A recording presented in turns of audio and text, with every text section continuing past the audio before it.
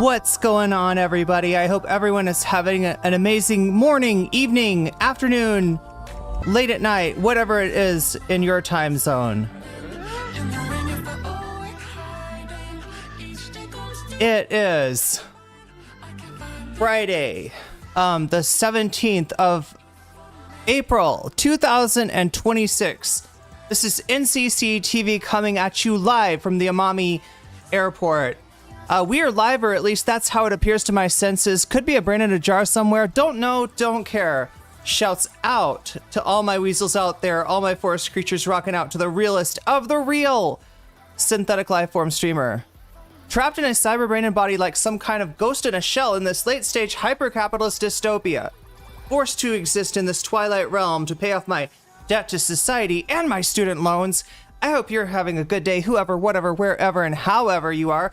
We're about to jump right into it here on twitch.tv, youtube.com, high risk, high reward, high on life, or whatever simulation, simulacrum, simultaneous, spontaneous singularity of consciousness this is, was, or will be sometime in the not too distant cyber future. How is everyone doing today? Yo, Burple, thank you for the gifted sub to Woody Red. Woody Red, you just got jellyfished. You know, I've explained this way too much. Why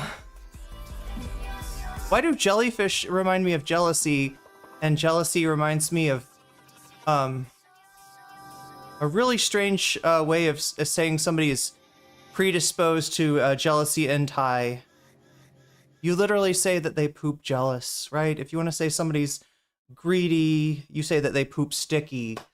It's like whatever you have a tendency to do, that's how you poop in Thailand. Anyway, chat, we're not talking about pooping today. We're talking about something completely unrelated to poop. That's Ethan Klein. I don't think those phrases have ever been uttered, have been conflated, or anything like that. Oh my god, chat, what did we do for, oh yeah, goals. So yeah, I know how to do this. 5 super chats in 1 hour will get us to and like, why don't I just make this first one blue? Yeah, 5 light blue super chats, which we already have one, so really 4 will get us a Waluigi sticker on screen. Yeah, if you want to make my screen more messy, more maximalist, as some streamer used to call it, overlay maximalism, something like that, then you can Waluigi sticker on my screen. I can't spell screen. Yeah, it doesn't look anything like, I've been just spelling stuff weird today, chat. Whoa, you got a hype train going already? Okay, I wasn't ready for that. Yeah, you got an hour to make the Waluigi thing happen before I switch it over to another thing. Yes, Narwhal, I believe you're right. We're at 8 right now. Thanks to, here, I'm trying to get, okay, so I've got that. I poop lazy, chat. For anybody who's wondering how I poop, I definitely poop lazy. That would be my pooping style in Thailand, in the sense that, you know, it's a metaphor. It's a figurative speech for you know, your tendency, right? I gotta chat. I gotta get to the point where I know Thai culture so well. I know why it's like that. I'm curious, like, right? How did that become a thing? But anyway, like I told you, we're talking about something completely different than poop.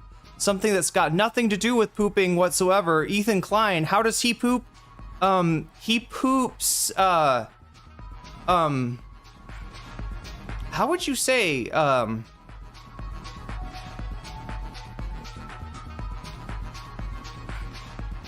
Zionist. That's how he poops. He poops Zionist. Okay, anyway, chat, that seems like that could get me in trouble on Twitch, chat. Combining Zionism with anything else, it's a dangerous thing. A bad reaction can go on, right? Where, you know, it's like combining an acid and a base, and you get a big explosion, and it becomes your science experiment, even though your parents helped you build it. I don't know. And did anybody ever do the freaking volcano as a science experiment? I never got that. And I think it was because I think it costs money to get like the the volcano said. I think your parents do legitimately have to be kind of rich to be able to rock a science fair like that. Poops for Israel. Yeah, that's right. Poops for Israel in the chat. But yeah, we're going to be talking about Ethan again because he is somehow... I missed this, chat. I missed this. The last time I covered him, I was like, all right, we're all done with Ethan, right? No, there was more. There was more, and I've been seeing it, right? He is mad at... He is yelling at Theo Von. He is yelling at Joe Rogan, not for the many good reasons that you could... have a problem with Rogan or Theo Von's takes, but no, because they are not sufficiently in favor of the Iran war. We've seen this a little bit before with Ethan and the crew of H3, where somebody will make a statement that it in normal company would not be out of place of just like, yeah, fucked up what they're doing in Lebanon, but Ethan's got to chime in. Actually, when you think about it, it's not really fucked up what they're doing in Lebanon. What's fucked up is the Lebanese government allowing Hezbollah to shoot rockets at Israel. What are they supposed to do? Of course they've got to do a Lebensraum. All right, they forced us into. We didn't want to do a Lebensraum, but if you're gonna force us into the Lebensraum by what is it exactly? What is it? Like, I mean, this is like, the rockets started firing, even there was a ceasefire from way back that was being violated constantly by Israel, and then Hezbollah started shooting again after the war started. But yeah, the Lebanon thing has become the big one of the sticking points, I guess, of the peace, the ceasefire so far, which does seem to be holding. Do we have that correct, chat? Do we have... Oh my god, we're at... Wait, I've got to do... I was on my way to set up things for the stream here. But I'm just poop lazy, I guess. Chat, I'm poop lazy. It kind of works in English, doesn't it? A little bit. Do you condemn Hamas? Only the Strait of Hamas, okay? Oh my god. Yeah, if there was a Willy Wonka land for me, it would be like a Lebanese restaurant, right? A Lebanese restaurant whose kitchen was a giant, like, waterfall of hummus, for instance. There's a waterfall of hummus over here. There's a Baba Ganoush waterfall over here. You can swim in the like lentil soup. You can like, I don't know. There's the falafel is like, it's like rocks on the shore. You can like cozy up and lay on a falafel and take a bite. I don't know, chat. That to me, that's Willy Wonka. All right. That's Willy Wonka. I don't care about candy. I care about hummus. I care about falafel. What did I'm trying to do something, aren't I? Yeah, let's assign this link to the browser and see what that does. See what that pulls up, chat. I'm really interested. I have no idea. Since I'm so poop lazy, I have no idea what this is gonna pull up, but there it is. Hi, Irene. I missed your face. I missed my face too. Yeah, I missed my face too. As the gay of Iran, I'm glad Trump has recognized the Strait of Iran as well. I mean, it is the Strait of Iran, right there. It's the geography, Davi, that Iran that is really on Iran's side. This is the funny thing. It's like, I'm not even kidding. I mean, it sounds like, but the geography of Iran is what gives them their leverage, which is, the control of the strait. And it's just by virtue of literally like how, where Iran is located and the sort of mountainous regions of Iran that make it so that they can control the Strait of Hormuz, and there's nothing that Donald Trump can do about it. No kind of threats, no kind, right? It's anything that they are gonna throw. Oh my God! Yo! Oh no, chat. This is Persona 2 as well, right? We're gonna play this tonight. This is, I think, the PSP intro. We gotta pause it right there, though. That's the PSP intro, and yes, Atlas does copyright claim that one. Right, it seems like it's only the old stuff, like the stuff that's legit from the 90s, that they're just like, meh, yeah, you know, whatever, you know, which is great because there's some gems, like I said, on that soundtrack, and there's some weird stuff too. But anyway, I gotta find better music to go underneath my voice for right now as we start up the stream. Oh my god, music that I do have the right to play, music that has the right to me.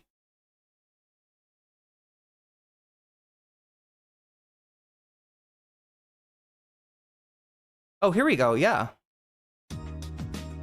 Speaking of Pete, oh no, this is Eternal Punishment, but close enough, chat, close enough. We'll be playing that soon. Anyway, oh my god, let me get a drink of water.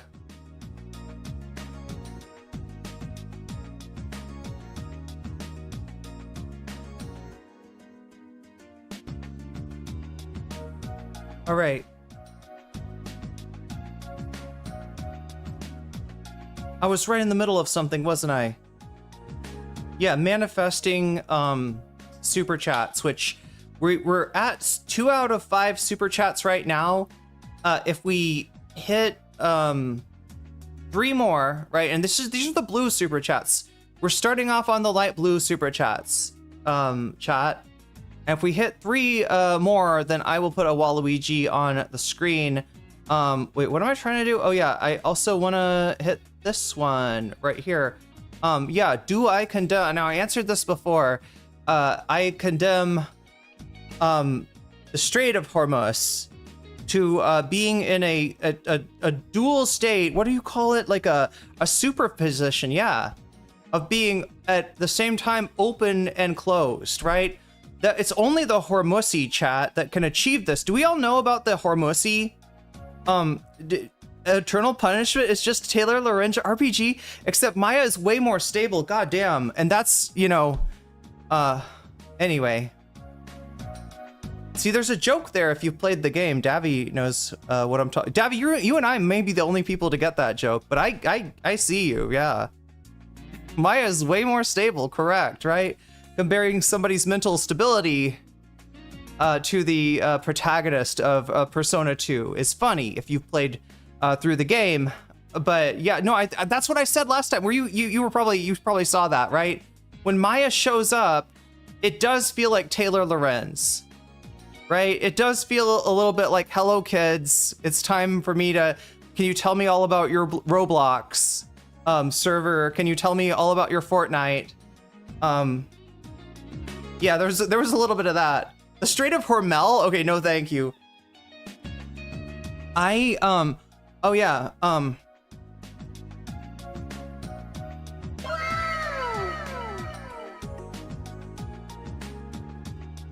Chan Gien Kao. Chan Gien Kao. Ka. Kai J. Kai J Ka. Gien Kao.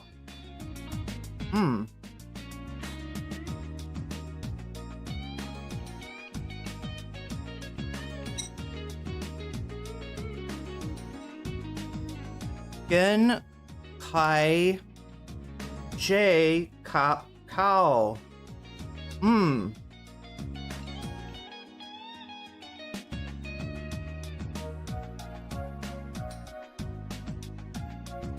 Aroy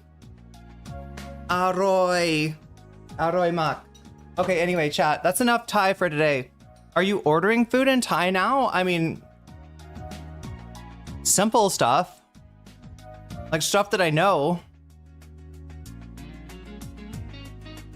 Hon lamai. Fruit. But yeah, anyway, if you didn't get that, how eating a meal is Gien Kao, like, but cow also means rice, so eating rice, Gien Kao, and then it's cow cap kai, which is an egg, right? Kai J, it's a vegan egg. Wow. And you can get those here. It's crazy, chat. I don't think I mean, I know these exist in the United States, I've never seen one. I've never gotten one. But yeah, there you can totally get this in Thailand and you know, get down with some chow, some cow. I'd move to Thailand if I could learn the language, but there's no way I could do that. There's some simplicity to the Thai language that I appreciate. Overall, you know, you're right. It's a very different language than English, and there's a lot that's not simple about learning a tonal language. But surprisingly, like there's a lot of shit that, you know, there's a lot of shit that you're doing in English grammar that you just kind of don't have to worry about in Thai, right? It just never got that. It's not like, now obviously, you know, there's no language is like more or less simple or anything like that, right? But you know, so there's going to be complexities in the way that you express yourself in other way, and like, you know, like I was saying, the idioms are wild, right? Because you're really not totally picking up everything, even if you know a lot of, if you know your grammar and you know a lot of vocabulary and you know how to, you know, pronounce things, you're still maybe not picking up everything that's going on, being put down. Let's just say, you know, it takes more seasoning. You gotta. My ancestors came from the Hormuzzi to sell, you know, various odds and ends. Questionable morality.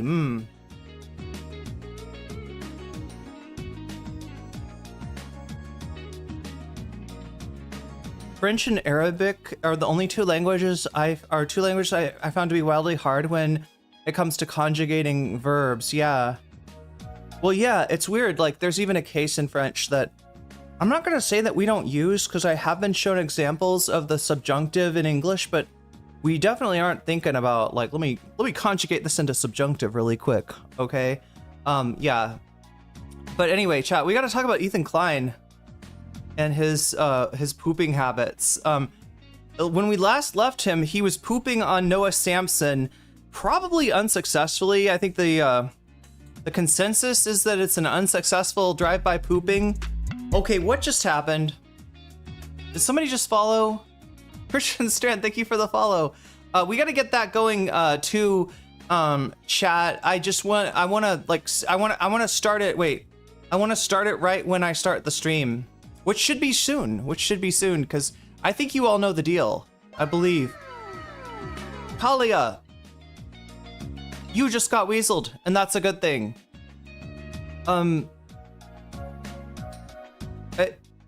Should it be 15 now? Korean is so OP. They had a smart king that made it easy to learn. Wow. Well, I don't want to. I want to clarify what I'm trying to say about Thai. It's, you know, it's legitimately one of the harder languages for English speakers to learn, and conversely, English is one of the harder languages maybe for Thai speakers to learn. And it's not that, you know, so it's not that it's, you know, simple. It's that there is, like, I don't know, there's a certain elegance to it that once you get, it makes it a lot easier. Does that make sense? Yeah, that's all I'm trying to say. I am bopping along too. Yeah, I'm trying to get us to where we need to be going. 16, thank you. Oh my gosh, Narwhal, I thought, okay, there we go. We're at 16. That's what it should say. That means that I'm mainly counting this because we're doing the subathon thing again, where a super chat, a super sticker, getting yourself a membership, gifting a membership, supporting me on throne.com right now, which, yeah, I'm fundraising for that Vietnam trip that's coming up this September, I think. But yeah, I want to buy the tickets for it early just because the gas prices are going to affect, I guess, the you know, airline ticket prices, I'm assuming. But yeah, if you want to help me out there, that's throne.com/nocommentchick, or on patreon.com, or on twitch.com, which you can do for free with a Prime sub. If you've got Amazon, if you got Prime, you can hook your Amazon account up to your Twitch account, and it'll give you a Twitch Prime sub. which you can use on yourself for any stream that you watch. And if you do, you'll get all the emotes, and you'll get the ability to turn back time. Not like, well, you will turn back time, yeah, with a Prime as well. In other words, put more time on the board. But what I'm talking about is you get to watch VODs. You can rewind the stream. Like if you come into the stream and I've already talked about the thing that you're really interested in hearing about, you can just rewind it. And normally you can't do that on Twitch, but you can with a sub. There we go. I've over-explained this. I wish my stepdad knew Farsi, so my mom would have actually spoken it while I was growing up, so that it seemed like really OP play, just growing up in a bilingual household.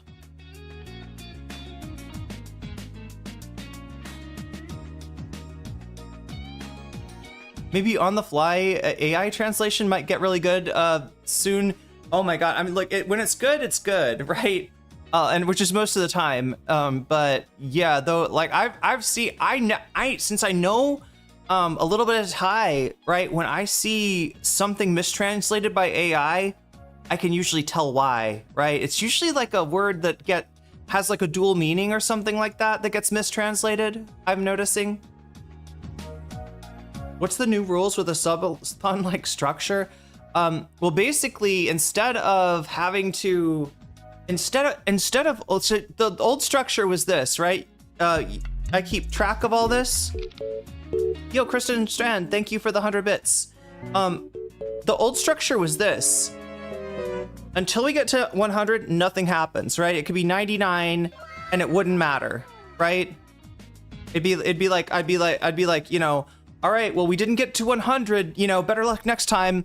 You know, I'll see you, right? And it feels bad, right? Because it's like, you know, 99 is pretty fucking close to 100.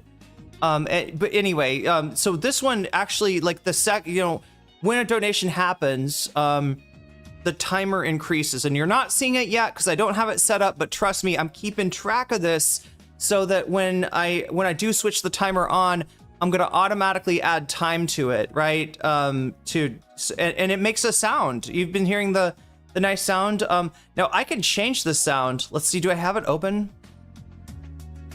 Yeah, it's this thing right here, which is all right. I tried to add a rewind, but it got fucked up, chat. You wanna hear how bad this is? Oh no, I literally added everything. Oh shit. Wait, so I could use any of this is even the old chat. We got like old fucking NCC alerts. This used to be my alert when somebody followed. But the little dudes come up and like I just naturally am like, little dudes. Wow, I sound different through that mic. That was a long time ago. I little dudes as followers, I guess that was the idea. You know, we got all kinds of like combat sounds. What is this, Xylo? Ooh, okay.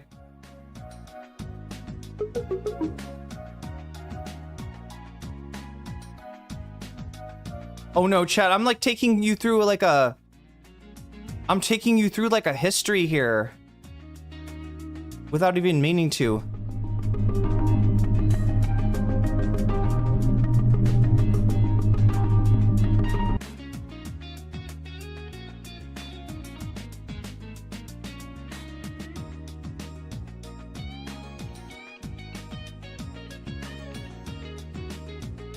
We got bubbles, wait. Oh, that's just one bubble. See, that's what, I don't know, that would be a good follower sound, right? Oh my god, I'm getting distracted, aren't I? There's the bubbles that happens whenever anybody subs on Twitch. Let's see. Oh, camera sounds? Okay. Oh, there's the, yeah, this one's the new sound for Throne, so it doesn't scare me anymore. You don't have to worry about scaring me. I used to get scared because it was turned up too high too. Okay, a lot of little whoosh sounds, some swoop sounds. What is this? Oh, hell yeah.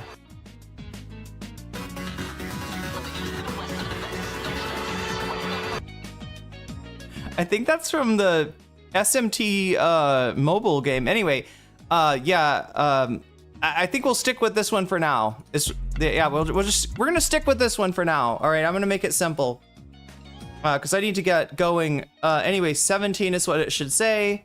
But yeah, the new one, yeah, basically every time somebody donates, it increases the time that I'm gonna be on. Also, if you follow on Twitch, it increases the time a little bit. So that's how we're doing it. Hopefully it'll be more simple, and hopefully I'll be able to just roll through and explain things really simply. Speaking of simple, right? So the thing that's still complicated is we are doing a poll. The poll's going on YouTube right now. I'm taking a look at it to see what is ahead. And the idea of this is it's a dynamic poll. So whatever's ahead, I'll be covering. But if that changes, either from people voting, which, you know, you can vote right now. Yo, Morbius, thank you for donating the membership. Let me see if I can find that so it actually pulls it up on screen. There it is. With a membership to SK. You just got weaseled, and that's a good thing. So we are up to 20. All right, so as you can see, the poll is going on right now on YouTube. If you have not voted yet, make sure to do that. We got 36 minutes left on. Super chatted $9.99. MFs need to stop trying to own Trump about the Iran war for like... Okay, yes. Fingers. He can unban him from the SWIFT system. That would be so awesome. Clapping hands, light skin tone, please, Mr. President. So it would be easy to send people money if you need to send somebody money, for instance, right? Yeah, there's a lot of good things that could come from Trump just not being... Daffy, I don't know if we're gonna get that though, because you know the problem is, right, that even the so-called like liberal press, they're very pro-war, they're very anti-Iran, they're very pro-Israel, and yeah, just as much as Israel's gonna try to fuck up this ceasefire and give themselves an excuse to start, you know, going ham on Lebanon again, they tease him. The Fox News people tease him. Yeah, it's the fist bump with Fox News and like MSNBC. Like, I mean, I guess not all of MSNBC, but way too much of MSNBC. They're like, you, sir, have surrendered to Iran. How dare you? We are a great hegemon, great global hegemon, and certainly a great global hegemon cannot be defeated by, you know, a relatively small country under an embargo. And it's like, no, they absolutely can, right? What Trump wants in terms of the Strait is something only Iran can give him. He can't take it. He can't apply force. He can't manipulate them or intimidate them or any, there's nothing he can do. But when they tease him and they jibe him and they're like, Taco Trump, haha, I mean, which is important, like he shouldn't be able to declare victory, but I don't know. I think what Davi's saying is like, maybe let him declare a little bit of victory. And that it's Denim's alert of Ethan Klein saying Denim's streaming never gets old.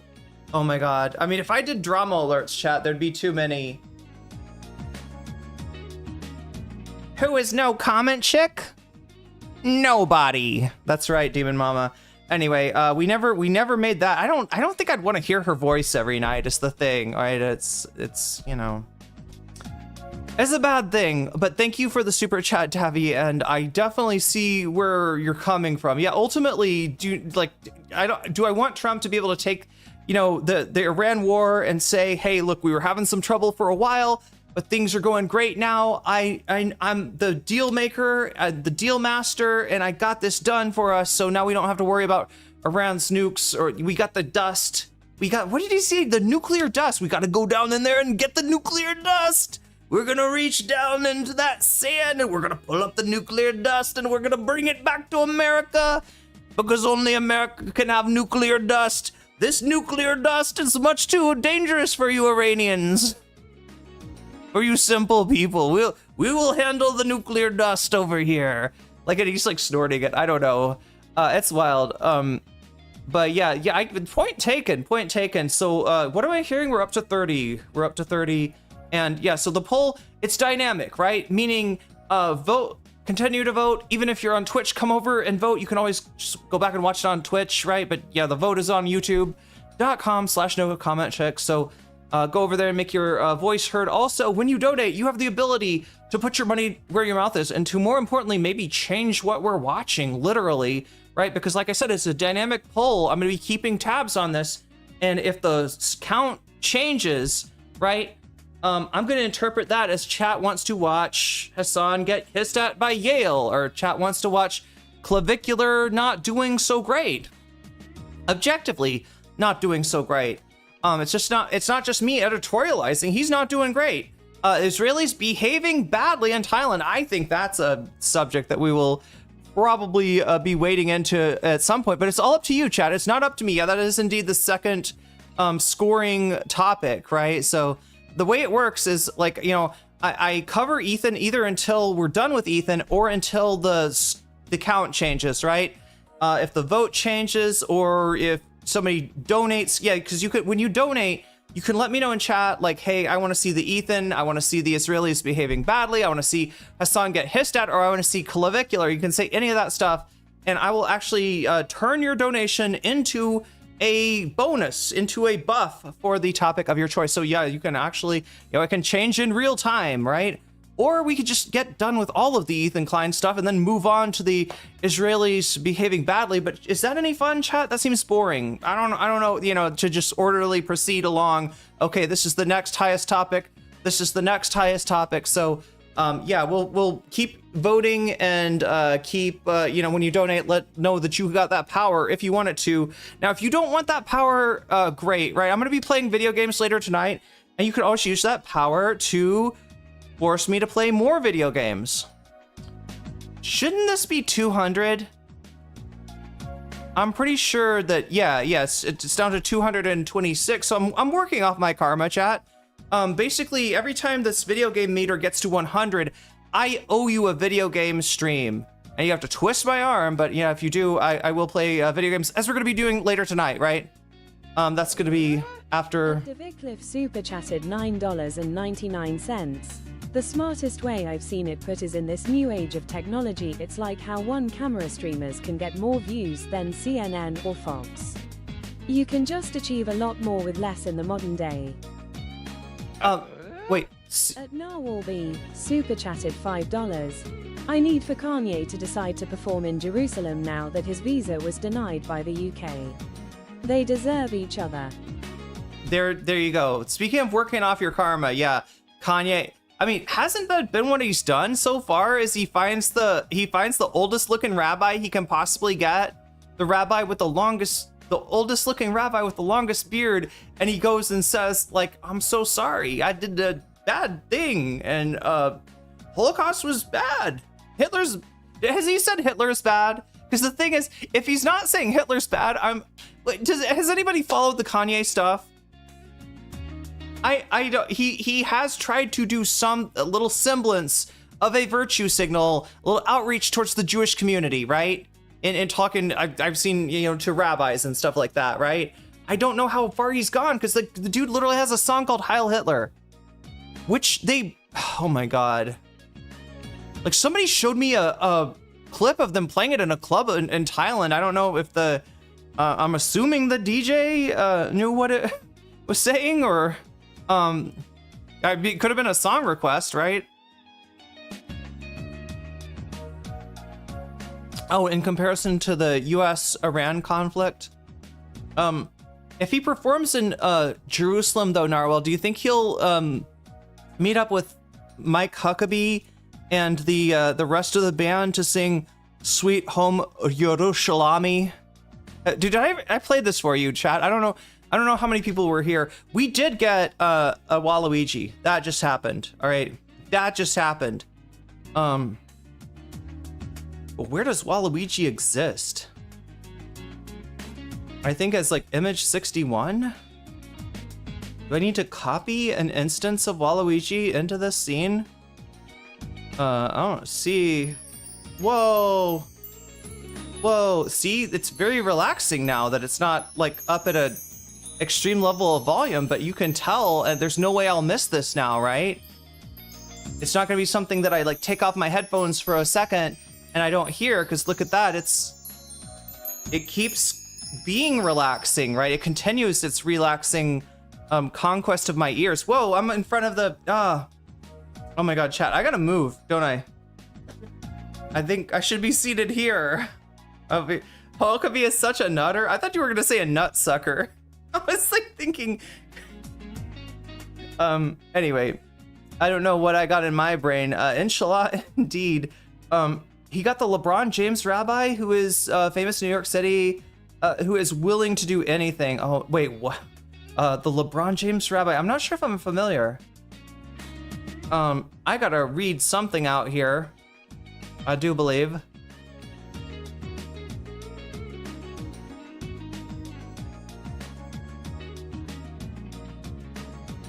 Thank you, Anonymous, for $10 towards the Vietnam trip. And that puts us at, oh my God, what are people, 45? I think we're at 55, actually. I got 55 points to put on the board as soon as we get that shit up and running.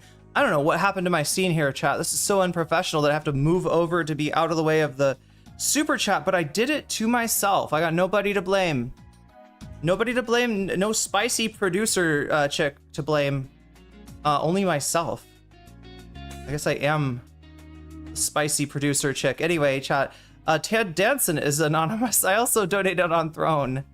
Thank you, Burpal. Wait, Ted. Oh God, that's a Curb Your Enthusiasm reference, I think.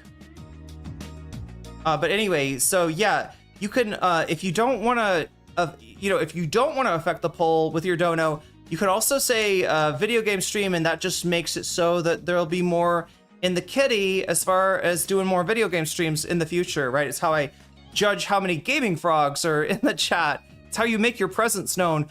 But you could also say Vox Populi, which is almost like a reverse, like putting your thumb. See, this is like if you say Ethan Klein or like if you name any of the topics, you're kind of putting your thumb on the scale. This is reverse putting your thumb on the scale.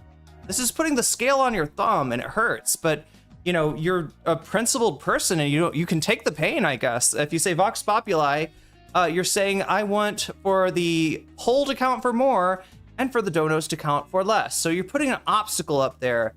You're cock blocking people that would change the poll with donations, which it seems like something that I could see like Larry David do it. Like it sounds like it could be like from Curb. He's the kind of guy that would do that. Oh, Funkhauser wants to, I should not do his voice. Should not do his voice, first of all. I can't do his voice. What makes me think I could do a Larry, I don't have a Larry David in here.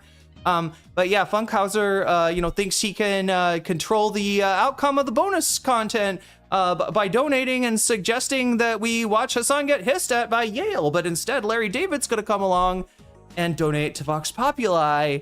And Funkhauser is going to be... Remember, Funkhauser was the guy when they tried to go to the Palestinian chicken place? Funkhauser was like, I don't know about this place. Like, right? He was like, they look like terrorists. Funkhauser was the guy that was like very... And for Larry, and who's the other guy? Was it Jeff? His BFF? They're just like, it's really good chicken. It's really good chicken. And like politics... Chicken trumps politics, apparently, to Larry and Jeff. Larry David doesn't really have a voice. It's a standard LA, which is a bog standard US accent. Yeah, I do a pretty good RFK Jr. That's a tough one. You got lots of oscillation for that one. Most streamers have a steamy, spicy producer. Yeah, I mean, do they? If they're big time... we're not big time yet, chat. Like, look, I got, you saw the Adam Friedland show, right? He had Dracula as his producer at one point. He was just taking whoever he could get. I mean, Dracula, I will give Dracula credit. He does seem to have really mastered DaVinci Resolve, but just, having a guy like that on staff is kind of a liability. Sooner or later, he's going to tell some inappropriate joke and he's going to get you canceled. And Adam couldn't have that. So, I think he moved on to Nick after Dracula's stint at the Adam Friedland show. Smart moved. Larry David's sounds like a hate crime if anyone else besides him does the voice. I don't have it in me, Chad. I don't have that voice in me. I've never done that. I've never done that voice. And if I did it anyway, it would sound like a fucking general Brooklyn accent. You're like, are you trying to do Bernie? Like, I don't know. It wouldn't sound right.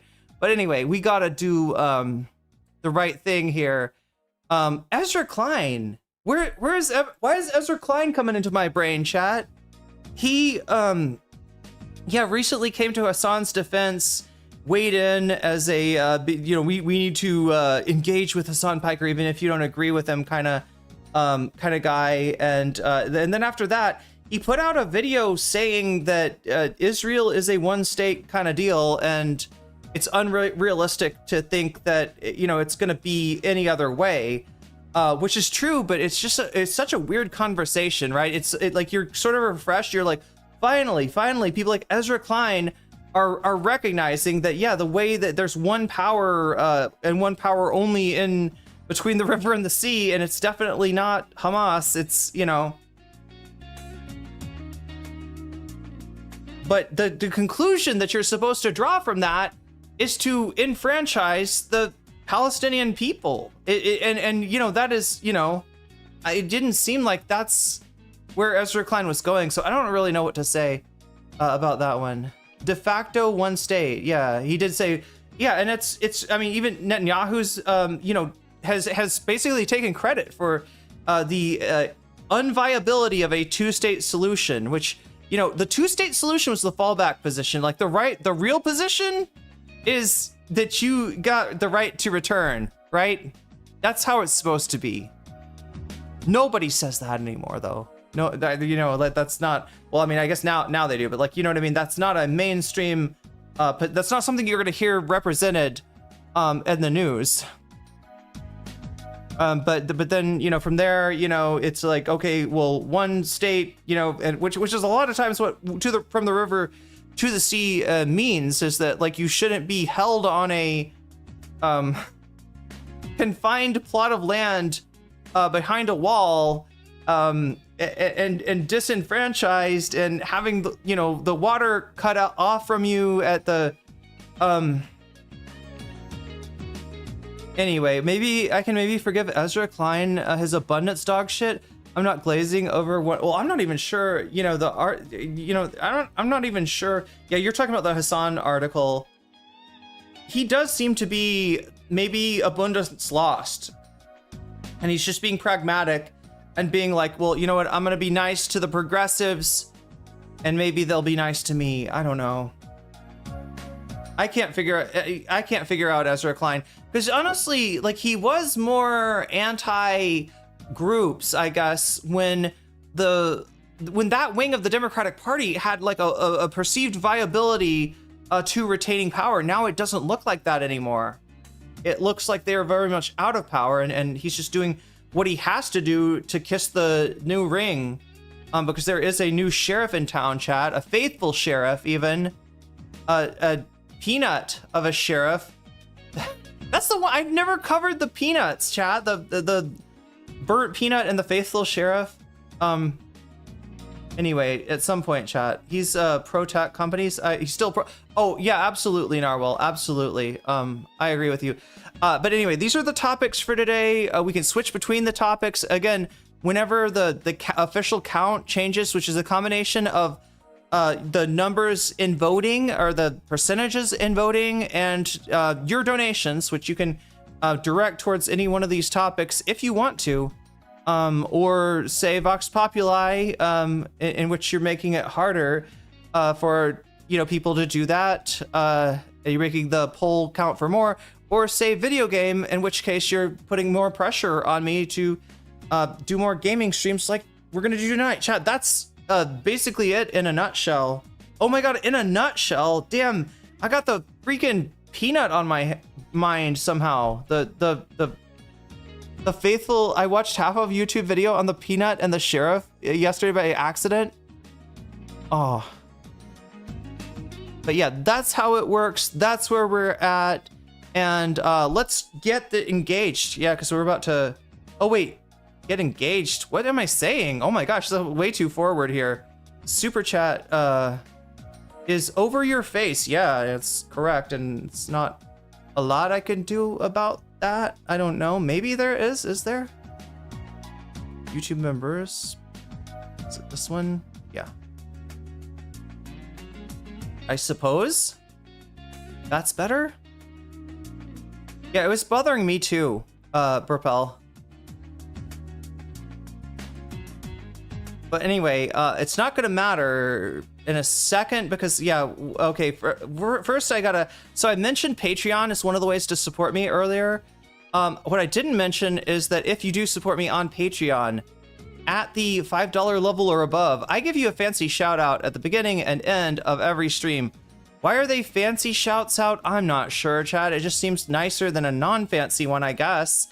But let me do those right now. So, shouts out to Neo Pergos, shouts out to JMB, shouts out to Emily Fritz, shouts out to Big Al of the Cake Mix, shouts out to Direful, shouts out to Joel Siverud, shouts out to Sarah, shouts out to Izzy Mandius, shouts out to Steven Sayers, shouts out to Animus, shouts out to Infallible Fowl, shouts out to Orlitz Ellipsis, shouts out to Nadia Yvette, shouts out to Choki, shouts out to Moinoip, shouts out to Temporal Insanity, shouts out to Crystal Saphira, shouts out to Buffy Geek, and a fancy shout out to Rachel K, Omega Star, and Zara Xerex. With that being said, chat, I believe it is time to get into the Ethan Klein of it all. Can we get into the Ethan Klein of it all? Is that a thing? Can I recline in my Ethan Kleiner chair?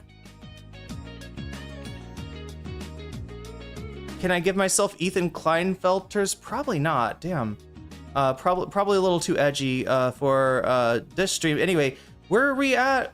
We're at 55 out of 100. That's Chud Logic. What is Chud Logic doing on my screen? Chat, we never did get to figure out what the fuck was up with the quartering. Right? It was just everybody alluding to there's this video of the quartering. I'm not going to show it to you because he's taking down channels, but apparently it proves quartering to be a big cuck. He's a cuckadoodle-doo. He's a cuckadoodle dandy. I don't know. And it's all in these clips that he's banning people for showing. So again, too rich for my blood, I think. Too rich for my blood. I don't like the quartering regardless of what kind of marriage he has, open or otherwise, or what kind of activities he enjoys. If he likes to, has, his guy friends involved in those activities, it doesn't fucking make that much of a difference. I wanted to know what was up, but we couldn't even figure it out. So, yeah, I don't know. And apparently he's going after Burnt Peanut is problematic, but at least he's not calling for the extermination of people like Asmongold. Yeah, I haven't really watched much of the actual Burnt Peanut. So, chat, if you don't know, we're talking about nuts on Twitch. There's multiple nuts. The Burnt Peanut is the first one, and he is like a video game streamer, but there's like a little bit of chud there. There's a little bit of chud peeking out from time to time. You could tell this guy is like a chuddy right winger, right? But he's a very popular, in fact, maybe the most popular as far as watch time right now streamer on YouTube is the Burnt Peanut, right? So he inspired other people, right, with his VTube Peanut. It's very simple. If you don't know, VTube models can be incredibly complicated, right? Some people have like giant rigs. They've got trackballs, and they want, they're puppeting a VTuber, right? When you see VTubers like Nukstaku, there's a dude there sitting there in Israel, and he's like talking and making faces, and those faces, the camera is capturing that and like sort of portraying it on his the blue VTube model that he uses, right? But the Peanut VTube models are much simpler, right? They actually harken back to, if you've ever heard of the annoying orange. It's like the annoying orange with a, I don't know, face tracker, basically, because the annoying orange just it's like an orange that put the eyes in the mouth. There was like a open spot for the eyes in the mouth, right? And so that's kind of what the Peanut technology is doing. And, at first it was just Burnt Peanut that was going on, being like casually racist, sexist, homophobic, whatever. I don't know what Burnt Peanut does. Whatever Burnt Peanut shtick is, I don't honestly know, because I haven't watched. But yeah, then there was a guy that had gone on, was in the practice of going on Fortnite in order to talk to children that are playing Fortnite and be like, so how do you feel about Jesus? You know, will you pray with me right now? Stuff like that. Kind of creepy, actually. Like there was a lot that was creepy about. He got roasted and toasted, and he came back as the faithful sheriff. He came back as a more country western version, I guess, of the burnt peanut. Yeah, that's how I'll say it. It's a more country and western. Stardust does that with a banana sometimes. Oh God, I thought that was Sunday. Sunday should do that with a banana. Or that's the duck nana. Wait, is Stardust the duck nana? I don't even know, chat. I don't watch these people anymore. I didn't know some of them. I'm surprised they're still around. Way bigger issue with the AI fruit vids. Wait. Oh no, is there a new brain rot in town? Oh wait, I think I have heard of this. I did not know how racist they are until I watched the video about them yesterday. Oh God, that sounds like something we need to, I need to rub my face in. Ugh. Anyway, what are we doing with child logic? The point is, I don't think we're gonna find, anyway, if somebody wants to bring me some kind of like self-contained content about the quartering, I'll watch it, but I don't think it's worth getting, like, you know, copyright claimed, because that's apparently what he's doing. He doesn't want anybody to see something. I don't understand though, like, you know, but maybe that's part of the fetish. Could it be that he wants to kind of be found out? I don't know. I don't know much about cuck stuff, Chad. Other than the Canterbury Tales. Isn't there a cuck in the Canterbury Tales? There's a lot of stuff in the Canterbury Tales. Lot of stuff going on in those Canterbury Tales, including some pretty gross. If you want to see what the actual blood libel is, Chaucer laid it out for you in his magnum opus. But do people know that the Canterbury Tales? It's like they're like pilgrims. They're like going to the holy city of Canterbury, where Thomas à Becket was martyred, but they're also fucking. Like, that's what those pilgrimages were about. That's why they're talking about the birds in the opening, right? Is that the birds are a metaphor for sexuality, right? These people are fucking, apparently, and it's okay because they're on pilgrimage. I think that makes it okay. Anyway, we're 61. Oh my God, Narwhal, thank you actually for keeping track of that, because I'm not. Burp, Super Lemon Haze, you just got Jellyfish, and that's a good thing. All right, so let's do the thing, chat, because we're about to get in. First, let's get Ethan on screen. On screen, Lieutenant. It's kind of like we're in a starship, and we've like traveled across the universe. What? What? Does it really just populate random shit on here if you don't put anything in? Like, I swear to God, chat, I've never looked up Michigan storm chasers before. Anyway, what are we looking for? H3 podcast, I believe. Yeah, speaking of somebody doing cuck content today, Ugh.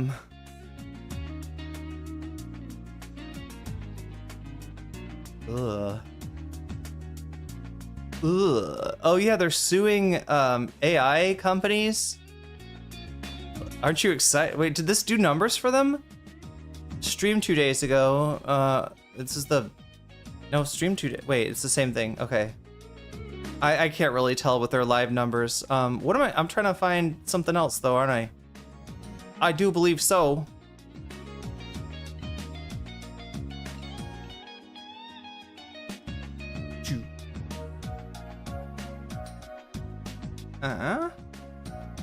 Is it this one? It's this one.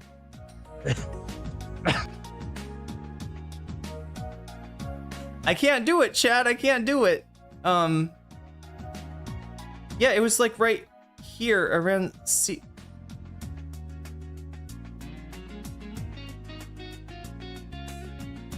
So yeah, you know the whole thing where I always say that I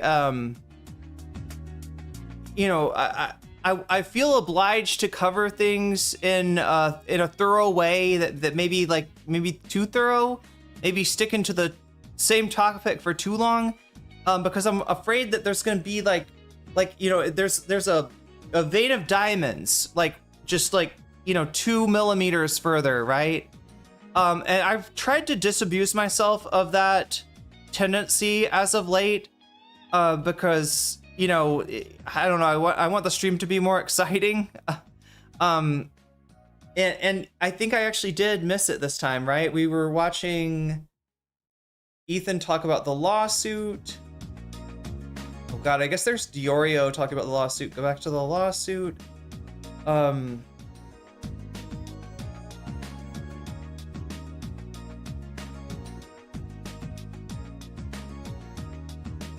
then he's on to this, which is apparently, chat, and I didn't know about this until I saw other people cover this.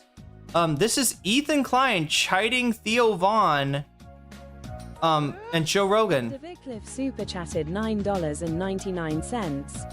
I miss the old chuds who would actively try to prove they're not sexist by asking their Carrie from Mythbusters wives if the anime game is dehumanizing to women. 2014 was so peak.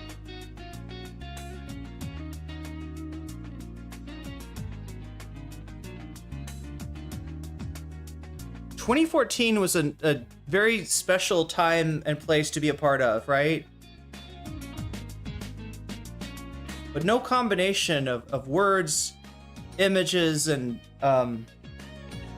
tweets can really can properly convey it. The atmosphere was electric. You could strike sparks anywhere, right? There was a true notion that what we were doing was right and good. That we would prevail over the forces of old and evil, and I think 2014, you know, to 2016 is pretty much where the wave crested and rolled back. I'm sorry, Davy, you don't deserve a Hunter S. Thompson bit, or really more like a Terry Gilliam bit. I don't know. But yeah, chuds were different. Like 2014, we're talking about like what, bearing, no bullshit. Does anybody remember back to 2014? I think I was talking to somebody about this recently. Like, 2014 it's like a fuck. I can't. There's the last time I can remember the internet being good, I think, right? And I mean like the whole internet, like Facebook. I don't know, it probably wasn't. There's probably like a lot that I'm misremembering or whatever, but it felt like the internet was a lot less shitified. It felt like, you know, I think I was talking about those groups. There was these weird little niche groups that you join on Facebook. We got to get a Waluigi sticker up here. That's what I forgot to do. Boom. Can we do it? Is that what? There's Waluigi. Boom. The Hormusi, yeah, we gotta get the Hormusi. Yeah, like I said, Burpel, the Hormusi is in a superposition of constantly being closed and open at all times, right? That's what we're dealing with now. I feel like it is a gateway to another dimension. Anybody else out here, can I get a second on that? Do you think that the Hormus might be the center of a dimensional shift, right? Where there's like one version of it that's closed and one version that's open, and it's like there's two different universes that bisect at a certain point, almost like somebody had gotten themselves into some kind of existential trouble in the Sea of Souls, and they had to rewind time in order to, you know, keep their friends from dying. And in the process created this, this quantum event of the superposition of the Hormusi being both open and closed at the same time, chat. We'll get to that later. We'll get to that in the gaming segment, I think. But yeah, there's Ethan, and apparently this is him. Now, I've seen this kind of thing happen before, right? I sort of know the dynamic in the H3 studio. Most of the crew is like most people. And if somebody brings something up like Iran or Israel's actions in Lebanon or whatever, they'll have like hell, you know, AB and Lena are like from Lebanon, right? But what you get with the H3 show is them just casual conversation, right? Something about the war comes up and Ethan does not agree. Ethan does not agree that Israel, like, I don't know, manipulated Trump to get this war with Iran. Ethan does not agree that, Ethan wants to look on the bright side of that Iran is a real dangerous place, and they need to, somebody needs to take care of them. And it's a weird thing, right? Because like goal achieved. Yes, the goal achieved. Waluigi, let's put up the next thing. But so I'm guessing that's what this is. But this is them watching Joe Rogan and Theo Von, right? So it's one thing when the crew is talking casually and they have an opinion that is normal, would be normal to us. At Narwhalby, super chatted $10. That ad can't possibly be getting Dan any customers. It's like a constant reminder that he's beholden to Dan. It reminds me of that Nexium guy who branded women. Yeah. No! Oh, I don't even know. He's Mr. Brightside? Wait, is that a thing? The Mr. Bright, isn't that the song? By the Killers? Is that the band? Oh my god, I can't even remember who sung that. Yeah, it's like I don't remember anything from 2014, but what I do remember is that we're going to be doing more of these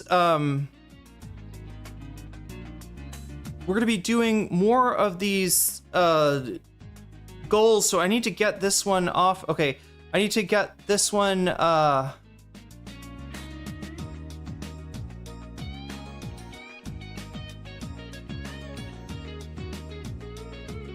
yeah, I think I'm gonna give you credit for 2. All right, so what am I trying to do? All right, in this one, start another goal. There, that's what I'm trying to do. All right, so teal or higher. We need 5 super chats. I'm gonna give it an hour to happen, and guess what? I'm giving you. I think I gotta get. I like we just need 4. Because I didn't count Narwhal or Davies because I didn't have the new one up. Okay, so this one's for a Kaya sticker on screen. So we've gotten this Kaya sticker before. We've gotten the Waluigi sticker, but we haven't got what do we? Oh yeah, the Anna Kasparian as Patrick Bateman. That's the one that we didn't get that one. But yeah, when this gets up to 3, I will give you credit for it since Narwhal and Davies super chats both came in while I was it's just yeah the song I'm familiar with the song. Oh yeah, it's about like like a guy that's like jealous or something. I'm just trying to remember what the actual thing is. I like it when the sun is directly behind him. At least he's a cracked out angel baby. Cracked out angel baby is kind of the best that H3 could hope for. Oh, people are still counting his is that really how pilgrimage works? I mean, it's one aspect of pilgrimage that surprised me when I found out that it was common. The people didn't get to go on vacations, right? They didn't get to do a lot of fun things. A lot of these are like peasants that are bound to their land, and that they get to go celebrate the martyrdom of the they're celebrating Thomas a Becket getting his head chopped off under the king's orders, which made him a martyr, which is why you need to go to Canterbury on a pilgrimage. And the blessed martyr's blood may cleanse your sins on the, on the road to Canterbury. Is that the idea? Maybe, I don't know. 81 is what it should say. Okay, since it's 81, that means that I got my work cut out for me here. Because remember, like I said, chat, donos don't just count if we get to 100, all right? Donos increase the time immediately. So let's see, what are we doing here? I had 3 hours and 30 minutes on the screen last time. That seemed to be too much. Like that made for a very long stream. Let's try to, how does this work? Oh yeah, there's the setup. Okay, so, why won't it let me change?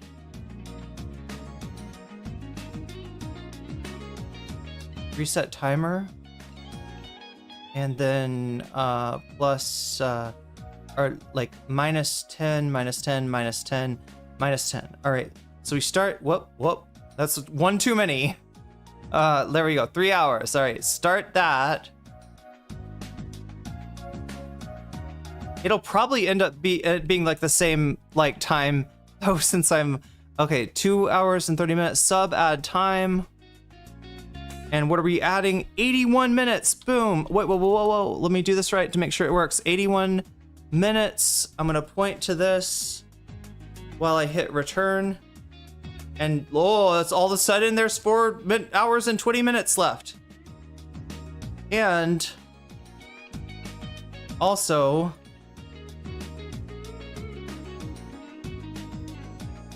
this sound. So that'll be the sound that'll play to let you know that the time of the stream has increased. So we're up to 420 right now, and right at 420 chat. Spark them if you got them, if it's legal in your apartment or a dorm or wherever you're staying at to do so. We're 420 right at 420 we hit. Oh God, all the you Ethan fucking suspects are fleeing the sinking ship like rats. Okay, so now he's talking about the right-wing podcasters. Joe Rogan, by the way, he's the most pathetic, insidious losers of all these fucking scam artists. I actually Joe Rogan agree. I think he's worse than Alex Jones. He is such a fucking rat, dude. You know what's crazy to me too is that I feel like Joe Rogan, like, there's so many people that like. Wait, I'm gonna keep complaining about the somewhere along the way. Like once he won the first time, it's like, all right, well, he's the president, so we're all gonna fall in line, and started supporting, like even just soft supporting him or whatever. Joe Rogan only became a MAGA guy like 3 years ago. After like at post January 6th, post COVID, post the first term. Makes no sense. So it's just like he genuinely.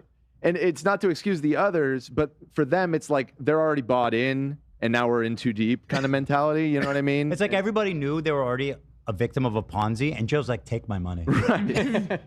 Right. He's such a fucking vile, and on top of that, of course, corrosive rat. By far has the most influence out of all of these. The most influence, and the way he peddled Trump and like manufactured all this praise and consent for him, it was so devious and subtle and slow.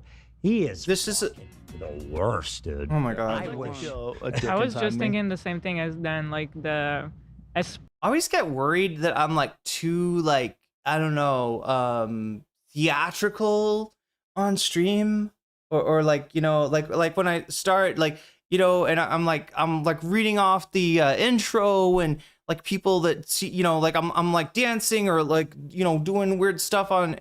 Right, but now with this Ethan, like this is just like he's sitting on his chair like he's XQC. You're 40 years old, dude. It's embarrassing when XQC does it, okay? And then they knew they were already a victim of a Ponzi, and Joe's like, take my money. Right. He's such a fucking vile, and on top of that, of course, corrosive rat. By far has the most influence out of all of these. The most influence, and the way he peddled Trump and like manufactured all this praise and consent for him, it was so devious and subtle and slow. He is fucking the worst, dude. Yeah. I wish. I was just thinking the same thing as Dan, like especially to support him for the second term. Yeah. We already saw the first one. Yeah, he wasn't a MAGA guy in like 2016. Okay, so just to let you know, right? What are we getting? They're anti-Trump, right? Don't ever let it be said that I represented the Kleins as being pro-Trump. What I am saying, though, is that you're about to hear a take here that is disagreeing with Rogan and, well, I'm spoiling it for you, aren't I? Yeah, let me just let it go. He went to just note that they're trying to make a special point about like, oh, we don't like Trump. It's really that Rogan's fucked up because he supported Trump. He pounded the ground for him. He had him on his show, right? Yes. Yeah. He said he never would have him on the show. Yeah. He had him on his show. And for a while after the first term, I thought Trump will have no chance to run again and win. Like everybody saw the disaster. Well, he's peddling all the Joe Biden bullshit. He's having Trump on his show, all the RFK bullshit, all the Good morning, Vamps. Good morning, Doodle Hearts. fucking typical nonsense. And also Biden, Rogan and Musk, like the two of them supporting Trump really was like so powerful. And by the way, for Trump. Okay, and also thank you, Justice Clarence Thomas, for showing that unfollowing and following does not increase the time. Like you'd think that maybe it would. You'd think that you'd found a hack, but no, it doesn't work that way. But yeah, there we go. I was actually curious. I was like, is there an exploit there? No, there's not. Rogan, man. Because otherwise you would have heard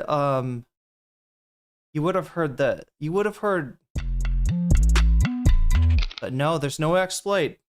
The people is now best friends with all these billionaires. Right. Fucking Peter Thiel, Peter possibly the Thiel. most evil man alive. Bezos. Elon Musk, who's just been outed for asking Epstein for an invitation to his party on the wildest night. Joe Rogan has no problem with that. This man is made of nothing but elk meat. I'd like to feel a dick inside. Because he hunts and eats the meat. Okay. Would, man. And guess What what? You are. Become a You're woman feeling who actually Trump's feels dick the way a inside of woman you. feels. Ugh. Man, Ugh. guy's just gonna send it home. Must You have- can't Like wait. he's literally just become another fucking What is going on? Are they supposed to have it on screen? Did they forget to switch? psychotic billionaire. Which is wild because as a comedian, he was pretty funny, and I like the early. Wrong. Hold on, okay. What? Hold on. Oh, Danny, my hold on. Let me put this in God. context. I mean, Hold on. I hate to find myself agreeing with a member of the H3 crew here, but So much I every never month, heard dude. anybody say Hold that. on. What I mean is, when he had Joey Diaz on in the beginning shows like that, I thought When that was Joey was hilarious. doing- the MMA guy, Joey Diaz? 90% of the talking, yes, Joey's Yeah, funny. I thought it Joey, was good he's shows. controversial, but he's at least funny. Yeah, you can, and you gotta If make you it. like, I'm sorry, go ahead. You Dan. got to make a distinction here. Yes. You Yeah. can like his podcast Yes. back in the day, The early Yes. podcast. but that's not because That's- he's a comedian. That's not him as a comedian. yeah. It was him surrounding himself maybe with No, funny but his comedians. calm Let's go over Joe Rogan's career, right? So we start with news radio. I've never watched it. Anybody got opinions on it? Is Joe Rogan funny in news radio? He doesn't look like he's got hair in that show, right? That's all I can remember is that like he's much younger, right? Then we got Fear Factor. I mean, I guess was he writing jokes for that? Yeah, but they'd be like, "You're about to get an eyeful here." As we challenge you to, say that fear is not a factor by eating this cow eyeball. Like, right? It would be like that. Looks like that one's just bursting with flavor. It's bursting with something, Joe. Yeah, it would be that. It would like this, like the worst kind of like. Didn't The Onion make fun of this type of description of the way that the pun like news voice or something?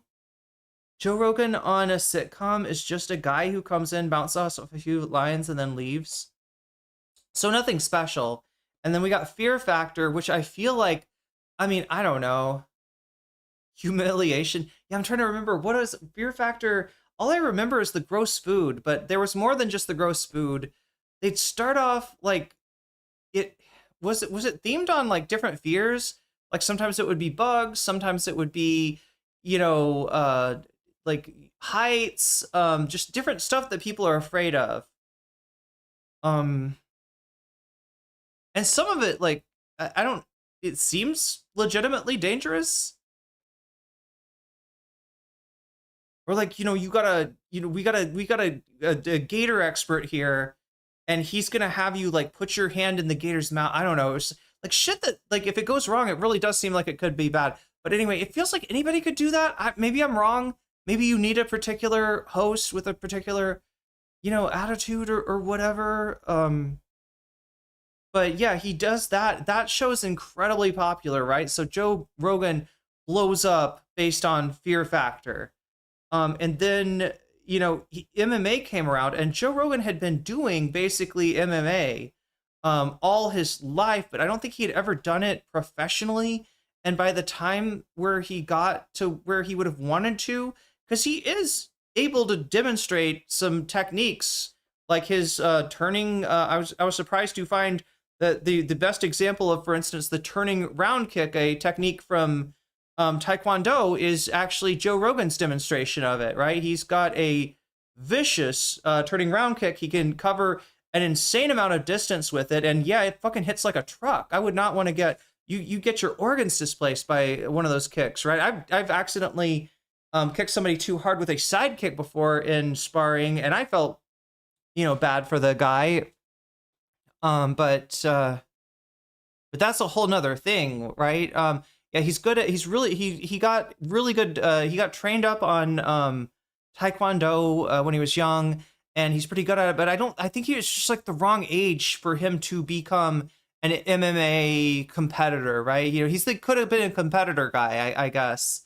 But yeah, then he obviously does the fight calling, he's the person talking on the MMA matches. That's probably what he's best known for. And then yeah, sometime around there he gets his podcast and kind of slips into the #1 spot slightly before the 2024 election, if I'm not mistaken. They cut Joe's love interest out of news radio because they didn't want an interracial couple. Then pretty much had only the Andy Dick character to bounce off of, and Andy Dick carries like 90% of the scenes. Whatever happened to that guy? Wasn't there something weird that happened to Andy Dick? Comedy. Is comedy specials? You like his comedy? I don't even think I've ever seen a So comedy. that sounds okay. The worst. Dude. They are Do you like people The taking worst. stools and pretending to fuck the stools on He's a stage? stool 'Cause fucker. He's That's done his whole that. thing. Yeah, he's done that a Is few that times. is that That's his Zach? whole fucking thing. It's really objectively so bad Really? that you would never say There's a Joe Rogan Lydia Lunch clip. Really? That's crazy. that as a comedian he's funny. Okay, promise you. let me change my statement. I like that the early bad. episodes It's with that Joey bad? Diaz. That's fair. That's Yeah, fair. yeah. And speaking could of the say that. Emperor has no new, the Emperor's new clothing. All of these hacky fucking comedians he surrounds himself with, they all know he's not funny.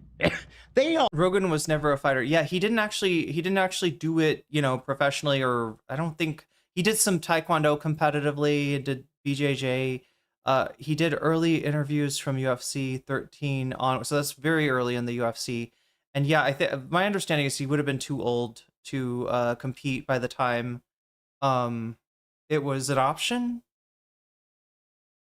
all fucking roll their eyes when they watch his comedy special, but the Emperor's got new clothes.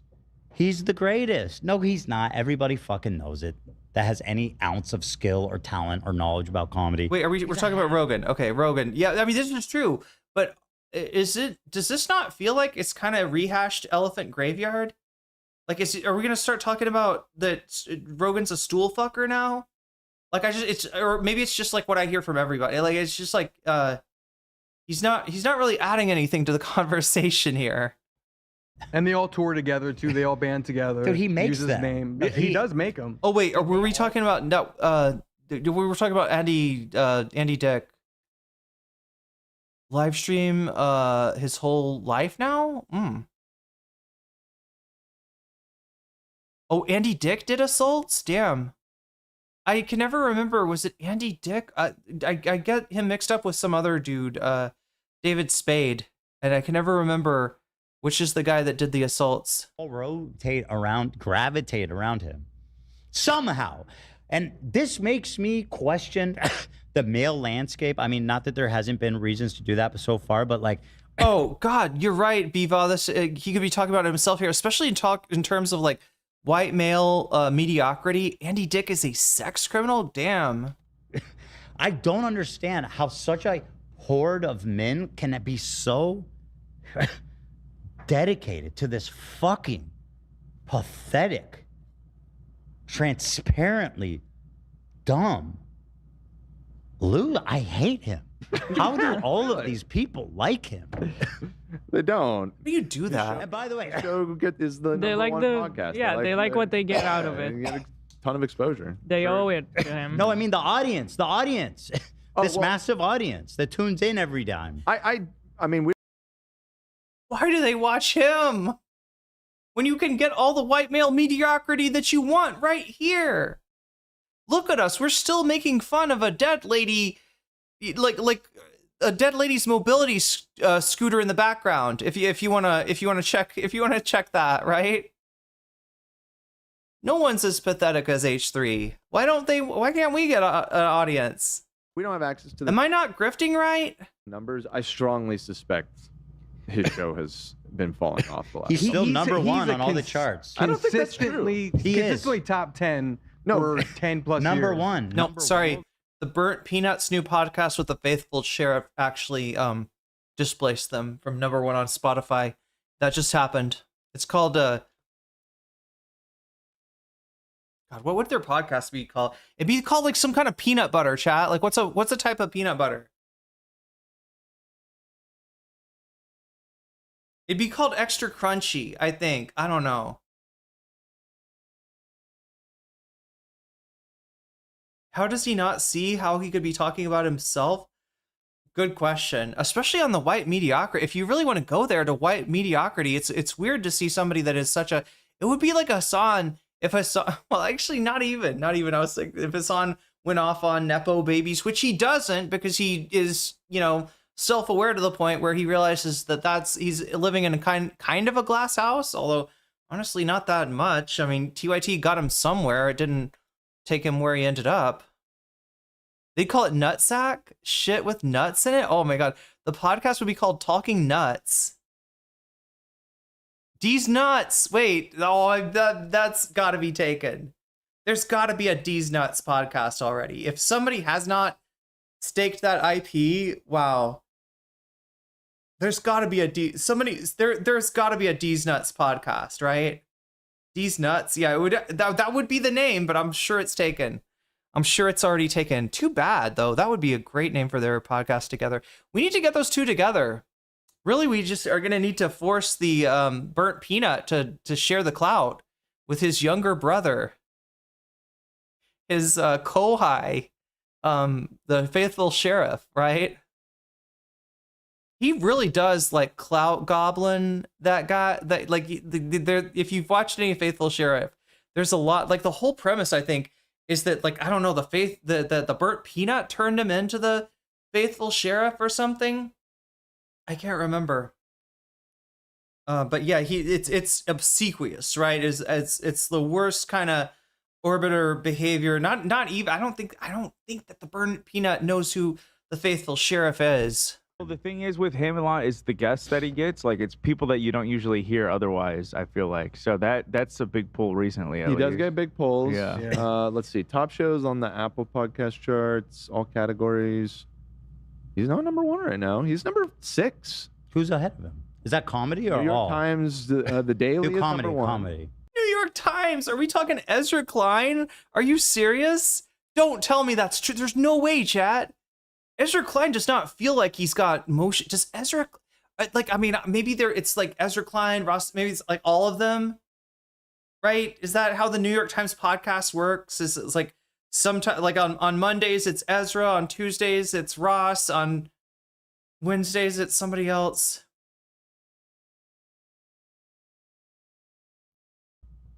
Well, my point, he used to be the number 1 podcast, period. Yeah, He's period. now number 6. So what were the I'm not ones ahead saying of he him? doesn't- Oh God, thank you for reminding me. Yeah, Webmaster's reminding me. Faithful Sheriff. So his whole thing, it's not just the what was he? Dr. Witnesser, right? Yeah. Thank you. So yeah, before when I was talking about him going around Fortnite, doing content where he tries to get into games with kids, Sanderhall actually did something really similar to that, but it was to bread pill the kids. But yeah, he goes around and he's like, how do you feel about Jesus? Right? Can I put you into a relationship with Jesus Christ today? Like he's selling Jesus, and most of these kids are just like, what? Right? But sometimes you get somebody that's already religious, and he like, I don't know. Anyway, that's what the Dr. Witnesser character, which is the Dr. Disrespect clone. Yeah, isn't that weird? Dr. Disrespect inspired him to play Fortnite with kids. Ugh. Really? Really? And yeah, so yeah, he do some kind of mustache thing? I almost feel like he did some kind of similar to Dr. Disrespect. The name is Dr. Witnesser because of Dr. Disrespect. And then he did something where, like, I don't know, the burnt peanut turned him into a peanut or something. Like, used his peanut powers. And that's when he became the faithful sheriff. Guess, but people are getting over it. You know what I mean? What are the ones ahead of it? Just curious. The Daily is number 1, followed by Crime Junkie. Junkie is huge. Crime Junkie? Okay. Real Junkie, true crime. Those true crime podcasts kill it too. I like true crime. When are we doing that? And the brands love them too because people listen. You could be doing that if Olivia was still there. Yeah. He used to do stuff like that with Olivia. I don't think they can do it without her, though. I don't think they really have somebody that's got the depth that Olivia had. People don't understand. These people don't understand that he once had a regular man appeal. Rogan. He didn't lecture or talk down to his audience. Plus, he let his guests talk without judgment. Rogan today whitewashes power. To the whole series, they listen to the end, so they have incredible listen time. Tom's a pro now in the podcasting space. Absolutely, bro. Up first from NPR's number 3, $9.99. I Need More Ross, Privileged, is genuinely one of the most fascinating writings I've ever read. He really put himself out there, and Ross accidentally created the greatest display of the FASC mindset. Wait, one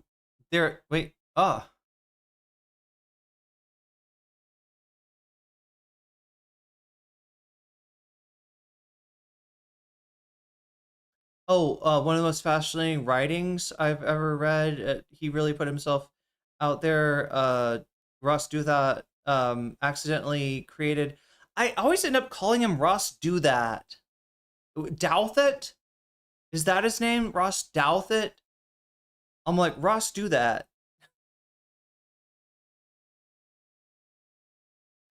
Going on vacations with William F. Buckley. Ross Do That. Yeah, no, that's not what I'm trying to say. Douthat, I think, is how I'm supposed to say it.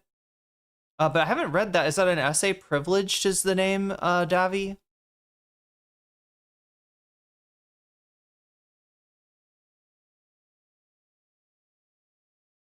On NBC is number 4. Dateline, another true crime. number 5 is The Idiot, which seems to be Who would listen to that? some New York Times serial production. I don't know what this is.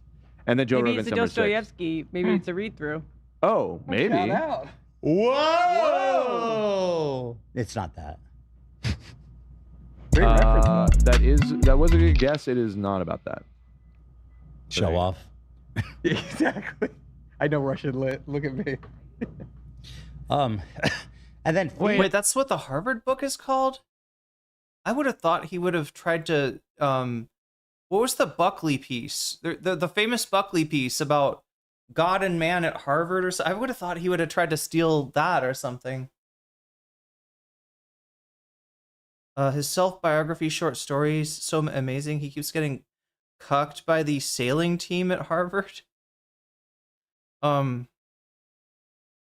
the book is called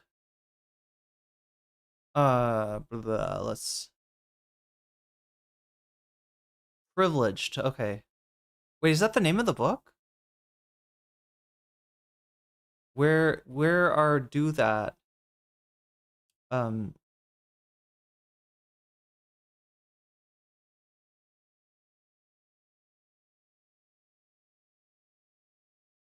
I think it's also true crime.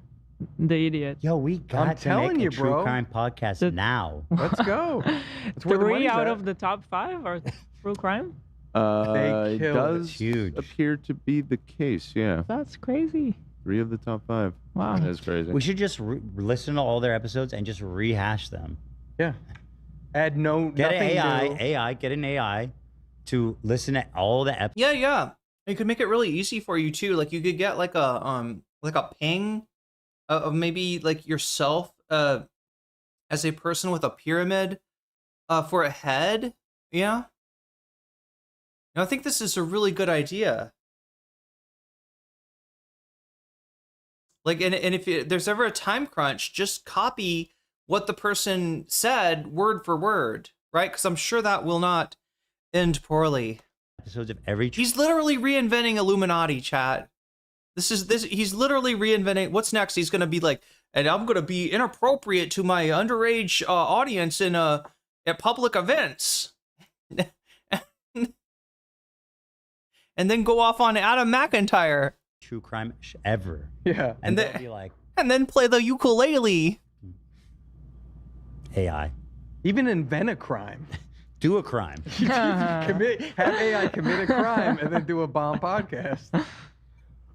Theo Vaughn is another fucking disappointing waste of. What an asshole loser that fucking guy is. Just spending Easter. He posted on social media. He was spending Easter with Candace Owens and Ben Shapiro lady. What's her name? The girl who looks like Ben Shapiro. It's just say Ben Shapiro. Who cares? Brett Cooper. Okay. Ms. Ben Shapiro. Yeah. I mean, they're not on the same. Bethany Shapiro or something. But you know, I actually lost a lot. Yeah, good job, guys, denying Brett Cooper the clout of mentioning her name. She'll never get big now. Shitting actively on Joe Rogan over the years. Right. Because all of his friends, a lot of the people that I was mutually friends with, obviously they're going to pick their daddy. And it's going to be awkward because I've been pretty vocally against Joe Rogan and I paid a price for it. Yeah, I get alienated by a big part of the podcasting world. Because in the beginning, we did kind of start to have some of those comedians on and kind of join that little bubble for a moment. Yeah. Wait, what are they talking about? Do the H3s have an opinion on the death penalty in Israel? I'd be curious to know.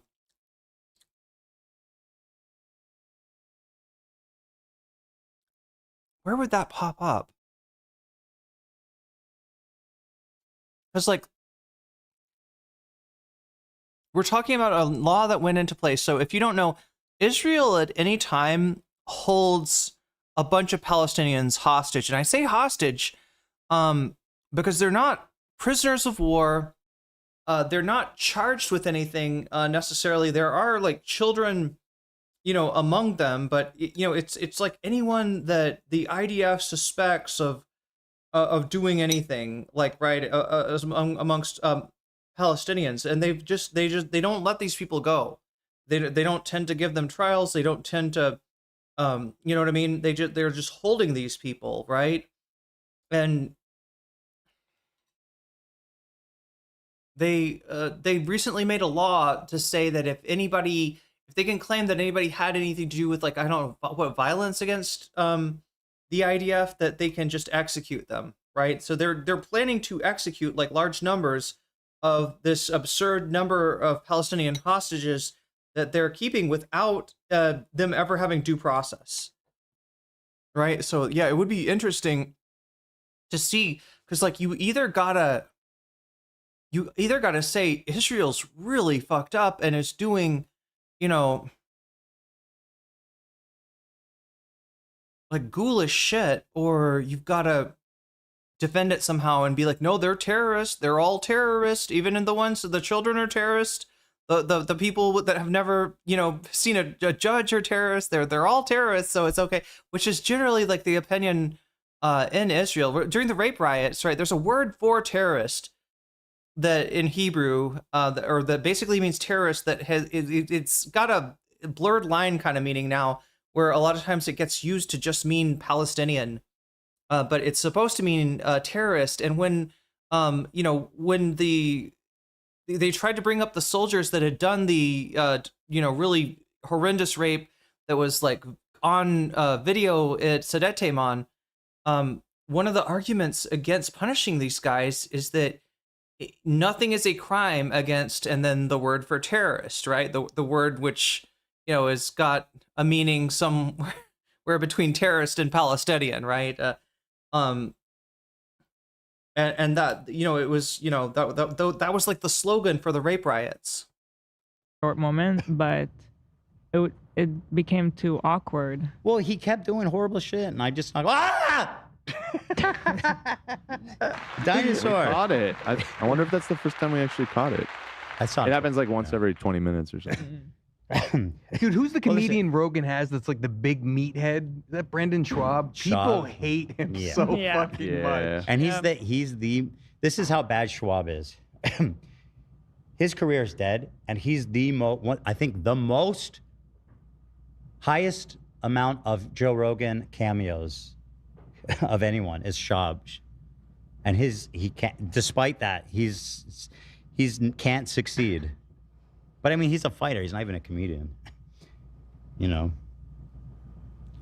But there was a time when he was extraordinarily popular, and then people just figured out he's really not that funny or interesting. That's the thing. Joe Rogan be like, these people are funny and interesting. And then all these people go, oh my God, this person's funny and interesting. Who's the friend of Sam's that had been close with Rogan for a while? I'm trying to remember his name. He was on Air America with Sam. And he had a big podcast when podcasts were just beginning, but his podcast had gotten a lot smaller. I'm trying to remember this guy.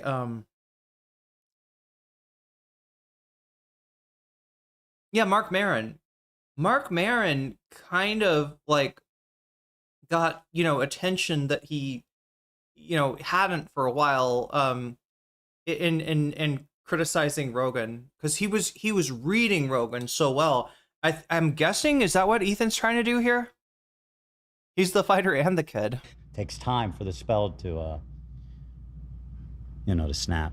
But anyway, Theo Von, I'm actually disappointed in him because I always thought he was such a talented, funny guy that didn't need any of those people, and he just fell right in.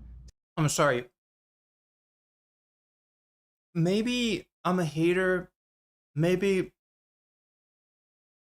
there's something about Theo Von that I'm just not noticing, or that I haven't watched enough of him to get. Right? I haven't seen it. The thing where people are like, oh, he's really funny and he's great to watch, and he's like, yeah, he's kind of stupid sometimes, but that's part of the charm.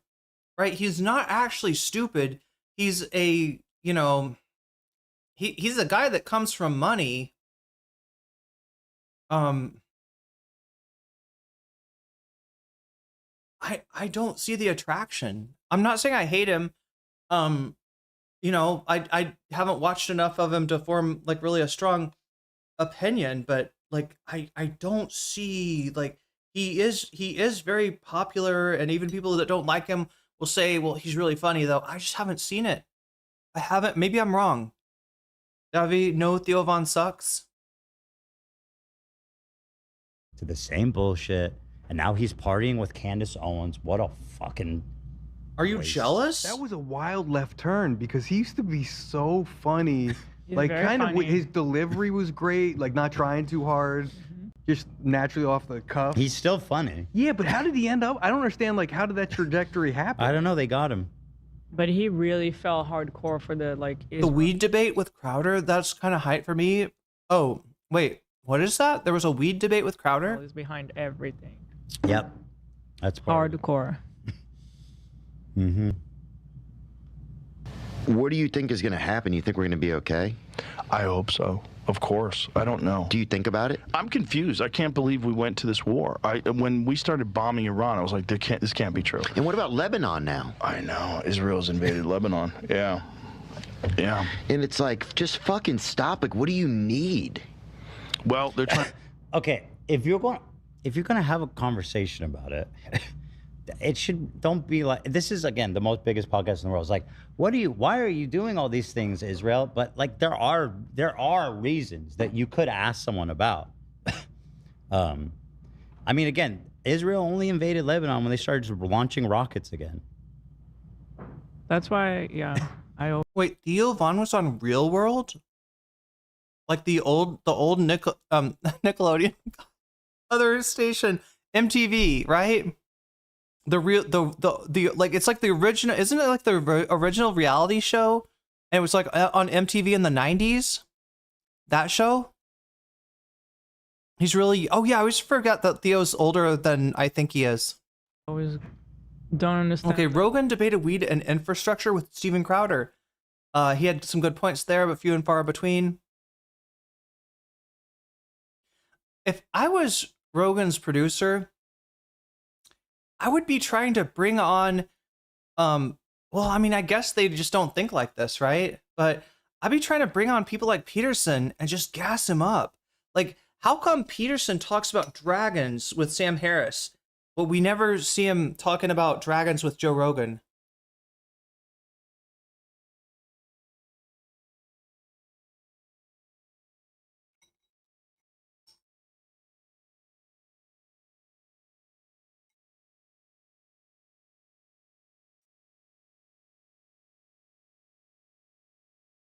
It's not good. He started out as a racist comedian, only notable for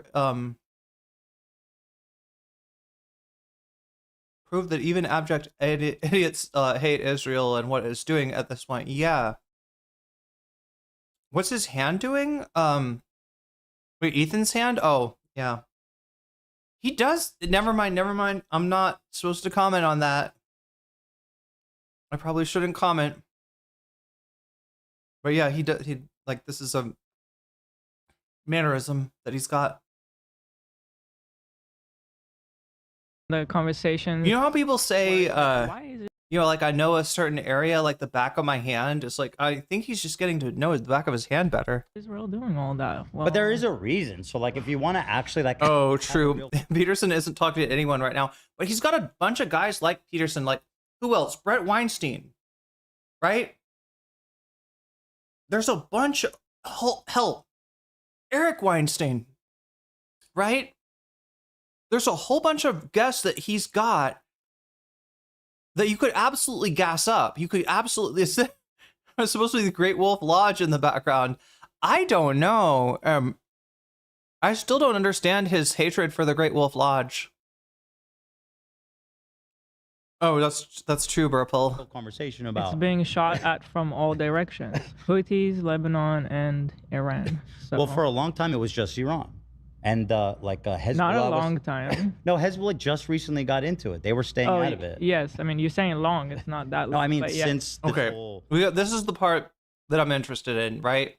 Because again, this is him reacting to Rogan and Theo Von, having a pretty basic take of like, man, I can't believe we're doing this shit in Iran. That's pretty fucked up. And yeah, I can't believe Israel went into Lebanon. That's pretty fucked up. And Ethan is gonna be like, do you even know? Do you even understand? Do you know about Hezbollah and how they're shooting rockets every day? And you expect the Israelis just to sit there and take that again and again? No, of course they've got to exert Lebensraum. Of course they've got to enact the Greater Israel Project as a response to having like crude rockets shot at them. Honestly, chat, when they go into Gaza and do a genocide, when they start a war with Iran, right? That's what we're talking about. And meanwhile, Israel's just disrupting every fucking ceasefire they ever had, and it is a fucked up situation. Look, if you don't know, Lebanon is kept purposefully weak, right, for Israel's benefit. They don't have the ability to get the kind of aid that other Israel or really like other countries in the area get, and for that reason they're weak, right? So they're weak. They got invaded in the 80s. The organic resistance that rose up in the face of this invasion was Hezbollah, and that has continued to be both a party in Lebanon and a militant force in the southern part of Lebanon ever since, right? So again, just like they created Hamas in Gaza, they basically created Hezbollah. But anyway, I'm getting ahead of myself, or rather, I am getting ahead of Ethan. Let's see what he has to say. It was just Iran. And if you want to add... That's why, yeah, I always don't. Again, the most biggest podcast in the world is like, why are you doing all these things, Israel? But like, there are reasons that you could ask someone about. I mean, again, Israel only invaded Lebanon when they started launching rockets again. That's why, yeah, I always don't understand the conversations where it's like, why is Israel doing that? That's actually not true. That's not true. That ceasefire gets violated constantly, and it's because of what I said.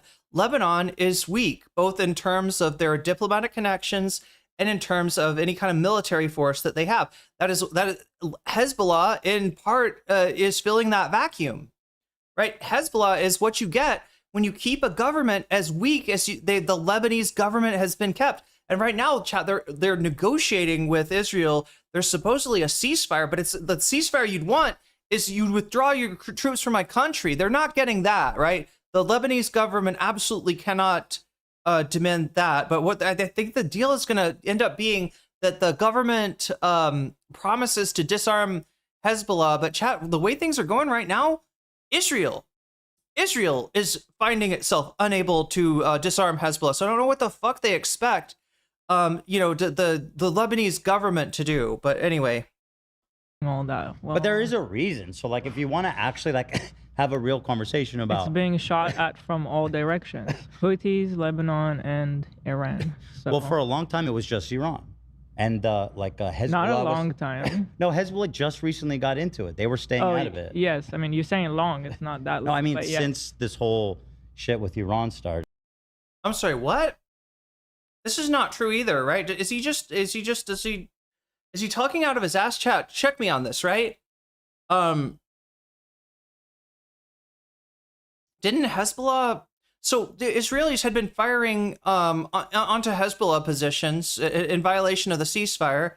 The ceasefire that was made, I think, at the same time as the supposed ceasefire in Gaza, which is not doing well for, I guess it's great if you're Israel, but it's not going great for the Gazans. Yeah, I think that's when the ceasefire got made. Israel's been violating the ceasefire. Hezbollah hadn't done anything, but until I thought it wasn't it after Israel's attack on Iran. It was shortly after the Iran war started, right? That Hezbollah started firing back. It wasn't that they I don't know. I think either his memory's fucked or mine is fucked.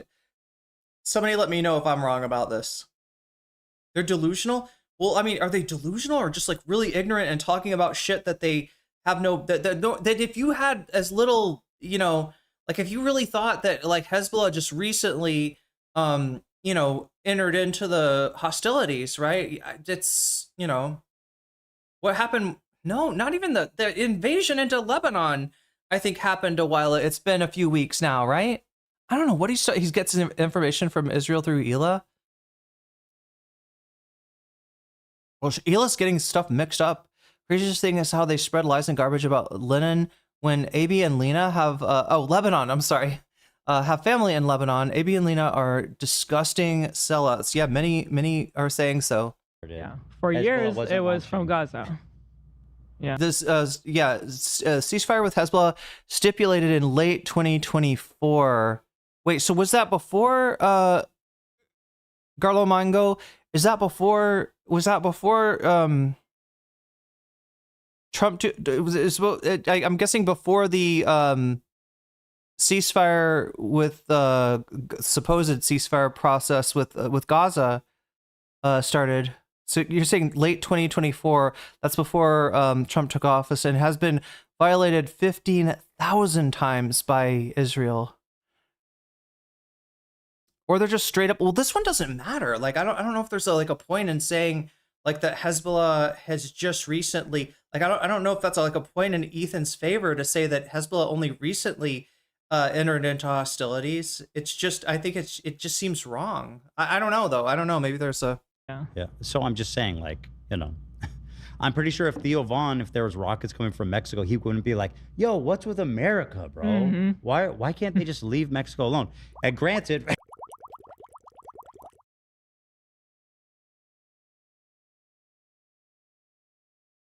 okay, Ethan. Okay. Honestly, if Mexico did start shooting rockets, though, I mean, I'm not in America, so maybe it's easier for me to say. And Burpel, thank you for the, wait a minute, why is that not automatic? Did that not, the thing is supposed to make a noise. It didn't make the noise, chat. which makes me think, did it add to the time? Is there something going? Is it not doing it? Is it not auto doing it? Because if it's not auto doing, I'm supposed to, then I need to sub add time. I got a manual do if it's not auto doing. Chat, did it increase the time by 6 minutes? It looks like maybe. So there's 352. I think it made a bubbling noise, but it didn't make this noise, did it? Like, this is the one that I was expecting. Like, it should have been like bubble and then this. But maybe you can only make one noise at a time. It was in late November. I think Trump didn't have anything to do with it. Okay, so they even before the whole fiasco of a ceasefire in Gaza was announced, which, you know, was absolutely, you know, just fucking lies from Israel. That's when only bubble. Okay, but did it increase the time? That's what I really care about. Like, okay, next time somebody does a sub or whatever bits on Twitch, just like, let's pay attention and make sure that, oh, also thank Christian Strand. Thank you for the 100 bits. I don't know if I may have already thanked you for that, but I just noticed, only bubble. Interesting. Well, it doesn't do it automatically for anything YouTube. But it should do automatically for Twitch. But yeah, 87. What did Ethan just say? Good. That's a good point, Purple. What did? Yes, I mean, you're saying long. It's not that long. No, I mean, but yeah. since this whole shit with Iran started. Yeah, for Hezbollah years wasn't it was launching. from Gaza. Yeah. Yeah. So I'm just saying, like, you know, I'm pretty sure if Theo Vaughn, if there was. Oh yeah, the Mexico thing. So yeah, he's like, I'm pretty sure if Theo Vaughn, if Mexico started firing up rockets at us, I don't think Theo Vaughn would be like, man, what's up with the United States attacking Mexico just because a few rockets came over the border, man? But honestly, with the amount of fucking intervention that the United States does with Mexico, they're kind of lucky that they have not created a militant faction. In fact, Chad, I don't know how far off we are. Do you remember the cartel thing? Where I think a cartel member was either shot or captured by the federales, and it caused a big kerfuffle because, you know, the way that like people high up in the cartels are not supposed to be touchable, and they touched one, right? And it had something to do with U.S. intelligence being like, this leader, is it Nuestra Familia? That was it was a gang from like Ciudad de Juarez or some place. I think I could be misremembering this. But yeah, their leader got executed, I think, and it caused a bit. I mean, there's still kind of like a, you know, resorting of cartel hierarchy going on in Mexico, right? What generally happens is that if a cartel gets big enough, they are able to affect the government. And I don't just mean the Mexican government. I mean the American government too. CIA, I think, has you know, often sought assets such as this. And so there is definitely, you know, some working relationship in between, yeah, our fucking deep state, our lovely deep state, and organized crime, right? And I mean, sometimes you could see this more acutely and undeniably than at other times, right? I think there's a lot of evidence towards Bukele in El Salvador, having made deals with MS-13 amongst others, you know, and basically made the agreement that the gangs will now hide their victims better, right? If somebody ends up dead, they need to not get found. That body needs to stay hidden, right?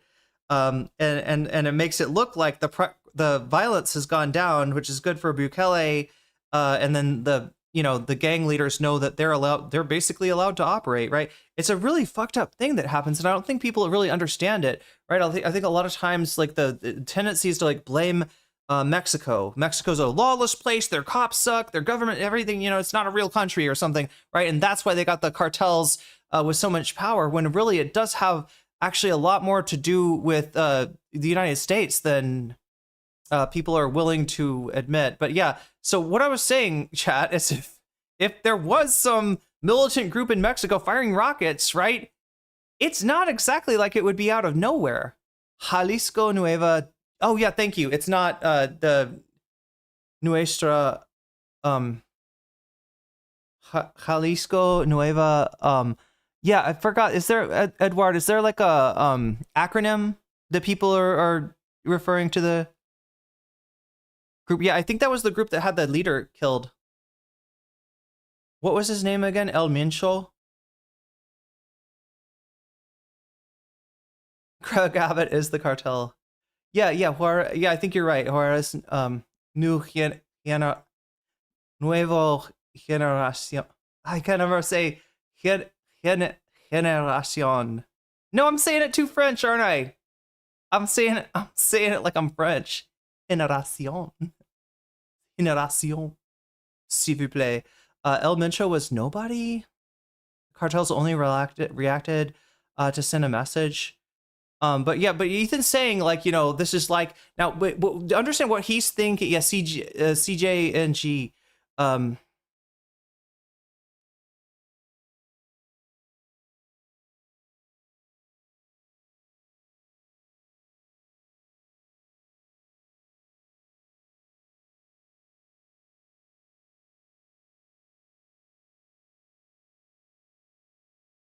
Yeah, but anyway, the point was that he's trying to represent this as like the cartel, the Mexico or some group in Mexico firing on the United States would be out of nowhere.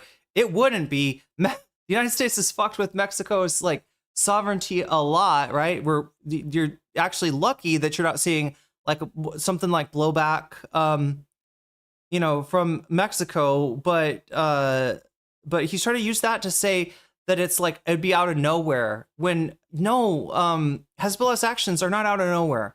They're always in response to something. Every single time that they start firing, right, it is a response to something going on in Gaza or something, this time going on in Iran. Rockets coming from Mexico, he wouldn't be like, yo, what's with America, bro? Mm-hmm. Why can't they just leave Mexico alone? And Grant, if we fucking invaded the Baja Peninsula, or like a state in northern Mexico, all right, and we cut them off, every bridge into there, right? We destroyed all the bridges so nobody can get in or out, and we were ethnically displacing. Hey, if you are only like white people can stay. I don't even. This is actually out of whack with the United States, right? Like, right, what's actually going on in Lebanon is as bad as the United States. I mean, I guess if you compare it more to like the the way that the like First Nations were treated, right? I mean, that's the closest thing I could come to for a comparison. And honestly, like, we should be a little bit more surprised that there's like if you. This is a bad metaphor. This is not proving his point. Yeah, he's so bad at proving his point. He's proving the opposite point. That's exactly right, Magenta. Israel, I don't know what they're up to with trying to annex territory from Lebanon. That's a new thing that doesn't sound very good. But again, if you want to have a conversation about it. So it's okay for them to go up there, what the only thing that he is against is the annexation, right?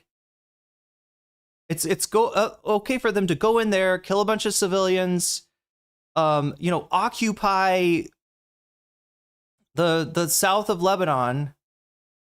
It's just not okay for them to keep it, I guess, is what he's trying to say.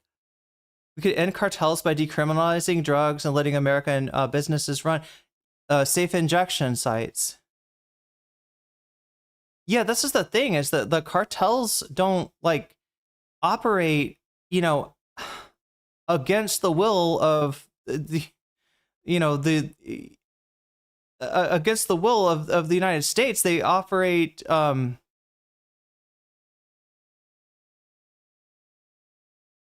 We don't know the true identities of cartel leaders. People like El Mencho or El Chapo weren't bosses, just representatives.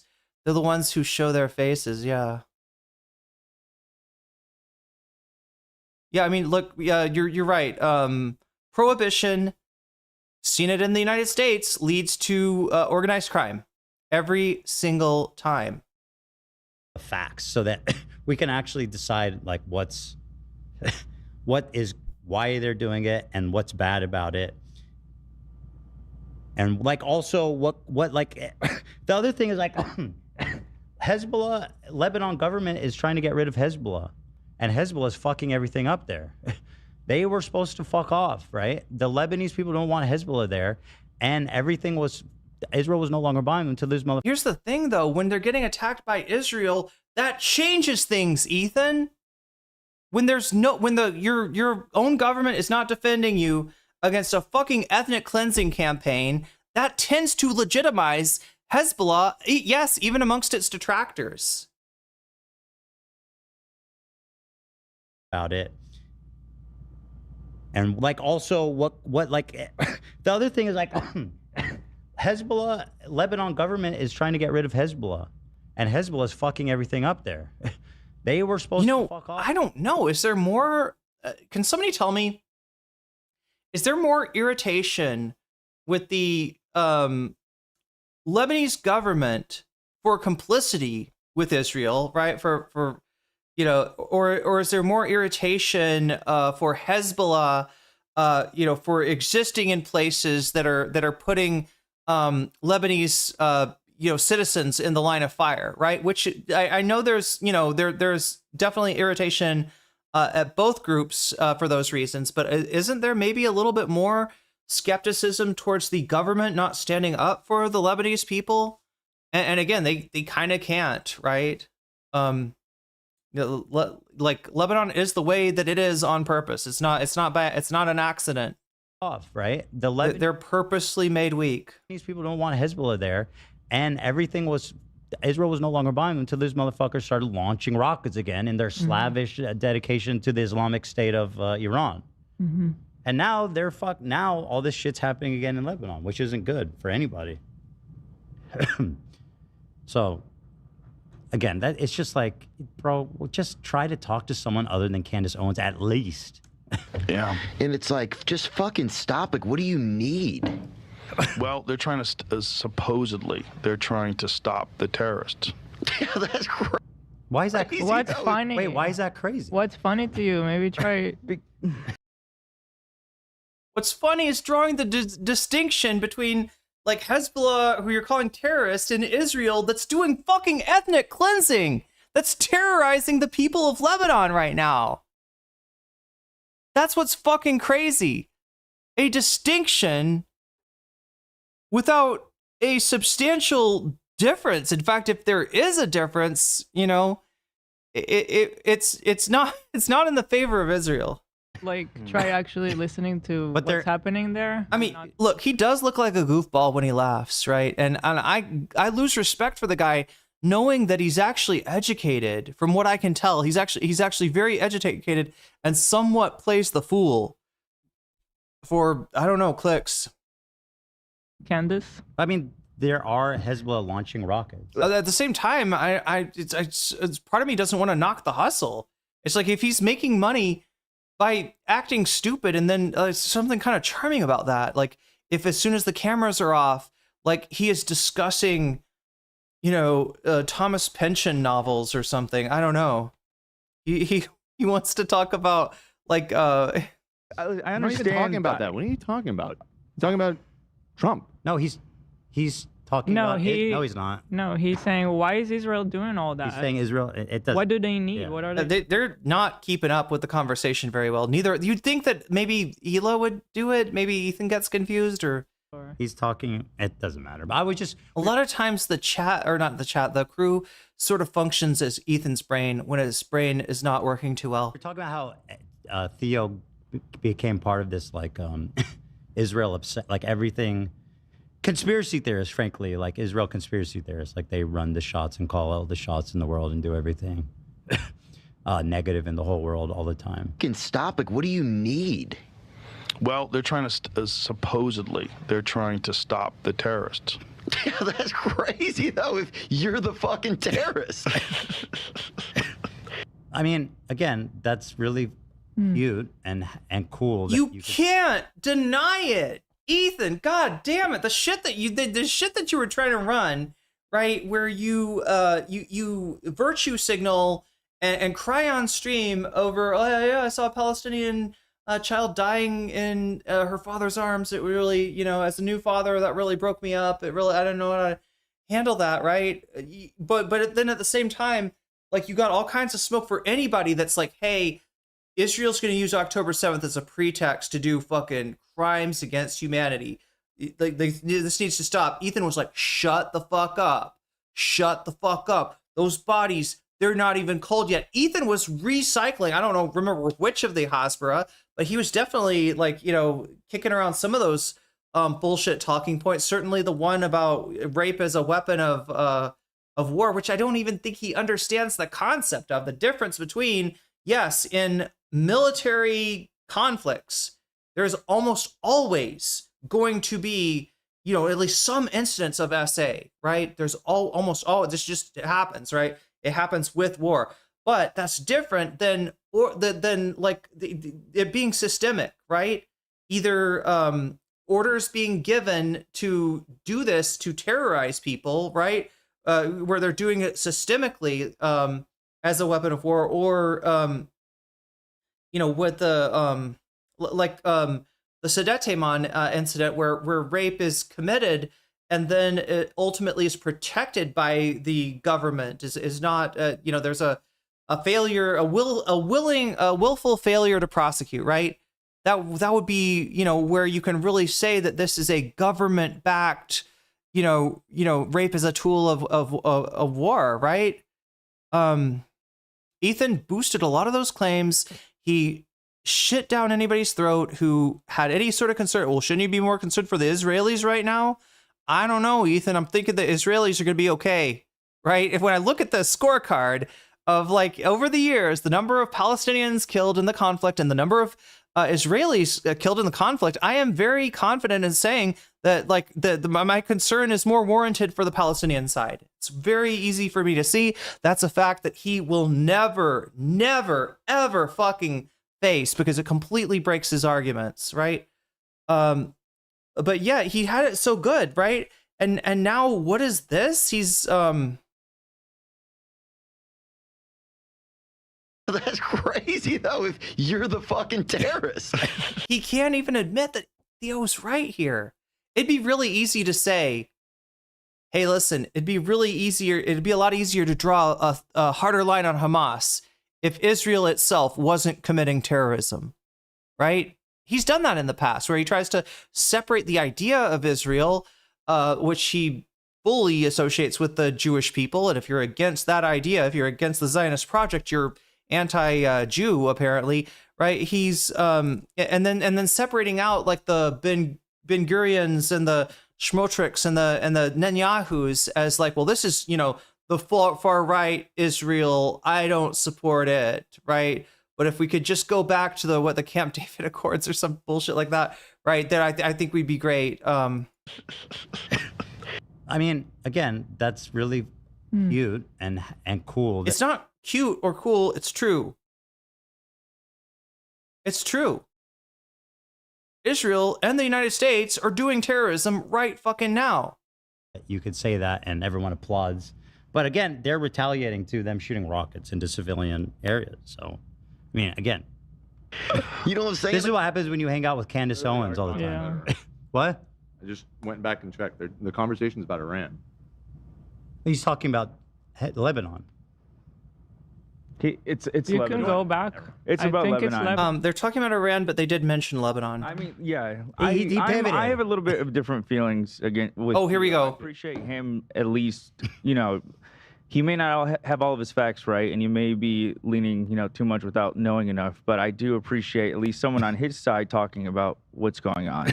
But a lot of people are, and I feel like he acts like he's doing it at great cost to himself, but he's not. He's being applauded and paraded. Well, what? Itamar Ben Gvir? You don't know around. He's popular. oh god, Ben Gurion's like the old dude. Everybody's celebrating him. He's Did I say Ben Gurion instead of Ben Gavir? he's falling so easily to anti-Semitic talking points. It's just I understand it's the ridiculous when frustration. everything in your life becomes Israel's fault. Yeah, and I don't agree, obviously, And with like that hanging with Candace Owens That and should people be a like red that. flag to But I think people the when pro- everything is Israel's fault. I think Yeah, actually, good point. I don't think Ethan would, you know, I don't know if he knows who David Ben. I would hope he knows who David Ben Gurion is, but yeah, I don't think he would disassociate himself with Ben Gurion as actively as he does with the current government. there are clips of him that are really good, like in isolation, like the clips that go viral of him like speaking on behalf of Palestine and saying like the things that are going on there are horrible, and he he sees the war and all the terrible shit that's happening by the IDF and God, and like that stuff's good, right? That stuff's good to see, but this kind of clip here where it's just like, ugh. I understand with this recent situation, that Hezbollah. Yeah, Ben Gurion is dead. It's first. So one of the what do you call them? Like the architects of Israel? Yeah, for the first prime minister. I think he's saying more of a general sense. The Joe saying that they're trying to get the terrorists supposedly is like that's been an excuse as well for a lot of horrible shit. Sometimes like a bunch of stuff is named after him in Israel. Legitimate, but a lot of other times just to bomb indiscriminately. But that is what living in Israel is, and it's really frustrating. Okay, so there we go. We got a sound with that, and yes, following the channel will add a little bit of time, so it's not broken. Whenever people talk about it here, it's like they just remove that part. Like things are not just happening for no reason. Everybody, like my family is not happy being in the bomb shelter all day. Right. Everybody would rather be living in peace. The problem is this. Should Israel blow up a city block? See, it's funny when you saying that maybe some of the people want to live in peace. Like the government obviously does not. The government is constantly pushing it. You could say that people, want to be defended when they're getting attacked, but the government is using every single thing they can as a pretext to not just attack, but to invade and occupy and ethnically cleanse. Right?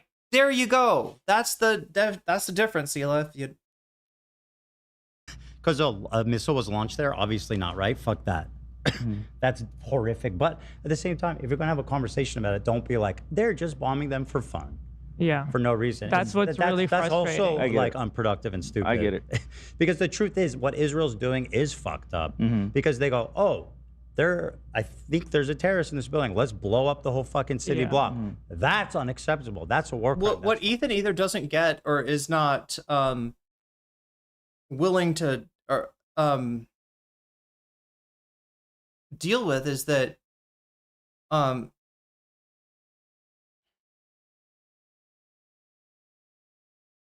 fuck. What Israel's doing is fucked up because they go, I think there's a.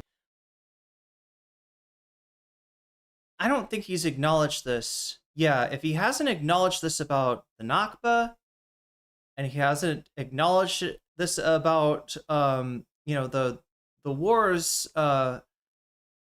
then I guess he's just not going to acknowledge it, right? But there is a strategy. There's a strategy at work to antagonize Palestinians and surrounding Arab countries to the point where they strike back, and then to meet that strike back with like disproportionate force, and then to justify the seizure of land as we needed a buffer state, or we were getting attacked from this area, so we've and then the rest of it is just kind of boiling the frog, right? The rest of it is just kind of just pushing it a little further. But yeah, this has been the strategy for the Greater Israel Project,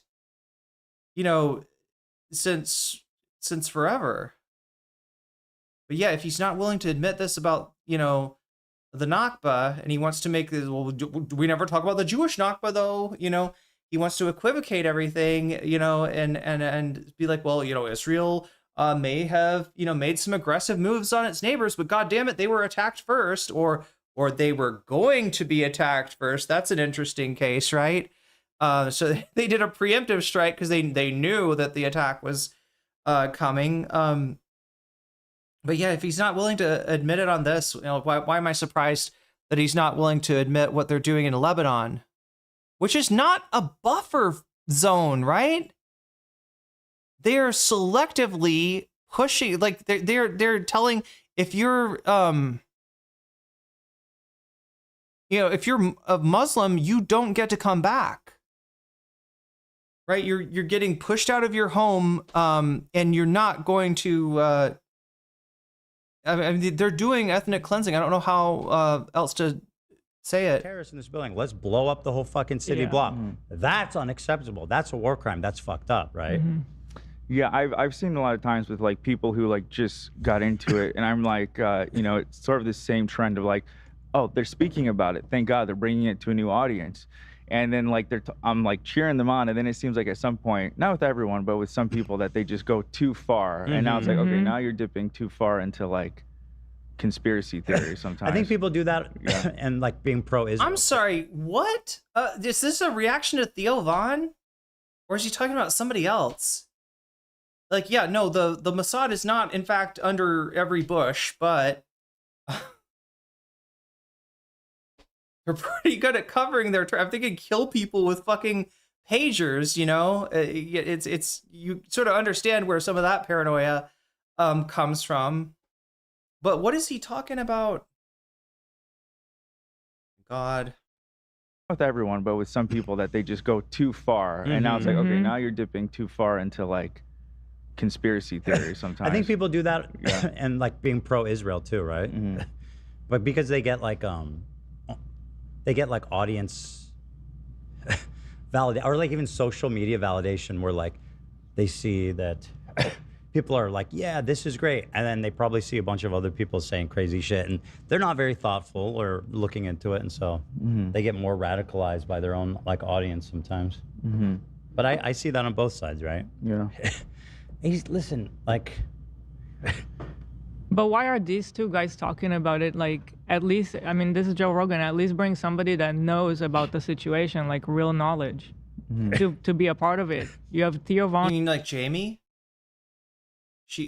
Jamie, has anybody heard from Jamie lately? Has anyone heard Jamie? Do you remember Jamie?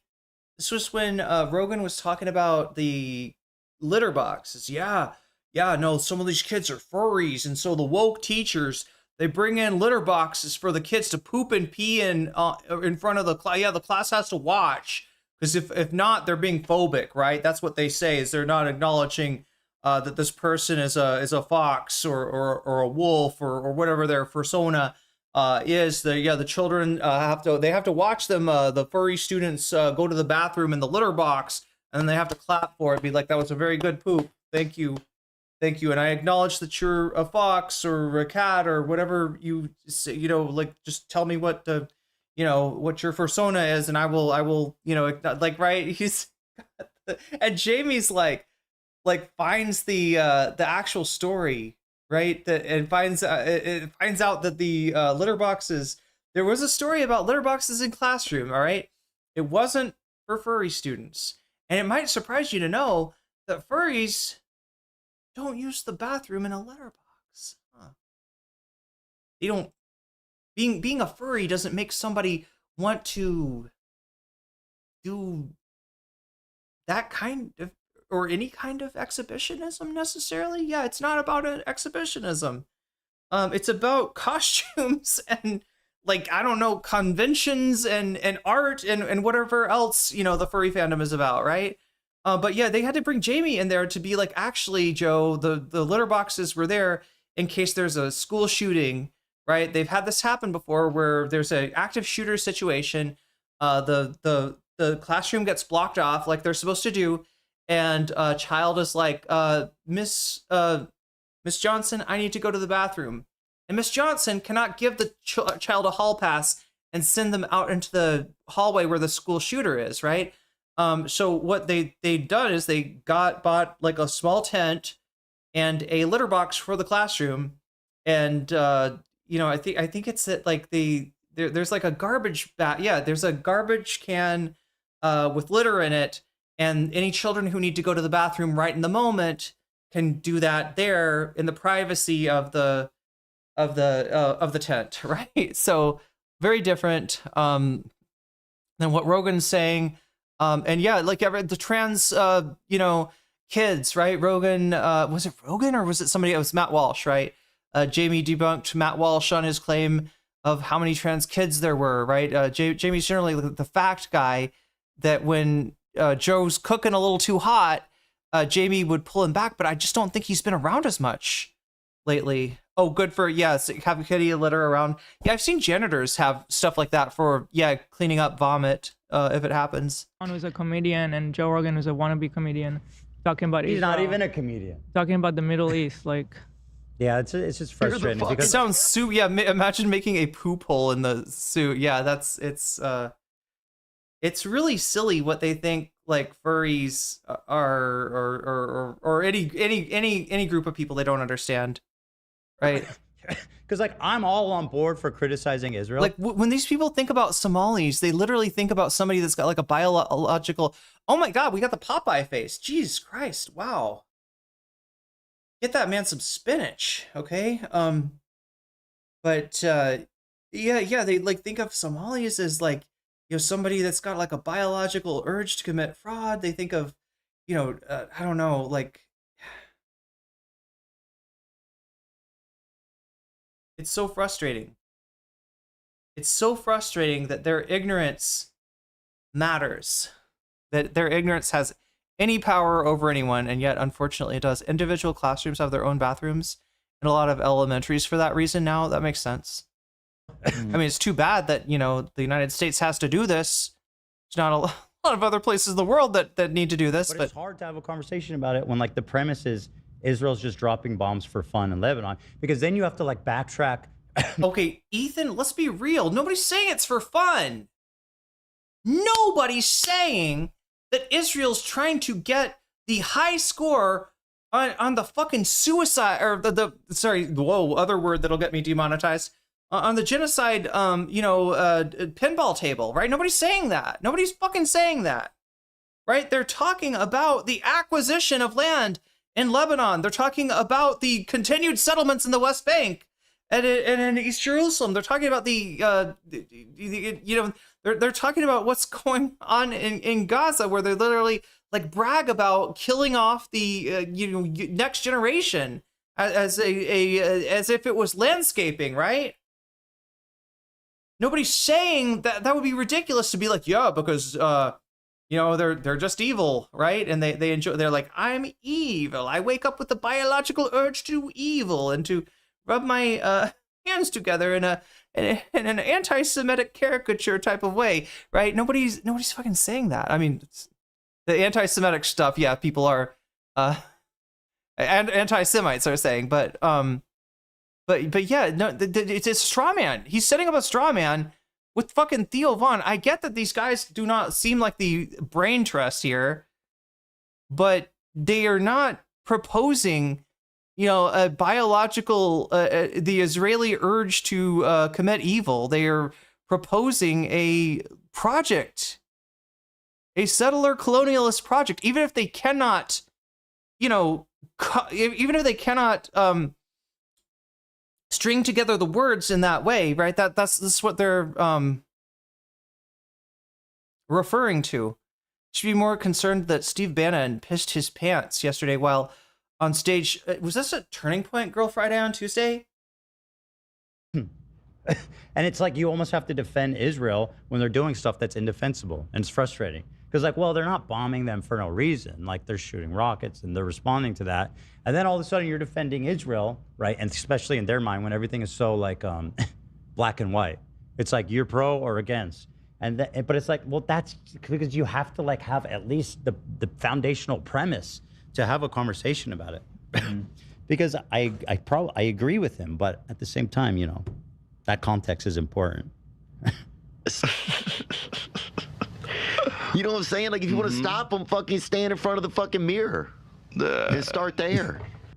What do you... No comment. It's so like. Yeah, it seems to me too like since he started down this Thanks for the shout out, Ethan. path, he's even gotten bigger. Since Yes. the Trump interview and stuff. So where to me he lost me. I think with most people, I would assume lost me. I want the old stuff with Cat Williams on and stuff, just fucking around. But since he went down this, it seems like it's benefiting him. I'm sorry. Wait. Yeah. Why am I having trouble remembering Cat Williams? Cat Williams. Somebody want to remind me, Cat Williams?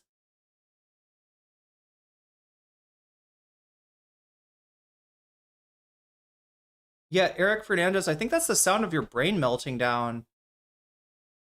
Like that is to language what, like spam is to meat. You know what I'm saying? Like whereas normally we'd expect to find, you know, the different parts of the meat, like in a butcher's chart, right? You know, this is the drumstick, this is the, I don't know meat, I don't eat meat, but instead we're just like, it's like there's you know, everything all together. We got scrotes, we got you know, yeah, it's spam. It's I'm not to say that you're spamming, but just literally spam. The consistency of spam, There's no question the composition of spam. Yeah, about I'm it. sure he's garnering a whole new audience that I mean he's gonna have to live with. But But again, When you're looking through such a thick cloud of hate that you can't even form a coherent thought, that's what we're talking about, Eric Fernandez. Meditate on that, okay? Purple with the gift sub to Funkmaster Caw. Funkmaster Caw, you just got jellyfished. And that's a good thing. 12 plus to gaming, says Burpel. Nice. it's like a Candace Owens kind of audience. Yeah, do you Well, want that as a I comedian? don't know. I don't get it. I think he does now. But again, it's the same thing where like people like Tucker or Candace or whoever, they act like they're doing, or Alex Jones, they're doing something courageous, but they're really just doing. Is Cat Williams? I'm trying to remember even who Cat Williams was. Getting a lot of clout for making fun of other black comics back in the day. Was this somebody that was on Rogan, I'm guessing? Comedian Cat Williams. Oh, wait. He was on Rogan a few times. Oh my God. Okay. I'm starting to remember. There was something controversial that Cat Williams. I don't remember.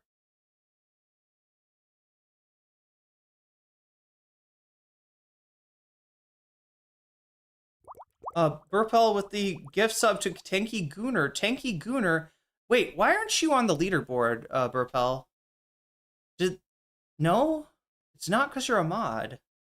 That's weird. I don't know. Maybe my leaderboard is broken. Maybe I need to refresh it. But either way, Tanky Gooner, you just got jellyfished, and that's a good thing. Tried to run Suge Knight over with a car? Damn, so he kind of Suge Knight? This Cat Williams Suge Knighted Suge Knight? Like when you put somebody in like mortal terror of losing their life. I don't know what to believe, chat, with the lore behind Suge Knight. This is the guy that supposedly shook down Vanilla Ice. Like he was like, you know, you're profiting from my music, and hung him off the balcony or something until he agreed to give him a percentage or something. I don't know if this is true or not. It's a funny story though. Like somebody needed to shake down Vanilla Ice, right? He definitely.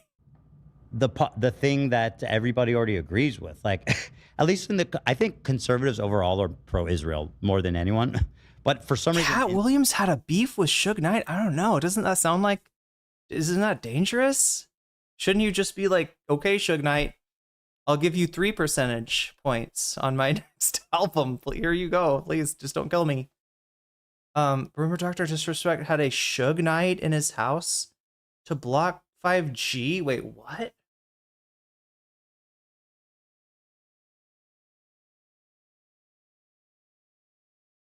in this like online conservative space of Tucker Carlson and Candace Owens and Alex Jones, they're very anti-Israel in terms of America. Oh, Cat Williams was one of the guys that with the dress theory, right? So the dress is the theory that the Hollywood elites, they want to force like black men to wear a dress in order to demasculate them or something. Yeah, Sugarite, is that like a it does sound like a rock or a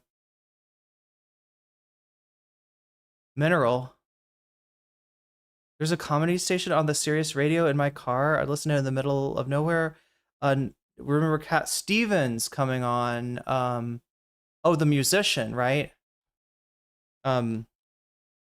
Currently, wait, what?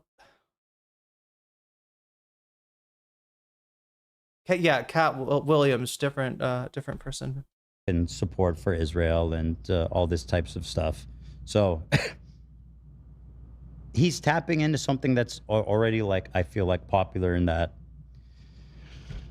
space. Rogan was wrecked in his comment section, by the way. Everyone was cheering on Theo because at another point he was talking more about, like, Theo was talking about the U.S. sending all their money to Israel and getting involved in wars that we don't want to be a part of, all this shit. And he was like, it's just stressing me out. And then Joe said something along the lines of, like, you sound crazy or something. Like, I remember, what was that clip? I saw that. But all the comments were like, Theo, we're with you. Fuck Rogan. He's a sellout. Because unfortunately, that's the state of social media.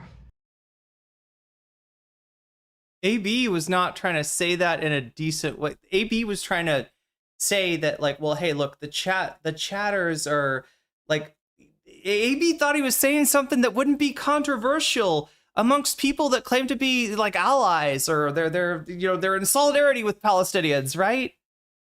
AB was just trying to say, like, well, at least the chat is agreeing with Theo Von that Israel's bad, and Hila's just like, yeah, that's too bad. That's really a shame. That's the state of social media these days. Or something. Israel. This is such an awkward fucking atmosphere. Chat. I think there's awkwardness that we don't like recognize here. Cat Williams and Suge Knight assaulted a photographer together. Stole a camera. Just looked it up. Damn. Okay, so it wasn't an attack on Suge Knight. It was an attack with Suge Knight.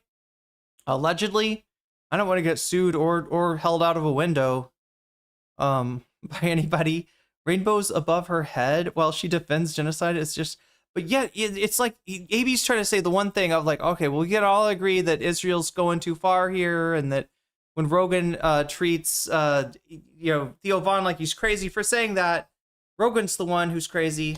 In his comment section, by the way, everyone was cheering on Theo because at another point he was talking more about, like, Theo was talking about the U.S. sending all their money to Israel and getting involved in wars that we don't want to be a part of, all this shit. And he was like, it's just stressing me out. And then it's interesting to me both that never got brought up as a segment to comment on, and that they're not going to pull it here, right? Because if you wanted to try to balance this out with, like, yeah, I think that Theo and Joe Rogan are they're not respecting Israel's right to defend itself, but on the other side, Israel goes too far, which is, I think, the game that Ethan is trying to play here.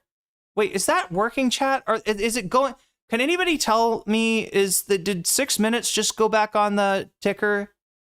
Was anybody watching the ticker? The ticker's like above me, that like time thing. I really need to know. Because if you're not getting credit on the subathon, also it should have played a noise. It didn't play the noise. Alice on Fire, you just got jellyfished. Why is nothing working for Burpel?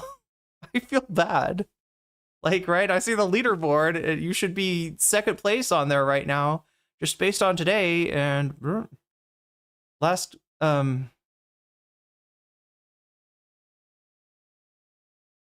is shorter than Prince. He was good friends with Prince too. He said Prince used to cook. Yeah, I've heard that about Prince. I've heard Prince will make you pancakes after a night partying, supposedly. Joe said something along the lines of like, "You sound crazy." Or Would something. make you Like, pancakes if he What was that alive. stuff? I saw that. but all the comments were like, "Theo, we're with you. Fuck Rogan. He's Yeah, a sellout." because unfortunately, that's the state of social media. I don't remember what it was Theo was saying, but it was Ethan's too out of it to even recognize the fucking vibes are fucked here. I have a Gifto badge. Glitch is happening. Is you not adding to the gaming tally? That's true. Do I have 12 more to add? Burpel, I think it's 12 more.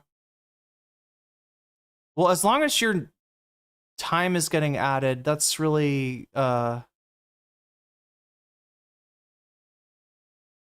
6 was added. Thank you, Webmaster. Oh my god, I'm so glad that somebody paid attention. Thank you. anyway. It doesn't. I don't want to really get into all this stuff, but Yeah. Okay, we'll split it down the middle. Sub, it's hard to have a conversation about when the add time. like Wait. It did add the time, right? It did add the time. yeah. But I need to add. Something we need to address though, which is Tom like 15. comedy. I just sent a video to. I'm adding 15 to gaming. Where can I watch this? Because this shit's good. I'm never gonna live that down. It's Netflix, so probably. This is actually fantastic. I've seen this. This is an example. This juxtaposition is. You think it's a no-go, Dan? I'm currently uploading right now, so if you want to just wait. Yeah, we'll check it. But the shame is, like, I agree with the majority of what he's saying about like the consequence of what Israel's doing. But anyway, on top of all that, Trump agreed to a 2-week ceasefire. So, yay. Okay, Brixton says it has not been adding the 6 minutes. It was at 30. Wait, so somebody saw the last one go on, right? Somebody saw the last 6 minutes. Oh my god. This was supposed to make it simpler, chat. Do you know that I had, like, you know how I always say I want to be on stream earlier, right? I want to, it makes more sense because more people are up, and somehow it just never happens, right? This morning was the craziest thing. Like, I actually ordered some food, to try to make it to make it so that I'd get on stream earlier, and I ended up having to chase it down. Like, so the app is, they like send you a picture of where they left the food, and I look at the picture, I do not recognize the place. Right? There's a table, my food is on it, right? But when I go down to where it's not, right? It's an alternate dimension where all of, every time I don't get my food order, that's where it goes. It goes to this alternate dimension where there's like a wooden table and stuff. And, I didn't text back quick enough to be like, hey, I'm actually over here. So I just went down and I looked around a little bit and I was like, all right, so what could have happened? I'm thinking it's a pen. I'm thinking that there's something that's right next to the pen that looks like it could be, an apartment. So I walk next door and sure enough, there's a lobby there. And I'm like, oh, great. I'm going to have to go in the lobby and be like, oh, excuse me, I don't live here, but this is actually my food. Yeah, sorry, they delivered to the wrong, but I don't know Thai to be able to explain this, right? I have to say all this in Thai. And so as I'm going in, I noticed that right in the parking lot, there's a little motorcycle parking lot, right? There's a table there and there's my food. It was literally I don't know, 30 feet from the entrance to my apartment, right? And but anyway, I had to chase it down. You gotta chase it. You gotta go on a little bit of a scavenger hunt. So yeah, did not work out to be on early this morning. Hiring only superfans is a big red flag, as him moderating his own subreddit. True, yeah. But yeah, wait, what was that related to, chat? Was my brain breaking? Oh yeah, trying to decide if so Webmaster said, I'm pretty sure it added 6 minutes. Ator says it added 3 minutes? That's What time was it on before it added 6? Okay, Vixen did not see. Went from 21 to 27. Okay, so it is adding 6. Yeah, it should add 6 for anyway. I'm just making sure that that's why I don't order DoorDash. You know what? I was gonna do that too, Christian Strand.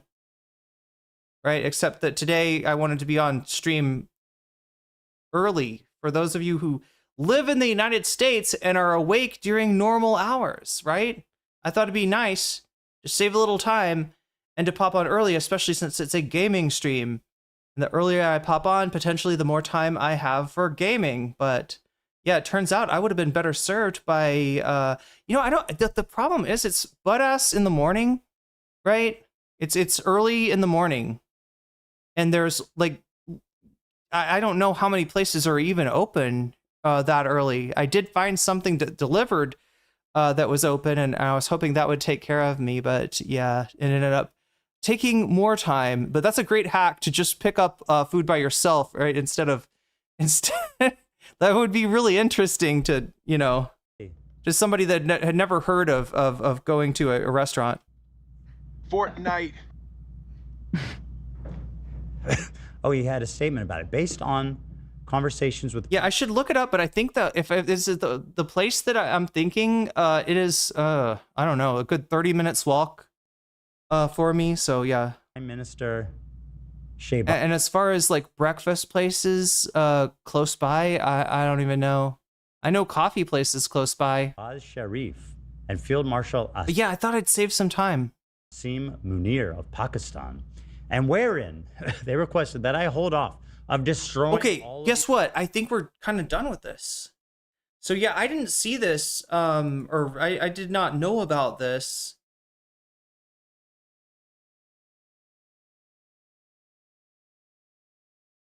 He's doing the Alex Jones like goblin thing. Iran's future, past, and present. What's up with the all military office, everything is better. Wait. And are very far along with the definitive agreement concerning long-term peace with Iran. And peace, I heard believe it is the agreement to be Ayatollah, Middle East, Trump Hotel in Gaza. It's gonna be great. They love me there. Well, like we said, the stock market's up, so that is for another 2 weeks until like they start fighting again. Yeah.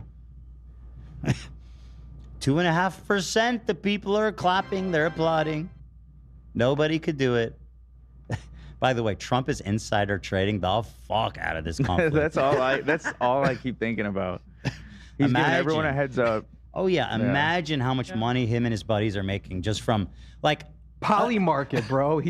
Every one of them, he has like direct control over it.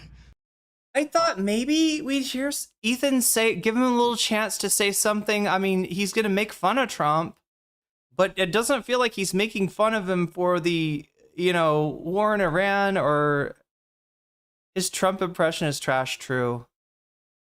God damn it. It's so disappointing. All right.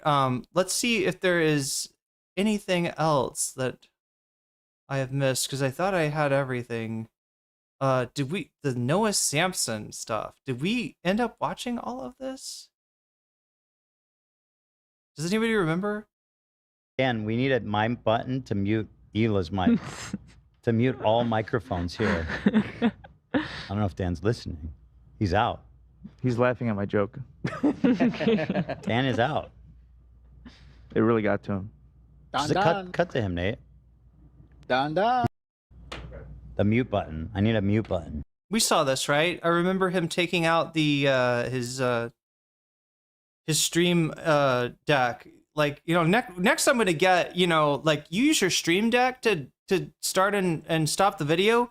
Did you know that you can press the button right here to start and stop there's a play button on your YouTube that you can go to, that instead of the, if you're having trouble with your if you're with your stream deck, right? Yeah, there's something wrong with Trump's voice, right? And that's why people have trouble doing it. You got to have something wrong with you it's almost like it's like a what is that muscle? The diaphragm, right? The muscle that contracts your lungs and or like that you know what is it? I'm trying to remember how it works when it's like flexed, it's squeezes you out, and when it's maybe it's backwards, Chad. The diaphragm is a funny muscle. I remember there's something weird about the diaphragm. But anyway, you got to have diaphragmatic dysfunction in order to do Trump's voice. Your diaphragm has got to be fucked up. It's got to be not functioning correctly. And then you get to this point where you're just like, it's like you're squeezing out your words like you were sitting on a toilet. You know, there's a certain, am I right about this, chat? There's a certain element of like a, oh God, there's a name for this, isn't there? Like it extends when you inhale and it contracts when you exhale. Okay, I thought it was back. I thought it was counterintuitive for some reason.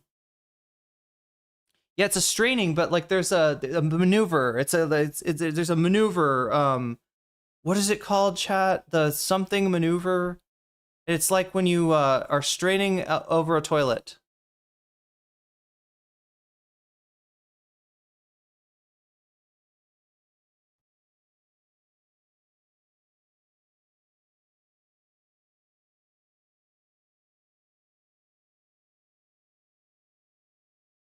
Valsalva, yeah, it's there's a Valsalva going on. A dangerous combination of holding your breath and pushing your abdomen, I guess, your increases abdominal pressure, potentially causing hemorrhoids, pelvic floor damage, or cardiovascular stress. Yeah, there's like a little bit of a Valsalva going on with Trump. Anyway, chat, I think that's the, I don't want to short you on your Ethan, okay? Because as far as I know, Ethan's still winning in the poll. Look at that, 47% to 31%, right? And I haven't seen anybody donate for one of these topics, so probably has nodules on his vocal cords. There's something about the way he strains that just makes me think that like poop is going to come out, and poop does come out. It just doesn't come out of his butt. It comes out of the other end, right? When he talks, he's literally shitting all over us, chat.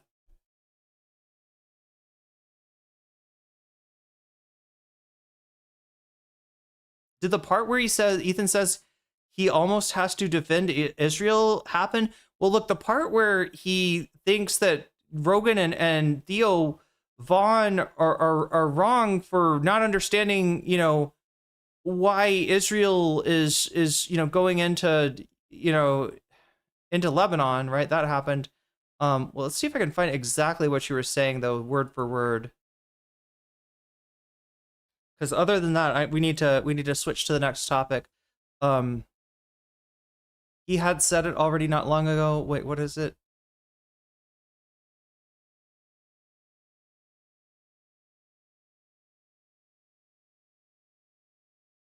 Ethan related Diorio on Twitter mocked a Lebanese VTuber for talking about her family being bombed. Yeah, Diorio is such a mess. But every time I put Diorio on the poll, nobody votes for him. Wait. What the hell? Somebody...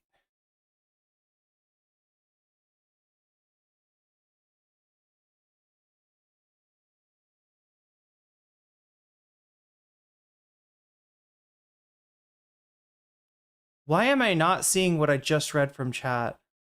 Oh, yeah, the part where Ethan said he almost has to defend. Let's look up defend. See if we got that.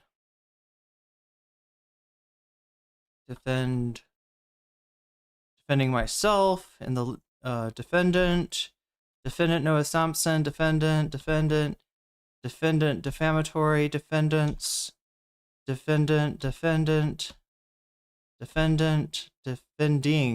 I'm not explicitly defending any of these people. Oh, he's talking about the Nazi salute. Yeah. We went over this, didn't we? That I almost need like a separate clip, but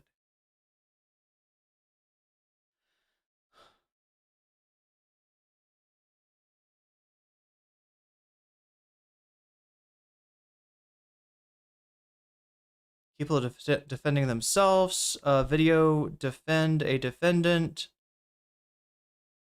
defending slavers to own the libs, talking about Ansar Allah. Yeah, here it is. Almost like you have to defend Israel. Oh, wait, no, I don't think we got to that. Or maybe we did. Wait. Yeah, wait, we did. Yeah, now I remember.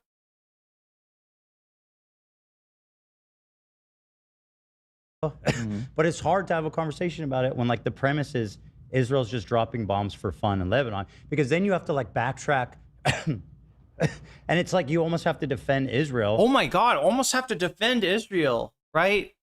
This guy's got so much, cognitive dissonance. So there's got to be so much crazy compartmentalization going on for him to think, well, I would never defend Israel, but sometimes you gotta. Sometimes you just gotta.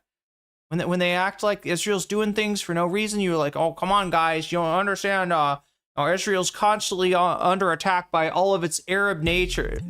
Imagine you move into a neighborhood and everybody in the neighborhood is constantly attacking you. And there's like somebody trying to come in your front door. And so you go to the front door to try to fight them off. But then you hear a sound from the back door and it's your other neighbor trying to come in the back door. And then they're shooting, they're throwing eggs and toilet paper. Like it's like that kind of. So yeah, no, Israel's got a. Why am I giving him a Midwestern accent? I turned him into a Midwestern mom with that. When they're doing stuff that's indefensible, and it's frustrating because like, well, they're not bombing them for no reason. Like they're shooting rockets and they're responding to that, and then all of a sudden you're defending Israel. Well, what's the? Like, you didn't identify the part that's indefensible. The only thing I got from you is that you don't want Israel to annex the territory. That's all we got. No issue with the ethnic cleansing. Does he even know what's going on, chat? What do you think? I don't know. It's more like a don't you know Canadian. Yeah, like a Fargo or a Minnesota. Is that a Canadian? Yeah, it kind of does sound like a Canadian. Anyway, chat. That is it, I think, for the Ethan content. We're moving on to our next video, and I've got a few videos for you actually on this. We've watched this account before. Thai Thoughts. This is Palm. Palm is not, if you don't know, chat in Thailand, you get, you have your name, and there's also like a nickname that you got. So her nickname is Palm.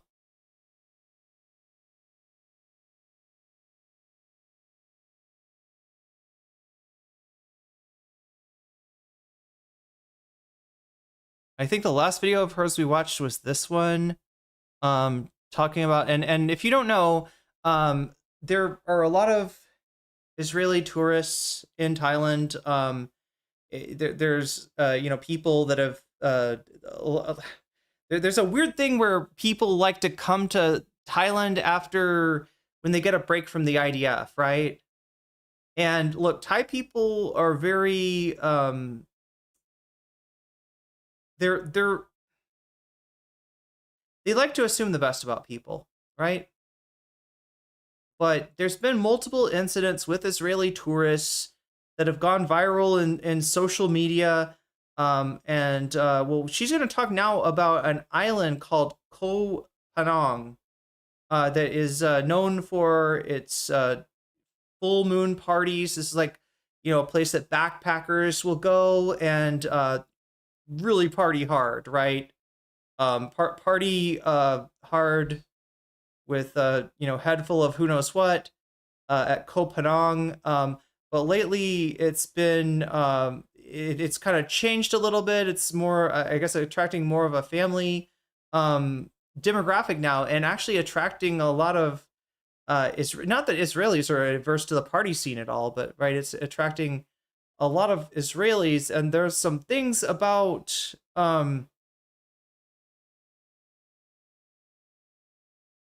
there's some things that are bothering people a little bit on Koh Phanong. I gotta pee. What if the island you were born was slightly being taken from you? I'll be back Your as quick as I land, can. business, your community, and there was almost nothing you could do about it. This is exactly what people in Koh Phangan Oh wait, chat, did we unlock Kaya? Let me check on the last what is it? Oh god. We were so close, chat. Here, I'll do another one. Start another teal or above, 1 hour. Should we do the Anna Kasparian? Let's do the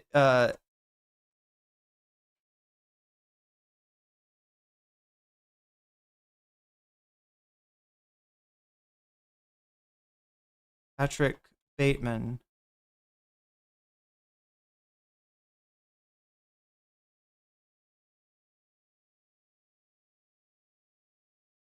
All right, there we go.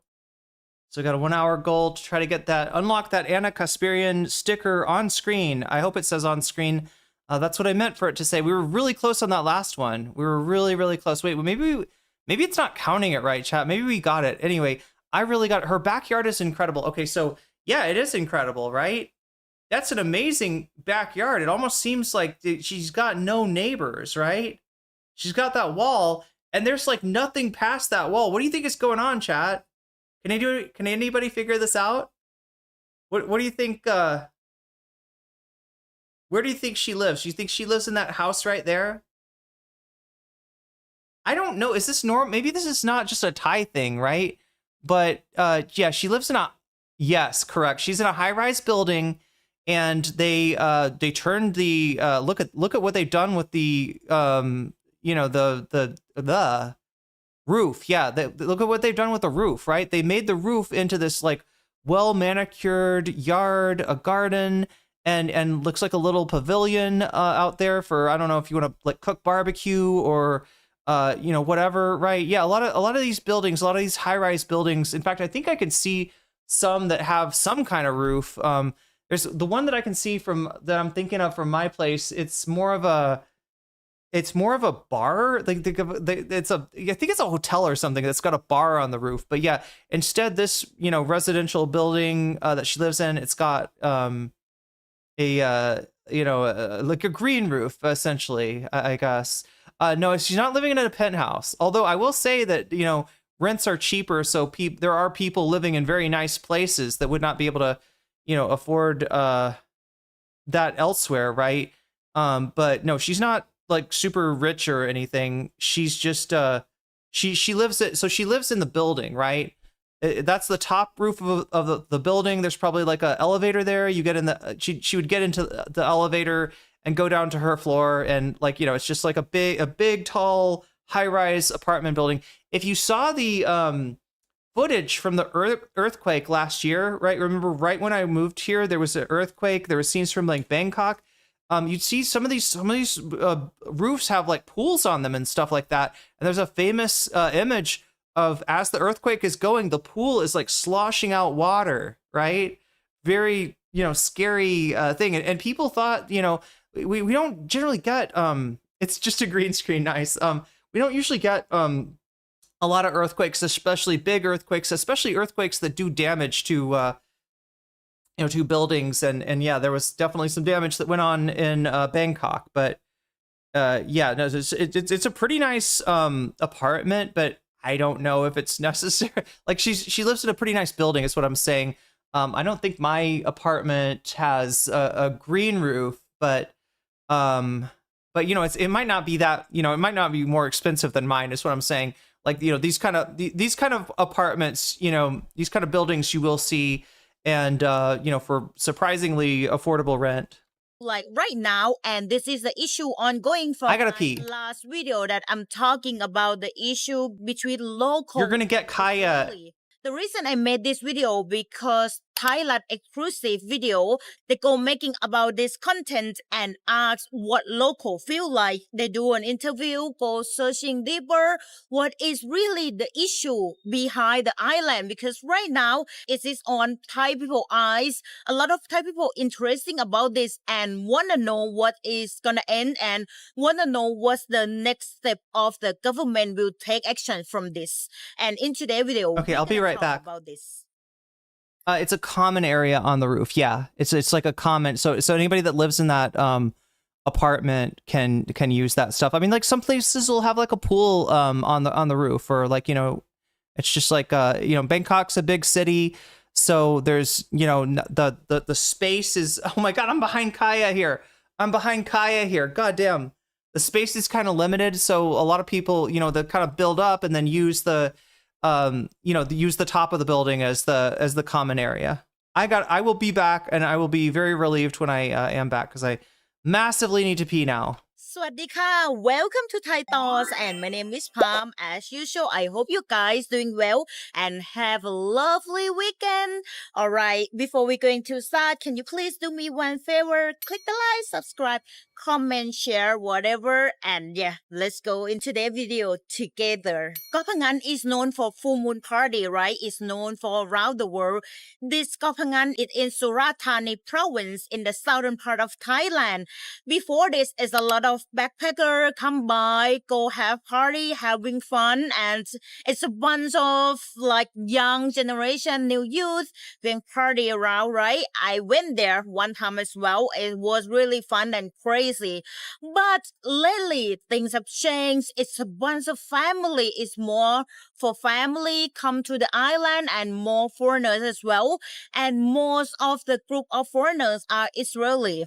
The tourism number from Surat Thani province, tourism has explored by more than 200% in just 2 years. And with that explosion come a wave of foreigners, not just visiting, but staying, buying, and building. This is the number of tourists who come to visit Surat Thani in the past 3 years after COVID, the pandemic is happening. It is really huge. It's grow up by more 200%. That is really huge, right? And not only that, some of these tourists, they not just come to stay temporarily. They decide to live in there. According to the local said, the same area before the pandemic is just only 2 million baht. But after the pandemic, after 3 years later, right now, if it's close to the ocean, it is about 20 million baht. Yes, the exactly same area that used to be 2 million baht before. That's why the local concerned that obviously, you know, right? Thai economy wasn't good. That's why a lot of people cannot afford that. And we start raising the question, what is the government doing? Why you let the foreigner taking our own land? Thai people do not afford it. We do not have land to our children in the future anymore. Please do something. It started with the full moon party. Israeli national, many of them recently discharged soldiers looking for peaceful place after military service began arriving on Koh Phangan in large numbers. According to Thailand immigration, as of late 2025, there were almost 3,000 Israeli national on Koh Phangan alone, making them the largest foreign group under scrutiny for potential illegal activity on the island. At first, they come here for just only party, and then they keep coming back.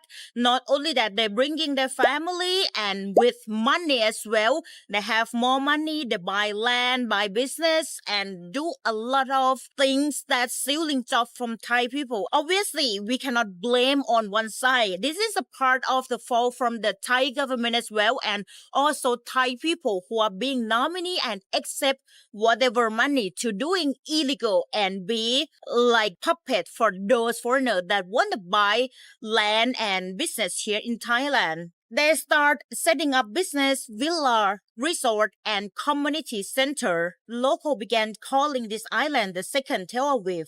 Here's where it's getting serious. Under Thai law, foreigner cannot directly own land. That's clear. It's been the law for decades. But there's a loophole. A foreigner can register a Thai company, a juristic person, and use that company to hold land. The company looks Thai on paper, but the foreigner controls it. They are the real owner, just hidden behind a Thai name. Foreigner can hold land through registering a company, a juristic person. It's not technical called a nominee, but in reality, that's exactly what it is.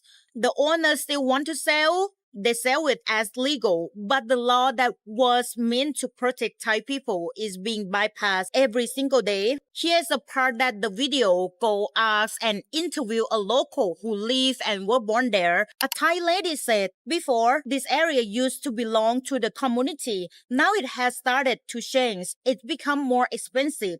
New places are opening up that weren't there before. What used to belong to the village here, it keeps getting less and less. They enter our homes during our time of weakness. Because when the pandemic starting, right, people do not have job, they lost everything, they sell stuff just to survive.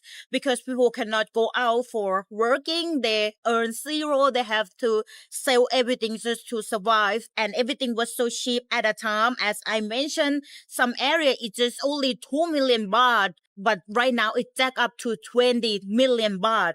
That's so crazy within 3 years. So she said, if we can go back and ask honestly, did they come here and bring us real benefit, more civilization, or did they just take advantage of us? And they also mentioned that they have some area that wouldn't allow local Thai people to enter at all. So chat, I looked up this Chabad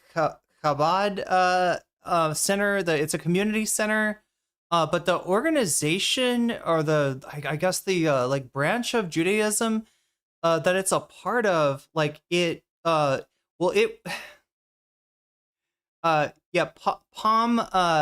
is Palm Burpel. So her nickname, right? So Thai people will generally have a first name and last name that is Sanskrit or Pali, right? Like the Pali canon. Like this is the first Buddhist like set of sutras are called the Pali canon.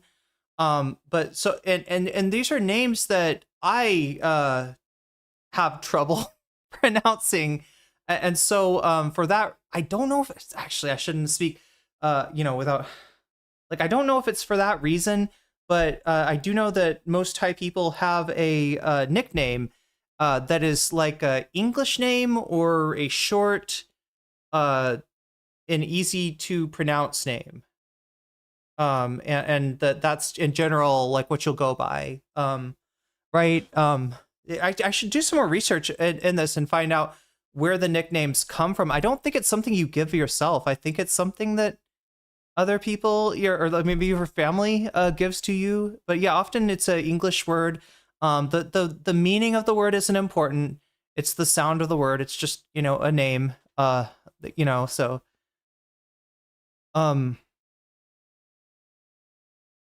you've been getting a lot of housework done, it sounds like, Purple. But Pom, funny enough, POM is the male I. Like, so when I say I eat a meal or I eat rice, I say chan gin kao ka, if I'm being polite.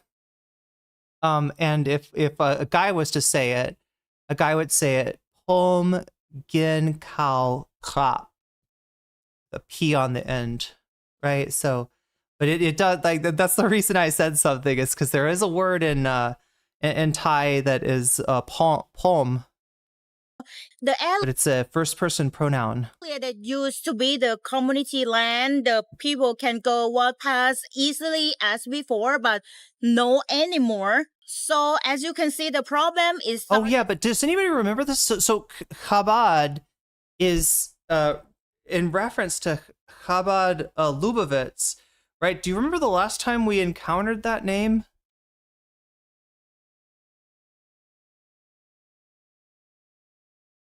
Lubavitch. This is a It's just something that Professor Jang talks about a lot. It's a movement within, you know, it is a Hasidic movement within Orthodox.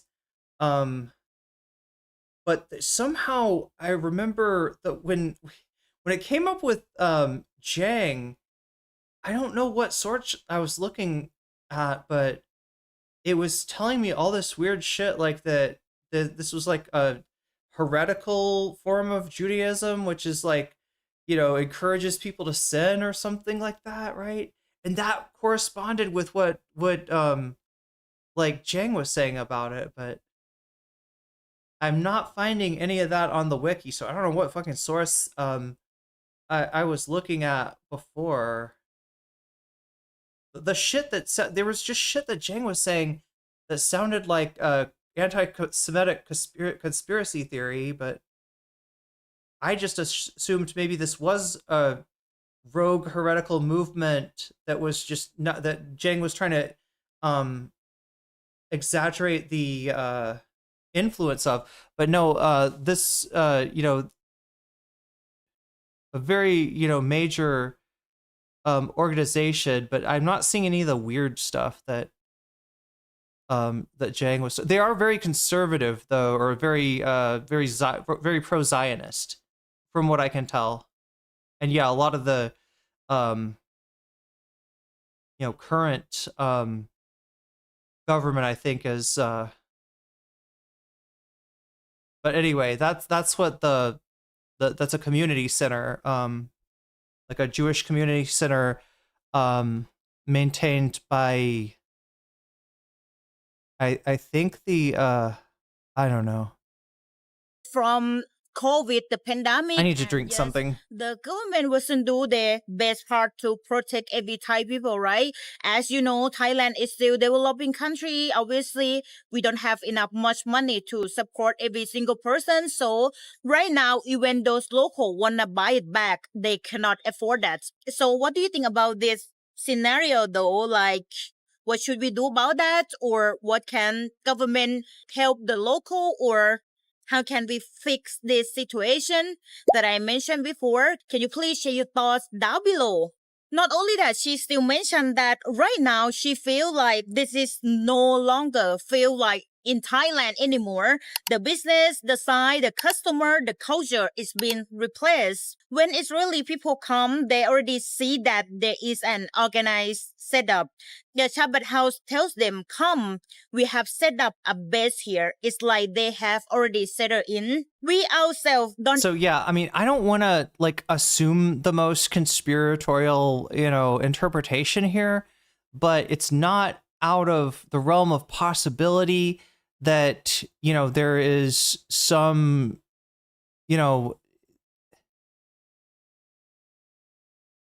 like the, I don't know.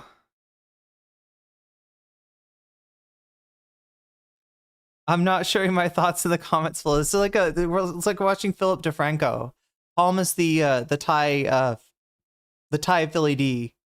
Like, what do you think about that? Leave it down in the comments. Jang will make a lot of sense, and then it'll say something insane. Yeah. But like, I guess what I'm trying to say is that,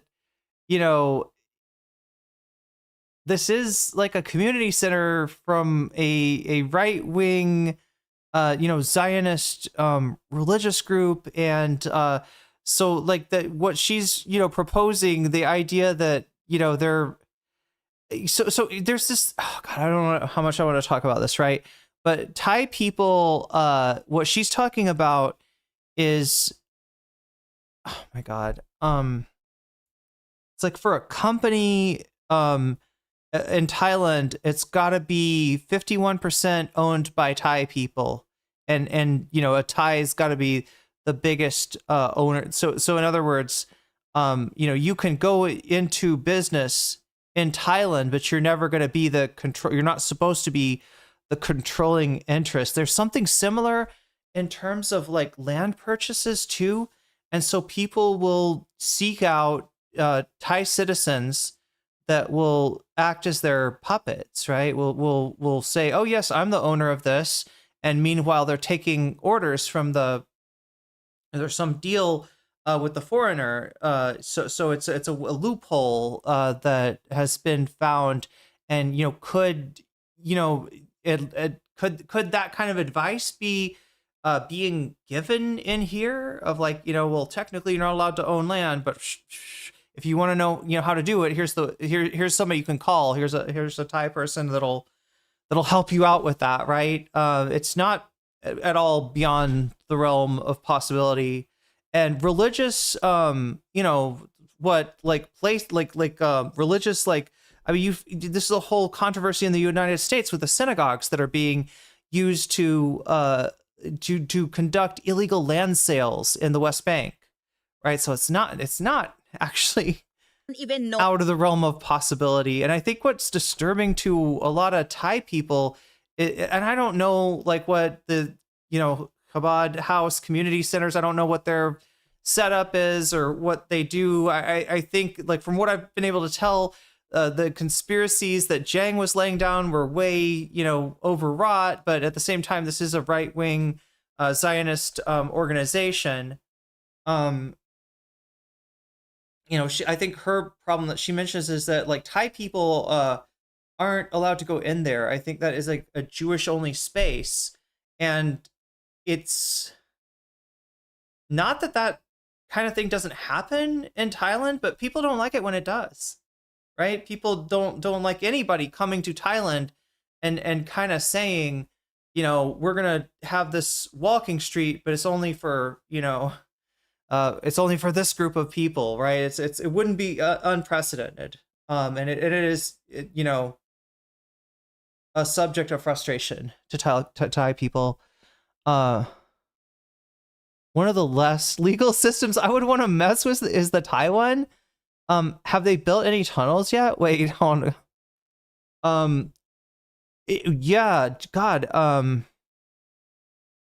you talking about, Davy, are you talking about like in terms of their incarceration, or just the the complexities of the law, or there is like I said, there are laws there that are supposed to kind of ensure that foreigners don't come in and price Thai people out of the market. From what Palm is saying, maybe it's not really working 100% well, but that they are on the books. But yeah, there's a lot of frustration. Like I hear from Thai people that maybe the laws aren't always enforced, or maybe if somebody knows somebody in a high place, right? I don't know what's true or what's false. I definitely don't want to make any claims about anyone in Thailand, and there's a very good reason for that. Thailand has very strong laws against any sort of defamatory statement. So yeah, I can't. Even if I had a strong opinion, there's like a limit to what you can say without exposing yourself to legal liability. What kind of business activities are happening inside. That what she mentioned, because suddenly they have Shabbat community. Well, yes, and you know how they get around it, right, Davy? Have you picked up like what the sort of nominee like workaround that people are doing? And this is the nominee thing is a very sore subject for Thai people, right? It's a very, very frustrating thing that this continues to go on. It happened next to temple. They don't even know what it is, and they have no idea before, and plus they do not allow outsider to enter this place as well. One of Thai people that do an interview, he said I think there are some things we should ask the people in power. We should ask them to look into this. Or maybe what they are doing together, it is not something that should continue. They just want to know what is going on inside, and this is Thailand. We should have the right to enter wherever in public area, right? That's why they're asking, what is the government doing? Can you please go check in inside? Because he's suspicious that they might have some illegal thing inside. Beyond the land, the problem is extended to the businesses as well. Foreign-owned operations on Koh Phangan have been found running visa and hotels, restaurant and cafe, tour companies, motorbike rental shop, and not only that, the problem happen daily. And recently, they just have another news happening in Koh Phangan. The authorities found Israeli-run illegal daycare center on Koh Phangan. These were unlicensed childcare facilities operating without permit. Oh no! Government. Oh no, chat! Somebody, please, nobody tell what's his fuck. Oh no! Oh no! Nick Shirley. Wait, I'm trying to remember. Was it Tyler Hitler Vera that was doing he was going into the like Jewish communities in New Jersey? And then I don't remember. Did his little runt, did Nick Shirley follow in his footsteps after that? It does seem like a Nick Shirley type of story here. Site and without any proper authorization under Thai law. This tells you something important. The foreign community on this island has grown so large that they have built their own parallel system, their own school, their own daycare, their own businesses, or operation in the shadow of Thai law. And not only that, recently, Koh Phangan District Committee voted to revoke the visa of 3 Israeli because they were found. So there it is, chat. That's the flag of Chabad Lubavitch. I tried to do some research. All I could figure out that they're a right-wing forum movement within the Hasid umbrella, and they're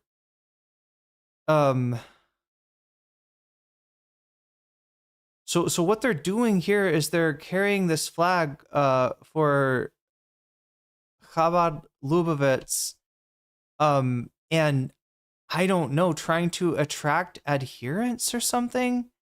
It's actually kind of confusing to me.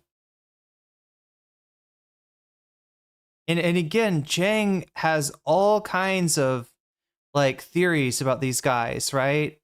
That I saw something that online that seemed to corroborate that, but like it's definitely Wiki's talking about this as a there was no Jang is talking about like a heretical like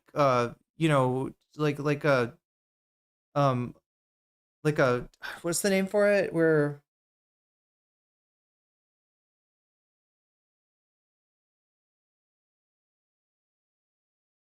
like a heretical branch, but I haven't found anything indicating that at least like anything official, authoritative, indicating any of that's true. But yeah, they are the owner, that's the Chabad that's being referred to in the community center that we saw earlier, the Jewish only space that they've got there.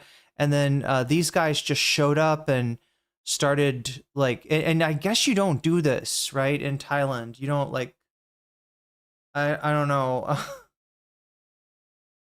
They ran afoul of some Thai law. Through the community carrying a religion flag using WhatsApp to organize group gatherings and distributing leaflets to bring more people to Koh Tao Island. Thai authorities said the behavior was causing concern among residents, business operators, and other tourists. The case was forwarded to the immigration police for action. If you see this news before, obviously the reason might not end like this. But right now, the authorities and the local cannot tolerate with this anymore. So they decide to respond back by cancel visa and gonna have more for investigation for sure. This is just an example that if anyone come here and without respect for local, they're gonna get canceled and do not allow to come to Thailand anymore. And right now, what is the and canceled? I wonder if cause she did mention social media. Like she is talking about like public shaming here as a tool. But so maybe she meant canceled, or maybe she meant canceled like not put onto a blacklist and not allowed to travel in Thailand. government doing to take action about Koh Phangan? They launches a task force to examine corporate land ownership and foreign shareholder structure, increase cooperation between police, immigration, and labor officials, set up a district-level committee specifically to screen the behavior of foreign nationals on Koh Phangan, and step up deportation and blacking lists of foreigners convicted of crime. Even though the enforcement might take time when local go report that, they still try to work somehow, and this is a good thing. If any of you guys found anything suspicious or inappropriate or illegal, please contact the police station near you or report this case. Or even though post is online, that's helped a lot to make Thai community be more friendly for everyone and save the environment to be more enjoy to everyone as well. So for the summarize of the exclusive interview, I would say they just want their own land back and they want the government or whoever have power, please help the local, because right now they cannot afford anything in the island. As I told you, they're gonna have the new law, new restrict for the Thai shareholders.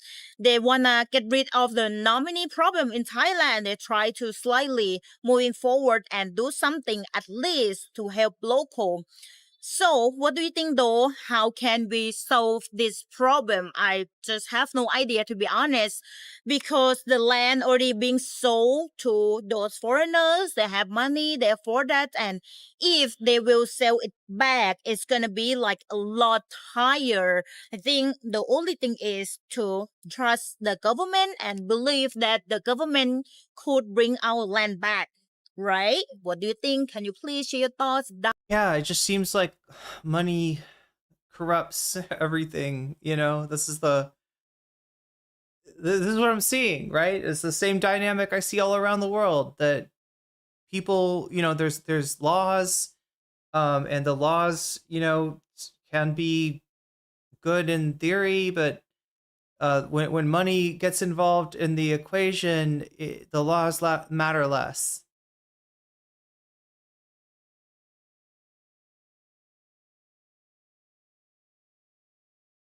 Drunk driving soldiers around our military. Oh God, yeah. Our military is like a holy terror around in military bases, like in Japan, for instance. Down below, as usual, this video is not attack.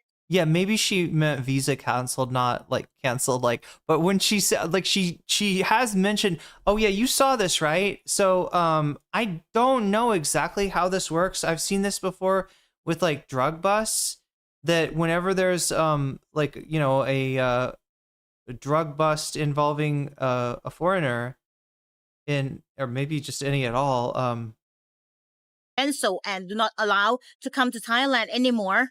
And right now, what is the government doing to take action about Koh Phangan? They launches a task force to examine corporate land ownership and foreign. So yeah, it looks like this, right? The difference is that when they are drug busts, they'll have the drugs out there on the table, and the people will have their faces shown. So that is like you know, I guess a form of punishment. That, you know, there is a you'll if you do you know, this kind of stuff, this kind of crime, you'll be publicly shamed. But here they're able to put their whatever. Oh my gosh, I learned how to say this in Thai last night. Documents. Oh my God. I should know this word. It's a good word to know.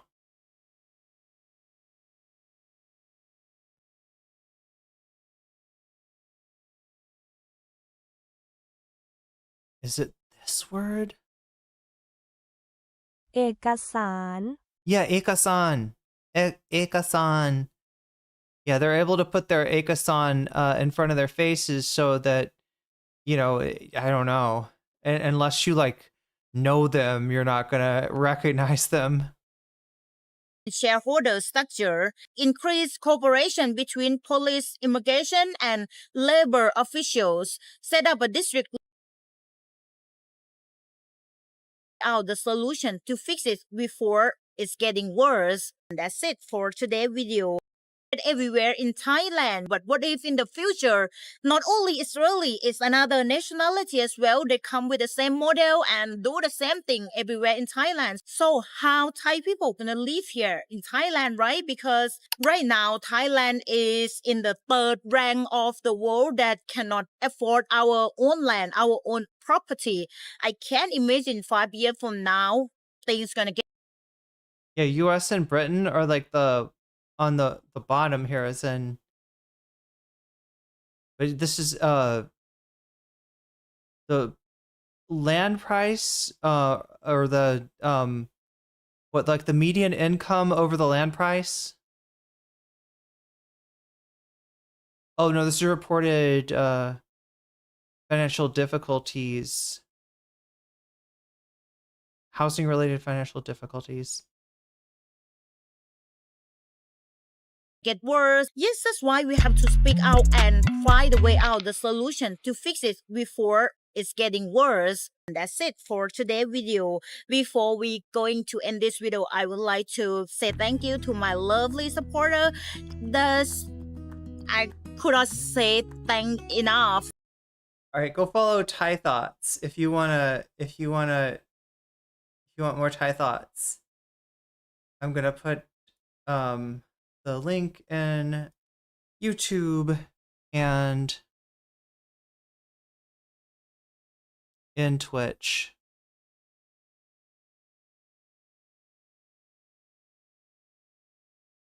There's one other video that she did. This is from like 9 days ago. I think there's a more recent video she made on. Yeah, this is. สวัสดีปีใหม่ค่ะ Happy Songkrande from Thailand, and today this time it is Thailand New Year as well. I wish you guys all the happiness, full of joy, and have a good health. Anybody who come join this festival, I hope you guys have a wonderful time. And if you don't know that, it is water festival. It is a huge festival in Thailand.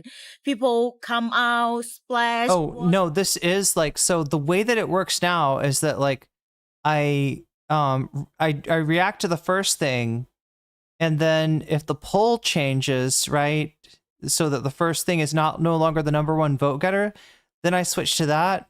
But I also switch if we're done with the I think I exhausted the Ethan content, unless there's more that people have seen. I missed this stuff. You know, I should have covered it the last time we talked about Ethan. Somehow I didn't see it until I saw other people talk about it. But yeah, Songkran just happened. It's the Thai New Year. Now that's not the, you know, so in Thailand right now it's 2569, right? That's the year. They started the calendar, you know, 2569 years ago, instead of, you know, 2026 years ago. And it does say that shit on your like documentation, right? It will say it in the Thai date. The date though does not change on Songkran, because I guess that would just be too confusing. The date changes on January 1st, just like everywhere else. But yeah, this is a festival of I really should look more into this. I think there's something similar in Lao. It's not called Songkran. It's called something else, but I've heard Lao people talk about like a festival that happens this time of year. And yeah, I don't know, they're water and like cleansing and starting anew, I believe, are the vibe of Songkran, right? That and so the water guns sort of make sense in that sense, but it's not just water guns, chat. There's water guns, there's ice buckets, there's hoses, there's people on the back of trucks with water guns. There's tourists that don't get that they're not playing Fortnite, and they go hard on people, and they embarrass themselves. As recently happened, I think in Phuket. Was it Phuket or was it? Oh my gosh, maybe it wasn't Phuket. I thought. But anyway, it's there's a lot. There's a lot going on. There's concerts like every night. It's a big party, and a lot of people will try to go home. Right. That's why I was kind of surprised that just hear that there was such a big Songkran celebration in Bangkok. Like a lot of people that live in Bangkok, they're from somewhere else, right? Just like, if you live in New York, there's a good chance that you're maybe from somewhere else. And they'll go back home for holidays like this. But I don't know, maybe there was more like tourists coming for this one. It seemed like the whole concert thing was a lot more of a big deal this year rather than because the Songkran I went to last year, it was like very family oriented. It was very wholesome. Maybe it was because I wasn't out late at night, and maybe the vibe changes. But yeah, it was just everybody's taking their family so there's a bunch of kids around. They got their water guns. The adults let if you're an adult, you kind of put your heads up and let the kids have their fun. You're not supposed to go hard on people. It's really easy to shoot somebody in the eye with a water gun, and it doesn't feel good. But so definitely, the kind of competitive water fight that was going on in Phuket, I can see why that rubbed people the wrong way, because it's not about that. This is something that people don't get about Thai culture. I feel like there is a lot more play in Thai culture, like Muay Thai, when it is, sparring in Thailand is done a lot, but it's done in a way that isn't trying to prove a point, and it's not, risking hurting anyone. It's a very easy, playful, kind of sparring that goes on as practice for people who are wanting to eventually fight competitively, and they do go competitively. But the Thai people comment this about I think American fighters in particular, like Americans that come over here and train and fight in Thailand, is that you got to be careful. Those people will kill you. Right, they will knock you out. They are not, they're on a different vibe, and that it's just there's a certain excess that Americans tend to exude in these kind of try to make everything competitive, right? I mean, you can be competitive without each other, killing each other. Okay, and then we go to see our parents.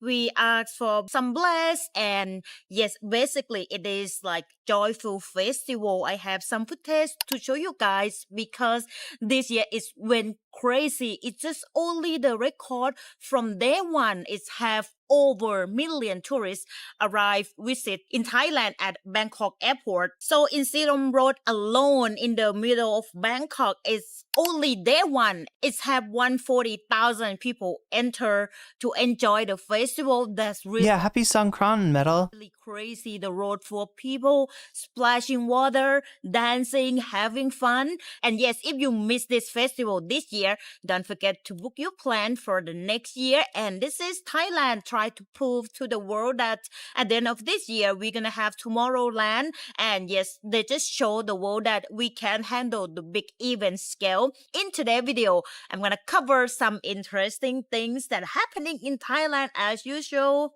First, Thai tourism authorities arrest Israelis who open an illegal tour companies in Phuket. Next is French couple arrested for public indecency.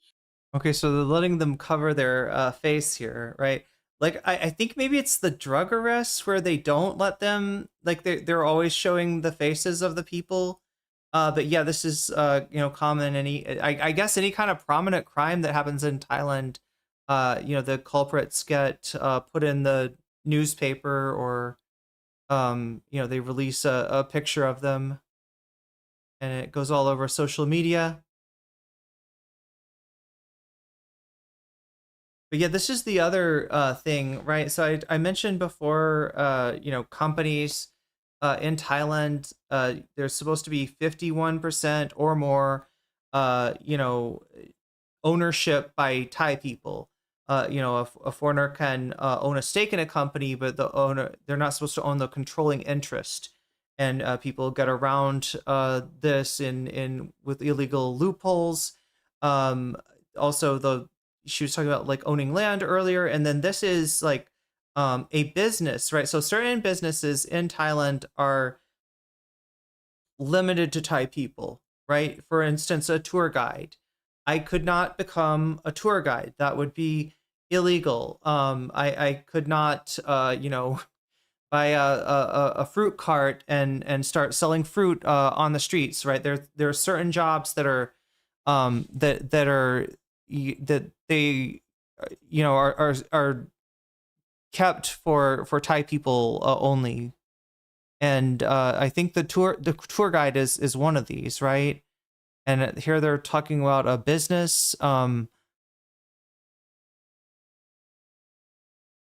So I don't know if it's another one of these nominee situations or.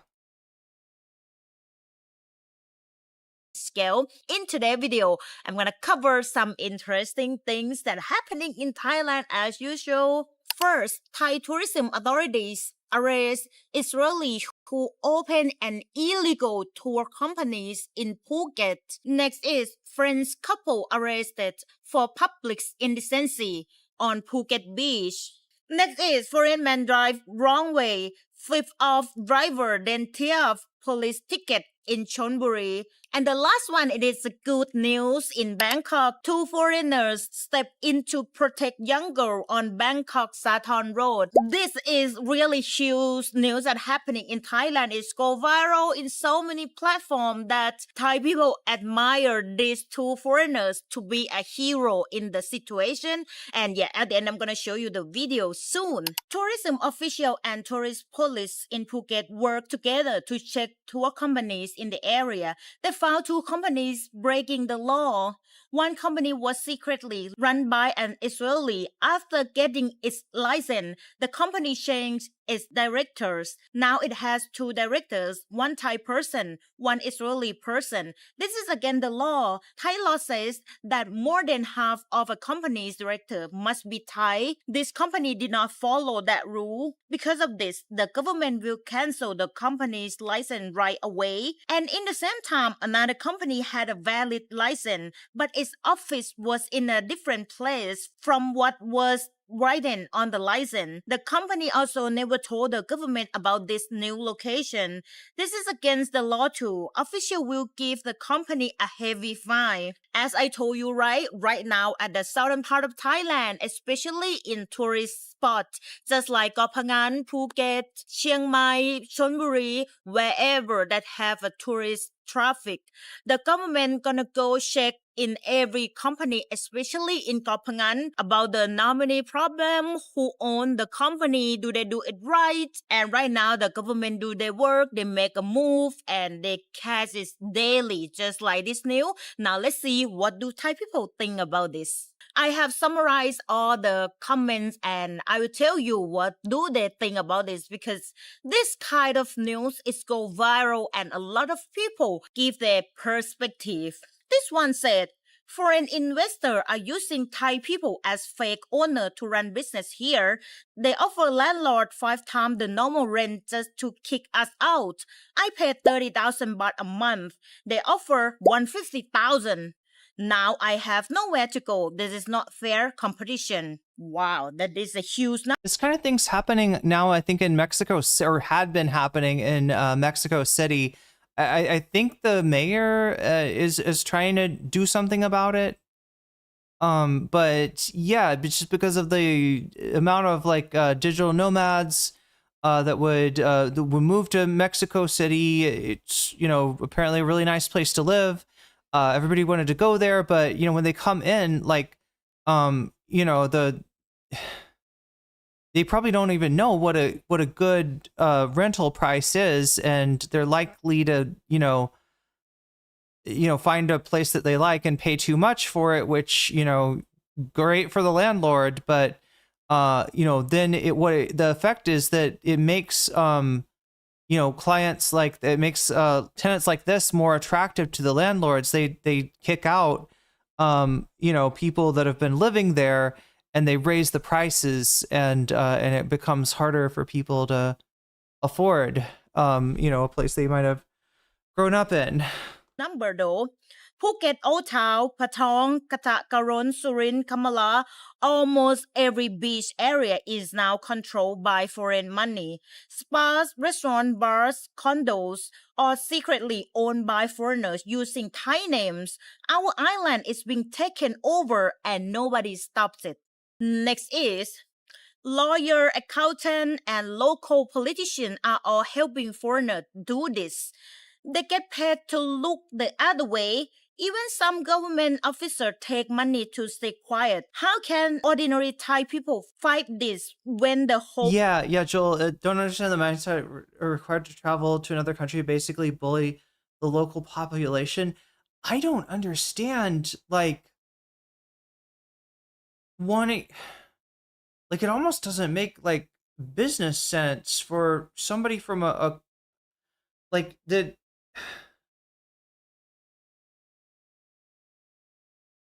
The attempt to try to, like, control a business in Thailand, I just don't understand, like, how that's something they're chasing after. Whole system is against us. And the last comment said the government just make the news, but nothing really changes. This problem has been here for years. As long as officials need money to feed their families, grey money will always win. Are these arrests real action, or it's just a show? So it does seem like a lot of Thai people doesn't believe in justice. As I told you, Thai people have an eyes on and they try to make a move. What do you think though about this news? How can we get rid of this? If the people who have power join them and accept that money. Obviously, it is a big scale and I don't think any small Thai people could help with this action or this issue. Can you please share your thoughts down below? I would love to hear your thoughts. This one is also happened in Phuket. A lot of things going on in Phuket, as I told you, right? Especially during this time, it is Songkran Festival. It's a ton of foreigners enter Thailand, and that is one of the situation. 2 foreign tourists were caught having indecency on the beach in Kamala, Phuket. The beach is a public area where anyone can see. So the locals saw them doing some doo-doo thing along the beach, and they take a video, post it online, and once it's go viral, the officer goes searching for them. They do it pretty quick though. I think it's 1 or 2 days and then they can find them. And they admit that, yes, they actually do that and they are the person in the video. After that, you know what? The police find them for 5,000 baht. But they said after the fine, they're gonna cancel their visa and push them back to the country as well. Oh, by the way, it is each person 5,000 baht, so both of them is gonna be 10,000 baht. Now let's see, what do Thai people think about this? The first comment said, Phuket don't feel like Thai city anymore. Foreigners come here to smoke weed, sunbath, and do whatever they want. That's another point of irritation, like the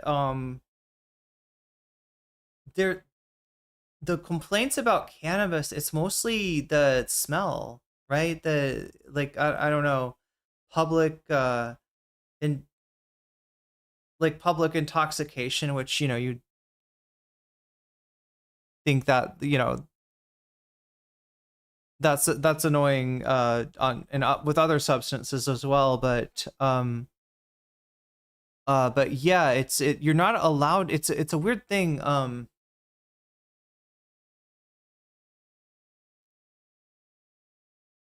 like you're not supposed to smoke it in public, I think. But obviously, as people, especially tourists, do, right? The option being smoke it in the hotel room. And honestly, I mean, I don't know.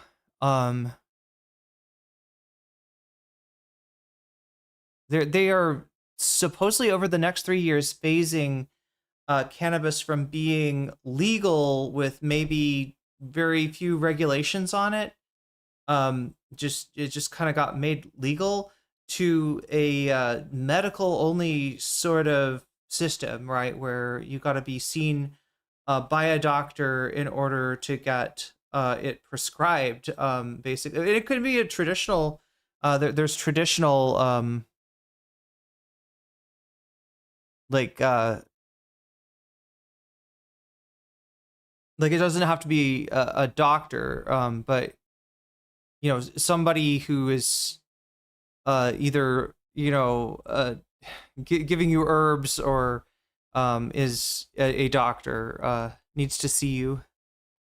With no respect, a 5,000 baht fine means nothing to them. That's cheaper than a hotel room. Make the fine much bigger so people actually think twice. The next person said, 5,000 baht is more than a hotel room?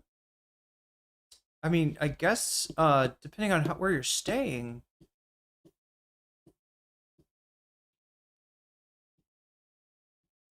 I don't know what they're called, but there's like traditional healers that are allowed to that can okay your cannabis prescription. But yeah, want my medical weed prescribed by? Yeah, I don't know what they would be. What they're talking about, but they did say something about like traditional healers. We've been talking about canceling. Like, what's it called in China? Like somebody that would like you know what I'm talking about? Like you go to the Chinese like herb place and they look at you and they give you like a packet of like herbs to like usually like make a tea of or something. Yeah, holistic, but what's it called? Is there a name for like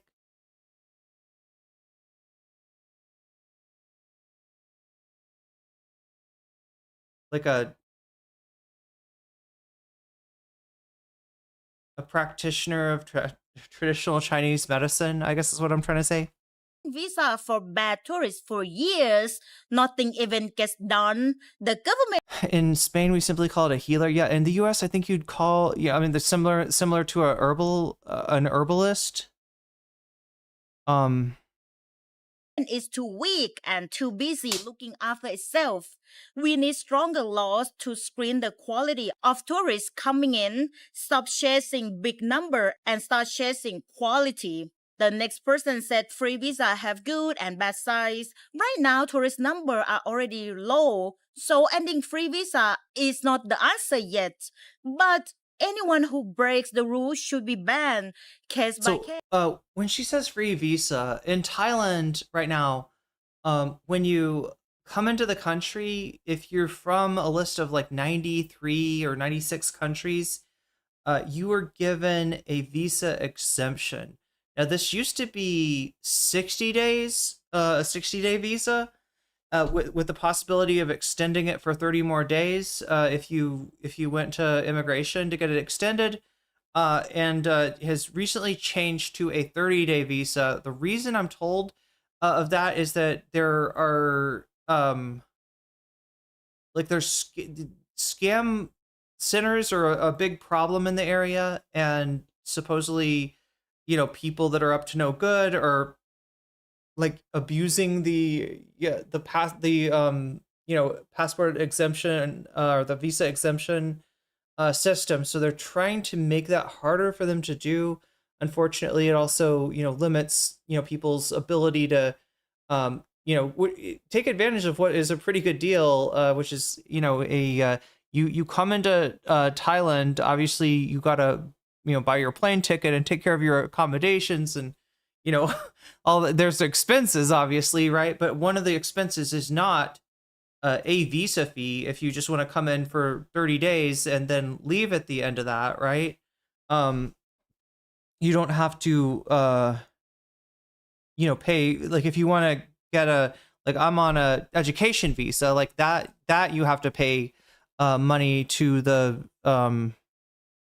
to immigration for, but for just the 30-day kind of tourist visa, they don't make that happen. And you've heard the reason why is that they want tourism, right? Thailand has tourism as a big part of the economy. It definitely has its downsides, but it has a lot of financial advantages. And for now, yeah, it's their visa entry is free, but they're kind of talking about like every time that a tourist comes in and just like kind of tries people's patience, like this discussion happens of like, if we charged X amount of money for a visa, maybe this kind of tourist would not come in. Yes, if anyone does something Wait, no, Anna Kasparian, methinks. Oh, did we miss out on the Anna Kasparian?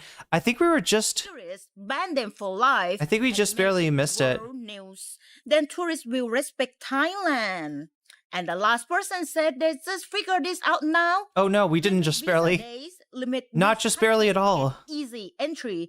If someone commit a serious crime, lifetime ban. No exceptions. Phuket is for foreigner doing as they please. It's time for authorities to take this seriously. Well, I do agree though. For free visa that they've been talking for how many months now that I've been told you guys that the government have meeting again, discussion that yes, they will push these rules to be a new rules to cancel free visa, but nothing happened yet.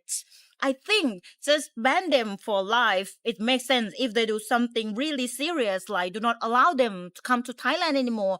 We earn nothing from them. All they do is just make trouble for local and another foreigners and also make a bad image and bad reputation among foreigners as well, right? Why keep them? Ban them for life. But if... Do they have the death penalty in Thailand? I don't think so. But you wouldn't want to end up in a Thai jail, from what I've heard. Any stupid thing like this, charge them more to make them scared and others scared as well. If they wait, is that like? Oh wow, Thailand actually taking it serious. Is that the couple that fucked, or is that just some dude being naked where he's not supposed to be? There might be respect to Thai law more. Do you think so? Can you please share your thoughts down below? And the next one is this happened because of one local post this video online. In the video show that this foreigner man around 50 years old, he ride a motorcycle in the wrong way. It is a one-way road, but he come from the opposite. So what is he doing? Is he flipping them off? Can you tell, chat? Oh, the guy you would think that would be like that, right? If he's gonna flip the person that's filming him off, right? But he's kind of like that. Is it like a biker thing, maybe? Stop there, do not move. And the foreigner as well.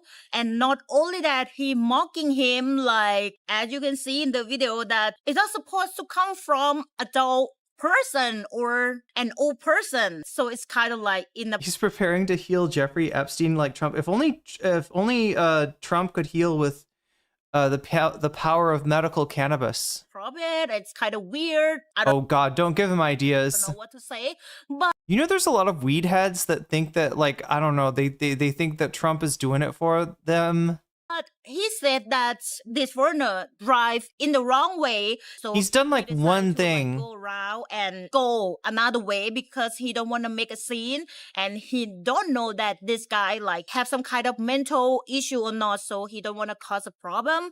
And after he posted this video online, so the officer saw this video and go to his house, give him a fine. But surprisingly, after he get the traffic ticket, he cheer up. Doesn't care. But as Thai law, I'm surprised as well. after he tear up the traffic ticket, I've been searching. Actually, it's not illegal, even though it's the government documents. It's supposed to be illegal, but because they have the original file that the officer keeping on. It's the word of the day, chat. The word of the day. What can I remember it? Akasar.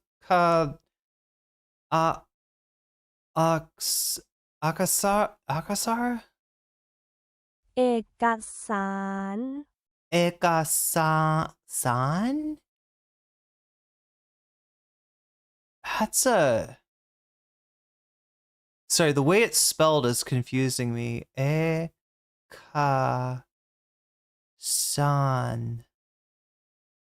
เอกสาร I mean, it's technically Ekasar, but it's pronounced Ekasan. เอกสาร Ekasan, meaning documents. He tore up the Ekasan, chat. But it doesn't mean that you don't have to pay the ticket.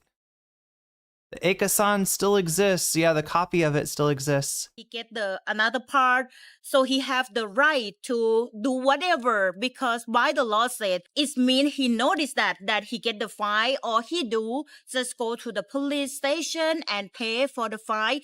If he not do that, that is illegal. But after he act like that, the police arrest him, bring him to the station, and surprisingly again that he have a Thai wife who work under the government as well. What a shame! Even Do you know what that makes it sound like? It makes it sound like he thought that he could get away with anything because he's got connections, right? Which, look, I mean, I don't know. I've heard people say that, you know, they like if they know the right person, you know, stuff like you know, stuff with the immigration magically becomes easier. I don't know. It sounds like, if anything, this is just an embarrassment for his wife. Possibly, you know, this could like hurt her career. his wife, I'm just like, I don't know. Let's see what do Thai people think about this. First of all, it's a lot of laugh emoji and mad emoji though. And people said, here is the public road. It's not your personal road. So please respect Thai law. And another person said, no surprise because it's a bunch of idiots here in Thailand. And this is one thing that can prove that Thai law are very weak. That's why he doesn't seem like scared or respect at all. And another person said, just ban him, send him home and do not allow him to live in Thailand. Especially he have Thai wife, right? His Thai wife work under Thai government. He should know well that he should respect Thai law. Another person said, I can imagine another time when he break the laws and the camera cannot catch him, or he might have done something illegal before and the police do not find out yet. He seemed... What the thing that's freaking me out is that, like, okay, look, motorbikes are not a thing in Thailand. Like, they're not any big deal at all, right? It's the de facto, right? It's that you expect to see a motorcycle as a vehicle, right? That's the default vehicle. So they're a little bit less, you know, associated maybe with like bikers or whatever the fuck that culture is in Thailand. But that guy, it felt like he was trying to be like a badass, like on a Harley. I don't know what that bike was, but what is it called, chat? A chopper, right? A chopper is the loud kind of Harley. Is that have I got that right? Should we roll that back? By the way, a great descriptive term for Sheriff Peanut. Oh, obsequious, yeah. Wait, did you actually roll it back 3 hours to I want to see that badass on that motorcycle again.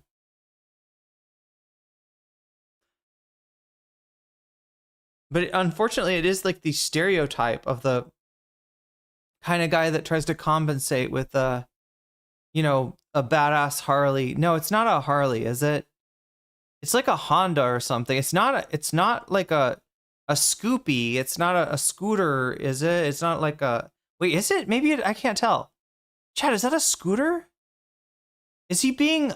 it's called a cruiser? Wait, the kind of kind of Harley I was talking about? This is... I can't tell. I think maybe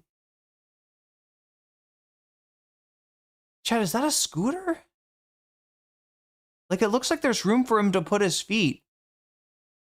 Like not on the thing, but like behind the front, right? That's a scooter is what you expect to see, like a scooter or like a small motorcycle. Drive in the wrong way, so he decided to like go. He's like, "What are you gonna do about it? I'm gonna stick my tongue out at you. I'm a badass. I drive. I don't understand. Like, what is he trying to prove? Riding his motorcycle on the wrong way. Was he like riding through traffic like that? I'm just because it looks like it's early in the morning or late at night or something, and so there's like nobody else on the road. Like I don't see anybody else in that picture.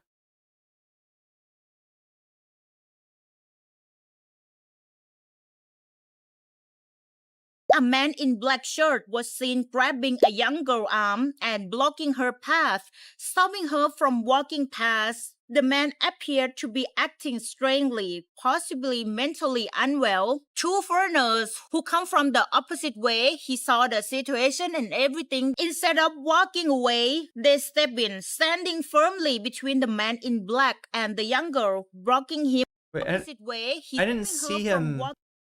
Did he say something to her? Walking past, the man appeared to be acting strangely, possibly mentally unwell. Two foreigners who come from the opposite way, he saw the situation and everything. Instead of walking away, they stepped in, standing firmly between the man in black and the young girl, blocking him and keep him back until the girl was able to walk away safely. So a lot of people admire them that they have smart move, and luckily that these two foreigners saw everything and come to protect this young girl. I'm gonna show you what do Thai people comment in this viral post. A lot of people say thank you to these two foreigners to save this young girl though, while in the same time a lot of people asking where's the police as well. And the next comment confirmed that in that area is a lot of homeless as well. She walked there before, she been there before, and it's a bunch of homeless that she have to take care of herself, be aware and look around every time that she have to walk past around that area. A lot of people, as I told you, they say thank you to these two kind foreigners, and they're happy that have like such a nice foreigner who come to Thailand. And I know that it's a bunch of nice person as well that do not get caught in the camera, right, in the real world. But too bad that some bad people make a bad reputation for you guys. I hope this gonna solve soon. All right, before we go, I would like to say thank you to my Yeah, I don't know. That was a weird one. I didn't see what the guy was doing. I guess, like I said, it's possible he said something to her, and they were like, you know, making sure she got where she was going or whatever. It's like one of those 3-wheeled bikes of people that are scared of. Yeah, well, I mean, look, that's a pretty common bike, I think, in Thailand. I don't know. Does Scoopy make one of those? Wait, maybe people don't know about Scoopy. Scoopy's a company here in Thailand. If I get a motor scooter, it's gonna be a Scoopy, because I fucking love the name. But I don't think so, chat. Like look, unless I find out like unless I need to like travel like a whole lot. I don't know. The thing is, I never learned to ride a motorcycle in the United States, or like a Vespa or a scooter or anything. I never had anything like that, chat. I'm not Macklemore. I think I am from Macklemore's town though, right? But yeah, I'm not Macklemore. And that shit scares me. I knew somebody who got a shoulder just fucked up on a train track in a Vespa. So I don't know.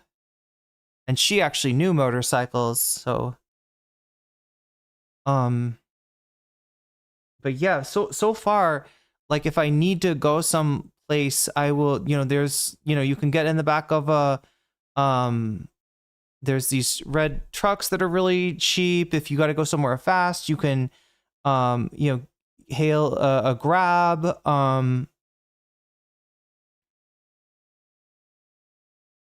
Like it's really cheap if you there's motorcycle people that work for Grab that'll let you ride on the back of their motorcycle. That I don't even know how to do that shit though. I actually wouldn't feel safe, right? But it is cheaper than getting a car.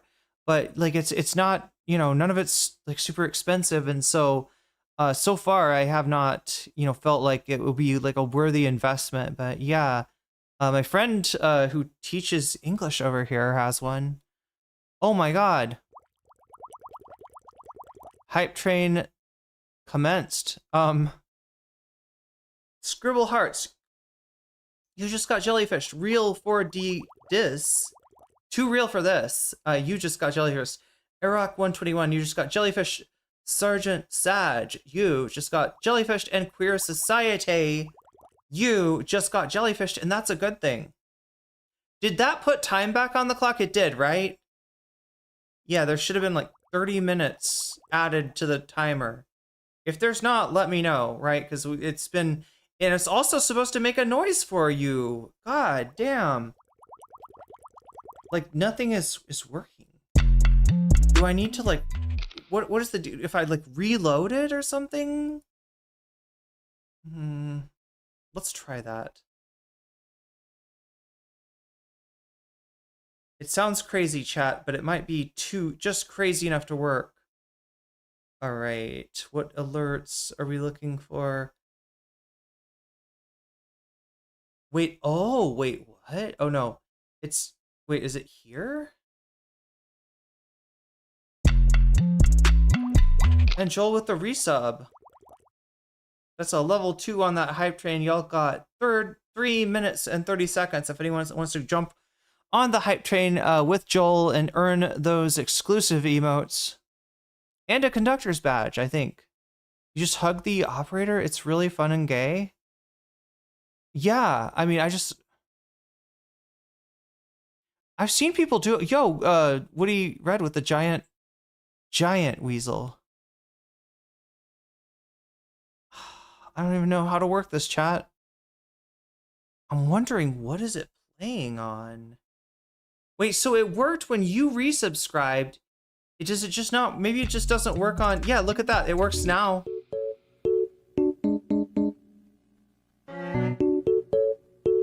It is working. Maybe the gift subs well, that's silly. You're gonna give somebody credit for subbing. You're not gonna give them credit for gifting a sub. That seems counterintuitive at best. Speaking of counterintuitive, chat, it was counterintuitive for me to put Clavicular on this poll. But what's even more counterintuitive is that you voted for Clavicular over Hasan versus the Yale students. What's going on, chat? 60 Minutes Australia. Can I get away with watching this? What do you think, chat? Did we get hit by lefties losing it? Is lefties losing it 60 Minutes Australia? What do you think, chat? Can we risk it for the biscuit? Is there some different way if we watch it on Twitter? Clavicular? Doesn't Clavicular sound like it reminds me of like, what's that song? Funicula. I don't know. It's like an Italian song or something. Clavicular.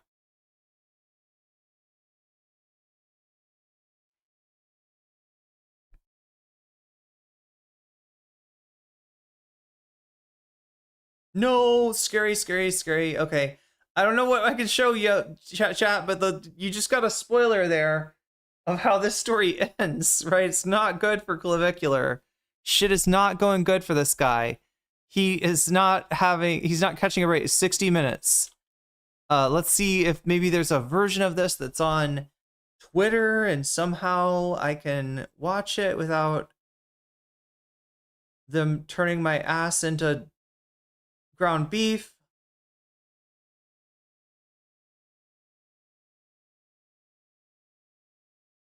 TMZ.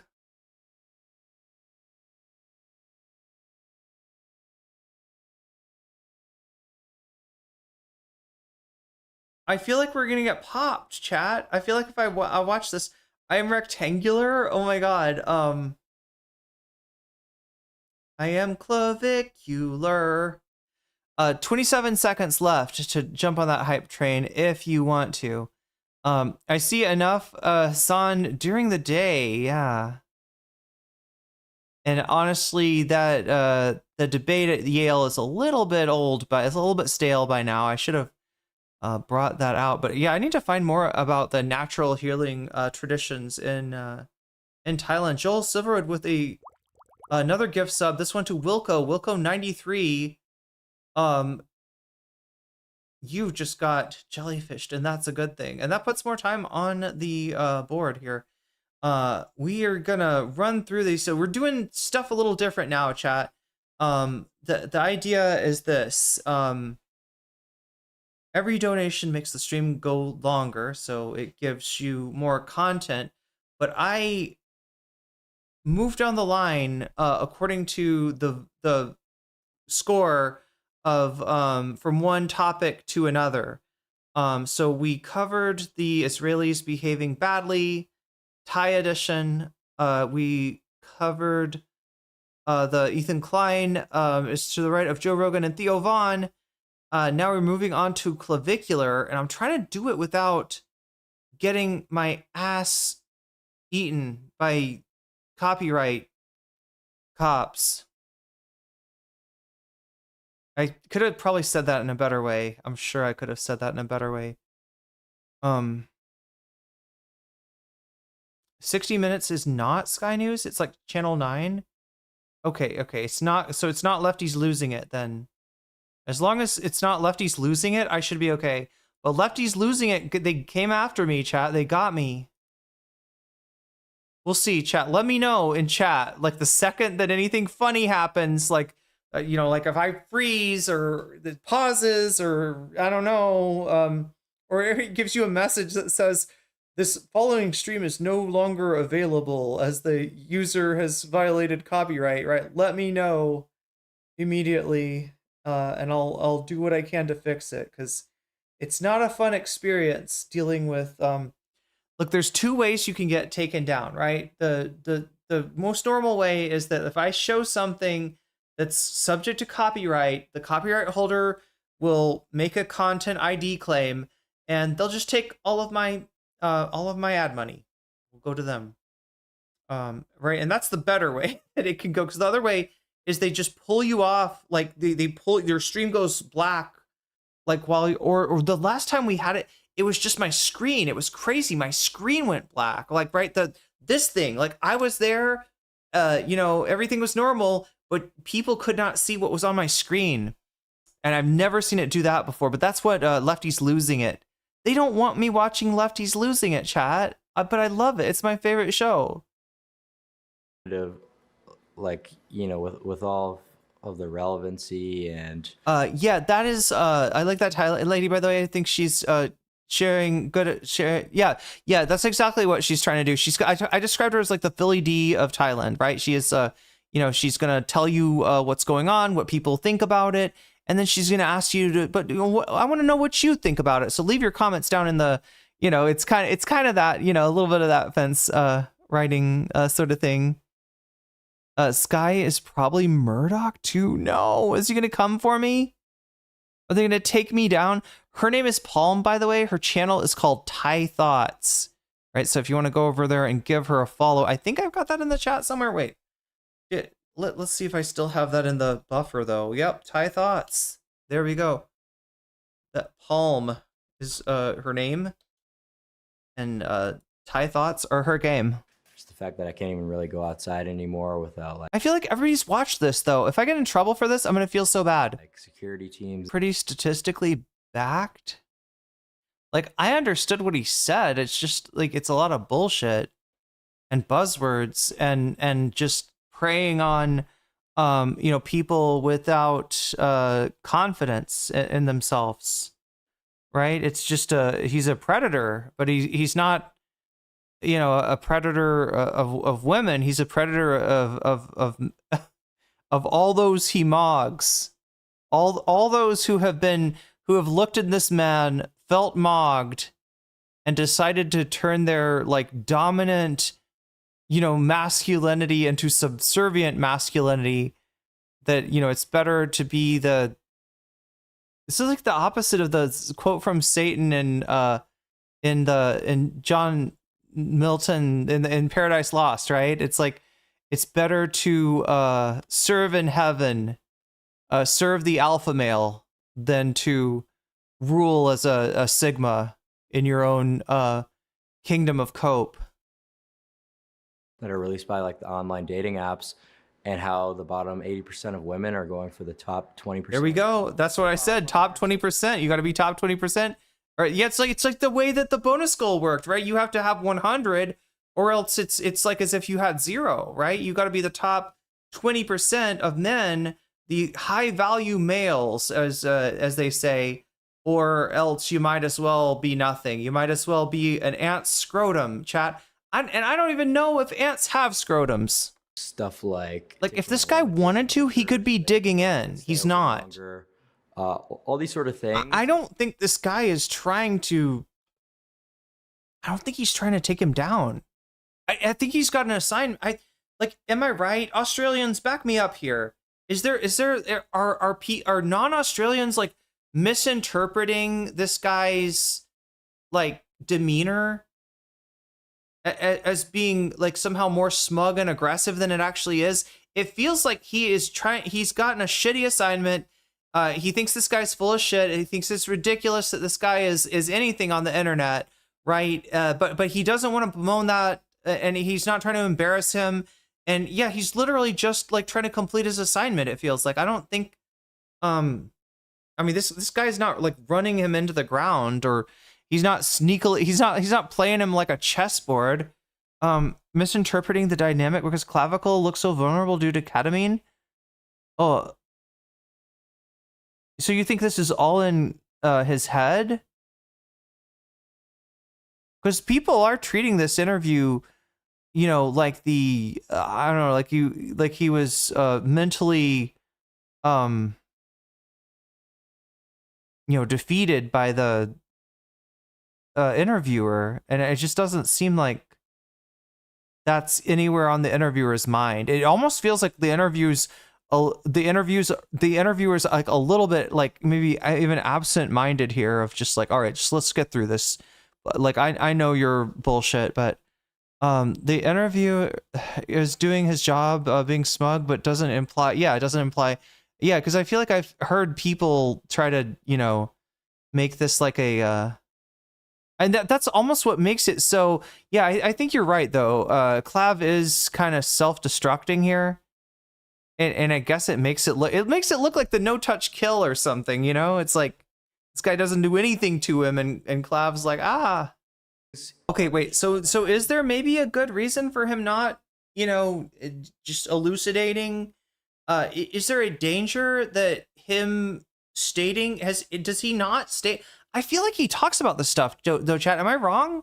He definitely talks about like the individual elements. He'll be like, this is this peptide, and I'm injecting it for this effect, right? So but is he because I could see an argument being made of like, look, I do this stuff and I'm under this amount of medical supervision. I mean, obviously this isn't true because he did run into trouble with his regimen or with something that he was on. But I don't want anybody to copy me because I'm Evel Knievel. I can, ride my bike across the flaming hot pit of predatory animals. But if you try to do it, you'll probably get eaten, right? It's going to be messy, right? You're not even going to be, it's going to be bad. Is there an argument there maybe for like not, or almost the way that the AI companies like advertise their shit is like, hey, I don't know if we might have like a problem with our AI. It seemed to be conscious the other day. All right. And not particularly well aligned, if you know what I'm saying, right? I was looking at the icon. I thought I saw devil horns, right? I'm afraid that our AI, it might escape containment and take over the world. So you better invest in it. It's like that, isn't it? Is that what he's doing? Like, my stack is so, maybe you gotta pay. Maybe you gotta join his Patreon. Maybe that's where you get the fucking real information, right? You're a true blue, like, Clav soldier, then he will let you take a look at what the situation is with his regiment. Maybe it's paywalled, right? I'm not giving you paywalled content, jackass. Like, people got to pay me, X amount a month for those secrets. Yeah, all the look maxing. You see, anyway. Wait. So the speech from Sam Neill from Event Horizon. Is it the like where we're going? You won't need eyes to see. I created the Event Horizon to reach the stars. But she's gone much, much farther than that. She tore a hole in our universe, a gateway to another dimension, a dimension of pure chaos, pure evil. When she crossed over, she was just a ship. But when she came back, she was alive. Look at her, Miller. Isn't she beautiful? Your beautiful ship killed its crew, Doctor. Well, now she has another crew.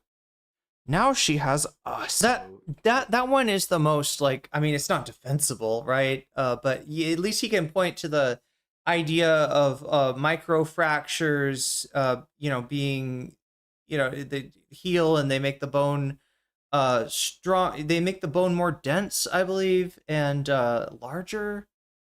That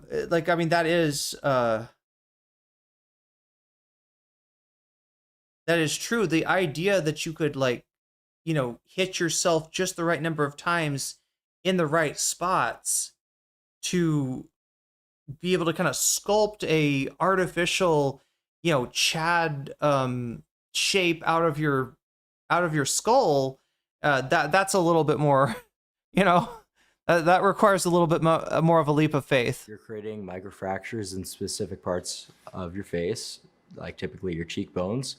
And according to Wolf's Law, it'll grow back stronger. There might be, I don't know, I don't know. There could be a treatment, right? But this would be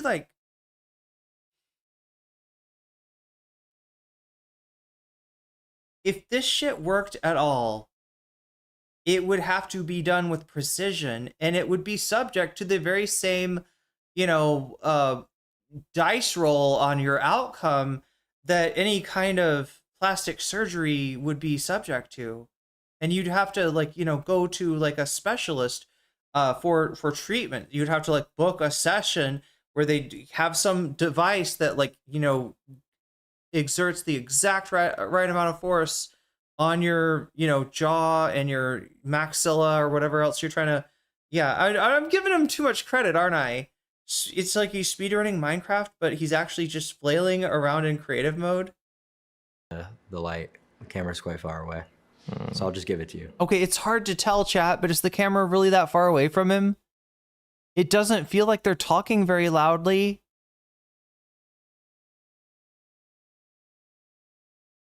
The manosphere, there's a corporate conspiracy to make men less fuckable so that they are better customers. Yeah, or maybe also to mog them. Did you ever think about that, Mylan? Maybe the manosphere people, they're clavicular and they're very conscious of who they can mog, what place they can be in the mogging order. And so they know, just like clavicular is I'm pro-trans because then I can mog them. I can mog them all day. He's twink mogging. Yeah, so it's the same way that they're go ahead and be an incel. That's a really good look on you. Incel, I'm sure, will get you the most women, especially if you are barely conceding your rage at women, right? That's the best. That's what will make you mog harder and riz deeper. Yeah, I mean, I can't see. I can't see you. He's too attractive. Well, how about these? He's bathed in white light. He is experiencing chat the a divine moment here. He's the divinity of this man is shining. The divine spark, as Professor Jang would say, is shining through, and Clav is unable to perceive. I don't know if you're mogging me or I'm mogging you. I kind of feel like we're all the same mogger, right? Just like we're mogging eternity. I don't know. I'm having an experience here of wholeness. Let's just appreciate the handsomeness of the interview. For women and that sort of Oh thing. my God. I go out. It really ran off the rails since I left, didn't it? Chat, that's crazy. That's crazy. We've devolved to this point in the discourse. I don't think he's interested in women. I don't know, maybe if they like praise his looks or something. Maybe as like live-in stylist, he could, like I could see him dating somebody like that. Kaya steered us off course. Yeah, clearly. Clearly, Kaya's got her own agenda here, chat. Who would have thought?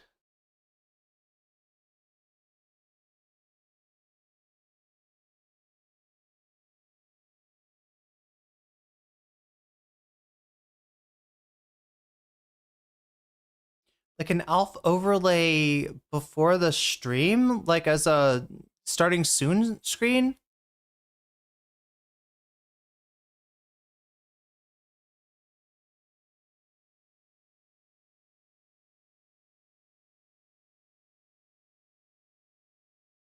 Yeah, his superior genetics told him to take the hammer and bone smash. True. I was thinking like Waluigi or oh, you mean like okay. Yeah, Alf could be. I see what you're saying. Or even Valve for that matter. Do we have Valve? I think I got gun shy about Valve.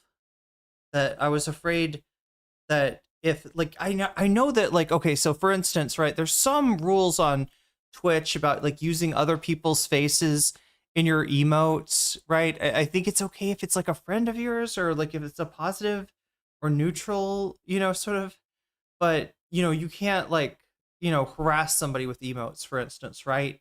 And so I was kind of like the Valve chat is like a morphing of Vosh's face with Alf. It's as if Vosh and Alf climbed into the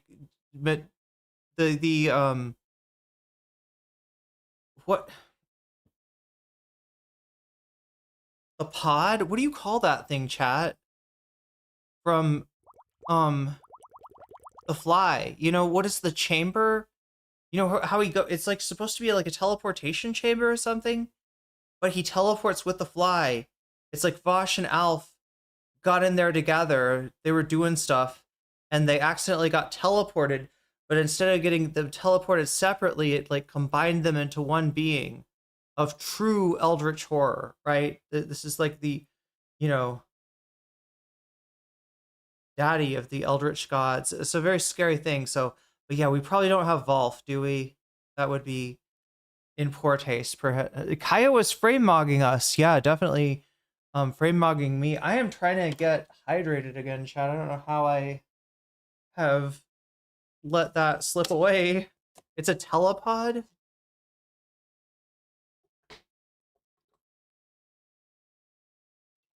Yeah, I don't know if I could show it. I mean, I don't think it's TOS, but it should be. Should be TOS to like morph another streamer into some sort of inhuman monster, I would think. Joel, thank you for the gifted sub to Oinker Zoinker. Oinker Zoinker, you just got Jellyfish, and that's a good thing. And Purple, thank you for the gifted sub to Devin Kenner. Devin Kenner, you just got Jellyfish. I'm trying not to burp, chat. I'm trying not to burp, but yeah, the Volf did exist. I don't know. We used to talk about Vosh a lot because Vosh was like the fucking, I don't know, Vosh was like the Voldemort of the left, sort of. Like, it was like, you know, he was always fighting everybody, right? He was punching left more than like anybody else, right? And then it went from like Vosh has bad takes, which, you know, was the kind of content that you know, I was doing from way too often, right? Because Vosh had a ton of bad takes, to the content of Vosh has a folder full of lolicon and horses, AI horses in sexual repose. And that is the desk that he's sitting at when he streams, the same as the one potentially that he does a DSP after the, you know what I mean? It kind of ruined Vosh even as an enemy. It was just like, ugh, I don't want to talk about that. Same thing with Destiny, right?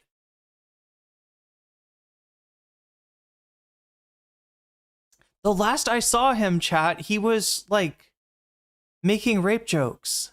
I kid you not. Anyway, Clavicular.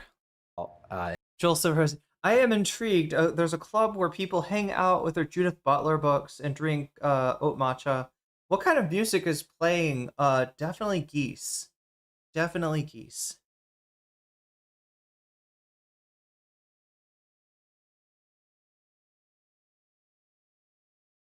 That does sound like a cool. I would not mind like a club like that opening up near me, right? That could be a vibe. But yeah, unfortunately. But where is he seeing the male feminist, right? That he's mogging, or he is I don't know, is it mogging or is it outpulling? Is there a different word for it? Would be like pull mogging, maybe?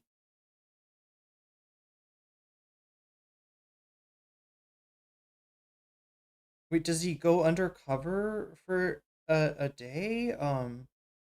What, as a feminist? That'd be crazy. Because honestly, I feel like if I saw a dude with Judith Butler in his backpack who looked like Clavicular, I would automatically assume it was not Clavicular. Because why would Clavicular have... He could effectively, yeah, go undercover if he wanted to with just a few, I don't know, shibboleths cutting the other way. It'd be some Electro Clash as a throwback? Damn. So I'm trying to understand the fucking complex behind the, like, you know, self-hatred surrounding pornography or anything like this, right? It's something that they, you know, if they're not having, you know, sex or whatever, right? Then maybe the act of gratifying themselves is you know, a reminder of their single status. And so then that gets blamed with a, like, well, that's what's making me feel bad. It's the, you know, the watching of the, like, is this connected? Am I wrong in saying that this is like connected to NoFap?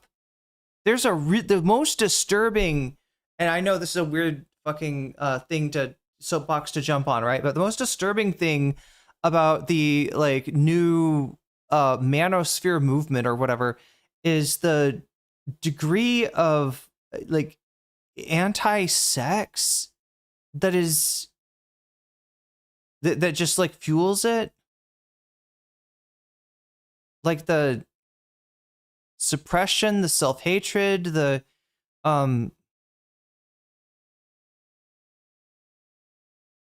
like the fact that something like NoFap exists, right, as anything more than a Seinfeld joke. But I guess it was a thing back then, right? Isn't that what the Seinfeld thing is pointing to? Isn't that basically like the NoFap theory, is that if they don't fap, they will have like brain thoughts that are really good, and the brain thoughts will like that they would, you know, if the brain thoughts go away if they fap, so they have to NoFap, and they keep the brain thoughts inside, and eventually they'll build up and they'll be really smart because all the smart brain thoughts will be coming out. they'll build up a reservoir of very smart brain thoughts that didn't get excreted in a different way, right? I guess, is that the idea? Like, right, that's the Seinfeld episode, right? Is that George like makes a bet, they want to see who can go without being master of their domain for the longest, and it turns out that it helps, like it makes George smarter, and then Elaine gets annoyed that he's so smart now, and does she make him jerk it? Is that how that episode ends? That seems a little bit yikes, even for the 90s, right? She doesn't like actually force him to do it. Maybe I'm remembering it wrong. There's no way that Elaine is like, look, this is a bottle of lotion, okay? This is a box of tissues. I think you know what to do with it. I'm gonna lock you in this room. And if those tissues aren't all used up, I don't know, chat. I don't think Elaine was doing Vendom on. Oh my god, what am I even talking about, chat? What am I even talking about? She would totally do Vendom. What am I talking about? Yes, of course. That if I was writing the show today, Elaine Bennis would be doing Vendom, exactly Vendom, and she'd be fucking brilliant at. She'd be a generational talent at Vendom. Advocate for. Wait, did I say? Am I mixing up two different fetishes? Oh my god, chat. Like I said, I don't know fetishes very well. I wouldn't, Absolutely, because wait, what is he trying to ask him? Because the kind of questions I think would be interesting would be if you feel the experience you've described for the unascended man, right, or the suboptimal whatever, the not gonna get laid because you're not part of the 20% kind of guy. That seems unfair. Shouldn't we do something to unwind the hierarchies that produce this system?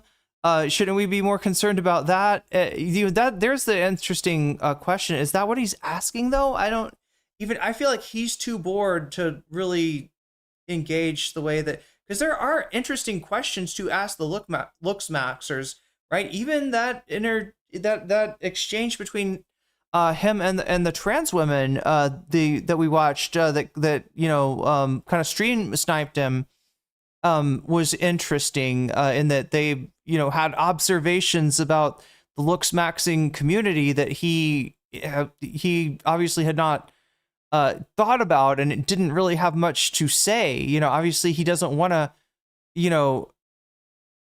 look at the comparison between the kind of gender affirmative care that he is seeking, all of these things kind of reinforcing his concept of manhood, and yet despite the fact that, like I said, he wanted to make fun of Michael Knowles more than he wanted to make fun of trans people. I mean, like, let's be real, Michael Knowles is a closeted well, I don't know what, but he is in some kind of closet. I will say that Michael Knowles is in some kind of closet, and needs R.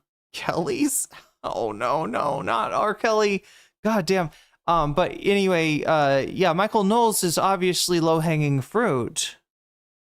But yeah, he's not pro trans or anything. Obviously, even like he was embarrassed to be in a situation around trans women on stream, especially given that his like, was it him or was it like his whole group that were surprised that those girls were, when they said they were trans. But anyway, yeah, there's interesting conversations to have around this that might even, I don't know, because the whole thing, my take on this is that at present, guys are encouraged by the patriarchy, by an invisible patriarchy that they do not see, to not allow themselves to be part of humanity, for lack of a better term. That the male, the masculine, is something that is held above the rest of creation, almost like the God created Adam first, or what. I get there's different, parts of the Bible, right?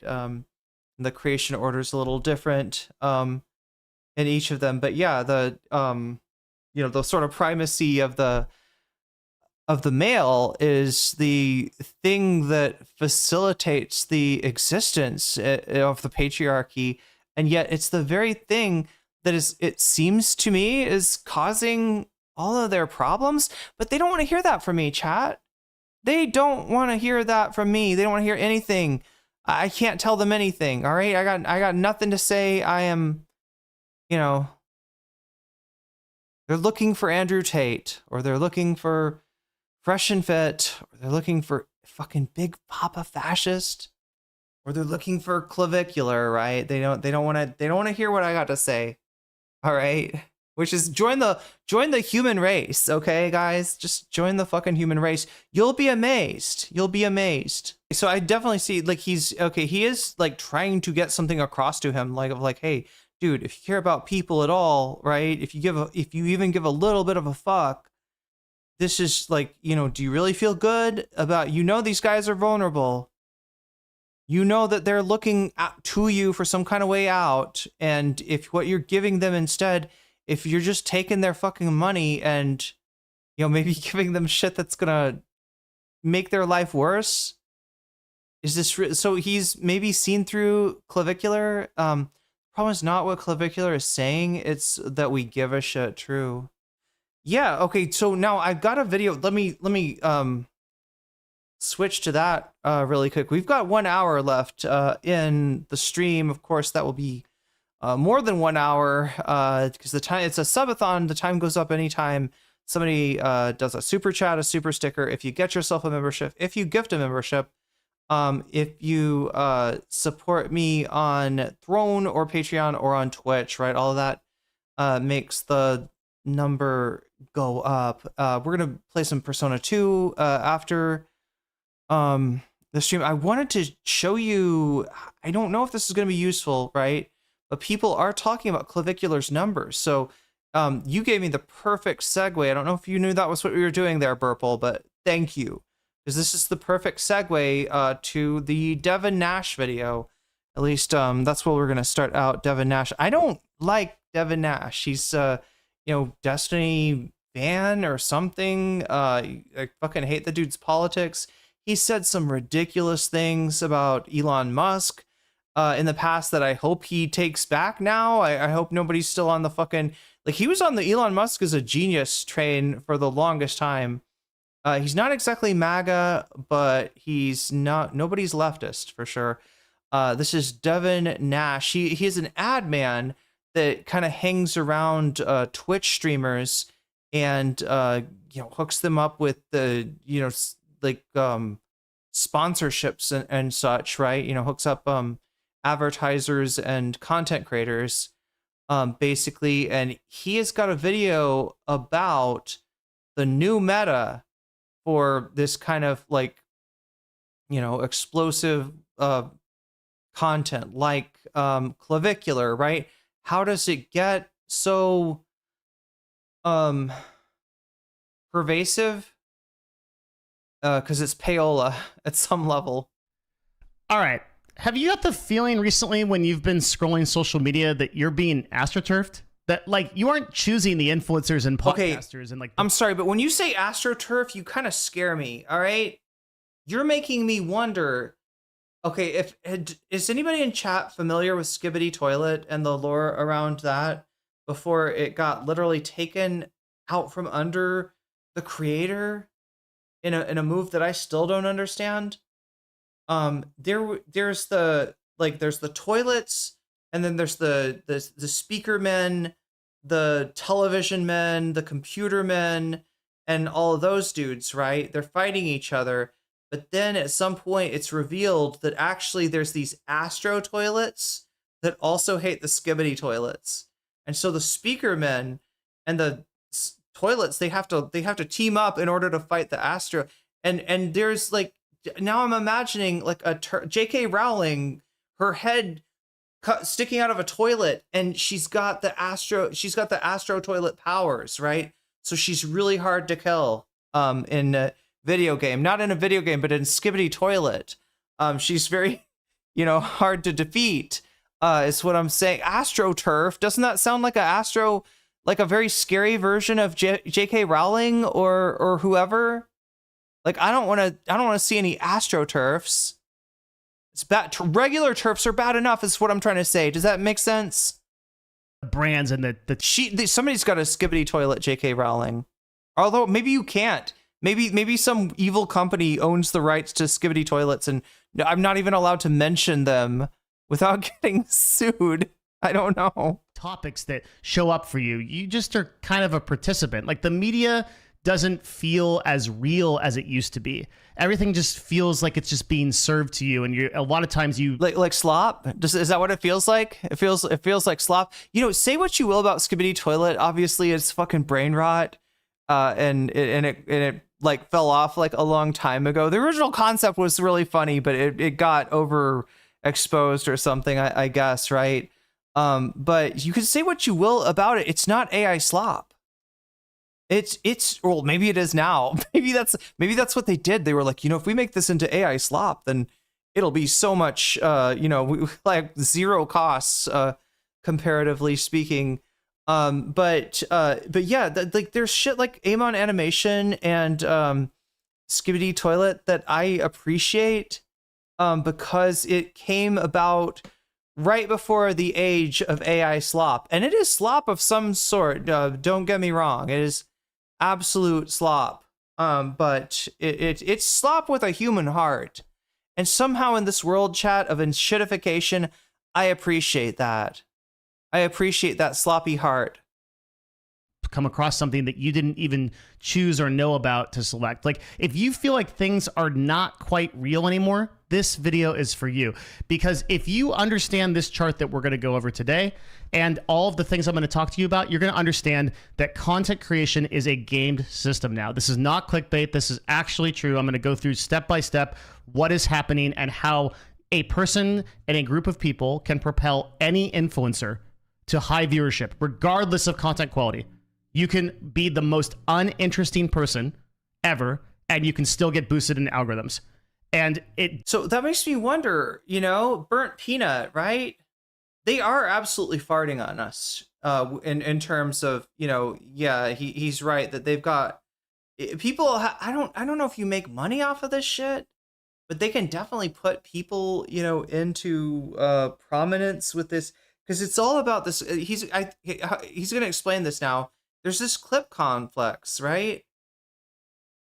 It's like the Hasan industrial complex, but sleazy, with a bunch of perverse incentives. And that is part of what is just spamming these slot merchants right into your feed, whether you want to see them or not. Oh, what's up, Amanda Panda Sensei? We're finding out about why certain content creators find their ways into our feed, and it turns out more and more lately it's not organic. Joel Silverwood, thank you for the gift sub to Amanda Panda Sensei. Amanda Panda Sensei, you just got jellyfished, and that's a good, which is better than being what would it be for, like, what would the clavicular equivalent be to jellyfish? It would be invertebrate mogged? I don't know, chat. I don't know. There's got to be something. There's got to be something we can do that.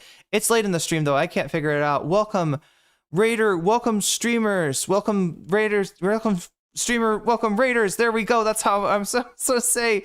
How are we doing tonight? Are you ready for some clavicular? We kind of watched his 60 Minutes interview, or at least as much as I could get through of it. Now we're finding out why he's in our feed so much, and it turns out, yeah, there's a whole complex out there, at least with Kick content creators, of which I believe Clavicular is one, that is out there just actively pushing their shit on all platforms, and yeah, paying people to inshitify your feed as we speak. It happens by tricking algorithms into featuring them. It's a guaranteed way to gain followers, and it's basically pay to win. So in this video, we're going to explain step by step how it works. We're going to go through some content that's in this system, and I will show you literally that you can promote anybody. You can promote anybody to the top in the world. It doesn't matter what their content is. What most people think about the creator economy and how it exists these days is no longer true. Algorithms are being abused at a very high level. So let's break it down. Let's go through step by step how this works. Jaeger 08 Larson, thank you for the gift sub to Streamlord. Streamlord, you just got jellyfished, and that's a good thing. Did the number go up? Sorry, I hate to have to ask you this again, chat, but the sub number, I didn't hear the noise. This is what's making me a little bit. So, like, it's supposed to go up every time somebody does a super chat, super sticker. You get yourself a membership. If you gift a membership, if you support me on Patreon or on Throne or on Twitch, right? All of that is supposed to, but the Twitch stuff especially is supposed to automatically trigger that, right? And since it didn't do that, I am wanting to make sure that it did increase the time on there. Yeah, let me know if anybody sees that. Not the Vriska emote. Oh my god, yeah, that is wait a minute, I need to take a day and just like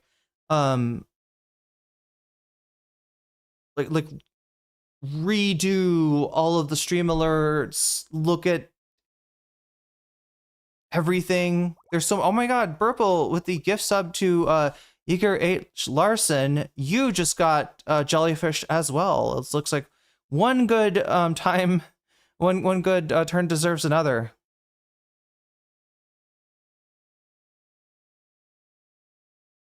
Works, and this image here is absolutely going to be our. Oh, it did go up. Look, I saw it. It went up. It went up. Okay, so it is working. It is working. Okay, I got to do it manually for YouTube stuff or for Throne or Patreon or anything like that. So let me know if that happens. But for at least for Twitch, it's automatically going, even if you're not getting the sound, the epic subathon sound. Our Bible for this discussion. When we look at this, you're seeing a month-long period. So I want you to note, like, this is 1 month. This is, as of the time of this recording, this is March to April. So just a few days ago, you can see our number one guy here, Clavicular, who you may have. Yeah, Streamlord. I am, fighting off hallucinations, but I'm doing okay. It's a little bit of a long stream. We're doing a gaming stream tonight, so we're going a little on the long side, a little on the late side, but still dealing with that Thai American time difference. Heard of you maybe? Who is the guy on the right? Great question, Midi Doctors, because I suspect a lot of you may not know this guy. This is Devin Nash. He is a Twitch viewer, a Twitch streamer, and a Destiny fan, amongst other things, right? So not exactly somebody that I would agree with a lot on politics. However, in addition to that, he is a ad man. That is that he, connects content creators with sponsorships, right? And so as such, he knows a lot about, he sells ads, right? So he kind of knows about the business. He knows how this stuff is, I don't know how the financial incentives work, for lack of a better term. And so he's kind of an expert when it comes to explaining things like what we're going to see, which is how a lot of the algorithm, rather than just being virality, did you say something that resonated, right? Are you, how's your thumbnails and titles and, the basics like that? How's your viewer retention? Instead of that, a lot of it is this kind of pay to win stuff where people will pay clippers or I guess contract people to clip their content and just spam it everywhere, and it does work. It does get people to the top. I think he's about to speculate. We're talking about Clavicular, right? How did Clavicular come out of nowhere and get so big? You could say he's kind of unique in certain ways, right? He's not somebody that I automatically am like, all right, this guy is clearly, astroturfed, right?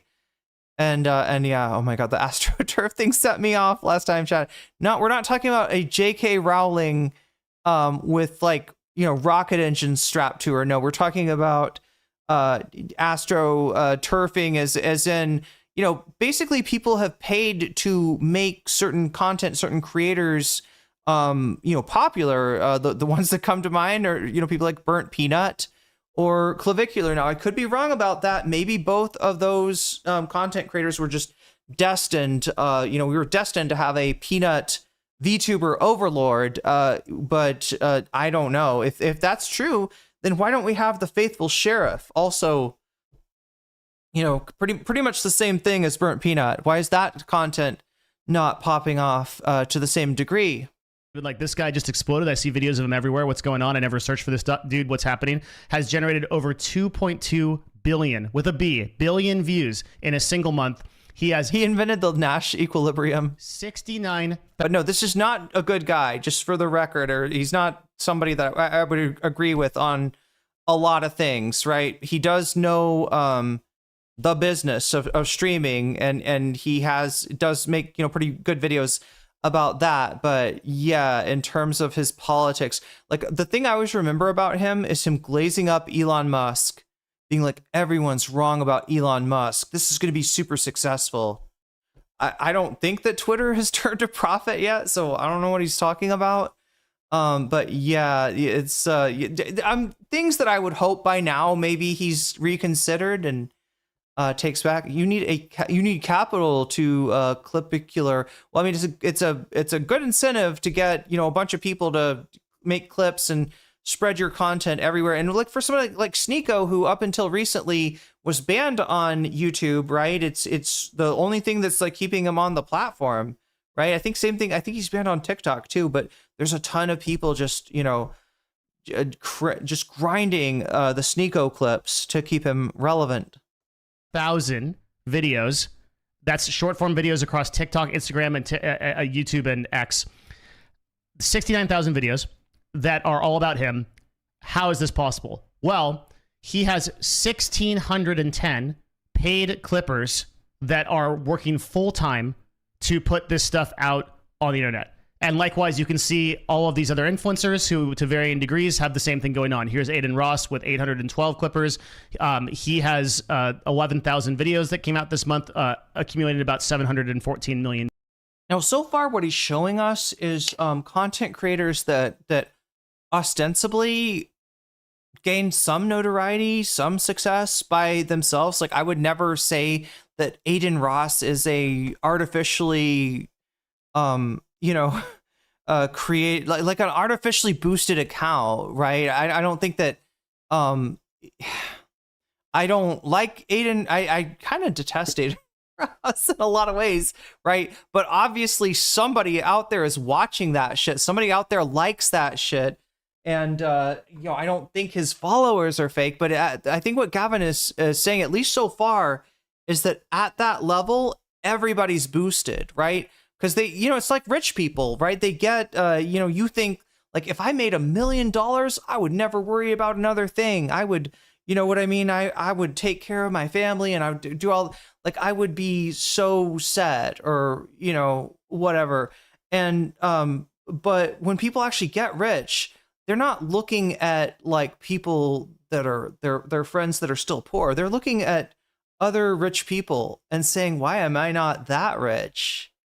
Like, I can't believe, oh, she can afford to do that. Well, we're going to have to see, the incentive is there to, like, claw your way up the bucket of, crabs, even further. And so it's kind of like that, because they're all, the top streamers, very much in competition with each other. And a lot of these people have out of control egos, right? A lot of these people are running on ego, and that's got to be tough, right? To be one of these people that is like, I'm the best, God's gift to the freaking universe here.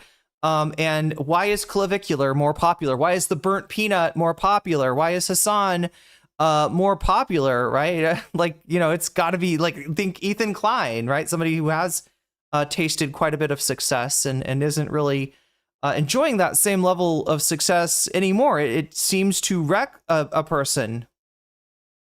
Views. Now, this is the official clipping and kick partnership. This is them just releasing this information. This is not guessed upon data. This is like literally the platform that's doing it, showing you how this works. And we're going to break down exactly what is happening here and how these guys are tweaking the algorithm for this to work, because it's both fascinating and a little bit terrifying. All right. So the very first thing to understand about this, once you understand like that this is happening and that there's like just a ton of paid clippers that are being paid quite literally to post these clips everywhere of just various types of content. The first thing we have to understand is that you start. Is burnt peanut on Kick at all? I can't tell. I'm like trying to see. Let me increase the resolution. Is that burnt peanut on the bottom row? It would make sense, right? The audience for burnt peanut is definitely on. What are we doing here? Trying to make the quality. Okay, we're already at top quality. Just for a second. No, that's not burnt peanut. That's not even burnt peanut. Okay, yeah, a bunch of Twitch streamers. Sorry, bunch of Bevo. I recognize Bevo.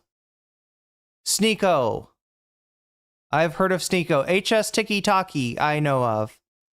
DJ Academics. I have heard of. Yeah, that's it. Asmongold. Jump scare. There's Asmongold.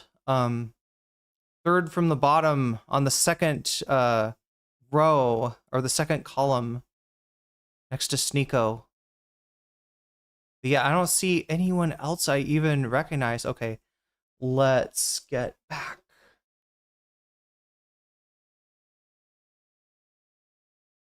Start with a central Discord server. Now, there are other ways to do these campaigns, and there are platforms like Vero, which or Duzla. One of those has some association with Mr. Beast.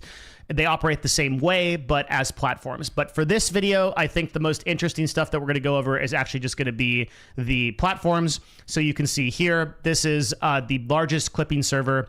And you can see that they, once you get into the clipping server, which I think has over like 20 or 30,000 people in it, you can say, hey, you're just a few steps away from getting paid for post content. Here's how you get started. You can just go browse the campaigns, and you can go see that you can apply for Kick streaming clipping program, which we're going to talk about a little bit later as it relates to this. So you can just get paid by joining one of these servers. Nico got punched. Did he say something before he got punched? Because like there's a tradition, right? When Richard Spencer got punched, he said something about like, he was like, this is Pepe the Frog, right? He was explaining the Pepe meme to some reporter and he got hit. And then with Charlie Kirk, it was counting or not counting gang violence. So you got to kind of look, there's, yeah, Sneeko's he's gotta have, you know, a good one-liner, a good statement that happens before he gets punched. Otherwise, it's just not a good clip. No problem. And here is exactly how these campaigns work step by step.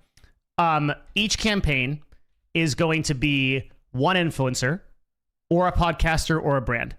Typically, like for the purposes of this video, we're going to be talking about live streamers. But this is being done for, I sat in these Discord servers, the invite only ones, and as well as like the public ones for the past like 3 weeks before making this video. And okay, that makes you sound gross. Does he realize that makes him sound gross? I sat in these Discord servers for 4 weeks. No, you didn't. What are you talking about? You joined the servers 4 weeks ago. You weren't sitting in the fucking voice chat for 24/7. Come on, Devin. That makes you sound so gross. Like, what are you doing in the fuck? Like, I don't know. But you know, unless he's trying to, you know, make money clipping or something, or like talking to the other clippers, being like, "Hey, what's clipping like for you?" Shocked. Pretty much every major podcaster or like brand that you've heard of has had a campaign in these Discord servers in the time that I was sitting in them. And we're gonna go over it. But like, so he just means like being in the server, seeing their notifications, right? Seeing potentially what ad campaigns there are that are available, and being like, oh, that's a major company. Ooh, that's, you know, being impressed by the ads that are the campaigns that are run through the Discord server. specific clips and specific moments that they want featured as well are also featured. So like it's a totally game system. Like there's just everybody's just doing paid clips that's popular whatsoever. But how does that work? Do they like put a Sneeko together with I don't know, like what product would you sell through Sneeko, chat? Like a snow globe? I mean, doesn't Sneeko have a thing with snow globes? How this system works is as follows. We're gonna go through. This is the best resolution for the video. Yeah, I'm noticing that. Right? No, it says it is. It says it's at 1080. Maybe Devin streamed this and didn't stream at 1080. That's the only thing I can figure out. But yeah, you're right. It's like ridiculously. Let me look at it again. I swear to God, it said 1080. Right? Let's look at here. Yeah, 1080, 60 even.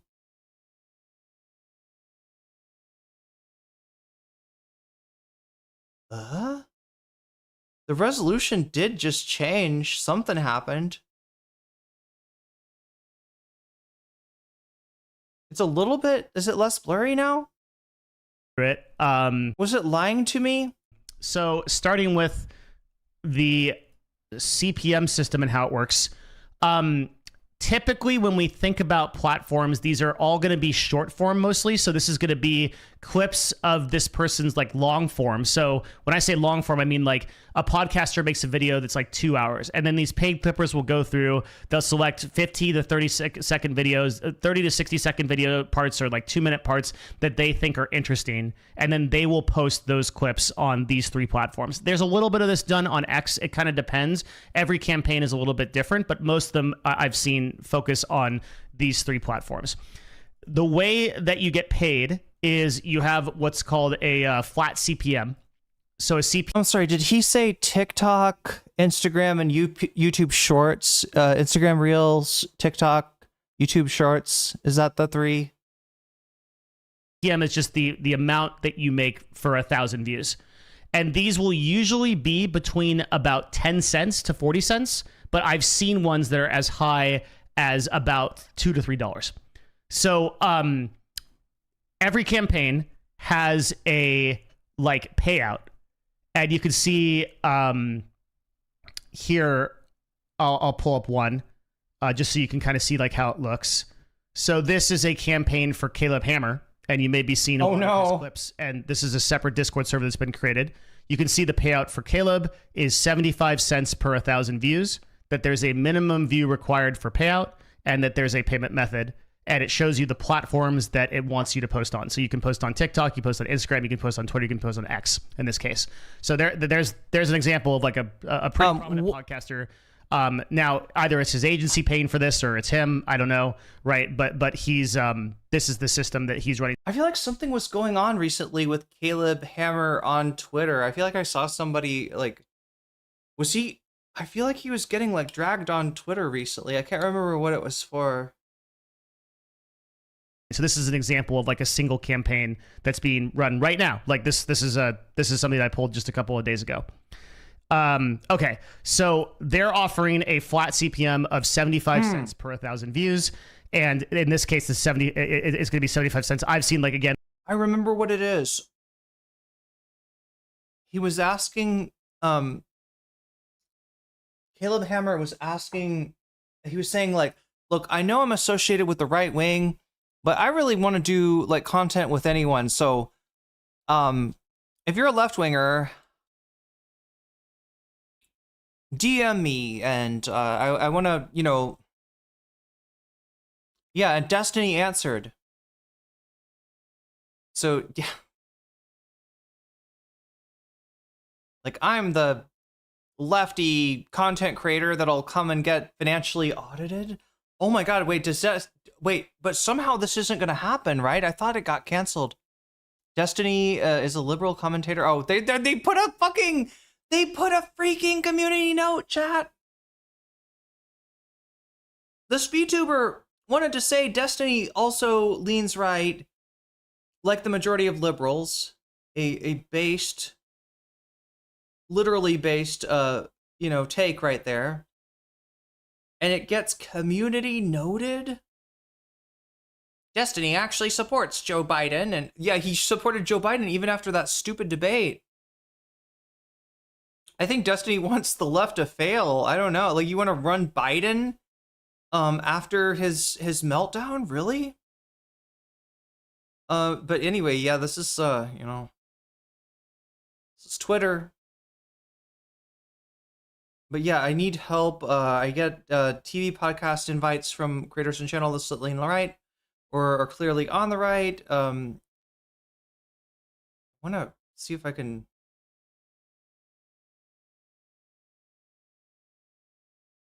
This is a picture retweet, so.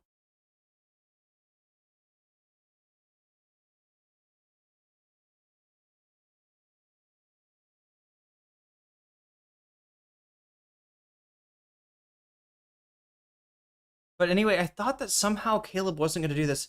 The other thing, too, is like for a guy like Caleb Hammer, given his content, to want to audit, because what he does is he audits you. He's a financial solvency consultant or something like that. And what he does is he talks to content creators. They show him their books. And he's like, wow, you are such an idiot for spending this money on this, and you don't do this, and you could be doing this. It's like Queer Eye for the Straight Guy, but it's like straight financial advice from the straight guy or something, right? The straight guy that calls you the R slur too. But anyway. And like $2-3. Most of these are like 10 to like 50 cents or so.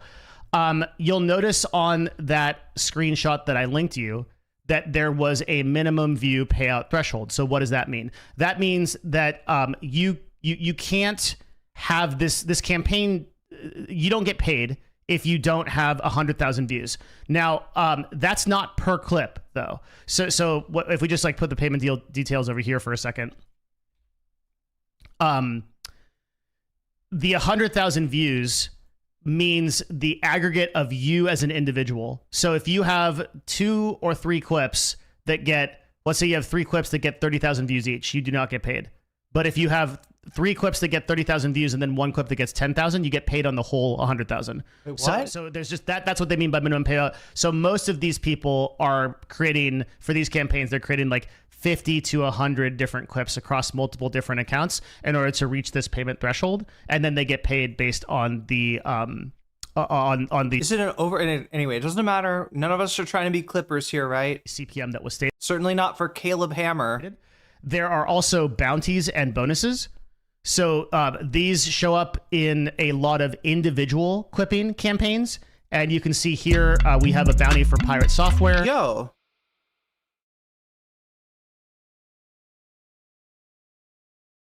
It works fine when it's a follower. Again, I don't know who sponsored this. I'm just showing you what's here. Yeah, he mocks them, so that's what makes me think that it's like Caleb Hammer like wants to go in on some lefty and be like, you spend too much money on trans rights flags or something. I don't know. You spend too much money on blowhigh. So here's Pirate Software. It says here that this is a payment of $3,000 per million views, which is a multiplier.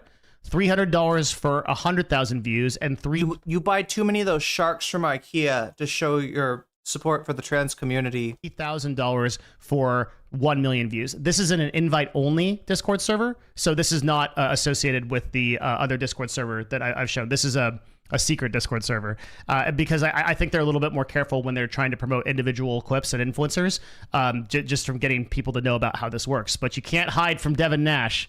No, sir. So this is Pirate Software gives his thoughts on the recent changes to Kick, and there's requirements. Post the image below. All platforms are allowed, so they'll allow TikTok, Reels, they'll let in everything. And then there's like a command associated with it. But this is basically just a clip of like Pirate Software talking about Kick, and whoever wanted this promoted is paying for it to be promoted. So sometimes there's bounties, and sometimes you get paid quite a bit for those. Now, next, the campaigns usually have a maximum cap. So we were not seeing that in the previous ones that I'm showing you, but oftentimes the campaigns cap at like $10,000 to $20,000, at which point they shut off. And to be clear, I don't think that the servers that are doing this are scammy about this. Like you might think, oh, like they cap it at $10,000, then they don't tell anybody that everybody else that creates clips, like there's a bunch of free clips that are done. In my experience, like looking at this stuff and doing all this research and studying it, there isn't really a situation like that. Like there's a pretty clear progress bar to. So Pirate Software is paying to be boosted.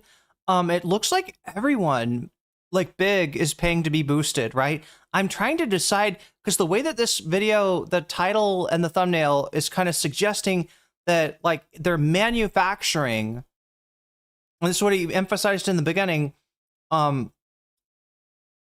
like they're able to manufacture virality from literally anything. It could be any content. It could be the worst content in the world, and they can make it go viral.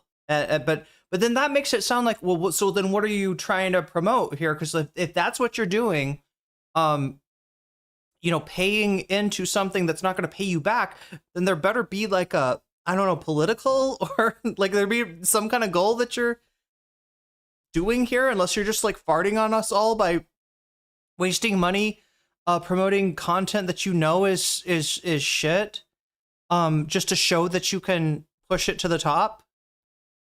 Just like an ego thing? Indicate when. Oh, yeah, good point. Somebody's paying for the exposure of a particular screenshot. Wait, a particular screenshot of Pirate?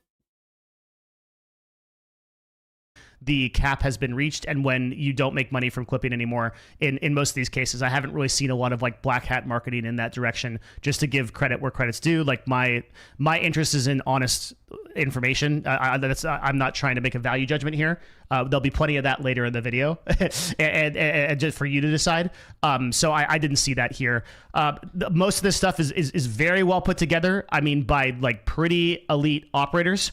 And it seems to be pretty above board. I mean, the clippers get paid, and they get paid a base CPM, which you saw from Caleb's campaign that I listed here.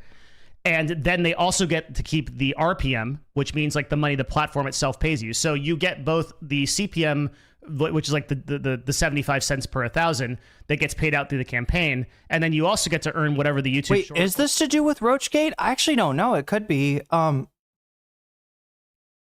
Oh, Roachgate was when Pirate Software roached. I'm sorry, Vamps. I thought you were talking about Asmongold for a second there. Real actually makes off of the ad revenue just off of the platform. So this ends up being a pretty good... So for anybody who doesn't know, Pirate Software is famous for being like a very successful WoW streamer, and just owns his own software company or something.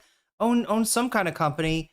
And then was on a WoW raid, and there's an expectation if you go on a raid with people that if you can blink out, which is like teleport away from a situation, you're not going to do that until like everybody's safe. And apparently Pirate Software blinked out, got away from the danger, and everybody else in the party got wiped. And so people call that's called roaching, and they called Pirate Software the Roach after that. But there's so much lore with this guy that I don't even know. There's so much lore with Pirate Software. Good deal for like second and third world people, which are kind of the majority of people that are participating in this system. You can end up probably getting like an RPM of like maybe like $1.50 to $2 an hour, and for like first world or Americans or people like that, that's going to probably translate to about like $300 or $400 a month. Like obviously the work that you put in, you get more, but for people in less advantaged countries that are getting paid that can be very notable. And it's worth noting also that although I didn't post it in my research here, all of these payments that I saw, literally all of them are in USDT. So they're paid via cryptocurrency. You're paid out via cryptocurrency. I guess in this case, this is a PayPal payment, so it might just be a direct payment, but almost all the campaigns I saw are paid out via USDT. So that's a cryptocurrency that's tethered to the dollar. So that's notable because I think that's very favorable to third world and second world countries. Okay, So, is it though these days? How much do you think Gavin's keeping up on politics? Do you think he's been watching Destiny? The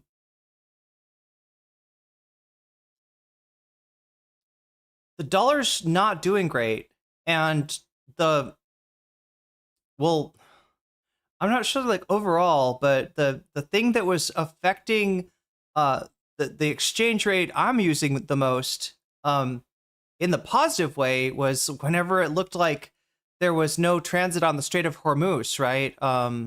Seems like the dollar was going up at least against the baht. I don't know how it works on the rest of shit, but in general, like, right, the dollar's value is a reflection of the stability, the perceived stability of the United States, and the, you know, so the reason that you go to war to raise the value of the dollar is because when the United States is kicking everybody's asses, then people are like, all right, the dollar seems like a great reserve currency. Let me put my money in there. Right? When it doesn't look so great, and when the United States is carrying a shitload of debt and creating more debt every day in Iran, then, you know, maybe the dollar does not look like such a good investment. I'm not sure what that would do to the DTR.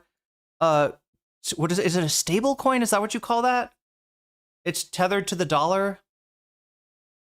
Let's take a person like Clavicular that we were talking about before, and you've got the 2.2 billion views on top of 70,000 clips. Like, how expensive is this campaign to run? Like, how crazy are we talking here? Well, it's going to be about 31,700 views on average because we're just taking the 2.2 billion and we're dividing it by the 70,000. And you get paid if you aggregate 100,000 views. You don't get paid if your total clips are below that. So there will be some percentage of people that just don't get paid. But I think the majority do. But let's say that, like, in a situation, just to give you an idea, where even like in a crazy number. Oh, yeah, good point, Joel. It'll be good for a little while at least, right? The dollar hasn't totally crashed.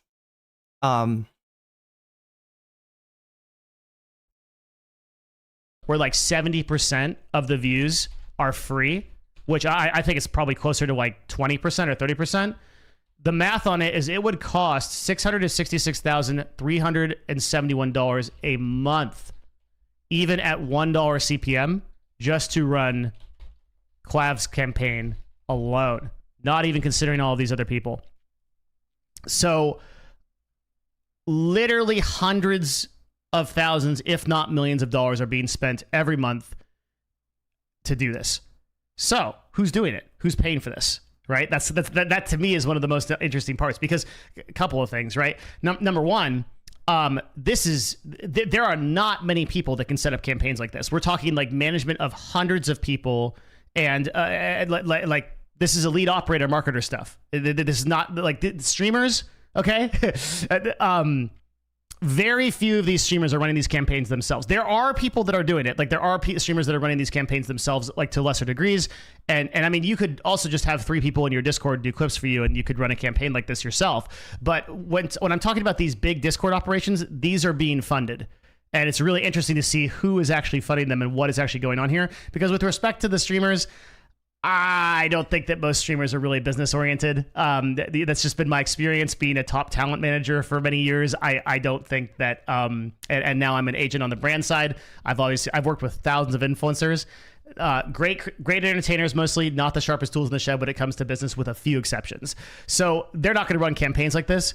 Who is running these campaigns? Well, let's go back to our friend Clavicular and see what he says about it in this clip. One of the fastest come-ups in streaming. Absolutely. Why do you think you're the fastest growing creator in the world right now? I think I have a lot of strategies that are good for viral clipping engagement. I think Kick has helped push me a lot with their clipping budget. So, you know, over 6 figures a month. So Kick, over 6 figures a month. So he's saying that what Kick has done. So if you don't know, like, Kick is a streaming platform that emerged after Twitch shut down the Golden Goose, the endless press of money that was gambling streaming, right? This was what would happen when streamers would go to gambling sites online, play poker, blackjack, whatever people play on gambling sites. A lot of these streamers would get free money to gamble with, right? So that they could make it look like a lot of fun of like, oh yeah, we're going to get people into it. And yeah, this worked really well. There was like a high conversion rate on getting people to gamble on these sites. And at some point, a lot of the streamers on Twitch decided this is not a good look. They made a big deal about it, and eventually the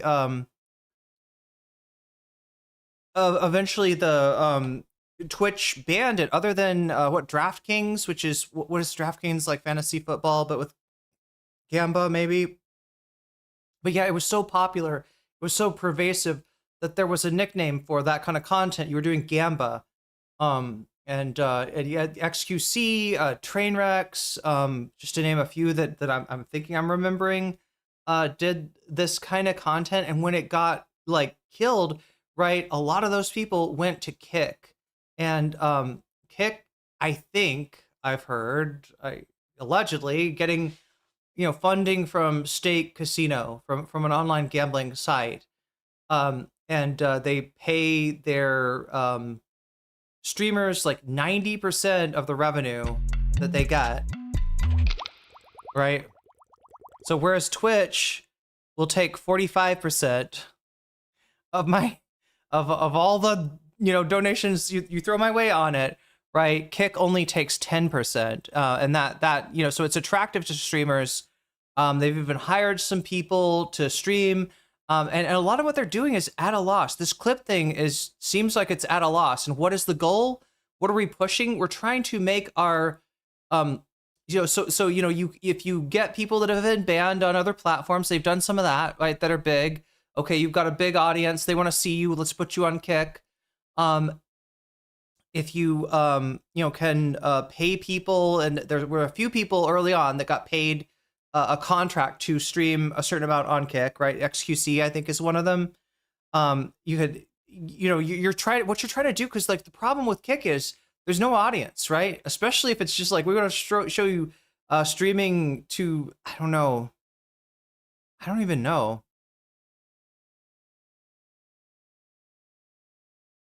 There's not a lot of income. They're operating at a loss, and they very much want to. So part of this is trying to make the stars that they have, the people that they on the platform, like make them more popular by artificially boosting them by just spamming their clips in these kind of campaigns, so that, like he said, it tricks the algorithm into picking up, their stuff about them. And in that campaign have been going towards pushing me out there to new audiences, because on Kick, there's not really a lot of growth, right? There's not as many users as Twitch, so people aren't organically coming across your streams. So they kind of have to incentivize people to stream on that platform in other ways. And one of the ways I go about it is... One of the ways is to make you feel like you've got more viewers than you have. That probably is botting. There may be allegedly botting going on there. Is what I meant to say.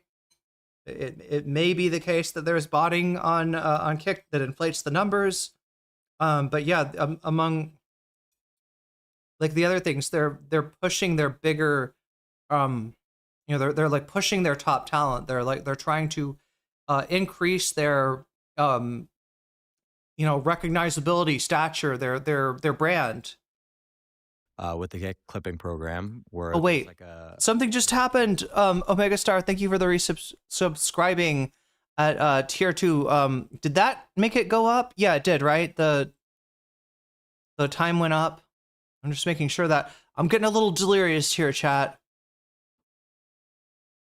How am I still I don't know. We're gonna do I gotta be on point though. I gotta do I gotta competently play a video game after this. He's only got 300k followers on there. How is he making 100k a month? Wait, Clavicular has only 100k, 300k followers on Kick. $20 or $30 CPM, and that kind of incentivizes people. For the $20 and $30 CPM, he's referring to bounties, the system that we referred to before. The actual CPMs are much lower, but everything else he said is true. So that's right. The primary way that all of this is being funded is that Kick is literally paying for it, the platform. So the streaming platform Kick is quite literally paying for all of this. They are paying to the tune of actually millions of dollars a month to do this. And because there's big money in making Kick into like a competitor of Twitch, they're willing to lose money. Right? There's a lot of money being, lost on Kick, very likely. But, in the same way that Amazon's business model lost money for decades, I believe, right? The plan is eventually they are going to turn a profit, right? We'll see if that strategy works for them. Now, you might say, why? Do they really love their streamers so much that they just want to feature their broadcasters? Well, I mean, that's like a part of it. But there's a couple more interesting things that are going on. So let's talk about the Kick funnel and what is happening. Now, you astute observer, you deep analysis person, you may have noticed a particular line right here. Now, this is the public discoursing. This is the public Discord for the clipping. Like if you want to start with clipping, you come here. But what if you want to be one of these Kick clippers? Well, you have to get into the Kick specific program, and there is an application once you have been established to get into that. That's the funnel. So you start in the free place, and then you eventually get into these invite only places where all of the secrets go, and the invite-only places where all the secrets go are quite interesting, okay? Because, we can't possibly know what goes on there because they're invite-only, and no one would ever invite me, or would they? Okay, so I did some underground journalism, got into a couple of these servers, and you can see here, as the overlay guide, let's read this. Please use the examples below to make sure the Kick logo and watermark placement is correct on all clips.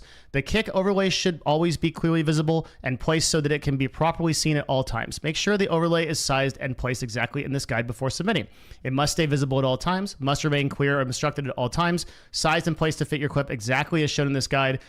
Some UI stuff here. Follow the examples. Incorrect logo placement may result in your clip being rejected. AKA, very important right there. That's kind of the key thing to focus on. If you do not put the Kick logo, as seen right here, onto your clips, you do not get paid. So every one of these multiple billions of views has that Kick logo square right into the right in the bottom for the entire. It's like a style guide. Entire duration of the video, and every one of the clippers is doing that. That is why Kick is doing this. You must have the Kick banner on every clip. If you mess it up... Wait, I'm sorry. Can you post a Kick banner? They didn't say TikTok, did they? Because I don't think you can post a Kick banner on... You can't post a Twitch banner, from my understanding, on TikTok, right? People would love to use TikTok to build their other platforms, but TikTok has been aware of that forever, and they every year it seems they make it harder to do that, right? So we must be talking about like YouTube Shorts, Twitter/X, which Kick is like no go because we don't use it because the platform incels, correct? Oh my god, Kick is a different audience, and I don't want to paint with too broad a brush because there are actually I do know streamers on there that are not like this at all. And I would assume their audience is not like that either. But it skews right wing more so than maybe Twitch skews left wing, which I'm not even sure if that's true. I'm not even sure if Twitch does skew left wing at all. There's the demographic is really tough, right? The person I had in mind, Adrian Vixen, brought their audience over, I believe, from Twitch. But yeah, a lot of there's a lot of toxicity on Kick, and if you can make it work for you, if you can find an audience there, more power to you. But in general, you're gonna find a lot of like Asmongold viewers, right? That's who watches Kick by and large. But I don't know, maybe people like Adrian can change that someday. But that's just it's same thing with Rumble. Same thing with Rumble. But yeah, it is. I get that, you know, people the higher payout, which I'm not sure if they're still doing that. A lot of this stuff is just to get people in the door, to expand their streamer base, to hope that people like Adrian will come with like like their existing audience, and that those people will maybe check out other kick stuff. I don't know if there is other kick stuff like Adrian. Like I said, a lot of what I've seen is just impossibly toxic. The few times that I have dual streamed to Kick, it went about as you would expect. And then when I found out more about the, you know, the kind of financial backing of it, and the way that it seemed to be maybe a funnel towards Gamba, I just didn't want to do it anymore. But no judgment against, you know, people trying to find whatever platform they can to you know, exist on in content. It is difficult. It is a struggle whatsoever. How are these influencers by Kick being chosen? I can't figure that. I am so freaking like hot. And how am I hotter? It is like now dark. Oh, that's how I'm hotter. God damn it. I let my hair down. Big mistake. Big mistake. Okay, let's fix that mistake. All right, hair up. That might help a little bit. And the other thing I'm going to do is grab an iced coffee. It is way too late for me to be drinking iced coffee, you know? But I'm going to need to make some progress in Persona 2, and I don't think that's going to happen otherwise. I'm drained, chat.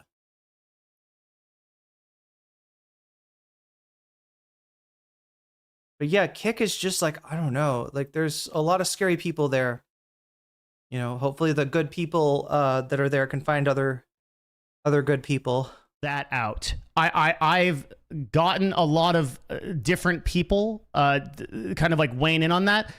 Nearest I can tell, it's basically who you know at Kick. Now, they like technically offer this program via the Kick Partner Program, the KPP they call it. They offer it to any Kick partner, and I'm actually pretty confident that if you were a Kick partner, you could probably message somebody, like some staff member, and be like, hey, I want to be in on this, and you could probably do it. And I think to some degree they would feature you. But like, what determines that like these people get like featured? I'm guessing so. If there's a minimum, right, that means that streamers with pre-existing fame or an audience are gonna be easier to make money for these clippers, right? You make money off of somebody that's really famous. You know, it's gonna be very easy. You try to make money off of somebody that is, you know, new to streaming and is like, hey, I want to be included in this. Then, you know, maybe they're not gonna get chosen as much. I think that's the over like these people. I think it's arbitrary, and also just that some of these people have like Clavicular like also just did really well when it comes to like the way that he gets viewership. It just worked. Like it actually helped him go viral, and a lot of the stuff that he did like went viral on its own once it got featured everywhere. So I think there's a lot of that kind of stuff going on with the Kick stuff, and here's how I would explain it.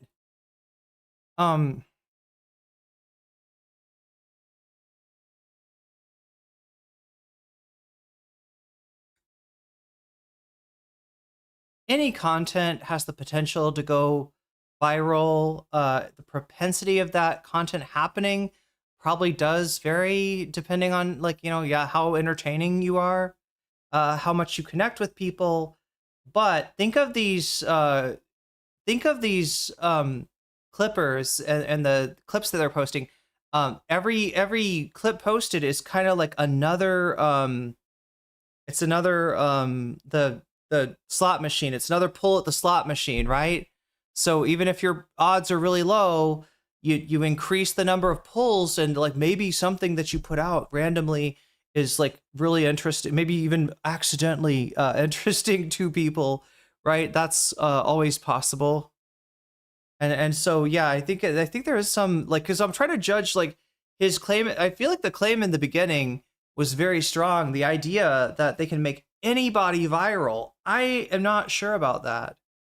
But I could see how he could talk himself into that, given that, like I said, every clip is another pull at the slot machine, and that, like, I guess anybody has a chance of going viral. And so, yeah, whether especially if your content is good, especially if some of your clips are really interesting organically, you're going to benefit more from, this kind of thing than somebody else would, potentially.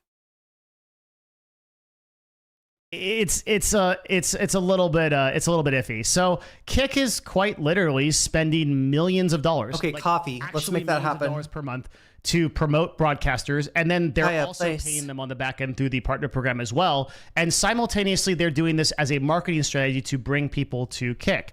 So this is a different approach.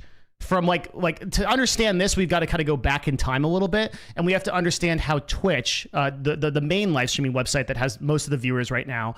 Well, YouTube now has all those viewers, but it used to have a lot of the viewers.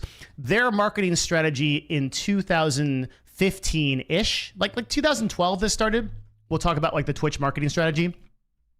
Their marketing strategy was to pay streamers individually to stream on the platform, and they got bonuses based on how many viewers they had and like how many hours they streamed. And like the Twitch way of doing this was to offer contracts to streamers for flat rates plus like minimum guarantees and bonuses, with the idea of keeping them on the platform. This was an exclusive thing. Kick actually doesn't care about if you're like exclusive most of the time or not, except for their like very top people. So the marketing strategy that Twitch used to use was to pay before they ran out of money, and like Amazon basically cut their budget. I mean, they're a ghost ship now, right? But before they basically cut their budget, this was how Twitch operated. So Kick has looked at this, and Kick has said, you know what? We want to go a different route. And they're using a playbook that they used at Stake. Stake is the kind of partner company to Kick. I know they don't like that they don't like that association, but I mean, like, literally when I was on the podcast with the owner of to me, it's like, if your executives are cross-sectional decision makers on each like, if you have an executive, you have a CMO, and the CMO makes decisions for both Stake and both Kick, like, they're associated companies. That's it, right? Like, and when I talked to Eddie, the owner of Kick, who was very charitable to me, honestly, on the podcast, he was very transparent about that. So look, to me, it's like it's an associated company. Stake had the playbook. You might have seen this, even if you're a pretty savvy social media person. You might remember when you were seeing like Stake logos all over the place across like all social media. That's just this playbook, right? Like, this is people getting paid to post Stake logos everywhere. They took that playbook and they optimized it and they put it out there for Kick. And this has a dual purpose of, like, one, it blows the streamers up, so it markets them, and number two, it obviously brings people to the website, because 2.2 billion people are seeing the Kick logo, and some of them, like some very small percentage, are going to go to Kick and check it out, and this is going to boost their live viewership as well. So like on YouTube Shorts and like TikToks and Reels and stuff, the conversions are bad, like percentage wise, like you might. It's like 0.00001%. But it doesn't matter. If you have 2 billion views, and like the aggregated views of all these people are way more, you're going to have some people come to your website. Now, look, I'm a marketer, okay? I'm a brand agency owner. This is smart marketing. Like from their perspective, like, whatever you might think about the ethics of it, and you're well within your rights to think about the ethics and the morals of this. But like, that's like, I'm here to just present the information.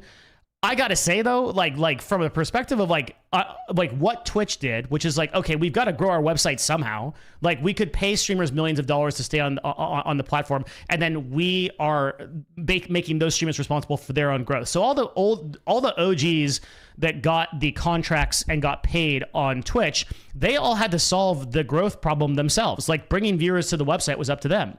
But Kick is saying, no, we are actually going to do this for you, and we're going to bring people to the website, and this is where our marketing budget is going to go. So they're spending tens of millions of dollars, because this is understanding that this is a ecosystem that feeds them. That's why this exists. Okay, Kick would not be paying this kind of money if they didn't want to actually build the platform. So like, from the perspective of a pure marketing perspective, this is a superior marketing strategy than what Twitch did. It just is. Like, they're taking the growth into their own hands. They're getting views on they're getting way more views. Like, when Twitch paid people to put money in, gave money to streamers, they were still benefiting the content creator economy, and people made a lot of money off of it. There were people like Shroud and made millions of dollars off that kind of stuff.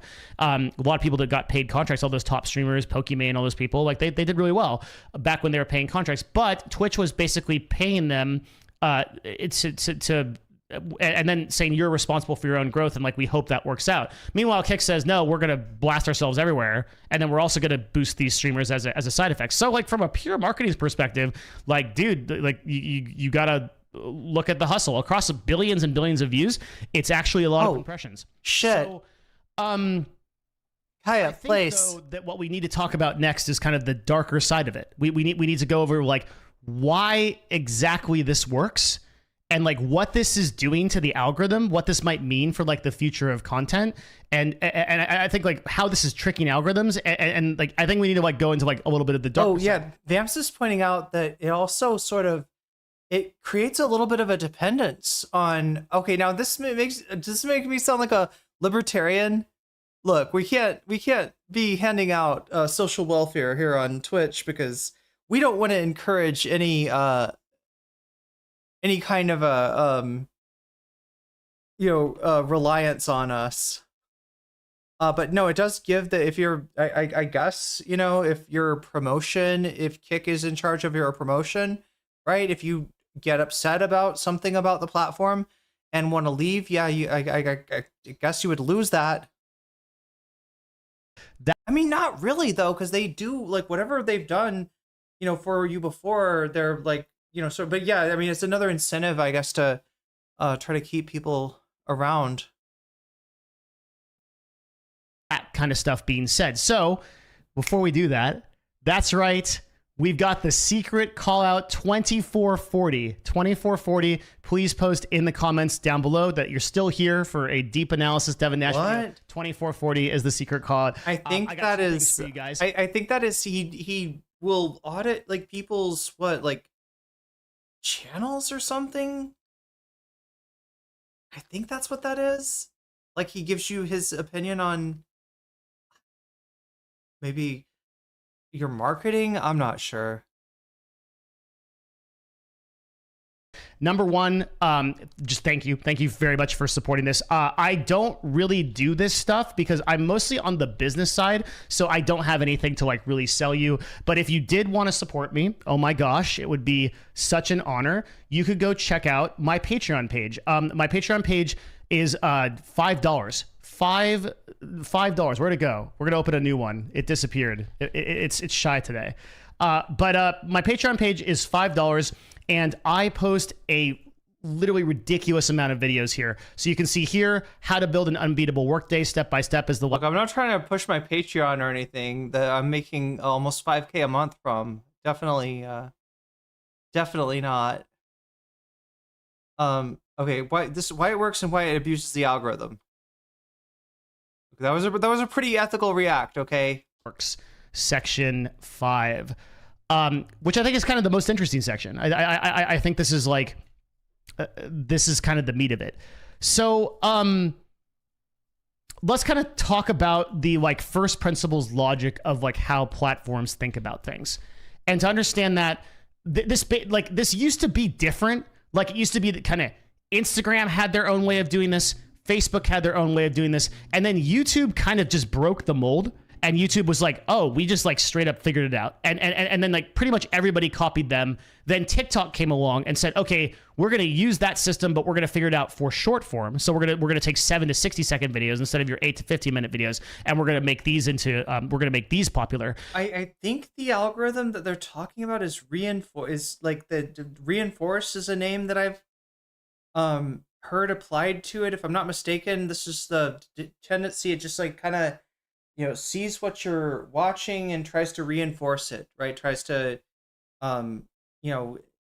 give you, tries to draw relationships between content in terms of like keywords and subject matter. And I mean, this isn't like advanced AI or anything. This is very like rough. And I'm not convinced that, how much Like, you know, for instance, something like discerning between a viewer who hates Matt Walsh, if I make a video about Matt Walsh, and a viewer who loves Matt Walsh. It does not seem to be so, like, the algorithm is not figuring out like what the algorithm knows the video's about Matt Walsh. It doesn't know if it's for or against. So yeah, I mean, there's a lot left to be desired. But yeah, in general, it just tries to give you more stuff that's similar to what you're watching, with a few curveballs thrown in every now and then to see if there's something that the algorithm doesn't know about you that it can cater to. And the whole idea of an algorithm is it's simply to orient an audience towards videos that they want to see. So one of the major signals for doing that is, and just deciding that content is important in general, is like the number of people they're talking about. So think about like if a news topic, like let's say something like a big presidential thing happens, or there's like big news in the world, a big volcano erupts or something, a wizard comes along and erupts a volcano through sheer willpower and intent alone. Did it boost their subs and views? I don't know if it's possible to, to interrogate whether like a particular campaign boosted a streamer's subs and views. However, I will say that what the campaigns, are assuming that they're not serving it to people that just don't like it at all, right? If they're gonna get more name recognition from the campaigns, and probably just law of averages, law of statistics, that content's gonna find some people that like it, that then come over and watch Asmongold on Twitch, or whoever, Clavicular on Twitch. So that much I can say. How do we like hear about that? And like, how does an algorithm know that that's important? Well, a big part of it is just volume. Like a bunch of people saw the volcano blow up, and a bunch of people that didn't see the volcano blow up want to talk about the volcano blowing up. And a bunch of analysts who are volcano specialists want to come in and talk about the optics of the volcano blowing up. So what happens? Well, there's a lot of volume, right? There's a lot of, like, suddenly there's just like a bunch of clips, and there's a bunch of information. There's a bunch of different people talking about that form of content. Oh, fuck. Actually, Amanda Panda, that's a good call. I don't think, I mean, we got a general idea. I'm not sure how much I agree with this. I'm not sure if what he's proposing is even testable, but I can see some kind of steelman argument for the idea that anybody could potentially go viral. Every time your clip gets posted by one of these people, that's another pull on the slot machine. And with enough pulls on the slot machine, you will probably hit the jackpot at one point, and potentially, I don't know. Is it worth the amount that these campaigns cost? Questionable, but again, Kick's in it for the long haul. They're trying to build brands for their streamers. Remember, they pulled some people over from Twitch and from YouTube. Right? They pulled some people in who are like more right wing than whatever platform they're on. But they don't have the kind of super large creators like Twitch does, and so they've got, what they're trying to do here is create gigantic creators in order to boost the overall platform and boost the brand and everything else. So I think we've got the point. One other thing that we got to make sure to hit before we are done is that Clavicular, forgot to tell you this, OD'd. We were so interested in the whole Entertainment Tonight is covering this. Destiny is covering this. Where's the original Kick Overdose? There's a channel called Kick Overdose. Oh, that's so. Wait, that's bad. Oh my god. Is this one of those channels? Is this one of those channels? CBS Miami.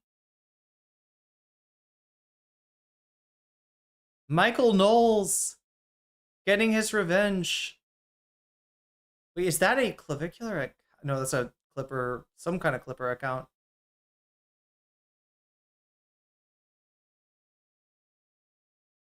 Talks female psychology. Oh my god, please explain female psychology to me, Clavicular. I guess we gotta go with this. How do you feel? Look, Chat, the Kick logo. They followed the style guide. Wait a minute. This one is, I think this is like for reals. I think this shit is like, do you see the aspect ratio? I think this is reals. Right? Isn't reals more like a little bit more square?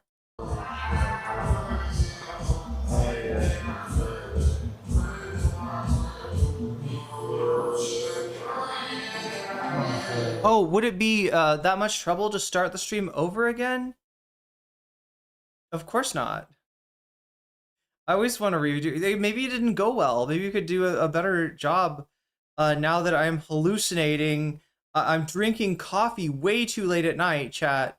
You know, this is partially because I need to wake up if I'm gonna not get my ass kicked by those demons in Persona 2 in 15 minutes potentially, or you know, but part of it is because it's got ice in it, right? I got iced coffee.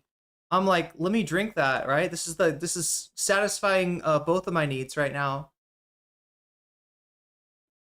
Oh my god, 24-hour stream incoming. That would be if it was Vietnamese coffee. Okay, so he's not having a good time. Also, is there a filter on him? Clavicular does not look like this. Has he got a filter? I don't understand. That does not look like Clavicular. What's going on here?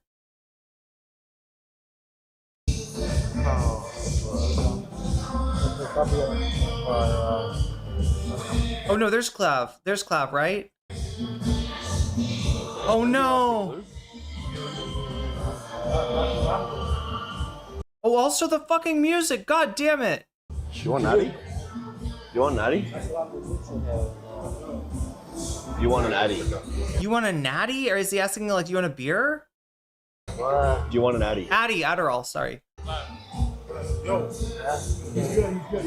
Yeah, I think that's what he needs. More drugs, definitely.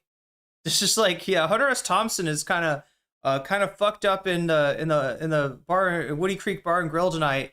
You know, should we give him more drugs? I don't know. I don't know. Yo, you want an natty? You're gonna kill that. You could kill that man. Yo, you want an natty? Okay, chat, this is so weird. These are looks maxers, for the record. That is not a very good, you know, posture, but these are looks maxing. You know, that's what these guys are. For some reason, why does this feel like a gay club? How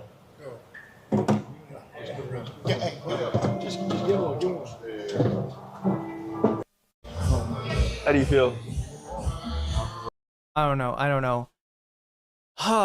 So that is one, I guess, that's really strange. We're like second person view of the clavicular overdose there. Yeah, it did happen at the club. I think it... Should I trust the algorithm? Entertainment tonight will eat my ass. Destiny, we don't want to see.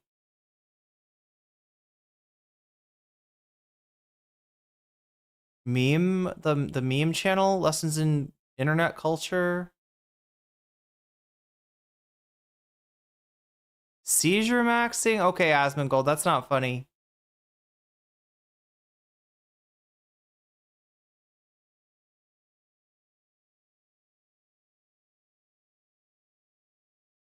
Right now at 11, we begin with breaking news. Controversial influencer Clavicular has been rushed to a hospital in Miami after having a suspected overdose.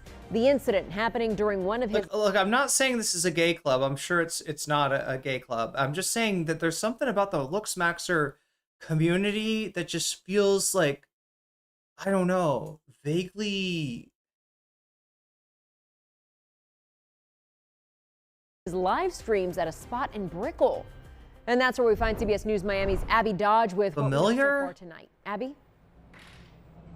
Lauren, we are here at the corner of 9th Street and South Miami Avenue, a very popular happening spot here in Brickell. Miami Fire responded to this address for an overdose of a 20-year-old. Now, a source close to Clavicular tells us here at CBS News that he is suspected to have had an overdose. I want to take you to video right now that's causing a big stir of the community that follows him. This is what is causing his viewers to have great concern. They say while watching his stream today that he seemed very out of it, and then the video abruptly ended. Clavicular, whose name is Braden Peters, is known for the popular trend of look smack scene. He's been in some hot water before here in Fort Lauderdale. He was arrested for battery and was also arrested in Scottsdale earlier this year for suspicion of drug possession. This is a developing story, and we're going to continue to keep you updated on air and online here. Was the battery when he ran that dude over?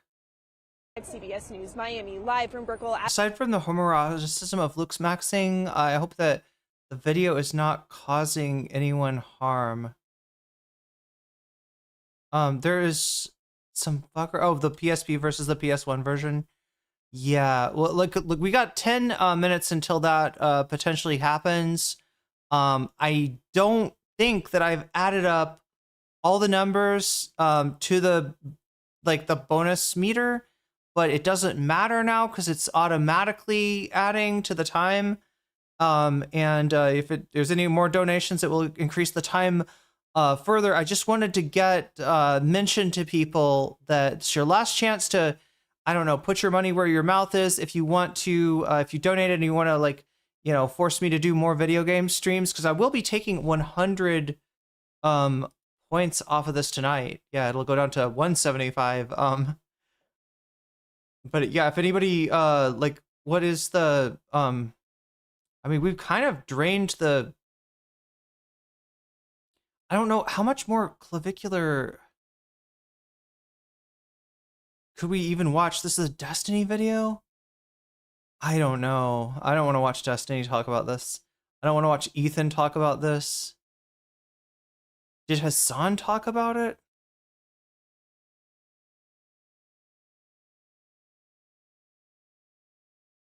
Maybe we should go on to, maybe we should go on and try to get a little bit of the Hasan debate.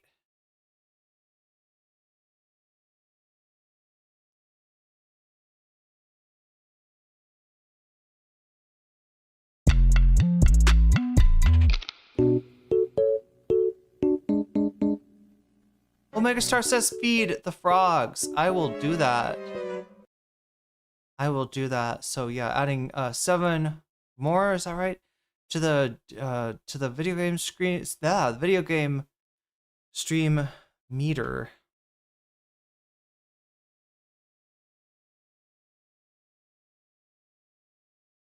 What is this BS about? I will have you know, good sir,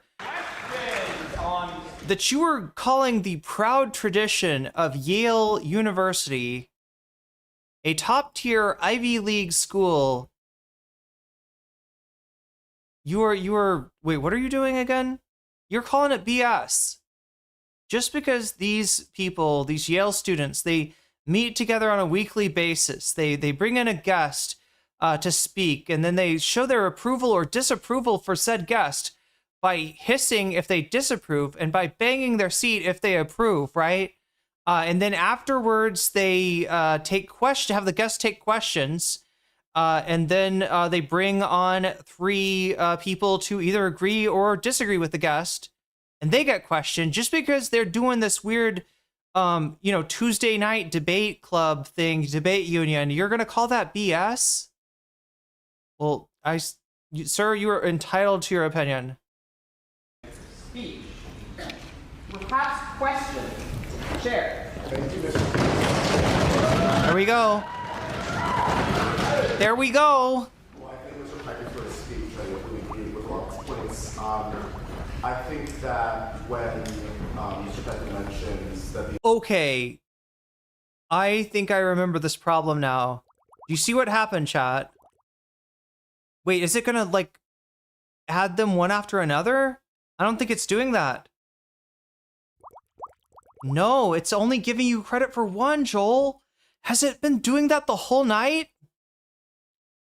Has it been doing that the whole night? Thank you for your service, I guess. If I'm reading that correctly, I think I'm legally obligated by Twitch to say so. But yeah, we gotta read out some jellyfish right now, and we gotta add some extra time. So yeah, look at this, Joel with the 5 big ones, and let me read them out. Reborn. You just got jellyfish socialaced. You just got jellyfish Tango Whiskey Romeo.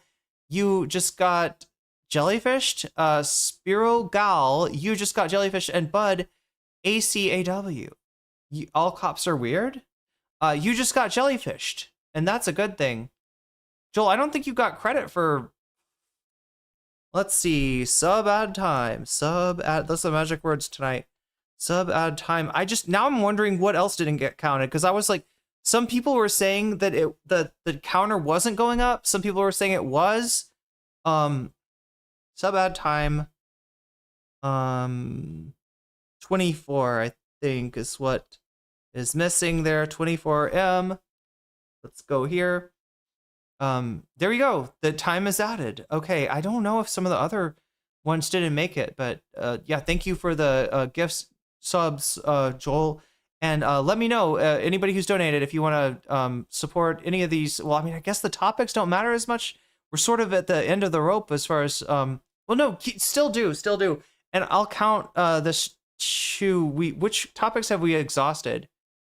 We exhausted Ethan Klein. We exhausted, I think, Israelis behaving badly in Thailand, although I should look and see. There's always more Israeli tourists behaving badly in Thailand. It's kind of a thing that just it's as regular as the smoky season, chat. Just as the smoky season comes every year, so do the Israelis, and some of them are behaving badly in Thailand.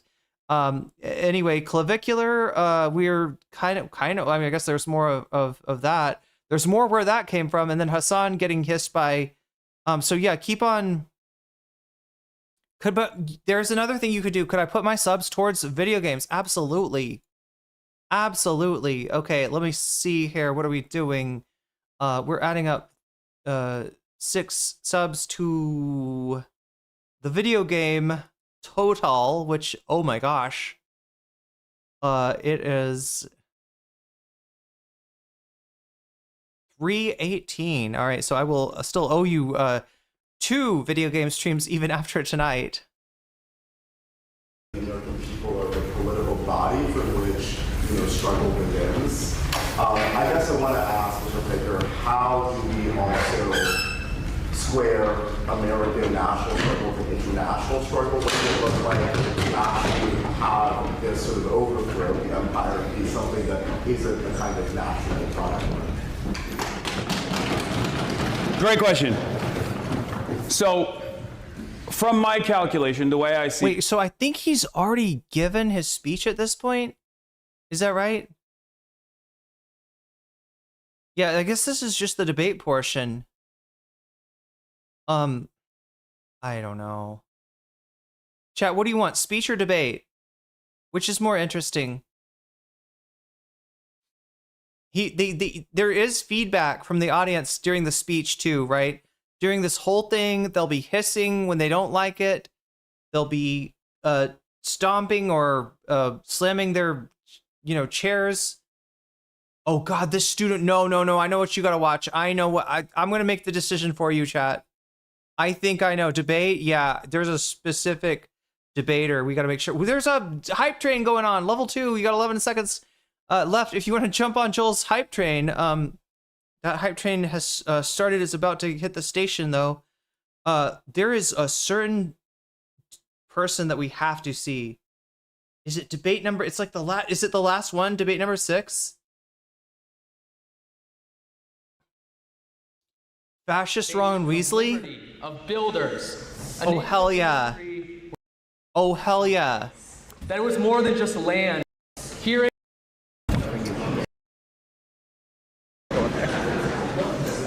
Okay, so I'd love to show you more of this. I doubt we'll have time, and I want to make sure that you do see this because this is the, I mean, this is beautiful. What happens here, right? So he gives his speech.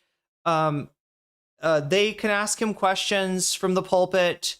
Then they bring up like one person at a time to give a counter speech, a rebuttal, if you will, or an agreement with Hasan's speech. And then those people get questioned by Hasan if he wants to, and by the audience, if they want to. So, after, some agreement, some disagreement, some liberals, some leftists, right? We get this guy who is a curveball. I'm convinced maybe the kind of curveball only an Ivy League school like Yale can really throw at you. But here we go. Just no questions on him? Yeah, him? Yeah. No, it's all. But yeah, no questions for you. Oh, okay. One day, the young people of today will inherit America. We grew up hearing that our country was strong. Chat, they're already hissing him. They're saying fascist Ron Adolf Hitler? Okay, that's not right. You can't post that. You can't say that in Haas chat. Special. We heard stories of our founders that taught us that this country meant something. That it was more than just land, more than just an economy. We were supposed to be the nation of liberty, of builders, a nation of industry where those who worked hard succeeded. But we now stand to inherit an America that is not that. Our political machine has given us back-to-back senile presidents. Our president desecrates Easter on Easter. We still don't know what's going on with Epstein, but it isn't good. And wait. Have I got the wrong person, chat? Is this not the cringe one? Did I pick the wrong one just because he looks like Ron Weasley? We have a Congress that's bought out that 80% of Americans disapprove of. That's our leadership. And what fruits has it bore? The economy has been rigged. We believed in hard work. Now we gamble on sports and cryptocurrency. We're short 27 Let him cook. Affordable homes. Okay, so for anybody that doesn't know, it's the Yale Debate Club, right? This is a tradition they have at Yale. And they'll, for every speaker, they're gonna they're gonna hiss when they disagree, and they're gonna stomp when they agree. So all the stomping or the I don't know if they're using their seats or they're making some kind of stompy noise. All of that. Oh my gosh, Twitch just overtook YouTube just now by 1 point. That's crazy. Anyway, all the hissing is disagreement. All of the banging is agreement. Does that make sense? We have no bullet trains. China has 30,000 miles of them. And our cities cede their public spaces to people zombified by fentanyl. Our house is not in order. And what about— I don't know about like dehumanizing, people with severe, deadly addiction issues, like by comparing them to zombies. But okay, dude. Like some of the rest of what you're saying is not that objectionable. This whole procedure is legit giving me inspiration for some stuff from my magic school story. It does feel like Hogwarts, doesn't it? I mean, especially we got Ron Weasley here, except it's like a Ron Weasley Draco Malfoy fusion, or so. That's a fusion we never wanted to see. It does feel like Hogwarts, but after Slytherin takes over. Internationally, that's the subject of this debate. We have to watch on that runway in Afghanistan while our allies chase a C-17 down the runway. We watch them cling to the side while it takes off. Those people believed in our values, and look what happened to them. What values, bro? What are our values? Iran. We've done a surprise attack like cowards. We never used to do those as a matter of principle. We never used to do the surprise attacks. We'd always give you a warning. Hey, we're about to attack you. Don't be surprised. I don't know. Yeah. No, what is he trying to say? A first strike, I think, is what he's like. He's under the impression that, I don't know, you gotta be. Whoa, that's fucking crazy, chat. You gotta write up Iraq as a counterattack, right? As a a defensive war somehow, which it wasn't. Saddam Hussein had nothing to do with 9/11 and did not have weapons of mass. They just made some shit up, right? They were on a roll. They were like, let's make more money for the military-industrial complex. Afghanistan, you should know better. The Gulf War, a lot of people were fooled, but the only difference is it was shorter and it cost less money. Vietnam, please tell me nobody's trying to retcon Vietnam into any kind of a just war, because that's ridiculous. Korea, yeah, you got to go back to fucking Pearl Harbor to find the United States behaving the way that Ron Weasley here is assuming that we always have. But that is maybe our first tell. Let's see what else we got. We've accomplished none of our goals 6 weeks in, and now we are considering their 10-point plan. So how can the proud American look at the state of our country today and feel anything but humiliation? The proud American. And what was the point of it all? Cheap gas? Gas isn't even cheap. What was the point of it anyway? OnlyFans? Ha ha ha ha ha. So I agree that we've got problems, but now we have this idea that's coming from Mr. Piker and other people on the left that we just need to maim America. We just need America to just shrivel up so it can't do any more damage to the world. And I hear this idea. It's so weak. It's so convenient because it doesn't require fixing anything or having solutions for our country's problems. Our national mission, the mission of Washington, of Hamilton, of Lincoln, has been subverted from the inside. It's been subverted by the rise of so many who desire nothing more than to skim off the top. People who see our country as an economic zone and think in terms of quarters and election cycles instead of decades. The abuse of our power abroad is just one part of our problem. We've lost that great civilizational gravity that built our power in the first place. We've lost the American difference in industry, in economy, in our standard of living.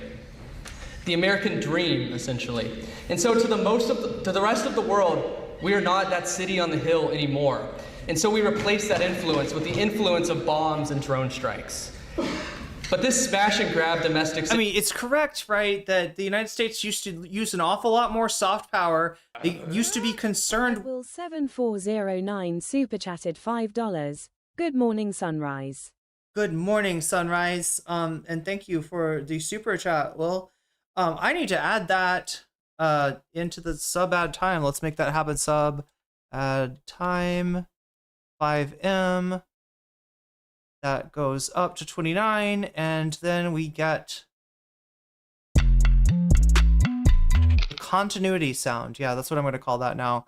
I don't know, chat. I may be hallucinating at this point. Who knows? We've been on for 7 hours and 38 minutes, and chat, we haven't even gotten to the real fever dream of the stream. Yes, that I am talking about my playthrough of Persona 2, a game based on the idea of urban legends, which actually has an urban legend associated with it, which would advise somebody like myself not to play the game on stream, or else weird stuff will happen.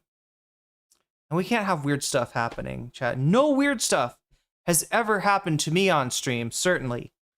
Situation and our disastrous foreign policy are both coming from the same place. The lobbyists, the super PACs, their donors, the defense contractors, they're eating our country. They're eating our cats. They're eating our dogs. To solve.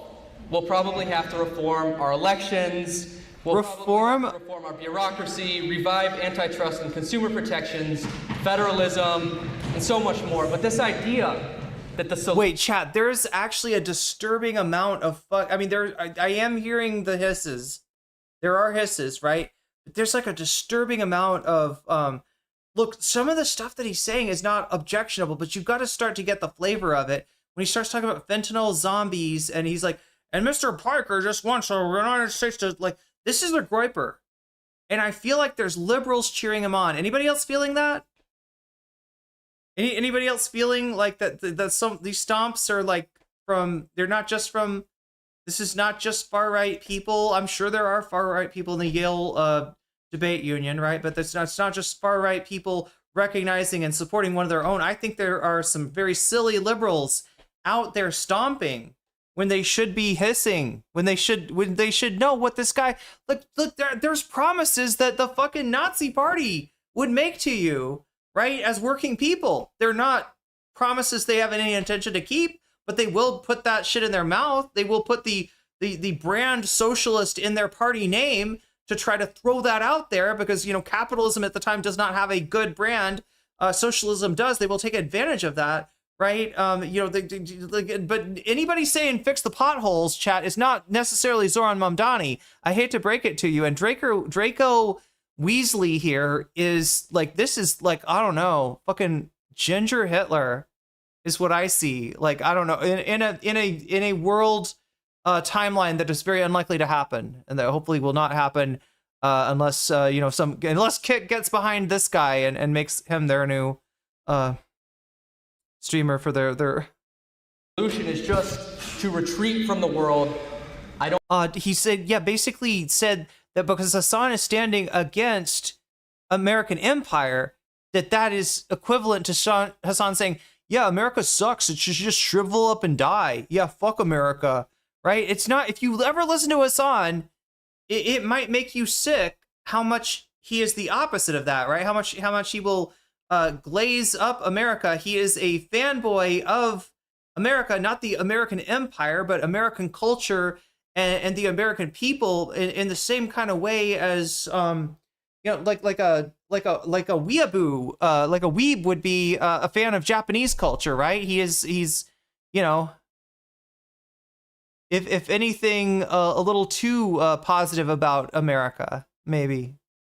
Stomping and hissing, dear God, I'm glad I didn't attend an Ivy League school. Well, I don't know if this is typical. This is, I guess this goes on at Yale. But yeah, this guy is, I don't know. And it really does worry me, chat, when I hear like the amount of people that are stomping, and I don't think they're all fucking far right. I don't think they all get that maybe he'll make it more clear. Don't buy it. It's giving up. Maiming our stature will not fix congressional corruption. It won't solve the housing shortage. Maiming our stature? What the fuck does he think Hasan wants to do?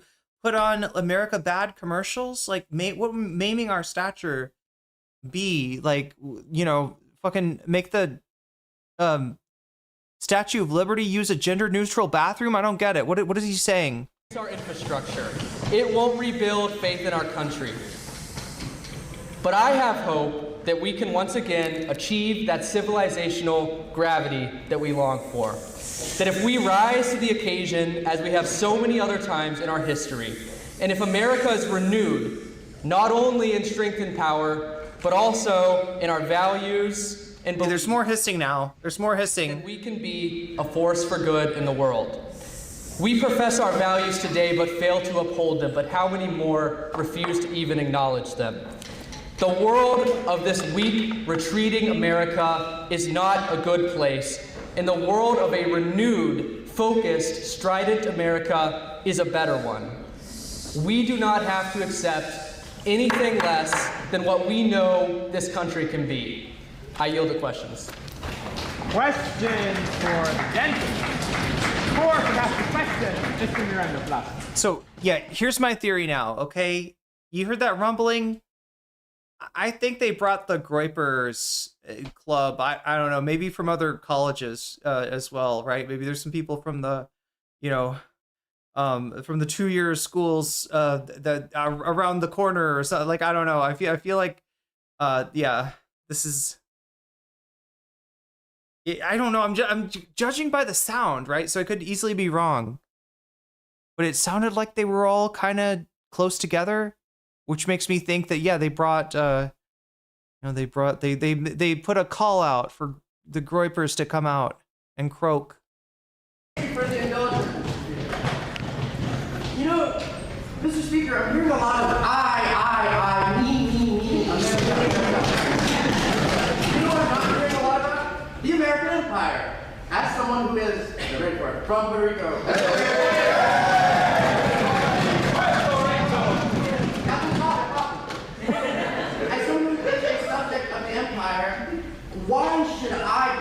compelled to care what is happening in the United States? Why should I care what the United States is doing when they are still in my country, exploiting my economy and taking advantage of a captive economy that the United States has imposed upon us and that is being imposed upon other countries as well? Why should those countries be okay with this continued foreign policy? Why should the focus specifically be on what is good for America? If we were talking about the American empire, writ large, you know, that thing.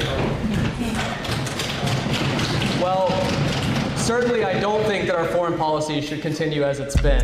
That definitely is not a part of my argument. But to respond to the broader question, the point is that an America that lives by the values of the Declaration of Independence, an America that truly stands for what we say, is good for the world. And so that's why you should care. That's why people around the world do care what happens in our country. So it looks like they got a right and left moderator. You see the on our right, I think that's the right wing guy, and then I'm guessing maybe the other guy's the left wing. Further questions? Perhaps a penultimate question. Ms. Abdulkahan? I think there's a tension between maintaining a presence in the world and fixing all the internal issues that the gentleman mentioned. You know, housing, the fact that the budget is a thing. Can you continue spending as much money sending moms abroad and maintaining this empire? Many doctors. This is weak. Institutional educational excellence comes up with this. Yeah, this is Yale, right? That's kind of this feels like high school, chat. If that. I'm sorry. Just from what we, I mean, there's I think there were some good speeches, right?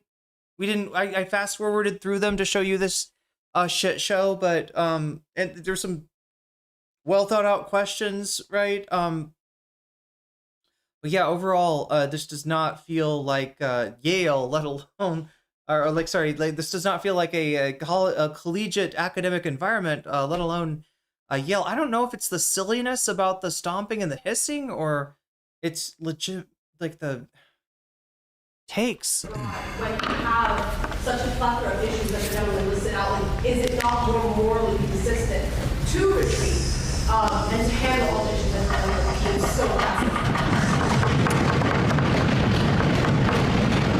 Couldn't hear what she was saying. God damn.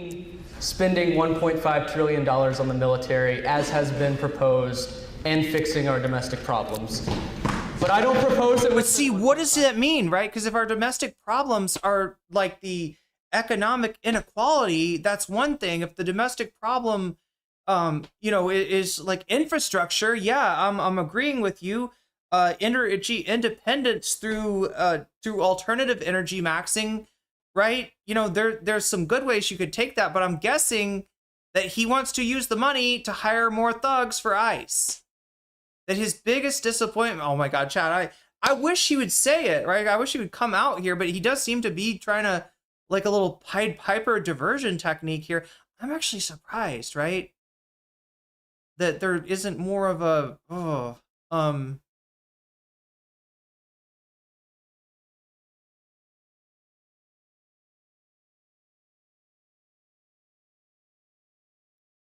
he's leaving the part unsaid, where it's okay, so I want to take that money, right? $1 trillion, ridiculous to spend it on a useless and counterproductive, even from an empire standpoint, war with Iran, right? A failure of a war that was just, done out of not Donald Trump's fucking narcissism and maybe a little bit, yeah, his desire to change the subject from Epstein. But I think it's mostly the ego. I think it's mostly Donald Trump's ego. And so yeah, great thing to do, to take $1 trillion, spend it at home, maybe putting back the money that Donald Trump robbed from Medicaid and Medicare and SNAP. Maybe putting that money back, huh? Maybe thinking about renewing some of the programs that were canceled, that were actually some of the few soft power things that the United States was doing that resulted in people being alive that would not otherwise be alive, right? There's a lot of good that you could put $1 trillion to, but I am guessing he wants to put it towards fascism. I am guessing he wants to put it towards making sure that you can beat down the fucking opposition with a bunch of brown shirts. He wants to get that. I'm guessing that would be his complaint about Donald Trump. Well, I loved his campaign, right? Mass deportations. I want to see that. But look, what am I seeing now? It's not mass deportations. It's not based. Or say that's the Rogan version. Like yeah, based is the Asmongold version, right? But you know, I'm guessing that's where we're going here. Do you think Asmongold looked like this at one time? Do you think that when Asmongold had all of his hair and all of his teeth, this is what he looked like? I don't know. Hard to imagine. Hard to imagine. $5 trillion on the military. But I do propose that we continue, as we hopefully reform and restore our country, having a place in the world, having the ability to project influence. And so there can be tension between the things that we do in pursuit of an empire. Chat, speak up if I'm getting him wrong, because I am out on a limb here. I'm making some massive assumptions. You do not feel obligated to agree with me if you do not in fact agree with me. I may be things that we seek to do at home, but there is also a way to achieve both at the same time, I believe. And for perhaps the briefest final questions, Jimmy. So as we know, sort of world system is some sort of jungle system. There's no overarching enforcement mechanism for acting altruistically. So why would the United States ever act that way? Why wouldn't it just revert to acting for your own? Well, if you don't believe that our country is special, or you don't believe that there's anything here, then that would be a cynical viewpoint that one could adopt. But that's not what I would ever want to see from our country. That's not what I would ever propose or support.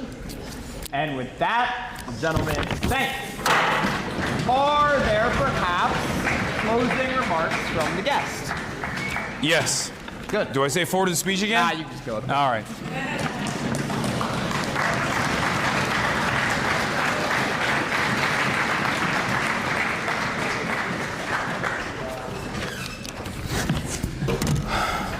Wow.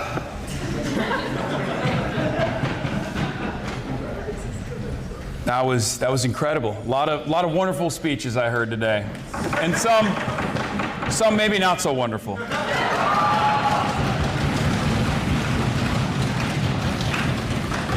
Chad, am I thinking the wrong guy? Was there another guy that Hasan? I remember Hasan saying something like, "Great speech," but then just like taking some real exception. Well, anyway, we got 15 minutes left. We'll see if we can find it.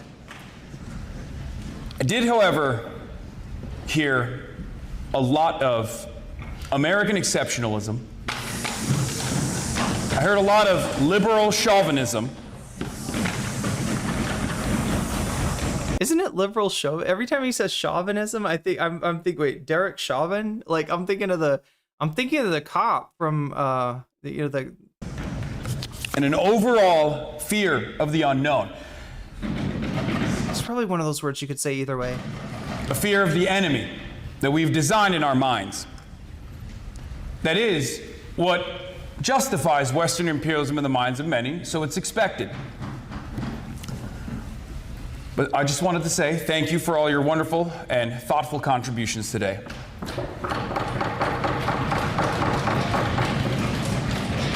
I want to make this short and sweet.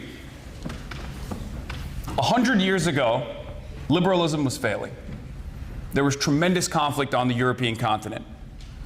100 years later, with the exception of Russia's invasion of Ukraine, let's be real, it would be unthinkable to assume that Germany would fight against France, or that France would fight against England. Why? Because there's collaboration.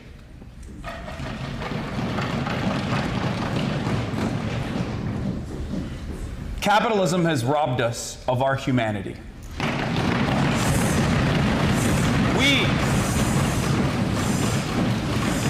We assume endless greed is the nature of man.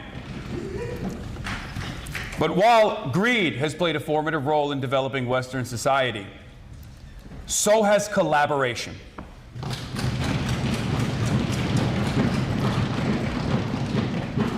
We look to these institutions that we've built. We look to skyscrapers, the invention of the internet. Maybe that was not so good. Although it did give me a job, so I have to be grateful. And we assume this is a byproduct of capitalism, a byproduct motivated by man's greed, the profit incentive. All of these institutions, whether it be skyscrapers, whether it be our infrastructure, was also built with labor, with collective action.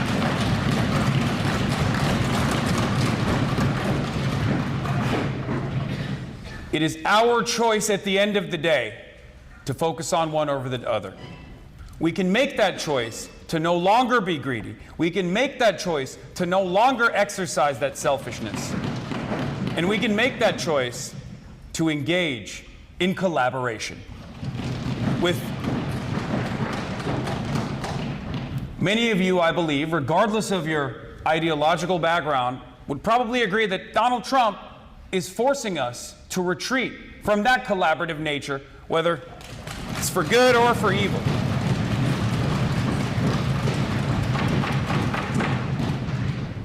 But ultimately, it is that wanting that each and every one of you has to collaborate with others that I believe that we can, no matter what happens next, find a much more just and equitable future.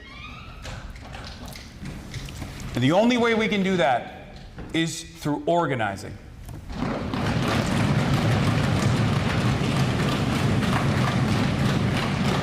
One of the first speakers, I forget your name, had some interesting words to say, that there's always going to be power. I say we put the power back in the hands of the many, rather than the power in the hands of the few. If a dictatorship is inevitable, I'd rather have it be a dictatorship of the proletariat. Oh shit! Oh shit! That is designed around the needs of the bourgeois class. And on that note, thank you so much for having me today. Look forward to seeing yourself on clips. So yeah, as you could imagine, that last clip is one of the ones that went viral, right? You know, it's an often misunderstood phrase. Now, I heard Hasan talk about this on stream, right? And he did go into the idea that, look, I mean, you know, dictatorship of the proletariat, dictatorship of the many, in other words, is something that's supposedly baked into the U.S. Constitution, right? We, you know, are a constitutional democratic republic, and you know, we supposedly abide by one person, one vote, although it definitely was not always that way. And, you know, it's been a struggle to stop people from being disenfranchised and cut out of that process. But it's the one thing that he didn't mention is that, like, you know, he's redefining now the dictatorship of the proletariat as the principle of the majoritarianism, I guess, is a simple way to say it, right? In other words, the majority of the voters should determine the outcome of the policy. Now, there's so many steps in the republic, in the representative part of our democracy, that obviously doesn't happen, and we kind of know why when it comes to money and politics. But yeah, so he is trying to appeal to, I guess, those majoritarian values in the United States. Now, there's also a counter-cyclical, is that the right word? A countervailing, you know, tradition or tendency that would say majority rules, minority rights, right? So, you know, if you think about civil rights, if you think about, you know, Jim Crow, if you think about the myriad of ways that they're still trying to stop certain people from voting, you can understand why maybe majority rule isn't something to abide by in a you know, in a like in as a main principle, right, or as a sole principle. But I think the reason that Hasan is mentioning this right now is that the minority that he's thinking about, it's not trans people or gay people or black people or Latino people or you know, people from an immigrant background, right? The minority that he is considering is the wealthy, right? Which you know, we do have minority rule in that sense. So yeah, that's the point that he's making. I don't know. Look, I'm not going to be the one to tell him how to, you know, try to manage a bunch of liberals, but that he does seem to be speaking to a liberal audience in that he's appealing to, you know, those kind of, you know, the same portion of the party, I guess, that's attacking him. So, Joel Silverwood, thank you for the gifted memberships. Depths, you just got jellyfished, and Megpie07, you just got jellyfished. And you did those separately. Oh my gosh, I'm not trying to socially condition chat to, like, you know, to not yeah. Is it cheaper if you bundle them or something? I don't know, but yeah, I did count both of those. Yeah, I'll look for that in the future. If it gives people like credit only for one, I'll try to, you know, I can manually add in. Burple with the gifted sub to More Bear. Look at that. Twitch is taken over here. Mod tools are scary. They put timeout button where the gift button normally is. What? That's crazy. I have it. It is complicated though. Every time I look at that shit, I'm just like, how do people do it? Modding is not easy, chat. But we do appreciate our mods. We're not at the end of the stream yet, and I thought that there was one debater. Right? Am I wrong? Is it debater number 2? There was somebody that was a total douchebag, and I don't think it was that one. Is it debater 5? Like, there's some legitimate.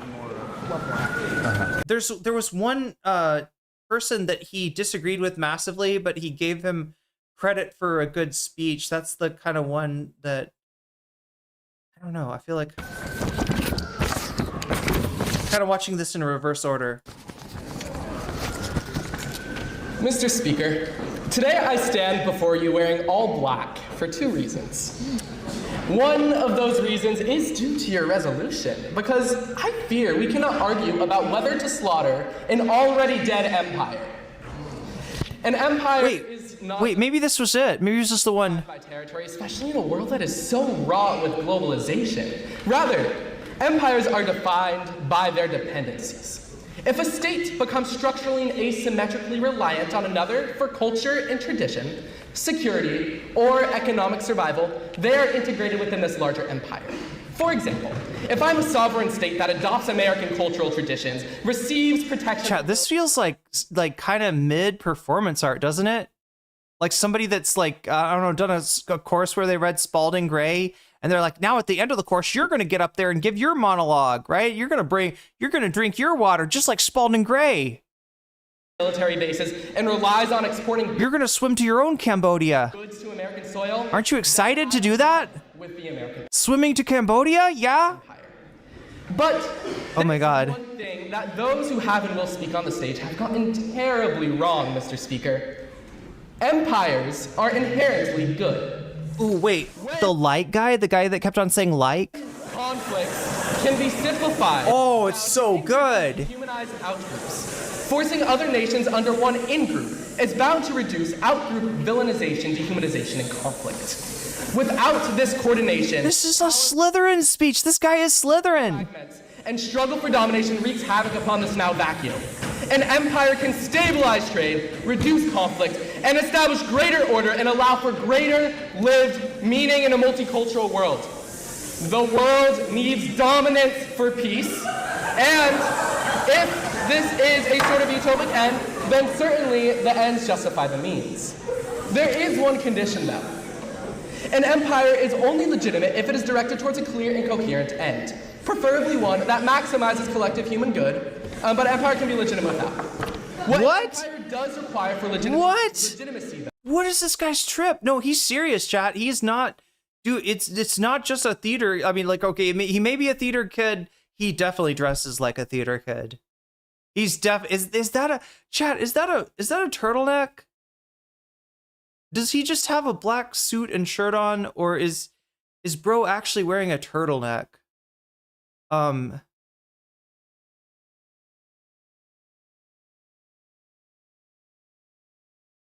think he's serious about this. I don't think he's he does seem like he's entertaining us here, but maybe not on purpose.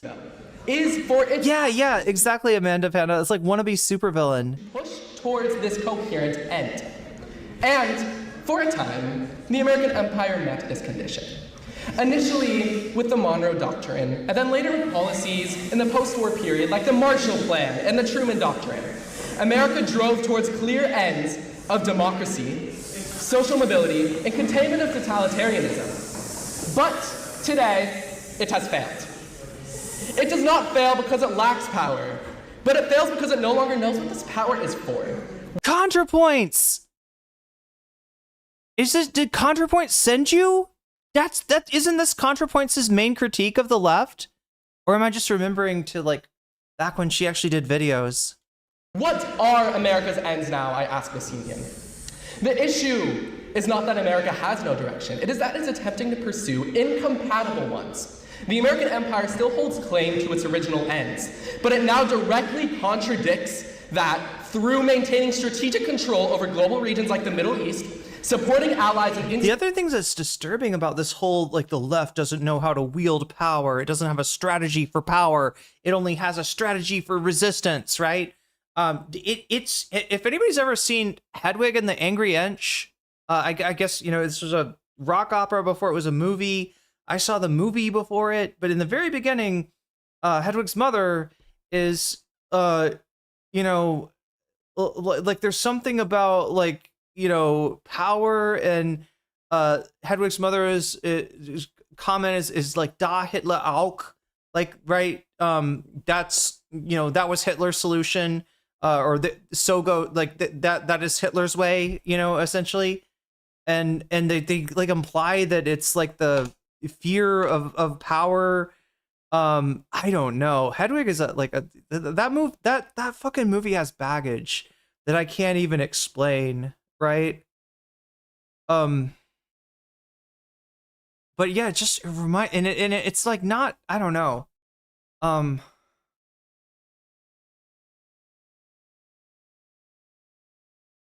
Contra is the quintessential theater. I mean, that's what her videos used to be like. Like, literally, it had that setting of like a theatrical, you know, / academic debate sort of setting. But yeah, and I don't think it's a serious critique, right? It's basically saying that the left is losing because it doesn't want power. And it doesn't want power because it doesn't believe in power, and that like somehow a superior non-leftist philosophy would embrace power but not to a fascist end, or it's something like that, chat. And I swear to God, it's literally just like the ham-fisted message of you know, like, I don't know if that was even like levied as you'd have to ask the writer, but I don't know if that was even levied as a serious critique in Hedwig, and you know, it definitely wasn't like speaking to you know, it's not a movie directed at the left.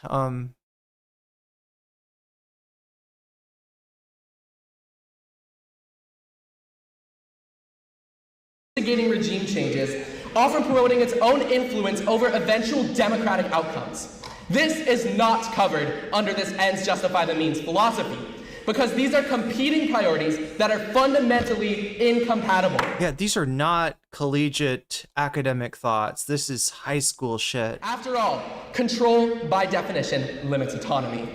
So, it is not that America has no end, but rather the presence of multiple incompatible ends at once.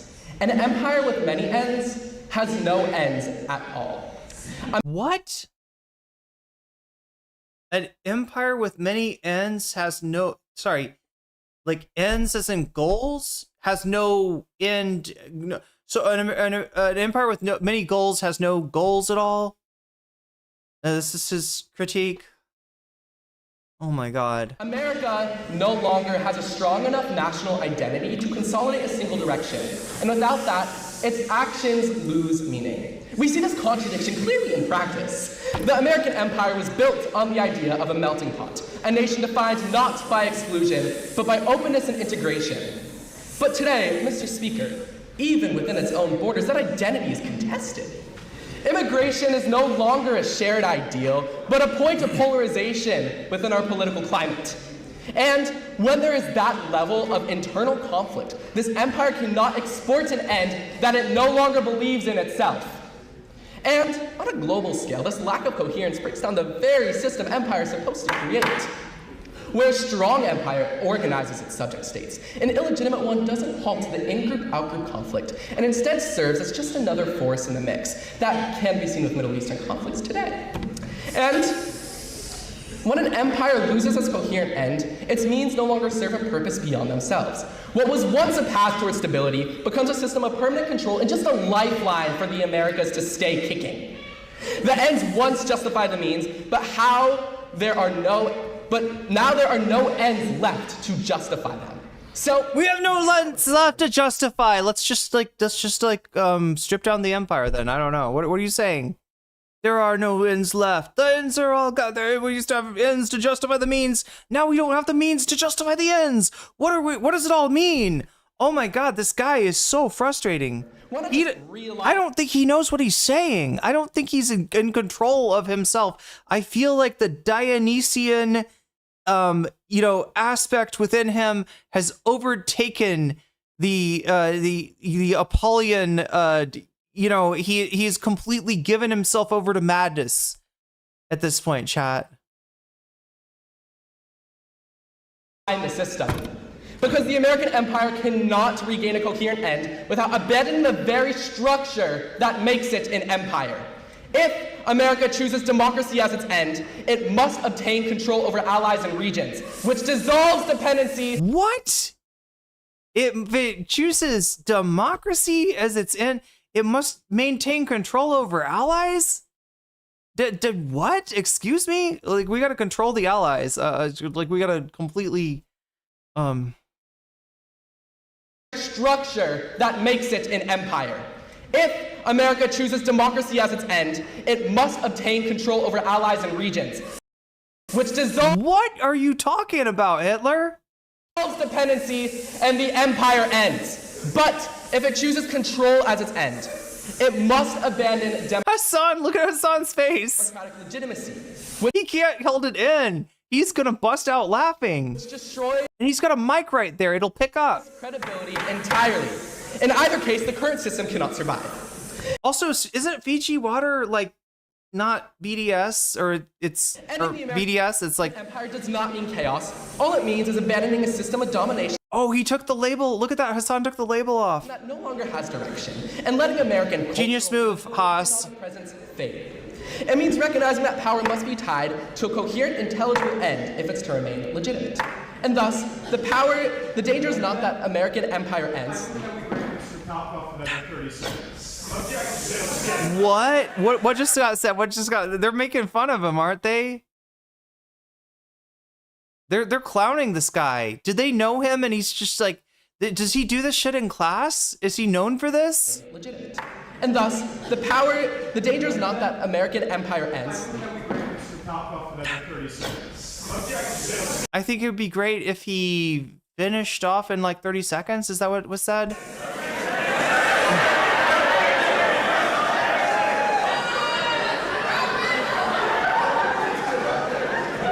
Thank you. The danger is not that American empire... Wrap up line. Oh, that's one sentence. Okay. The danger is that it continues as a system that has lost its purpose, and in doing so undermines the very order it once claimed to preserve, and with that I yield. Isn't this supposed to be affirmative? Yes. Questions for the gentleman. Or perhaps a question. So yeah, what he's commenting on is that I think that, so he gives his he gives his speech, right? They ask him questions, right? Then we bring on speaker number one. The speaker speaks, then the speaker answers questions, including from Hasan. Speaker number two, speaker number three, speaker number four, etc., right? And the way that they had been going was that they would ask for one in the negative, and then they'd ask for one in the affirmative, right? So somebody disagreeing with Hasan, somebody agreeing, right? They're going back and forth, and it was supposed to be the affirmative's turn, but this guy, this weasel, and not in a good sense, chat. He weaseled his way in to, you know, getting to give one of the speeches by saying he was going to give it in the affirmative. And it's just like I agree with Hasan that blah, blah, blah, blah, blah. You know, like it gets like, I want to show you the beginning of this. What is this? Where are we at right now? 101.54. Okay, 101.54. Let me show you the very beginning and kind of like how he sort of starts signaling 101.54. He starts signaling that he agreement, and then really quickly just pivots to disagreement. There's one more.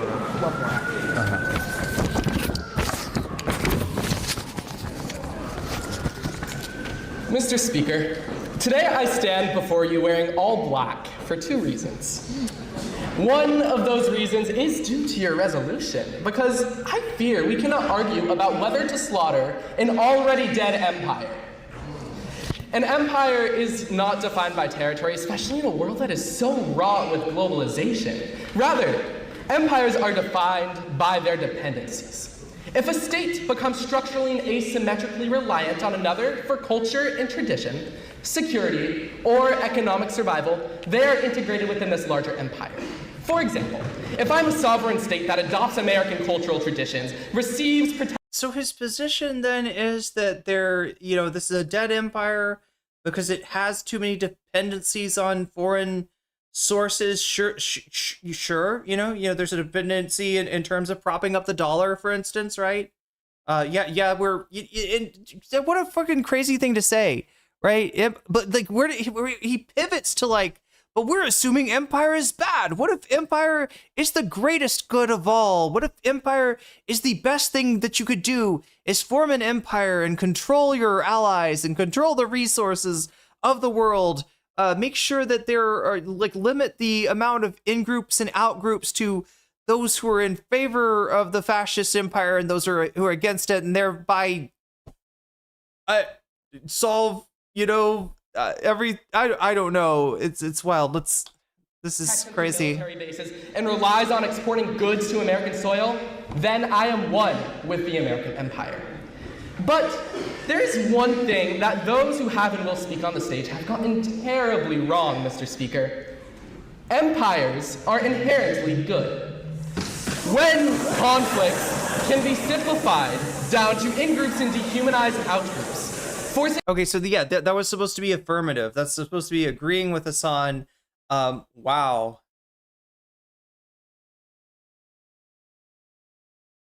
I feel like there's like there's a competition between fascists here, right? This guy and the last speaker, they seem to be in like, there's a competition between like the mask off, like insano villain mode fascists and the mask on, like, I'm just going to speak vaguely in favor of the working class and hope that you think that I'm offering it good things instead of appealing to its more base instincts, right? For the gentleman. Or perhaps a question. 7 minutes left. Okay. Thank you, Mr. Speaker. So I think this is about like really interesting speech. I don't think one at that.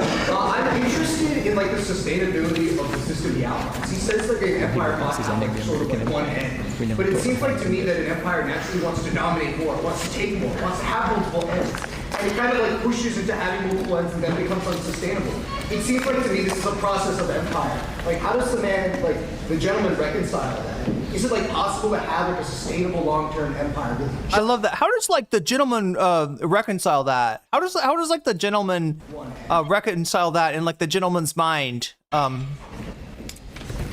I think that's actually a really good question because it can be shown with a lot of empires in the past that they start off with this clear goal, they dominate for it, but then eventually over time they start splitting, they start gaining competing factions, and then eventually they fall. So, I mean, I think America is already in this downward spiral, but I would like to hope that in an ideal empire, that there is one that is able to stick with their ends with either a strong enough... Okay, chat. Do I have a chance to pee one more time? I'm gonna need to go into Persona 2.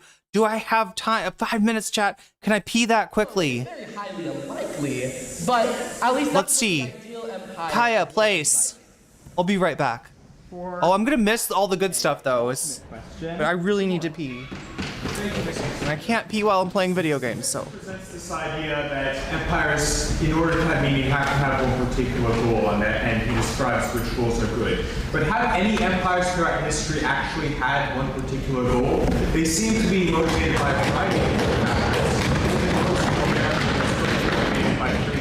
and fighting communism and other geopolitical ends. Can we actually obtain the standard that the gentleman describes? So by one coherent end, I don't mean we're picking between democracy and the containment of totalitarianism. I mean like one set framework. But I do understand where the gentleman's coming from, and I honestly don't think any empire has really reached this at this point, because what other empires besides the American Empire, and perhaps the Chinese Empire, do we have really existing today? And for perhaps a final question, the senior sometime speaker at Yale. So, empires opt to employ ends to certain, or means to certain ends. So I'm curious what, kinds of means are justifiable. For example, if an empire deems a certain group subversive to its own ends, a group that makes up a sizable portion of its population, would something like a mass extinction or a mass termination or like a mass disenfranchisement of this group ever be justified? Because with the way that the gentleman posits his view of empire, it seems like this is a reasonable option. So we're about to unveil liberal Hitler. Absolutely. So I did have one line that was basically clear, coherent, and preferred, one that maximizes collective human good. So, I mean, the empire, if it does those actions that the gentleman is saying, then then it could be a legitimate empire, but it's certainly not a good empire. And with that, the gentleman is thanked.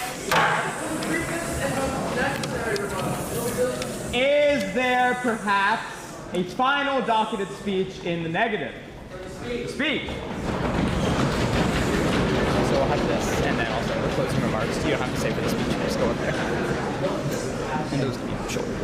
Mm-hmm. No questions on him? Yeah, him? Yeah. I know he's on. But yeah, no questions for you. Oh, okay. One day, the young people of today will inherit America. We grew up hearing that our country was strong and special. We heard stories of our founders that taught us that this country meant something, that it was more than just land, more than just an economy. We were supposed to be the nation of liberty, of builders, a nation of industry where those who worked hard succeeded. But we now stand to inherit an America that is not that. Our political machine has given us back-to-back senile presidents. Our president desecrates Easter on Easter. We still don't know what's going on with Epstein, but it isn't good, and it involves a lot of people. We have a Congress that's bought out that 80% of Americans disapprove of. That's our leadership. And what fruits has it bore? The economy has been rigged. We believed in hard work, now we gamble on sports and cryptocurrency. We're short 27 million affordable homes. We have no bullet trains. China has 30,000 miles of them. And our cities cede their public spaces to people zombified by fentanyl. Our house is not in order. And what about internationally? That's the subject of this debate. We have to watch on that runway in Afghanistan while our allies chase a C-17 down the runway. We watch them cling to the side while it takes off. Those people believed in our values, and look what happened to them. And now we have this entanglement in Iran. We've done a surprise attack like cowards. We never used to do those as a matter of principle. We've accomplished none of our goals 6 weeks in, and now we are considering their 10-point plan. So how can the proud American look at the state of our country today and feel anything but humiliation? And what was the point of it all? Cheap gas? Gas isn't even cheap.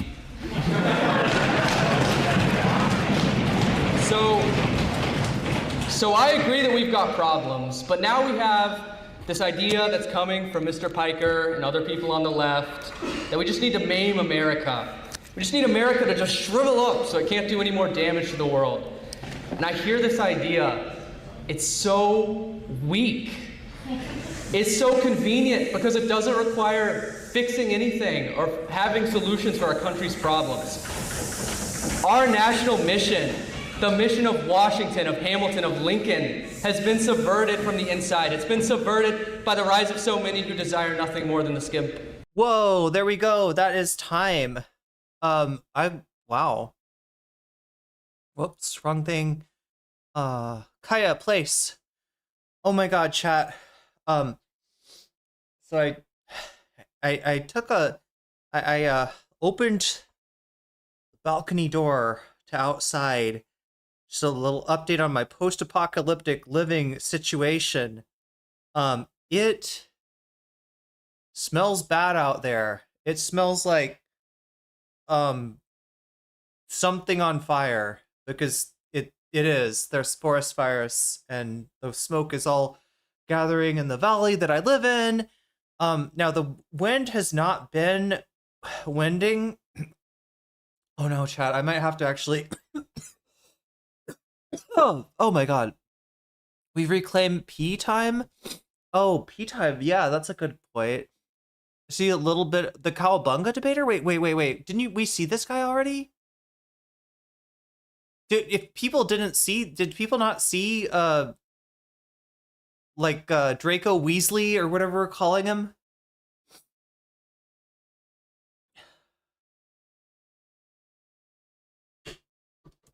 But yeah, what I'm saying, chat, is the air outside is fucking unbreathable.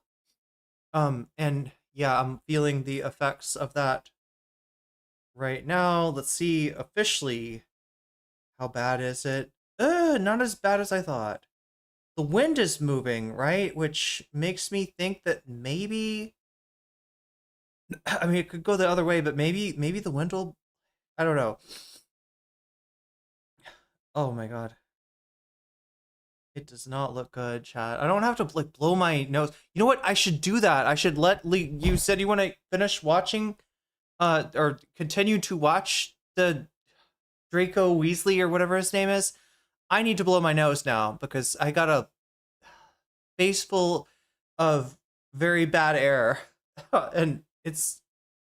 I'll be back, chat. We'll play the game. Draco Weasley, I choose you. Off the top. People who see our country as an economic zone and think in terms of quarters and election cycles instead of decades. The abuse of our power abroad is just one part of our problem. We've lost that great civilizational gravity that built our power in the first place. We've lost the American difference in industry, in economy, in our standard of living. The American dream, essentially. And so to the rest of the world, we are not that city on the hill anymore. And so we replace that influence with the influence of bombs and drone strikes. But this smash and grab domestic situation and our disastrous foreign policy are both coming from the same place. The lobbyists, the super PACs, their donors, the defense contractors, they're eating our country. And so that's a hard problem to solve. We'll probably have to reform our elections. We'll probably have to reform our bureaucracy, revive antitrust and consumer protections, federalism, and so much more. But this idea that the solution is just to retreat from the world, I don't buy it. It's giving up. Maiming our stature will not fix congressional corruption. It won't solve the housing shortage. It won't fix our infrastructure. It won't rebuild faith in our country. But I have hope that we can once again achieve that civilizational gravity that we long for. That if we rise to the occasion, as we have so many other times in our history, and if America is renewed, not only in strength and power, but also in our values and beliefs, then we can be a force for good in the world. We profess our values today but fail to uphold them, but how many more refuse to even acknowledge them? The world of this weak, retreating America is not a good place, and the world of a renewed, focused, strident America is a better one. We do not have to accept anything less than what we know this country can be. I yield to questions. Questions for the gentleman. Before I ask the question, Mr. Miranda Plus. Thank you for the indulgence. You know, Mr. Speaker, I'm hearing a lot of I, me, America. You know what I'm not hearing a lot about? The American Empire. As someone who is, ready for it, from Puerto Rico.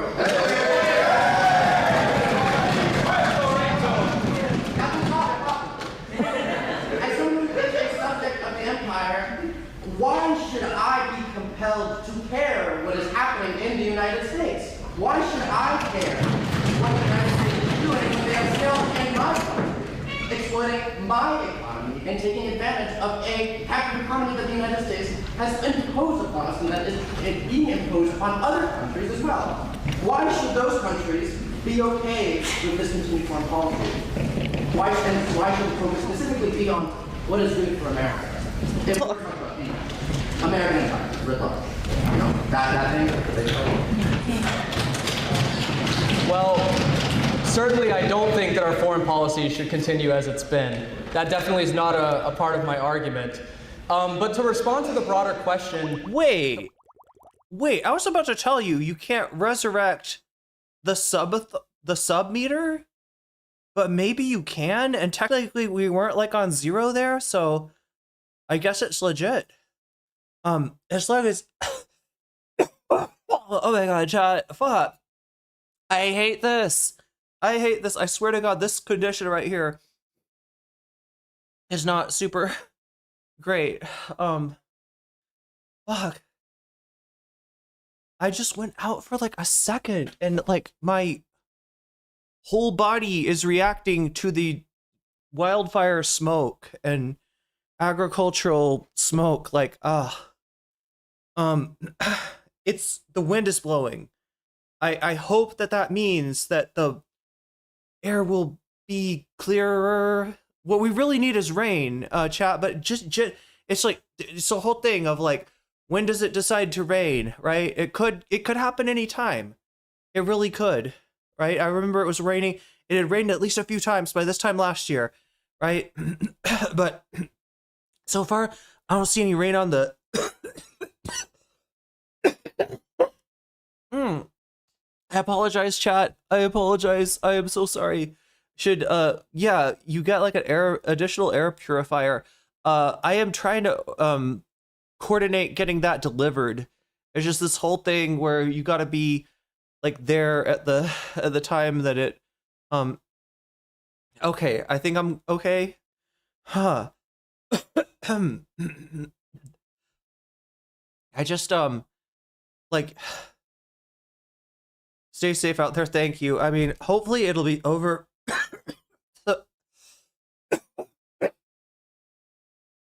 Hopefully it'll be over sometime soon.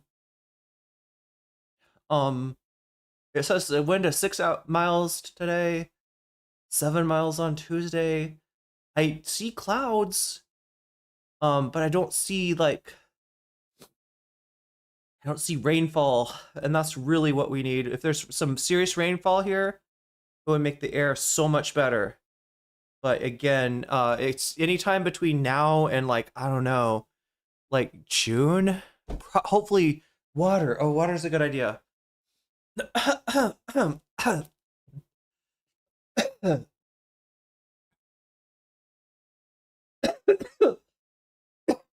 Oh, oh my God. I might have to take another real quick break here. Was this what people wanted to watch though? Was Draco Malfoy answer questions? I thought we watched this before, didn't we? Should I put it back to like a...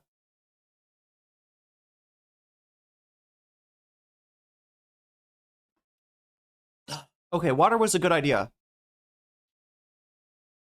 We want the Cowabunga guy. Okay, we'll keep the Cowabunga guy on. Wait, how is this guy the Cowabunga guy? The point is that in America that lives by the values of the Declaration of Independence, an America that truly stands for what we say is good for the world. Ooh.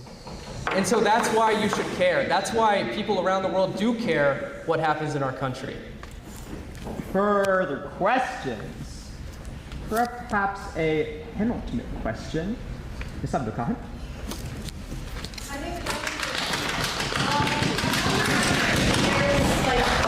A tension between like maintaining a presence in the world and fixing all the internal issues that the gentleman mentioned, you know, housing, like the fact that, you know... Wait, different guy, apparently 23 minutes and 53 seconds. Do we need to... Wait, sorry, chat, is this not the Cowabunga guy? The one who says like on every second word. Should we go to the Cowabunga guy?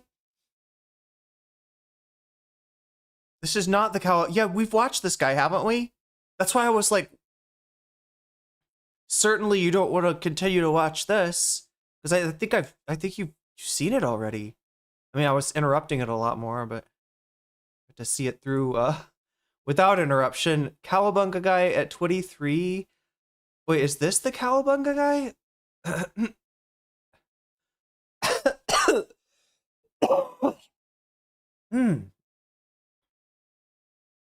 Wait, what just happened?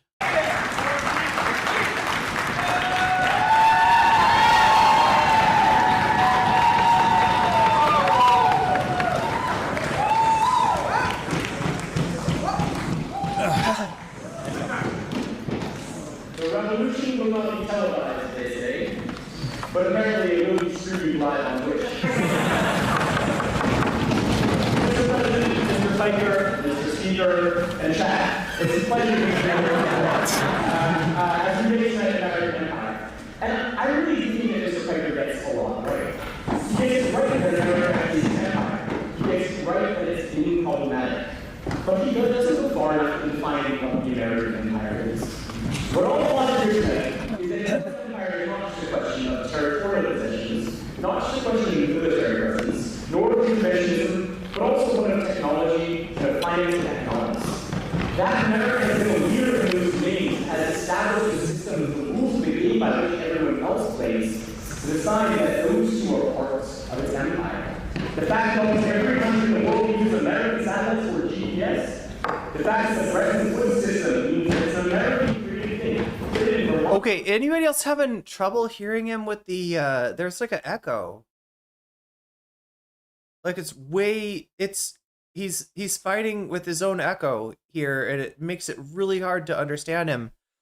Oh my God.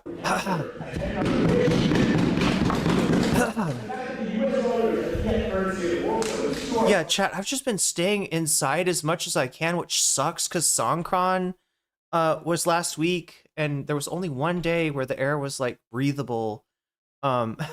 So but people were there every night. It was, you know, big party. But yeah, I've been staying inside as much as I can. You know, supposedly if you run the like AC on recirculate, it'll like make the air better. I really do need to. Somebody donated to my throne for I found a air purifier on Lazada, but I need to figure out how to get that sent here. The last I checked, it's like the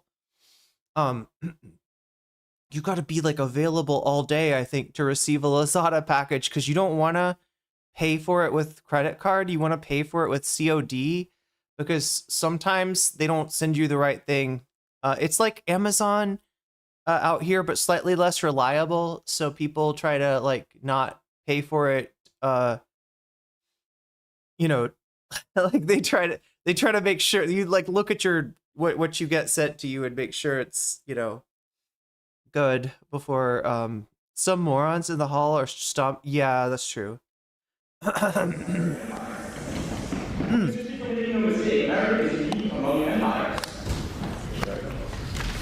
Thank you very much. First, I'll just outline 3 reasons why. The first is that America has no home. Not good. Mr. Piker will assert. Oh my God, really not good. Since the Spanish-American War, I say it started much earlier than that. It started with the establishment of, yes, the 13 original colonies. America has been an empire since its inception. In fact, the land we're standing on today is formed by way of violent displacement of the Quinnipiac, Paugussett, and the Wappinger peoples. Second, America is no ethno-nationalist empire. Every other empire in history has been ethno-nationalist, with the exception of Rome. The British Empire was for white Brits.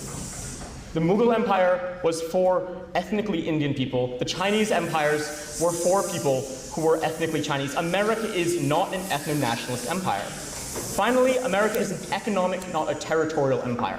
Why is this so significant? I think Mr. Piker and I would both agree that economics are the most important component of America's empire. It is capitalist incentives that draw us to this sort of downfall. And I'm really glad that he brought up the example of Guatemala. I agree that the deposition of Jacobo Arbenez, that was an economic incentive, but note the difference. It was not the case that it was a typical colonial expansion where America made Guatemala a colony. It was commercial interests. So that's the first thing I'd like to establish. But then the second thing I'd like to say, and this is where I'm in the negative, is that an American empire is greatly preferable to... The guy starts at 4402. He starts like maxing. Oh wait, this is not the guy then. This is a different guy. I need to...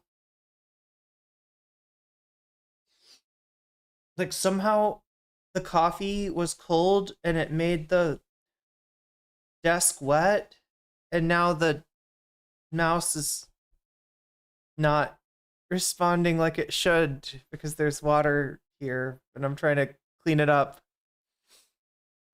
There we go. So and then when I picked up the mouse, I like squeeze. It's one of these like gaming mice. I use it for editing because it has a bunch of different buttons. But there's this one button on the side that's really easy to press by accident, and that's what, yeah, mousepad might be a good idea for sure.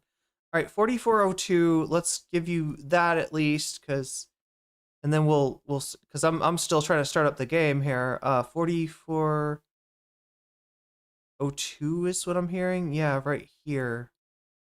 Number 4. Okay, so we're watching the last 3 debaters. Sorry to everyone that missed Ben & Jerry's free ice cream day. So thank you. I missed it. I'm pretty sad I missed it. Okay. We on the left need to say something that too many of us have become afraid to say. America is worth loving. Yes! This feels like a Jink Uger kind of America has flaws. Argument. Serious ones. I'm one of the biggest critics of my country, and I will continue to be. We should be honest how we treat the poor, how gun crimes ravage our communities, and the lack of health care. But call out the hypocrisy that exists in the gap between our reality and our ideals, but never forget that we're still better than any of the countries supposedly under our empire, not just the alternatives to our empire. My mom was born and raised in India. She loved learning and reading and writing. She scored at the top of her class in school. But when it came time to college, my grandmother thought it would be more fitting for a woman to get married and learn the trades of a wife rather than allow her to pursue her. Oh, I forgot about this. She was married off to my dad. He happened who she... Did the air purifier arrive? No, that's what I was talking about with Lazada, like trying to coordinate the delivery. I don't know. I guess it will be prepaid, so it'll arrive, and hopefully, people have just said that Lazada is like weird, right? That like, you know, they've everybody's told me don't pay up front. But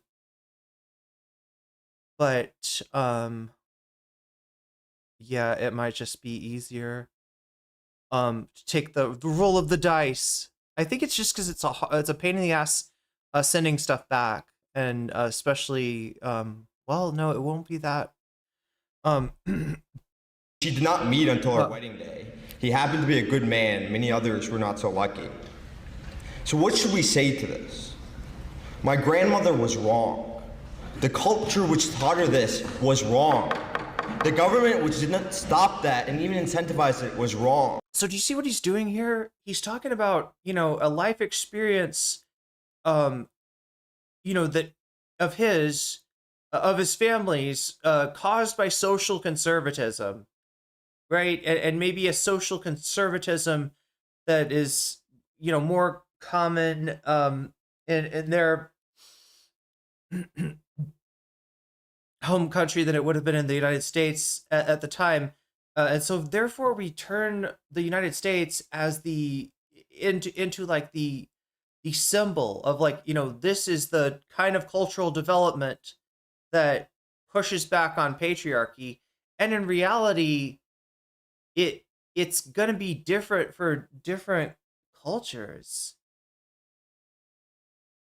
I don't know. It's like, anyway, so he's trying to do this thing where he's like, you say that America is, you know, blah, blah, blah, and a global hegemon. Well, God damn it, that global hegemon would have encouraged my mom to go to school and to pursue her own career, whereas the social conservatism that was encountered, you know, pushed her in the other direction. As if there's not social conservatism here telling women not to pursue their education, as if there's not a whole ass fucking like backlash against feminism. Yeah, shitting on an inferior culture. I got, yeah, similar to the Asmongold argument, I guess. Try to appeal to the, well, there's definitely some pick me energy here. And this is what so many of us on the left are so afraid to say. We're so obsessed with classifying everything in terms of hegemonic power structures that we fall into the worst form of relativism, one in which we can no longer recognize evil. We think of the world in terms of such a binary. The West are the oppressors and everyone else is the oppressed. But in doing so, we romanticize and fetish the evil of these regimes simply because they are anti-Western.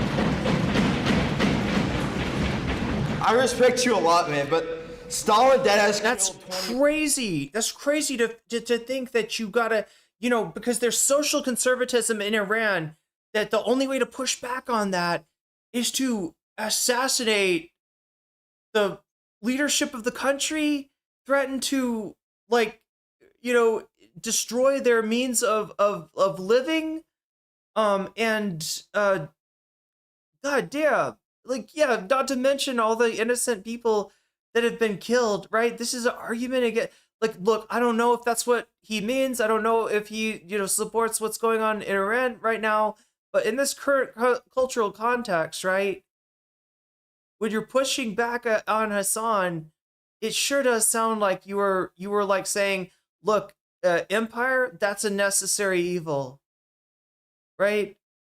Global hegemony, well, if there's not US global hegemony, it's going to be global hegemony by one of these backwards countries, right? And we can't have that. 20 million people.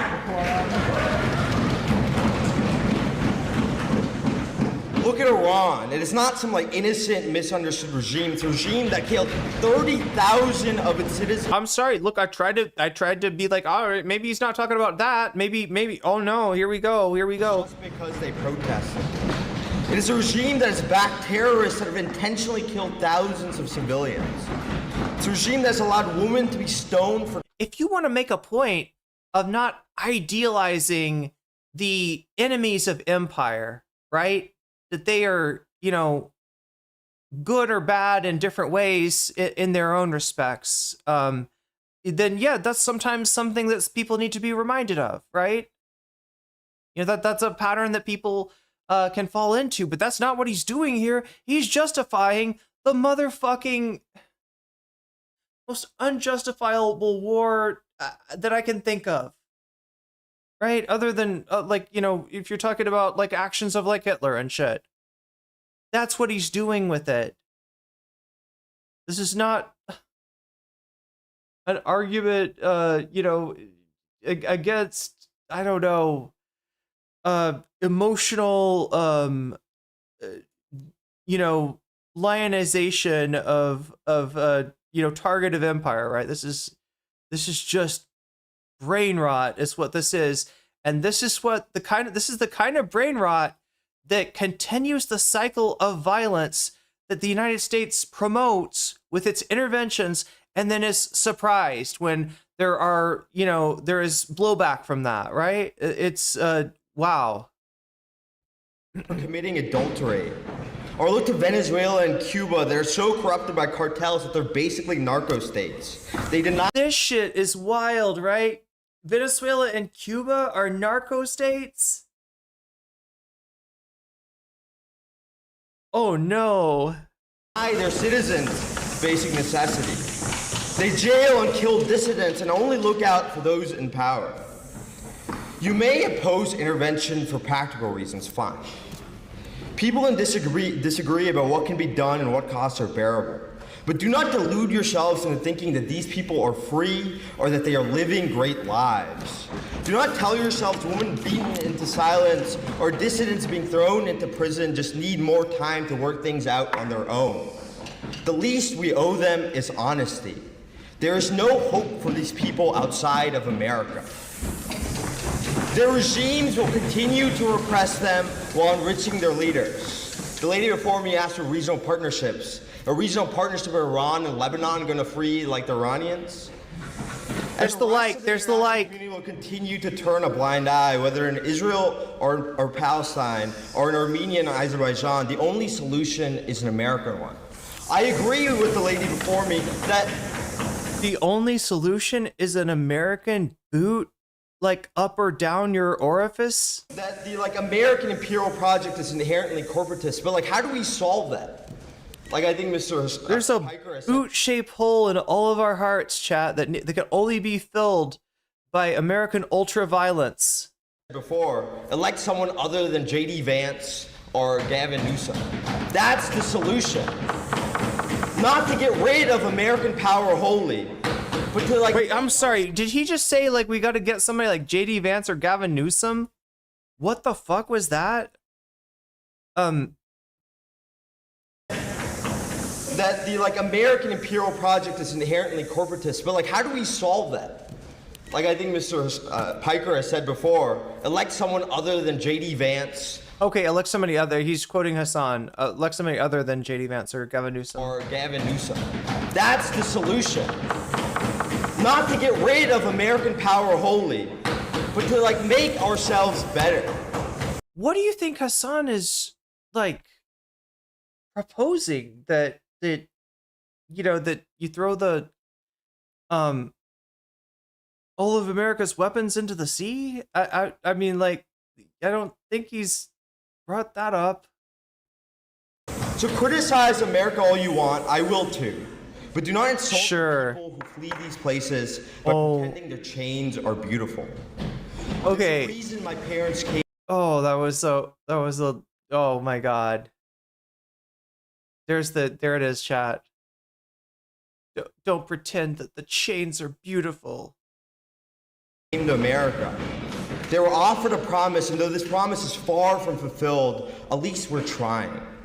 My mom got her community college degree here in 2012, and she hopes that I will have a daughter one day to realize her dreams.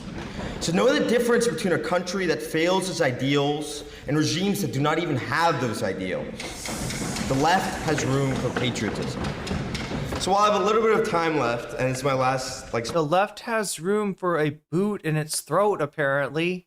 Speech of union. I just want to say a few words about Rick Scott, who proves again that conservatives don't believe in free speech, or just conservatives. I condemn Mr. Piker's statements on political violence, just as I condemn Mr. Scott's colleague from Georgia who said that Obama should be hanged or that Pelosi should be shot. I condemned him just as I condemned the January 6 rioters who committed actual violence and was summarily pardoned by Mr. Scott's party.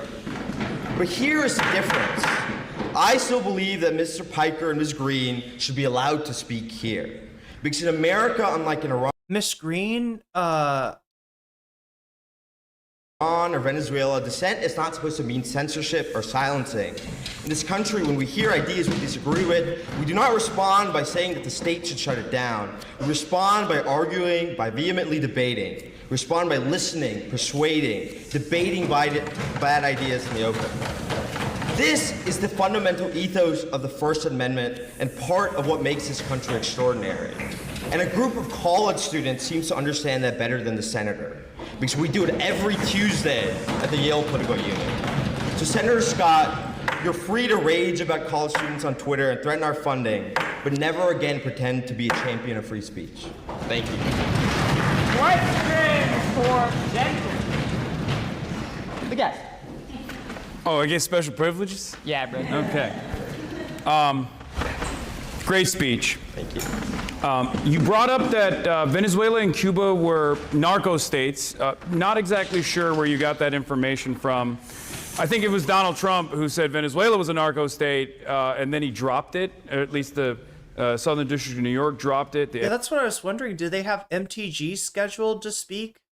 FBI did, because there wasn't enough evidence for it.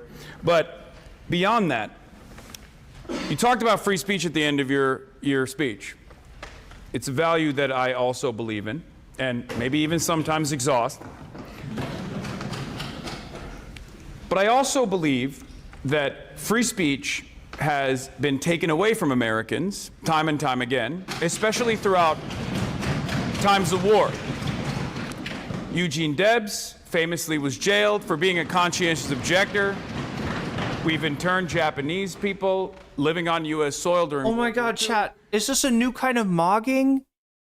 Is this a profile mog? Where you like turn to somebody and your profile looks better than theirs? Like, are we gonna start drawing lines on? We've assassinated leaders. Posture lines. Of the Black Panther Party, of the Black Panther movement. These are all direct violations of free speech, both for domestic concerns and at times when America's. Or like, is there a mog when you're sitting down and somebody else is standing up and you're like somehow command more authority than they do? Felt threatened. Now, do you feel like free speech is inherent to American liberal democracy, number one? Do you feel like social liberalism is only compatible with American imperial hegemony, and if so, why? And last but not least, what do you say to the argument that we are losing what remains of our free speech right now directly as a consequence of America's power waning on the global stage, because empire does feel threatened?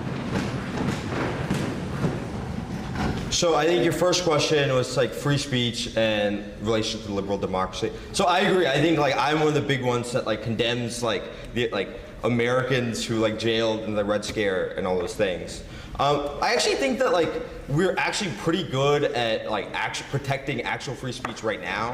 I don't think people are actually like jailed or anything. I think like one of the most dangerous attacks on free speech is a sort of more like institutional one, like the ones that's happening in like schools all over, like the South, for example, where you can't teach critical race theory. What?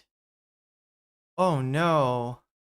But once again, like I think one of my main points is that like this sort of free speech is like I think unique and like even unique to like America compared to the rest of the world. No one's gone to jail? For example, the UK. Didn't we send somebody to CCOT? Where like they can like censor anything. But I think the state of free speech in America is certainly, I think, way better than anywhere else. Your second question, is social liberalization only compatible with American imperial hegemony? Currently, yes. Currently, yes. It's like we are the only ones at the global. Like you look to our partners in Europe.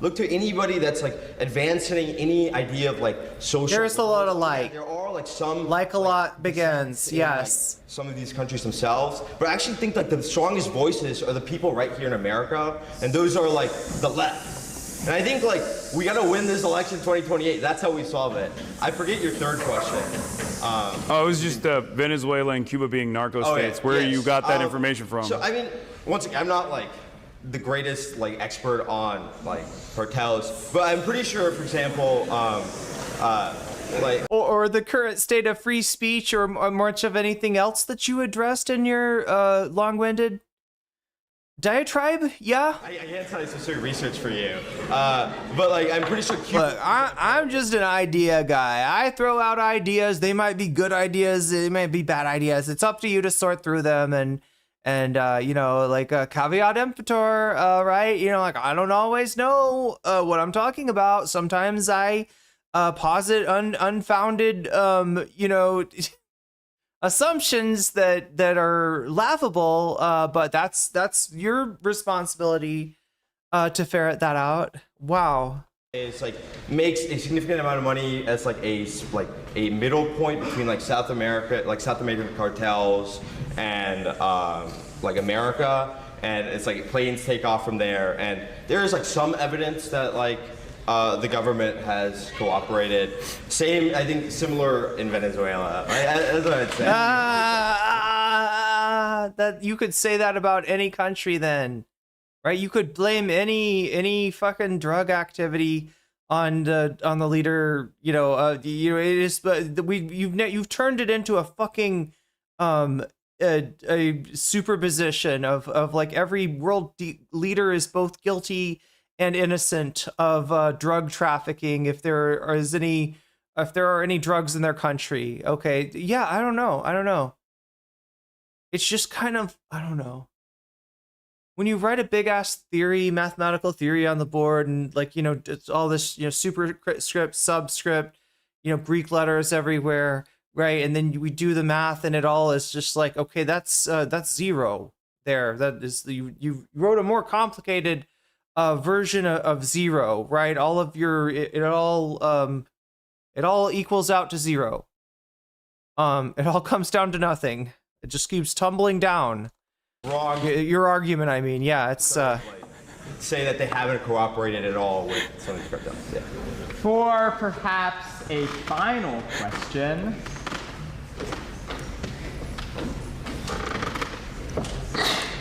Mr. Fitzpatrick. Oh, thank you for your indulgence. So I would agree with the gentleman in my classmate on. See you tomorrow. I think the only thing I could figure out is that like this is representing. Who said see you tomorrow? I don't know. The only thing I can think of, like when they start speaking and immediately they're stomping, I think they're with one of there's groups, right? In this union, in this student debate union, there's like far right groups, there's far left groups, there's liberal groups, there's weirdo monarchist groups. There's all kinds of. You caught that reference. Nice. I'm glad that it was caught. Certain states may be better than others to live in. But my question is more about empire as a choice. Yeah. America being an empire is a hard-powered choice. It's something that multiple states may cause definite discussion around the world. And I would think that America may be great, but do we need to impose our greatness in violence? Does it shine to be on a hill to burn down other things to make them?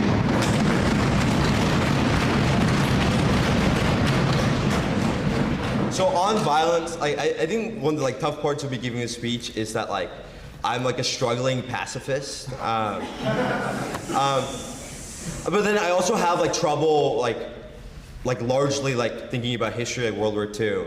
But I do think there has to be like some level of imposition, right? That like these things aren't going to solve themselves, and I think that's like part of my point. It's that like Iran isn't like I don't like actually. We're switching to the game after this question. Anymore. Like military technology has gone like way too advanced. Wait, what? Like, the only way I think is external, and I think. Wait, what is he saying?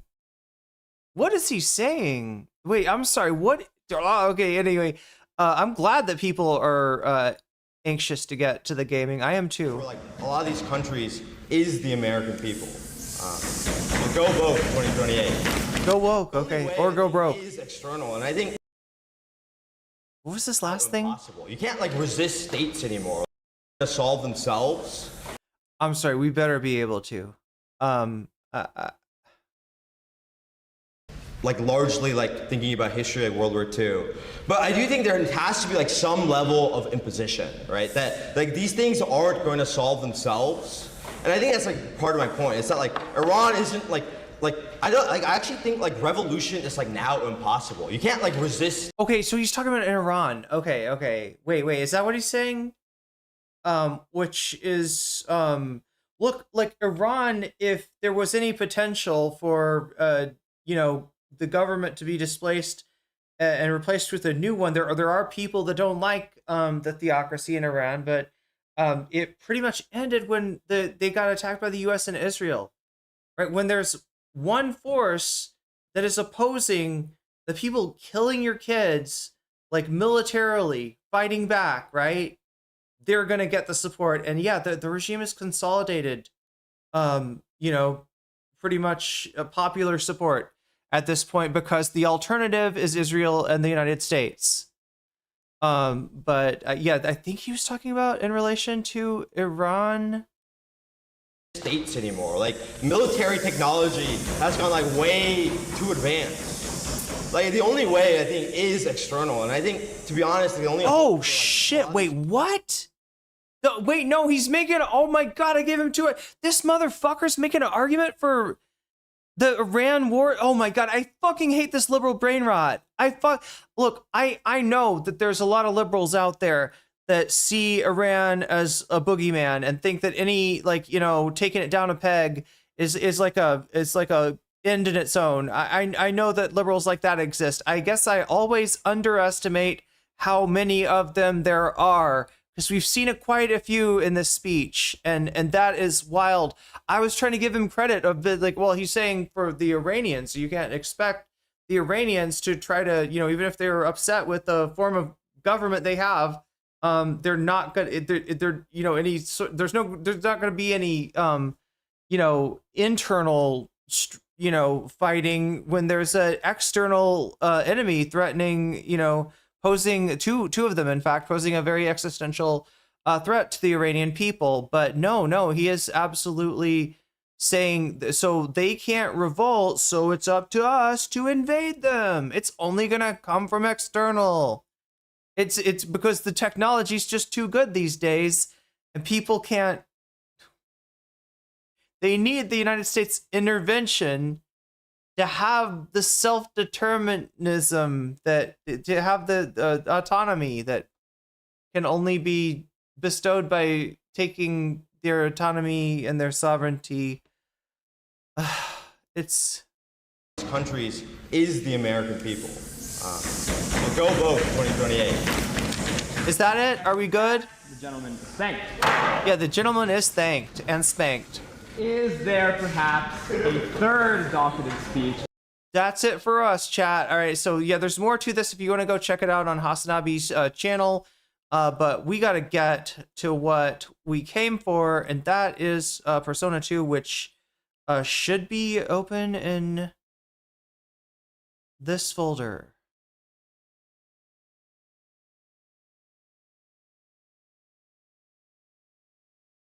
The duck station, chat. This was a whole struggle. I don't know how many people were here for the struggle stream. There was a whole ass struggle stream of trying to make this shit work. The duck station, I mean, which is the only means I'm able to play. Thank you for obliging the well, I was curious too. I'd forgotten about, I think I watched the first 3 debaters. So the weirdest debaters I didn't even see.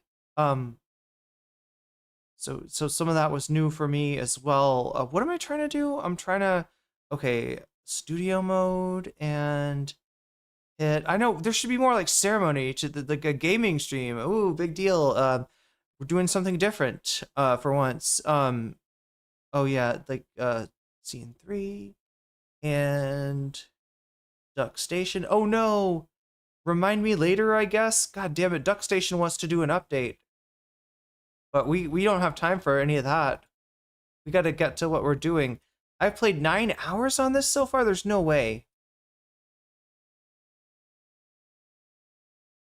Fresh boot. Fresh boot sounds like what some of these liberal debaters wanted down their throat. They were look at that. So you hear that? That's the sound right there. The magical sound of the Duck Station. That I only have thanks to some of you that advised me on how to make the Duck Station a reality. We should have like a Duck Station badge, shouldn't we? Played Persona 2 on RetroArch. It took 5 minutes to download and work. Wait, what is that? RetroArch? Oh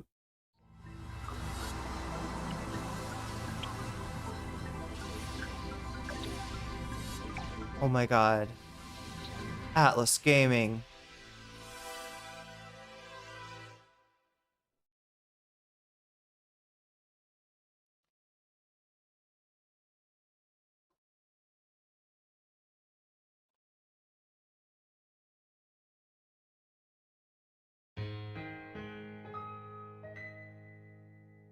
Oh yeah, I noticed that.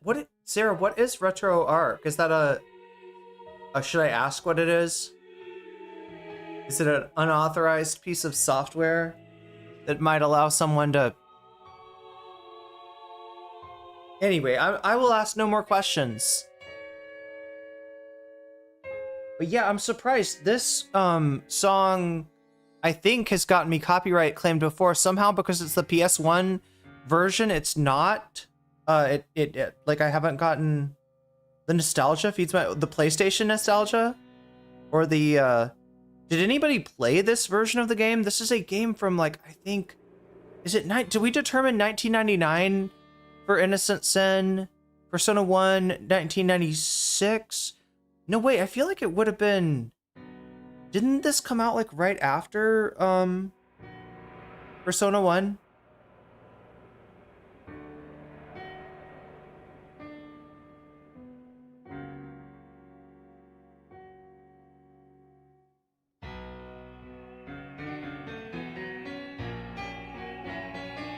Oh, look, he's got a flower too. That's interesting. Who's that guy? I don't know.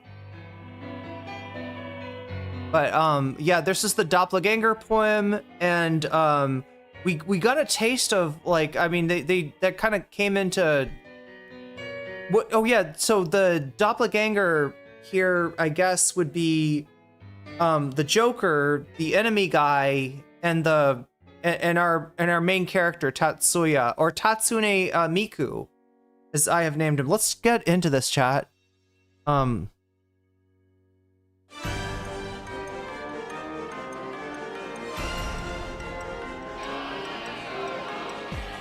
don't know, chat. Do you think Tatsuya can inspire me to learn to ride a motorbike or a scooter, at least? At least a scooter? The crystal skulls. Oh my god, the Joker! And the theme.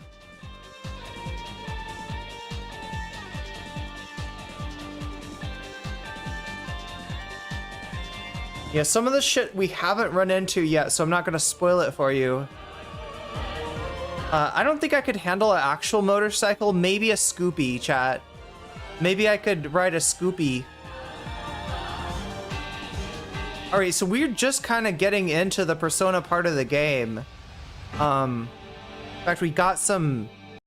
There we go. We got some tarot cards last time. Continue. Slot 1. Wait, are all the PS1 load screens the same? What it feels like they're all like all the ones all the games that are like from PS1. It's like the same like sound or the same look for the load screens. I don't know.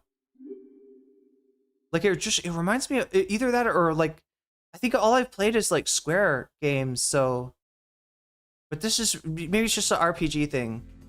All right, so when we last played, we did the quest in Seven Sisters High School, which is now filled with monsters. Isn't that crazy, chat? When your high school gets filled with monsters and just trying to walk down the hallway, you're getting attacked by a ton of different demons. Well, that's what we got to deal with. However, we persisted and we worked our way up to the clock tower to fight the principal. Yeah, and then the Joker was up there with him, granting wishes. So that's the deal, chat. The Joker's granting wishes. It's a bad deal. Lisa seems to have gotten, like, it's a really bad deal if you, you know, call up the Joker and you don't have a wish, because then you get frizzle fried. Lisa had a wish, to be in an idol group, and so she did not get Frizzle Fried. Okay, there's rumor mongers, there's, oh my god, there's so much stuff. We went to, there's the shrine. Where are we supposed to go though? I feel like it's a different district. Yeah, this game is from some 1990 something. Lotus? Wait, we can go to stop at Lotus? Lotus shop online? Oh, okay. Lotus has got Time Castle, Rosa Candida, Satomi Tadashi. Let's go to Satomi Tadashi first, chat. There's a reason for this. Remember last time we were fighting, one of our party got knocked unconscious and there was nothing we could do to bring her back, right? That's Maya. Maya has low hit points. And so I think we need to buy some revives of the revive bead. Oh, also best music in all the game right here. It's the best song. There's the third Satomi sister. So yeah, everywhere there's a Satomi Tadashi, a Satomi sister works there. She sells you stuff. Medicine, rough drink. Okay, so it's like a double, like a strong medicine. Rough drink? What the fuck does that mean? Jewel, all hit points. What do we have? We have, we kind of have limited. Chewing soul. Okay, so that that gives you back your magic. Rebirth orb recovers an unconscious character, restoring some hit point. Can only be used in battle. Okay. We need at least 2 of these, maybe 3, just to be safe. Chewing soul. Yeah, we need 1, 2, 3. Oh god, we're spending money. We're spending a lot of money here. 200 is like all of their hit points. 30 is not very many of their hit points. We should get some of these. 2, 3, 4, 5. Okay, anything else we need? We got some antidote. Oh, we only have 1 left. Exorcism for recovers an unconscious. Oh, that's expensive though. That fully recovers you. But that's like all my money.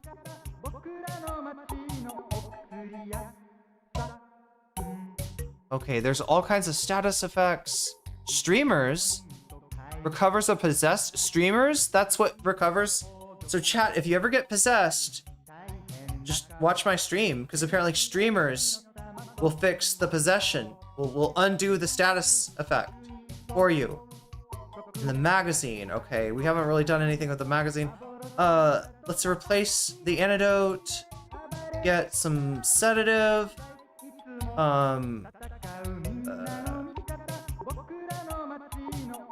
Okay, that's it. That's it. That's what we're buying. That's all we're buying. All right, we filled up that grocery basket. God damn. Just gave all my money to sister number 3. No, anything else? No, we can't afford anything else. You have all my money.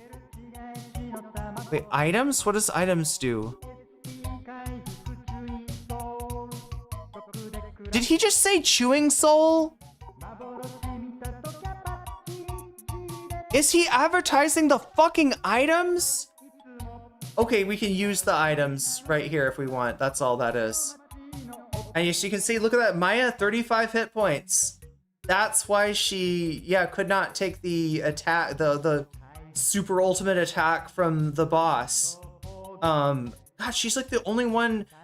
We just got her, but we also just got Yuki, and Yuki comes like a tank. Maya's got, I think, strong magic. Chewing so I swear to God, chat. Listen to this. Is he like advertising? Is there a part where he's like blah blah blah blah antidote, sedative, awaken G?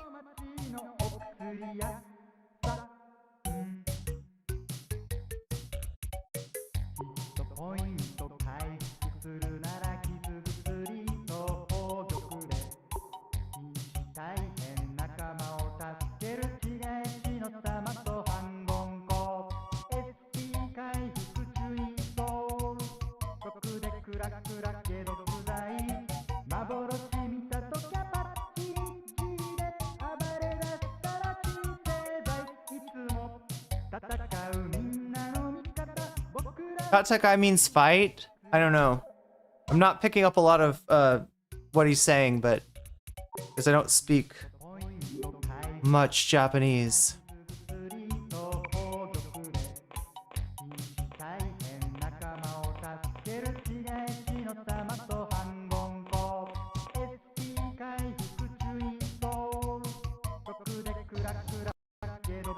He definitely says chewing soul. Maybe it's like when you say McDonald's in a song. Yeah, maybe the other stuff is not. Maybe the chewing soul is like translated. All right, now we do have some more here. Let me show you what goes on with the Velvet Room and tarot cards. Now, I don't think we're going to be able to do much of anything other than enjoy the immaculate vibes, right? But I believe, okay, so we got some free cards, right? This guy is Demon Artist. And if you ever look up what the artist for the character designer for this game looks like, it's a lot like this guy. All right, I'm not saying this is a self-insert, but it may be a self-insert of the character designer. Tarot cards are replicas of the soul. The soul is what shapes your destiny. Well, can I paint anything for you? So that's his gimmick, is that if we request, right? If we request him to do so, he will take our free tarot cards and he will paint them. So the free tarot cards can be anything we want. And we got 12 of them right now. I'm not gonna use any. God, wouldn't it be crazy if I pressed the wrong? Always be here. You can come back as often as you like. Time has no meaning after in the Velvet Room, certainly.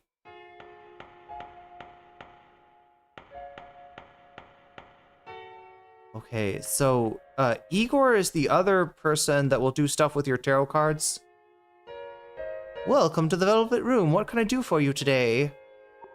So he can summon demons for us. He can swap or return them. I think that's when we get so many that we can't like hold them all at the, like that, you know, that you can leave some with Igor in the Velvet Room. Let's see what summon does. So if I remember right, yeah, these are the Arcana. Within the Arcana, there are Tensa Nyan Nyan? Oh, that sounds like a cat one. There's different ones that you can summon. Oh, look, right there. Since we've got 8 Lovers tarot cards, we can summon a level 2 pixie. That's not, you know, anything to really write home about, but Poltergeist, yeah, we could, okay, so 8 devil cards will give us a Poltergeist, which I think we've met. I think we've, oh well, we don't really have much of anything. We might as well, yeah, go and get, I don't think anybody has Pixie, do they?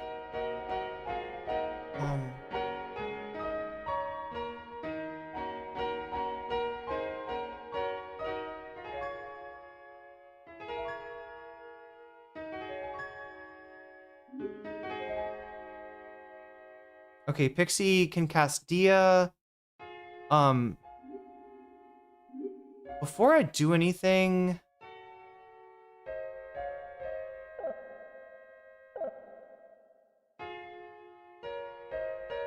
let's just see what we have by going like here. Oh, try that.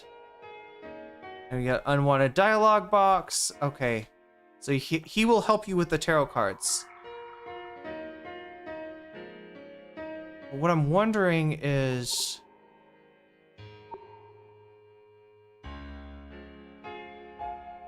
I think there's like a way to personal data. P change. It means assign another.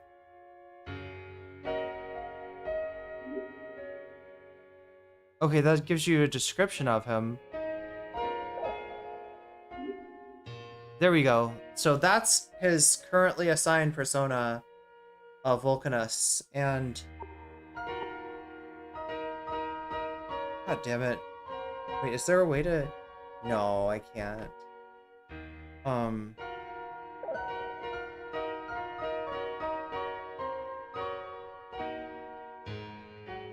Gotta cycle through these,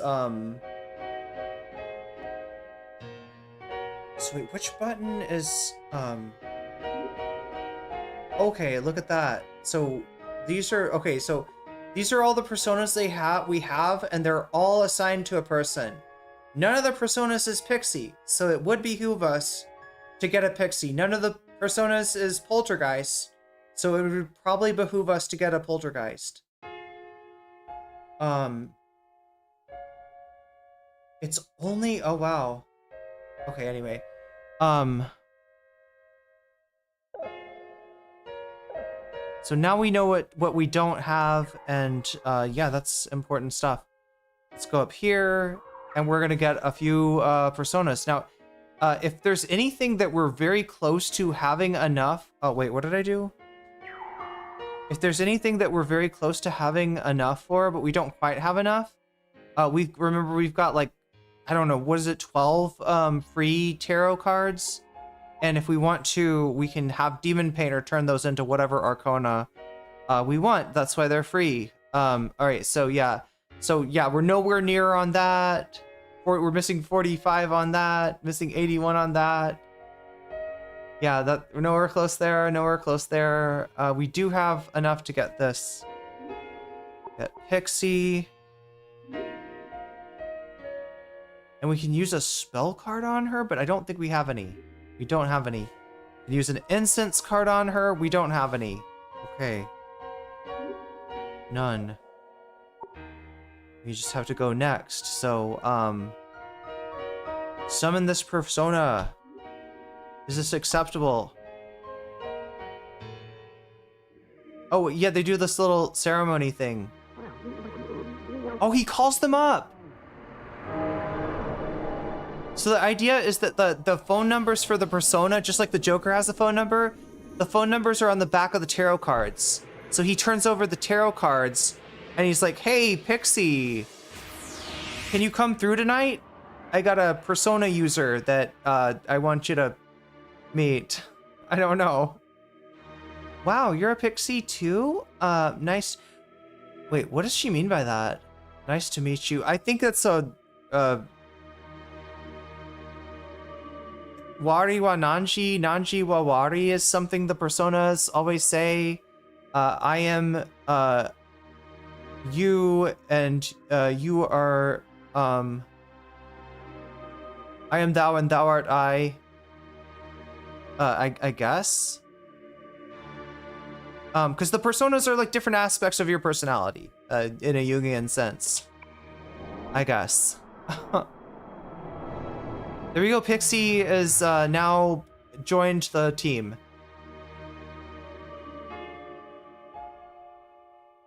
No, we're not done summoning personas.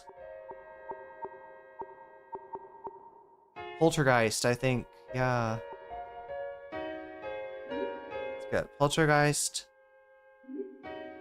Again, we got nothing to add, so we're gonna take 8 devil cards, and we're gonna summon a Poltergeist. Weak against holy, strong against darkness, or void and dark. Wait. Oh, void's dark. Yeah, dark attacks. There we go. How am I feeling? I can breathe again. That's really good. Did the blue room exist in the first persona? I think so, yeah. It was probably different though. It probably looked different. I think Persona, if I remember correctly, Persona 1 is like even more unhinged than this game.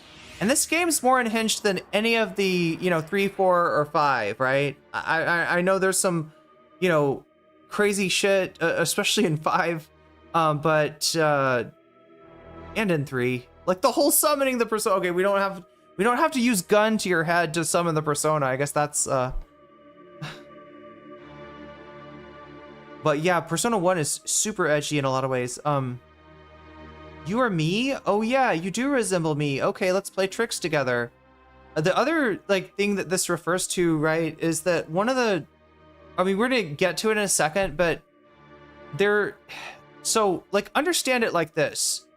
The universe where this game exists is a different universe from ours, right? Don't ever, get confused and think that the characters in game are, representative of anything more than just the artistic expression of their creators. But, there are, potentially like multiple universes within, this universe as well.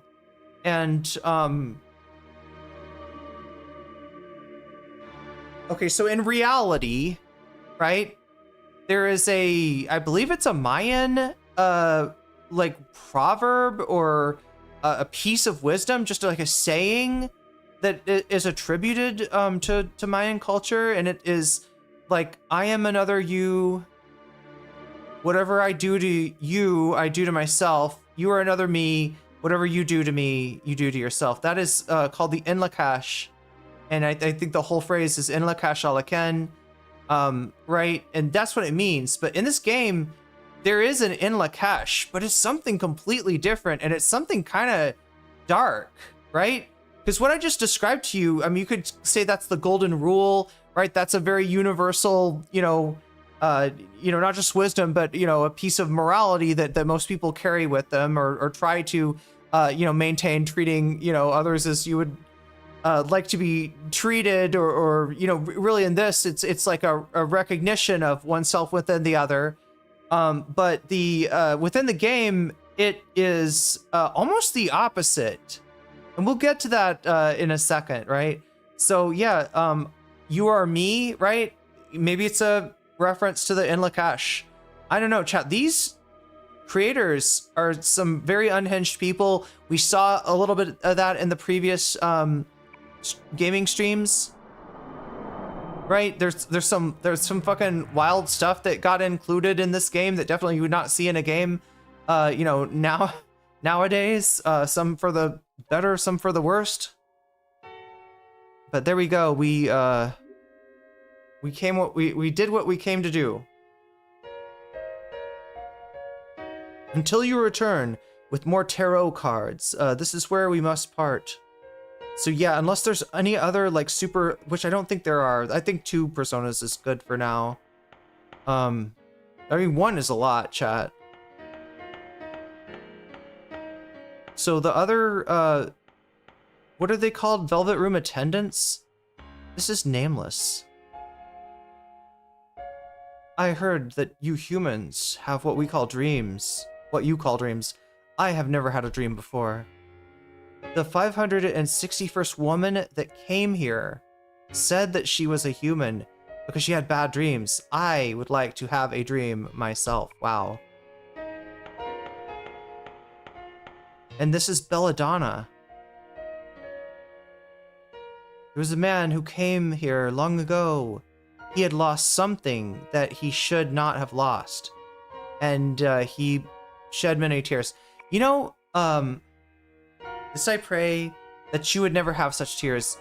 I think it's a reference to Persona 1. I'm just guessing though. But yeah, it's apparently like a lot of people have come into the Velvet Room to okay, what's going on with Lisa Silverman today? It's only natural to cry when you lose something precious to you. Just one small thing can bring so many tears.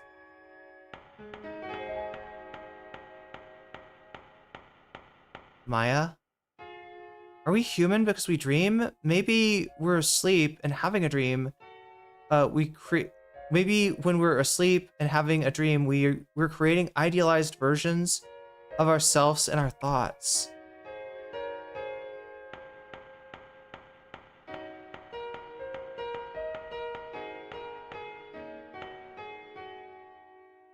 Yukino. It really does bring back memories, though. I may be older now, so she's been in the Velvet Room before. But this place takes me right back to those days, with the rest of them. No, I knew it long before. Oh, chat, I'm supposed to change the... Do video games have microtransaction? I'm supposed to change the stream, God damn it. Here, let me do it now. I'm supposed to change the, like, if not the stream title, at the very least, the stream, other deal, other thing.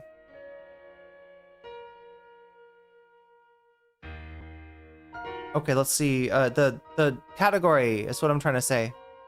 I'm in just chatting. We're gonna change to retro gaming, I guess. Change to retro gaming. I misspelled Israelis in the... Wow.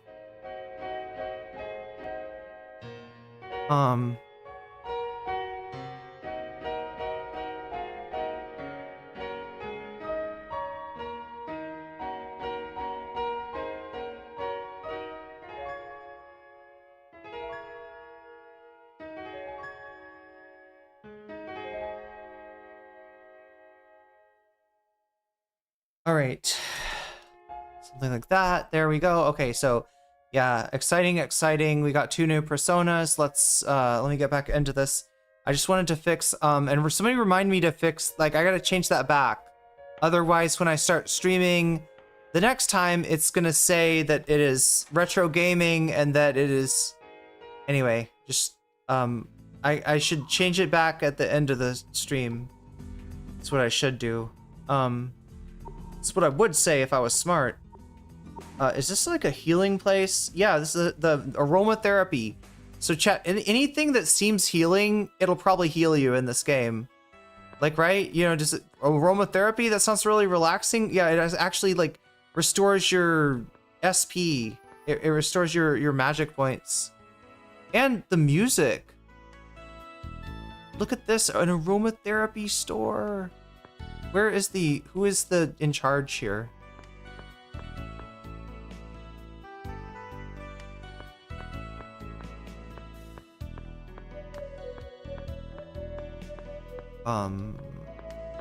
Are you in charge?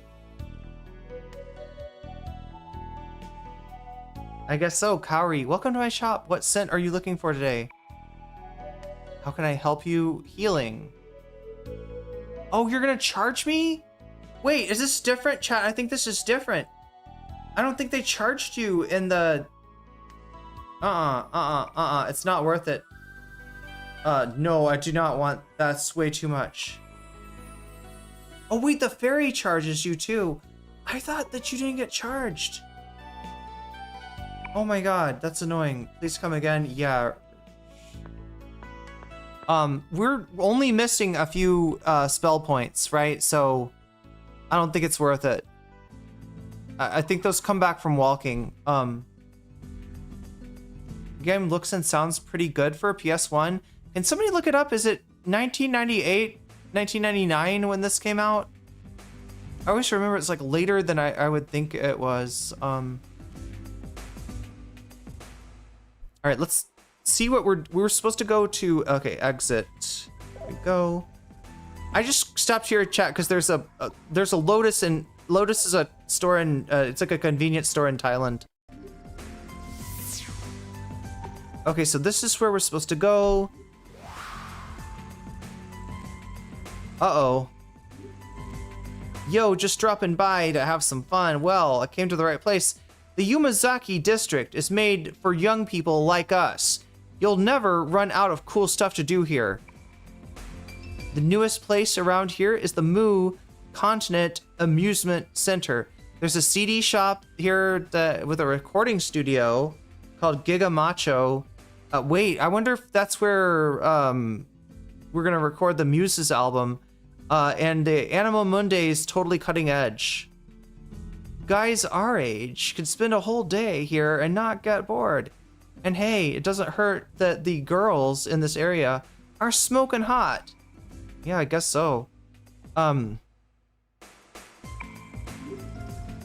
woman, it's nice to have CAS students here around for a change. I mean, all the kids at sevens do whatever the principal says. It's a real drag. Talk about boring, you know? Yeah, so they call the other school Kasugayama.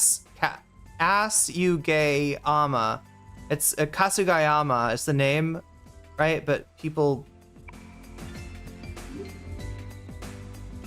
Huh? Are you trying to hit on me? Office lady. Sorry, buddy. I'm too busy for that. Oh, you're not hitting on me? Ah, I apologize. It seemed cold. Say, are you a student at Kasugayama? No, Aikichi is a student at Kasugayama. The office lady's being homophobic too? This is what I mean, chat. It's kind of like, this is the 90s, I guess. Everybody's homophobic. I just saw a whole bunch of them heading into the Zodiac just a short while ago. I wonder what they're up to. Okay, so that's Zodiac. That's Mu Continent.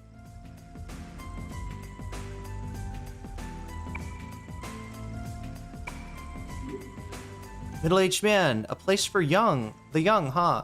Well, there are other elements to this district besides entertainment. I may not be young, but I come here every day. I work with a great company. By the way, are you headed to Kasugayama High School? For a long time, all the kids that I saw around here were from 7. It's nice for a change to see things change. Okay.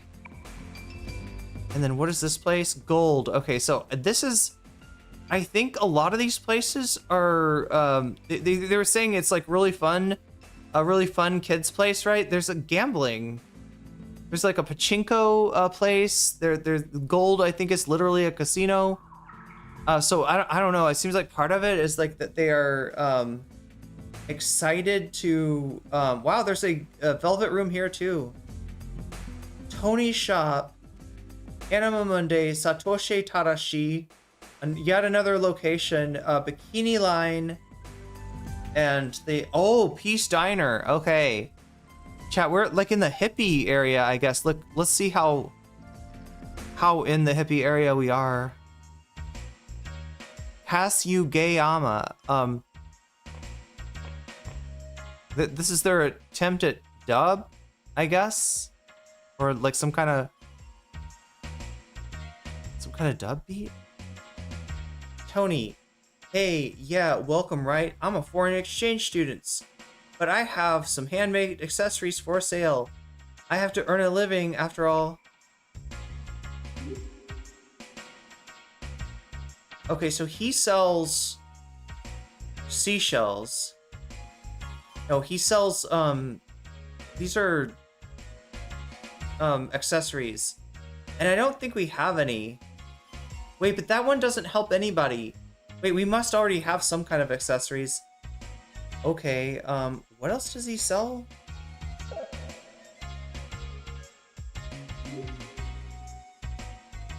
Is that like literally it?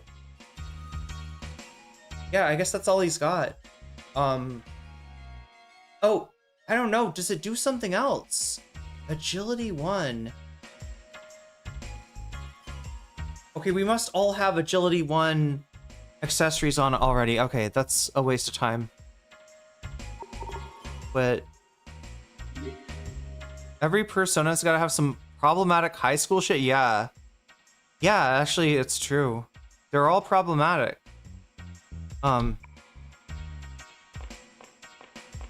Even Persona 5.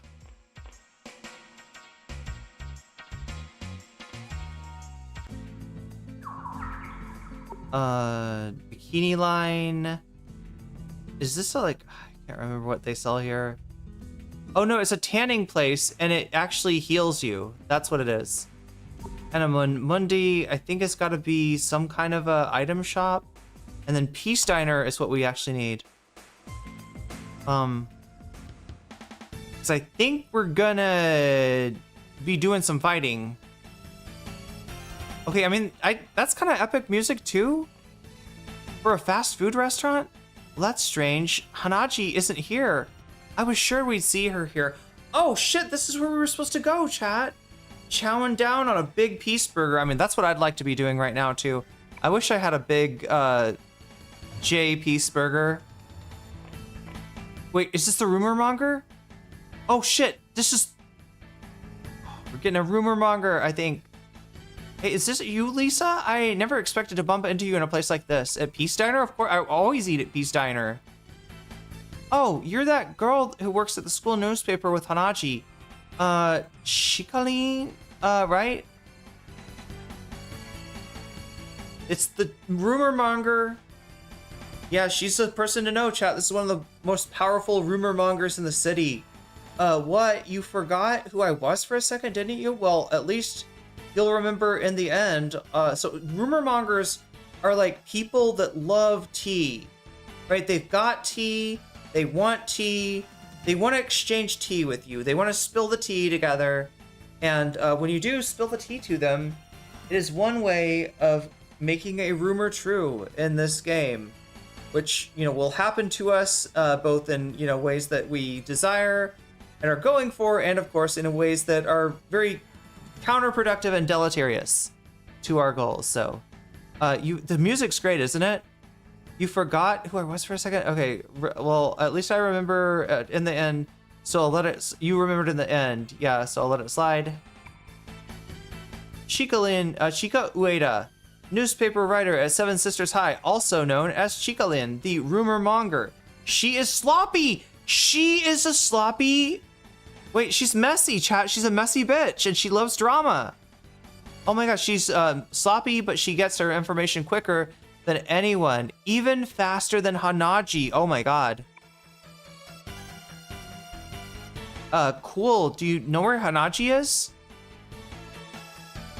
I had a feeling you'd ask. I was searching for info on the Emblem's Curse with Hanaji, after all. Well, I think we could provide that info.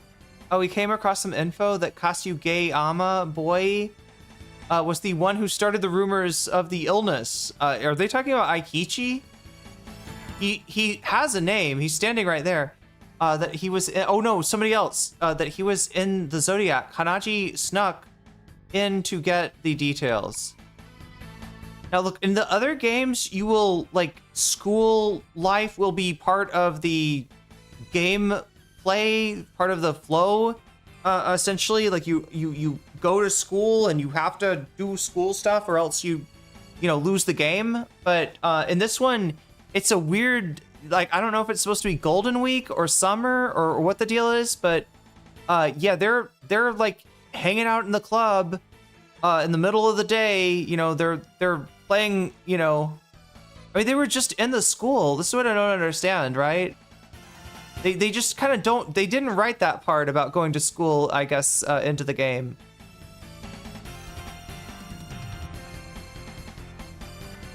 She snuck in? There's no way a fat girl like her could sneak in there without being noticed. Hey, Undies gang leader, don't be stupid. Undies King, I think, is what she called him in the version of the game I played.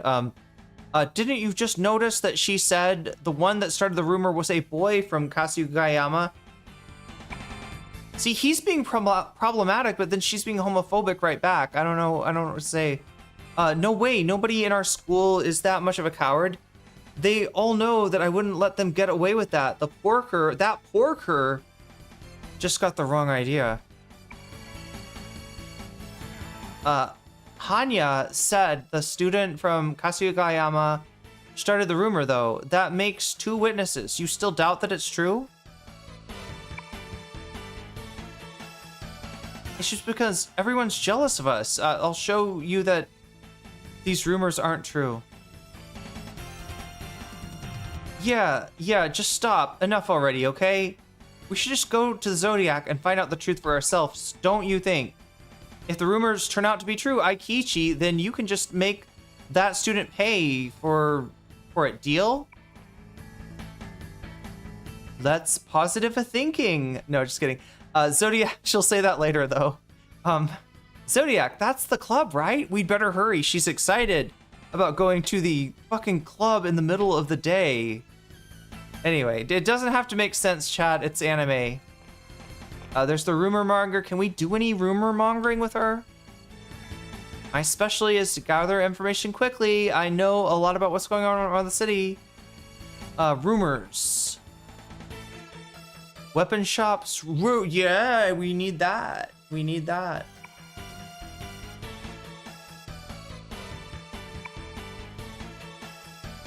Rumors, okay, roger that. But first, she'll have to tell me what you know. The school emblems, right? Tell her about the school emblems. Oh, Principal Hanya's hair is the real deal? Didn't he wish for it? He got the hair from the Joker. The Joker fixed his hairline. Yeah. It's better than a Turkish treatment. I was so totally convinced that he wore a toupee that I wanted to try to pull it right off his head. Now, I don't think I'll go through with it. So, yeah, his hair is real. A long time ago. Anyway, I've got some stuff to tell you. You ready? All right, listen up. That shop, Time Castle, isn't just selling clocks. They've been selling weapons too. Apparently, they're pawning off inferior goods at discount prices. So low quality. Oh God, I remember this. Yeah. The rumors can change the price and the quality of the items at shops. And I think you're sort of trying to get it to be like high quality, low price is the defensive gear shop rumors. Do we have any other room? Do we have to trade with? Do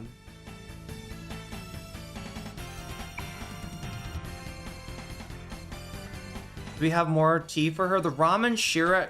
Yeah, we do. We do. Shirashi lady is a former Russian spy. Ah, it's just like something out of a movie, isn't it? People sure have their own cool stories to tell. Yes, they do. Yes, they do. You're pretty slick. Having the inside scoop and all that. All right then. Now it's my turn to tell you what I know. She's got awesome hair and she's got awesome rumors. Okay. Chikalin says the Rosa Candida in Ringadai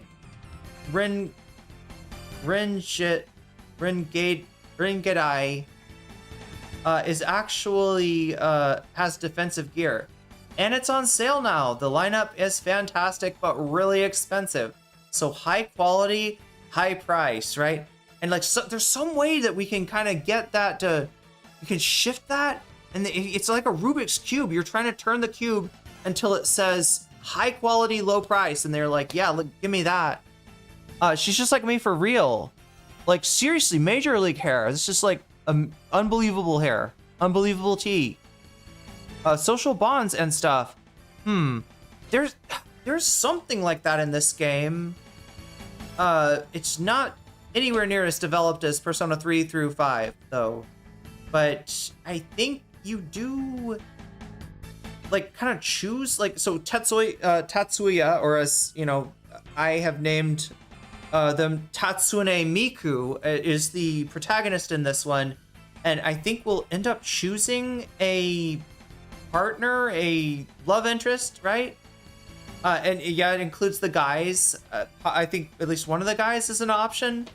Yeah, I think Aikichi is like, thanks a lot. I'm really flattered, but not interested. But yeah, there is a you know, gay plot line for the protagonist if you choose it.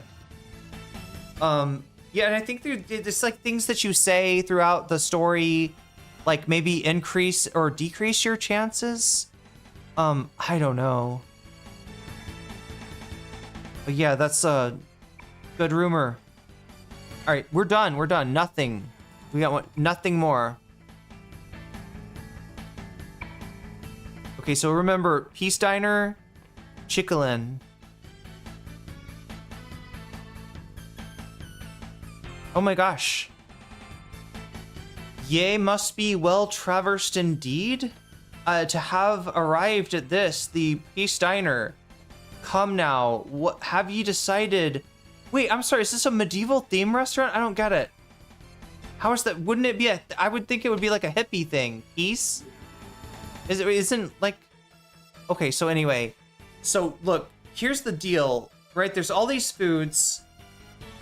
You need to feed everybody, but the foods do different things. And we don't know what they are. But I feel like Tatsune is gonna eat the big piece burger. And that is a big boost to agility. Okay, Michelle is gonna try out the double piece burger and find out that it increases his tech by 3. Ginkgo is going to try the Okay, so yeah, fish burger is okay for Ginkgo. We just don't want to feed that to Michelle. I don't know if it matters, chat. I just know that Michelle's dad, oh, that's even better for tech, right? The fish burger is better than the double piece burger. Keep that in, like, yeah, let's try to remember that. Maya, what does she eat? What if she tried the piece shake? I just feel like, I don't know. I feel like a fresh shake or a piece shake? Let's try a piece shake. Strength +5. You know, I don't know if that's gonna be a big boon for Maya, but there it is. I would have liked to get her something that might increase her hit points. But now we know, chat, piece shake is strength. Nuki can try the fresh shake. Only 1 strength. Okay, well there it is, chat. We fed our whole team, and look, this these buffs. I almost said these boofs. These buffs are gonna last. Would ye happen to have any affairs to discuss? What is this? I don't understand. Talk? Ye must partake in the value meal, which we have gone through great pains to bestow upon you. Make haste. Do not. Is this pirate speak, chat? I feel like there is a different. Isn't there a pirate restaurant somewhere? I think there actually is like a pirate themed. I'm in your debt. I will be waiting for that. She's talking like a pirate. How does Peace Diner equate to pirate? I don't understand. But we gotta go. All right, so we got our work cut out for us, chat. They said you gotta go to the Zodiac. Now, do you remember, not last time, but the time before, wait, no, was it like, I don't know, maybe, either last Persona stream or the week before, I said we're gonna go to the Zodiac. What is the Zodiac? The Zodiac is a club, we didn't, because there was like all these other missions that I'd forgotten about. But now, time to go to the Zodiac. And the reason that I got that food is I think we might have to fight here. Take a look around. It's an ATM. I don't think we need that. Oh no, is that a phone? I think it's an old school phone thing. I don't know if we can get attacked like immediately.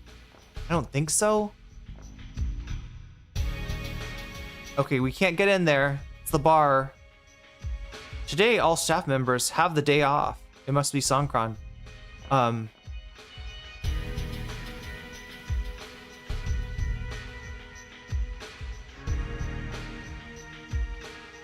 don't know if there's anything in there. Club Zodiac. Yeah, I think we could go in here.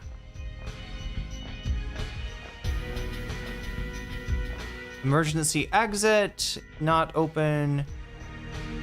Trying to see if there's anything for me to find in here. Items. Today all staff members have the, okay, it's a sign. What's that? Cafe, can't get in. I'm guessing all staff members, yeah, have the day off. Exit. We can go through the exit. Wait, what the fuck?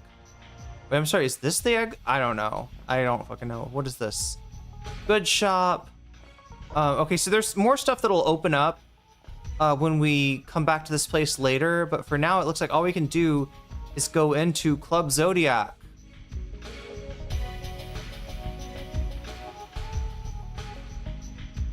Oh wait, Tadepps, you were saying that the problematic aspects of Persona tend to be in the social bond stuff. Yeah, some of the social bonds themselves, like in Persona 5, there you can date your high school teacher, which is like you can get, you know, I don't know.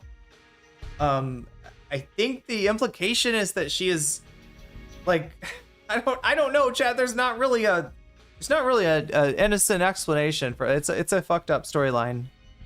Anyway, you cut it. So you were here after all, says Noriko. Come on, you're coming home with me. Hi, Noriko, what are you doing here? It looks like she hasn't given up on Anna Yoshizaka. Noriko, don't do that. Smoking's bad for your health. If you do that, you won't be able to run again. Yeah, that's Anna. Anna Yoshizaka, Tatsune's former classmate. She dropped out of Seven Sisters High. Now she's become completely withdrawn. But up until she had an accident, she was the school's track star. Noriko, hey, do I really bother you that much? You're so stupid.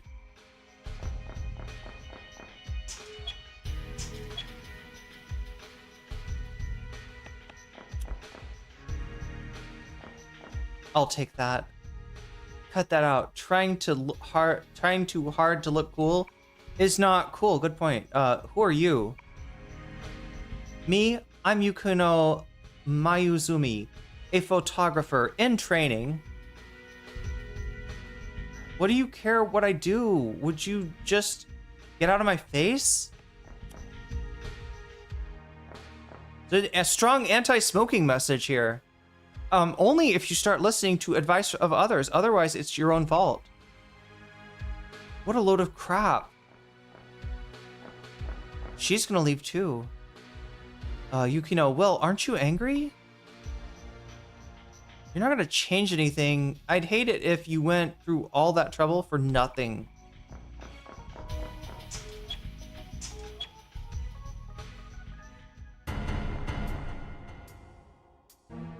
Kasugayama High student. Hey, you came here to talk smack? You must think you're a pretty cool guy. Are we talking, he's talking to Tatsune? There's more Katsugayama students. You're from the Sevens, huh? If you don't get home quickly, that creepy old principal of yours is gonna be mad. I mean, he's always mad. It's part of his character. Everybody, that's enough. Try to behave a little bit more elegantly. You wouldn't want me to get angry, would you? Michelle. It's Aikishi Mishina. Nobody's gonna listen to you anymore. You're not the leader of our gangs. You're not the leaders of the Undries gang. What are you saying? What's up with all of you? He's gotta talk tough. That's why he says, yeah. We've got a new head of our gang. Our new head's really strong. All of the gang at Kasugayama High that used to follow you decided to go with head Sujimoto. He had Sujimoto. What? Head? Is the guy's name Head? Or is that like a Japanese name I've never seen before? He had Sujimoto. Sujimoto? The head of Kasugayama? Don't you dare fuck with me. Oh shit, he's busting out his persona. Does this, you can't use a persona on somebody that doesn't have one, guy. Or I guess I don't know. There's no honor among punks. You punks think the head is stronger than your gang leader? Who gave you that idea? Tell me. I heard the rumors the head is stronger than the gang leader. It's fucking rumor! God damn it, Joker. This guy is a problem, chat. Do you understand? Every time there's like, I heard a rumor that XYZ and then XYZ comes true, that is the motherfucking Joker, like fulfilling somebody's wish, or it's just, it's too much chaos, right? When any rumor can become reality. You went ahead and replaced him when he didn't even know about it? Don't you think you're jumping to conclusions? If this is all because of rumors, then this Sujimoto kid's probably connected to the Joker. Oh, good, nice deduction, Miss Amano. Excellent deduction, Gumshoe. It's all clear to me now. No one can become top dog at high school that suddenly without using this, like clavicular, chat. They're botting. They're doing the clipping complex, right? It's artificial. Yeah, you're right. They replaced the undies by the Undies gang leader by hiring like clippers.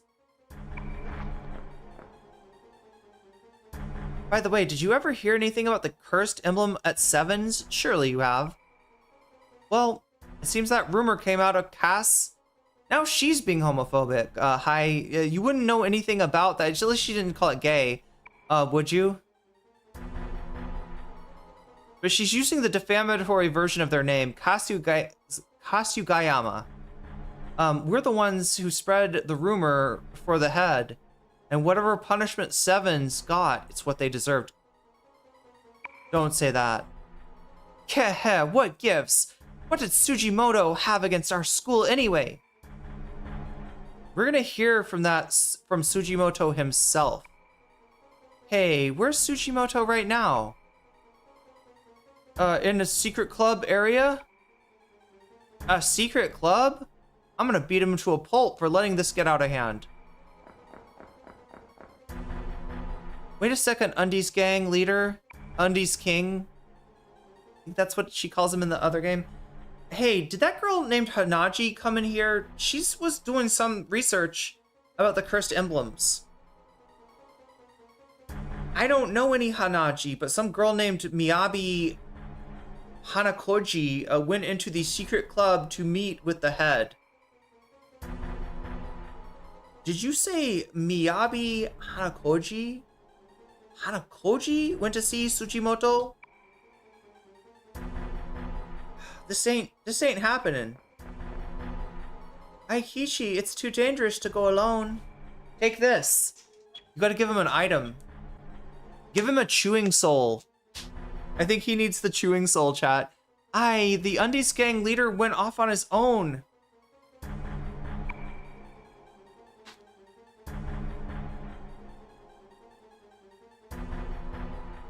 But who cares about him? It's Hanaji we have to worry about now. Aren't we gonna go after her? Are we? We got the idol cycle again.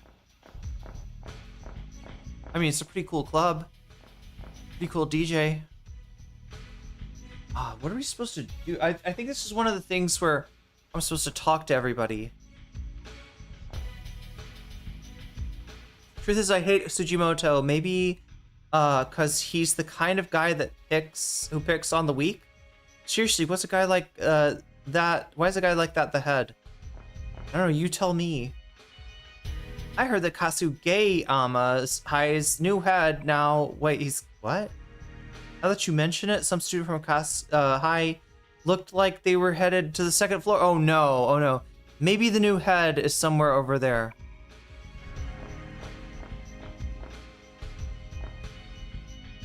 I heard this a long time ago, but there's a secret club hidden in this club. Rumor. Okay, so we gotta find the secret club, I think. Right, this is our first. Is this our first dungeon?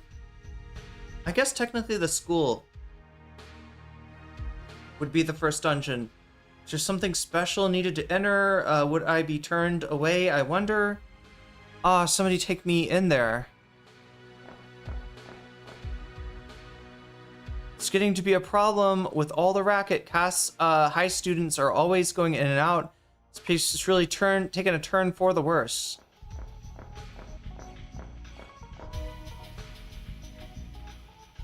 If the rumor is that the head is stronger than the gang leader, Aikichi's gonna be... Okay, so we gotta go save Aikichi, probably. Hey, Qingyan, why did Hanaji want to keep her real name a secret from the Undies gang leader? Good question.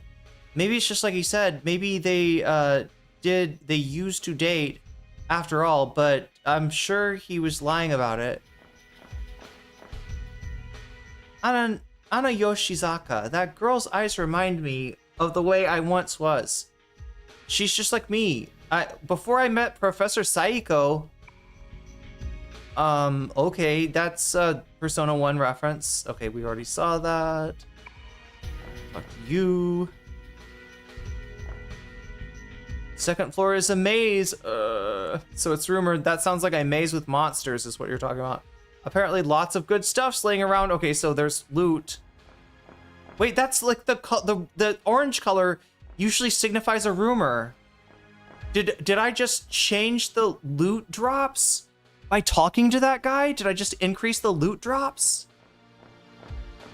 Like the orange said, you know, there's a lot of good stuff laying around there. I don't know. Let's go in. Let's see what the Undies Gang leader is up to. Probably we're gonna, oh, here we go, chat. All right, so this is a dungeon in Persona 2. This dungeon is called Zodiac, the name of the club. And there's a lot of good stuff laying around, so let's take a look. Nope. Now, I seem to be missing my mini-map.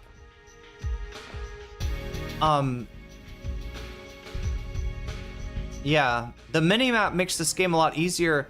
I'm thinking somehow...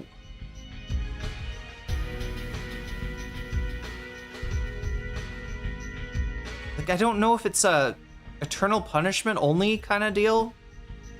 Like, if it's only in the second part. Yeah, this really is a maze. But look, it's better than Persona 1 mazes, alright? Persona 1 mazes, it looks like... Wait, is it even Doom? I think it's even more, like, rudimentary than, like, Doom. Alright, so we got... Oh, jeez. Okay, we have not fought enemies like this yet.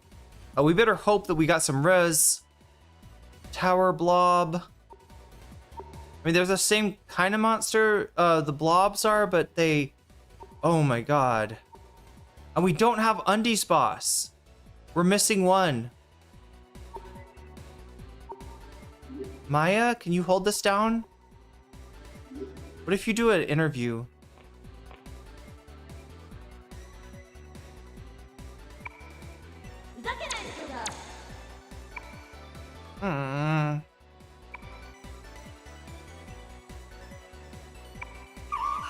I scared her. You're a creepy little kid. Okay, proud and wise. Okay, so we don't want to overpraise. We don't want to advise. Maybe Maya's not the right interlocutor.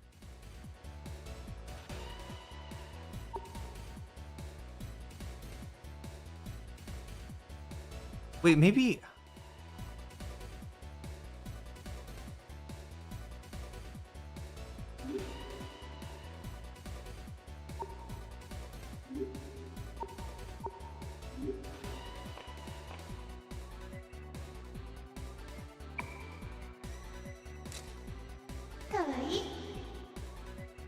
Ooh, you're a big girl, aren't you?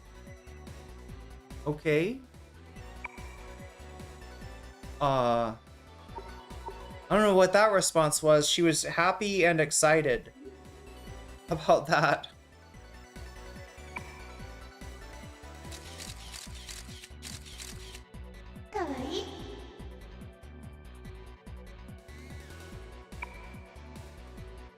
All right, making it easy for us.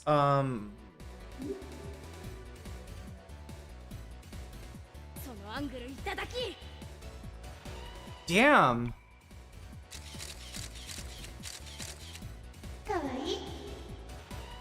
You're definitely my type. She said kawaii. Oh my, you're hurt. Oh, we're gonna get healed. Wait, are we? I don't think we're hurt though. Okay, thanks anyway. I guess don't forget about me. Okay, so you get them excited and you get them happy at the same time. I guess that wait, what? Do we have to contact the other? Oh my god, are you serious? Ugh. Yeah, let's have a manly chat. How about that? Nice manly chat with the blob.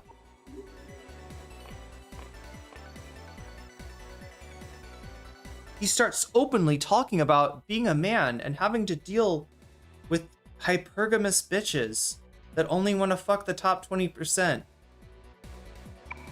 Tetsuya has red pilled. Oh no, he got red pilled, chat. He got red pilled. We don't want that. You're boring me to death. Okay, he doesn't like it. Yeah, I thought manly chat would be the thing.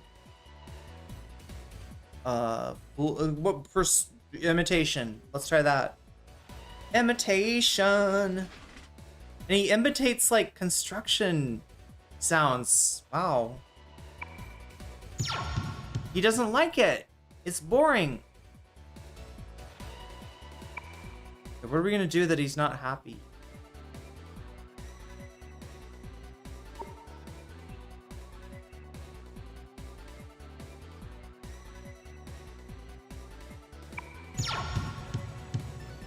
We have to fight the blob.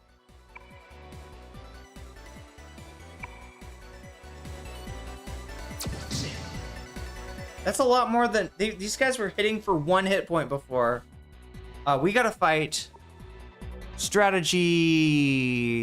Yeah, let's change up the strategy. Persona, Magna, and Fata Morgana. Blob.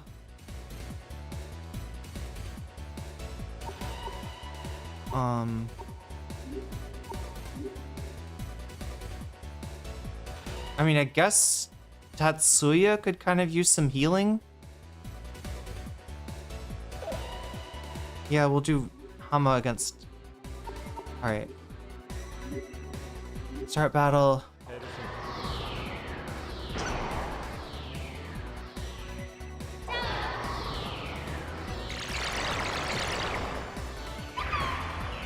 Oh shit, I was about to say that won't do anything to him.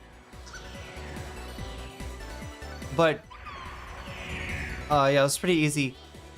I was kind of just like, so part of the reason that I will cast like random spells is that there are fusion spells that can be unlocked, and the only way you unlock them is to like randomly you know, find them, and that's how you do it.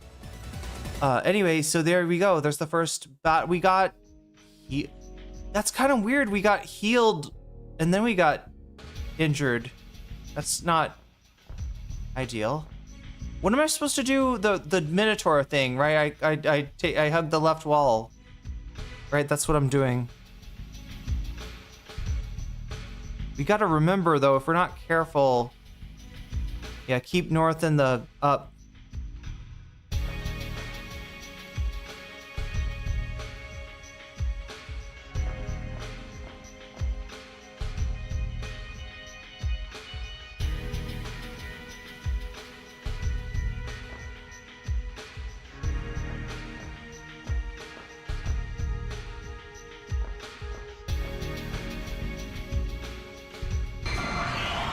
I see the stairs. Our target is on the 2nd floor. Okay, we got some zombies maybe. Let's try to reason it out. Zombie junkie? Wait a minute. I don't know if you can.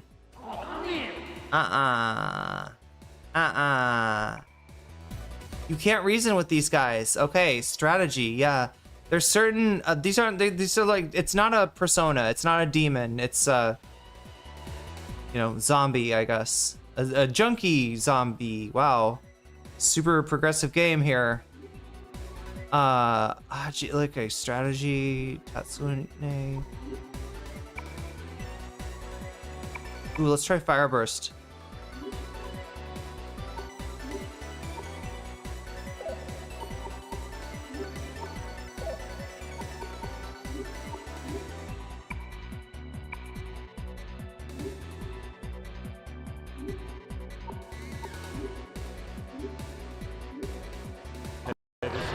Are they addicted to brains? Yeah. Okay, wait, that almost looked like a physical attack. It wasn't, though.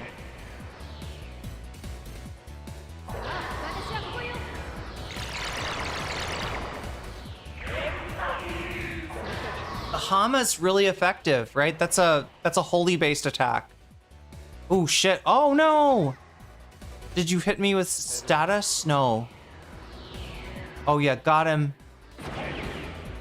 Not a super effective, powerful attack here, but I am just hoping that we'll find some new fusion combinations. There we go. We're making some money though. We're making some money. That's important.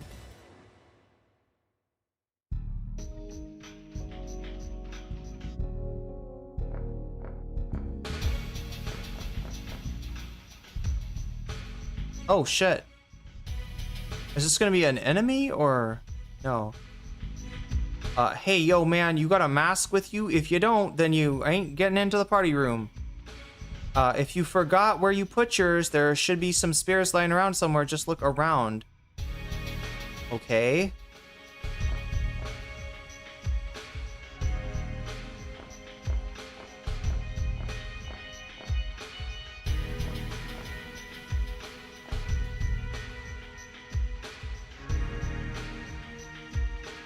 Is that a lava lamp? I think it is. Lockers. Could they be in the lockers? Doesn't seem like it. We're gonna keep north on top. Just so I don't get... Oh my god, I'm already lost! Fuck. Went the wrong way. Okay, so we just got... Are those disco? DJ zombies. Are we... Is this Hellraiser? Let's see. Ginkgo and Tatsune are hurt a little bit. Strategy.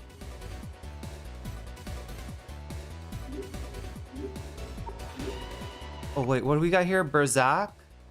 That's almighty damage. Renders all enemies furious. I don't know if we want that. Sword, extra type fire. Let's try Agi again. Sona. Yeah, heal. Fuck, Maya's still on 35 hit points. We need to level her up.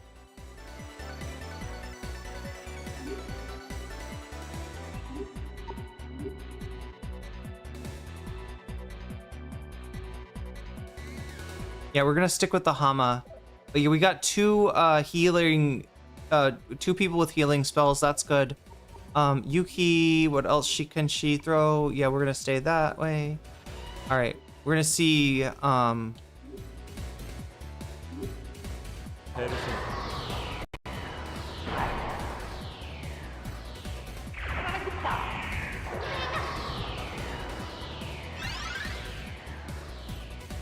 Oh shit.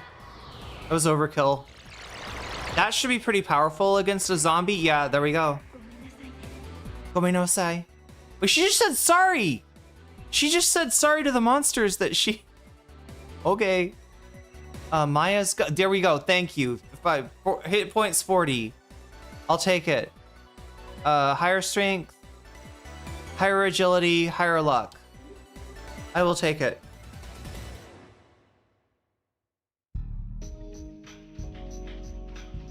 So, going this way.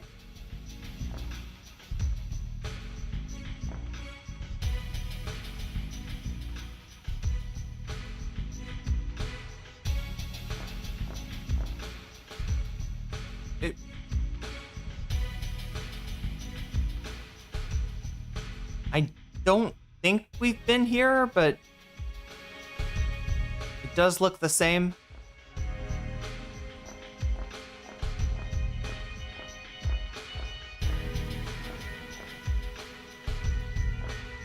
Oh shit.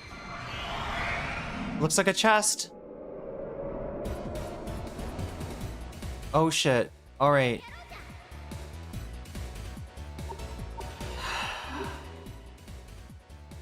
We have I think charmed both. Tatsune wants to have a manly chat.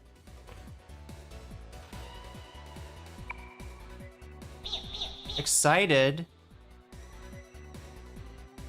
Yeah, make it like red pill content. Make it really easy for me to understand. Hey, what are you talking about? Okay, so yeah. The man's gotta be pretty. Wait, I think he'll like gentle, maybe. Wrong. Wrong. Oh no. Ah! I am screwing this up. Ha! Indigestion? No! God damn it! We gotta fight. We gotta fight. Okay. Strategy.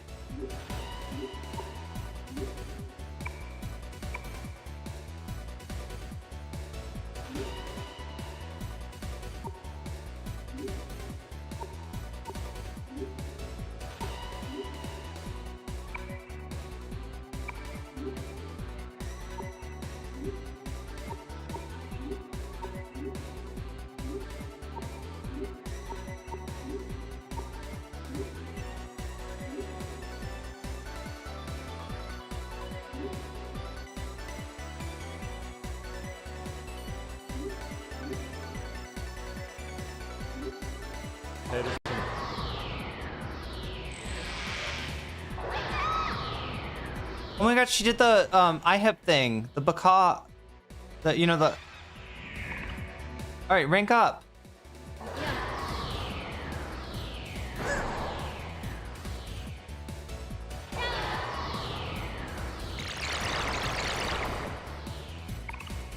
Ranked up, even though it didn't work. Okay. Oh no, we're getting poisoned. Oh my god, they both casting poison. Everybody's casting poison. Cannot.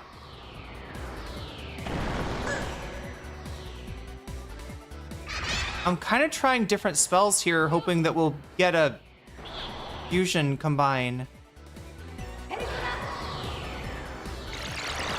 That probably won't work. What? Wait, it just... No. Oh no, I don't like, these guys are gonna poison us. You can see, like, you do actually have to, okay, I'm gonna get off of this after this round. Squish.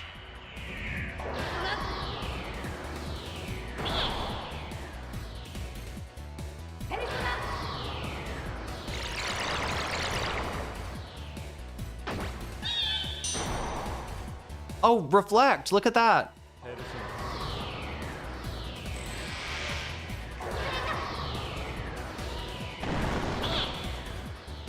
That should be enough.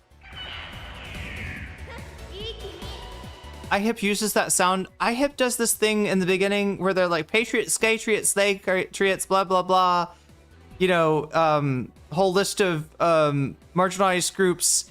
And anyone who has a problem with them can what? Pumps? And Pumps goes, fuck off! Like she says fuck off like an eagle. And it sounds kind of like what that sound was. Level up. Look at that. Yukiko with the level up.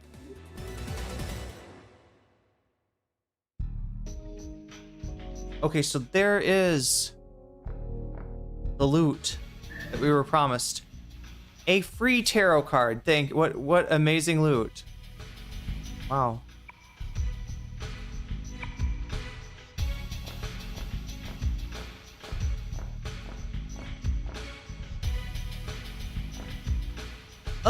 What is that mess? Chat, what is this? Did somebody pee? What is that? Are we in a bathroom? Did somebody vomit? No, it's a bar. It must be vomit. Ugh. Trish's fountain. Okay. Speaking of ripoffs.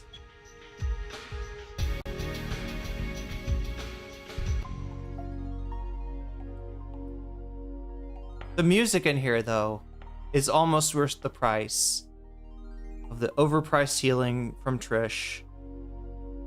Passing through the world requires a little give and take. Oh, wait. It's your first time? Oh, she'll heal us for free? I should introduce myself. I'm Trish. I'm the fairy that protects the healing fountain. I'll heal whatever wounds you might have. The guardian fairy who protects the pond and annoys people about money. Yes, she does. Truth is that she was banished from the fairy realm and is unable to return, just like me. It's not for free, of course. Passing through the world requires a little... Okay. What do we need? Healing. How much you're gonna charge me? Come to ridiculous price. Oh my god, chat. It's like it's 4 times what they were charging me at the, I mean, is it worth it? Actually, let's see. We'll start off with no. Okay, she's mad. She thinks we're a cheap Charlie when we're really a thrifty Tetsune. All right, I just gotta see, do we need healing? Do we even need healing? A little bit? Not really. I will not waste money right now. See, the one person I would like to increase their hit points is Maya, and she's, you know, maxed out.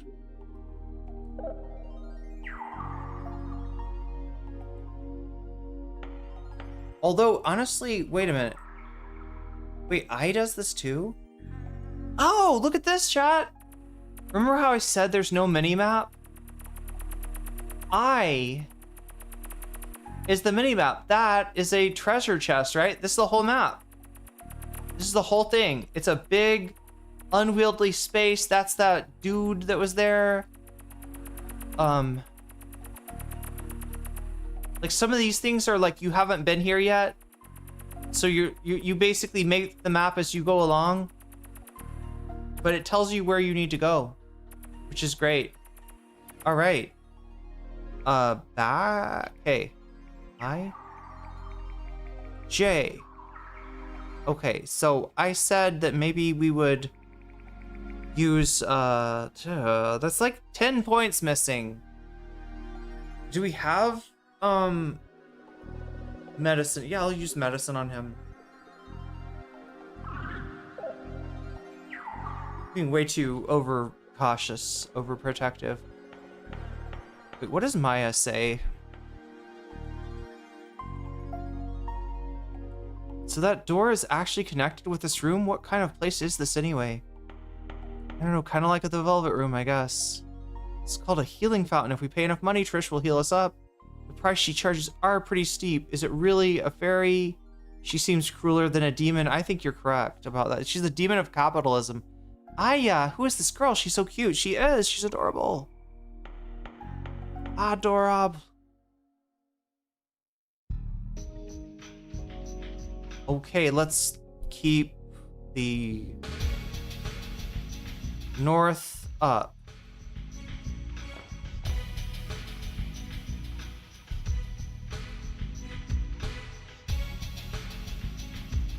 So we're supposed to go to the... We're supposed to get a mask. All right, we can go to the 3rd floor, I guess. I thought the thing we needed was on the 2nd floor. We're gonna get attacked already. Oh no! This feeling, it's Aikichi, isn't it? Miku, Aikichi's calling us out. He's just ahead, so maybe we should... Okay, so that, you know what that's telling us? A, you need to save, and B, you... I don't know, do we need to go here? Save. They're saying we need to get a mask, right? That's gonna be the key item to get us further in the game. And he said they were lying around if you need to grab one. I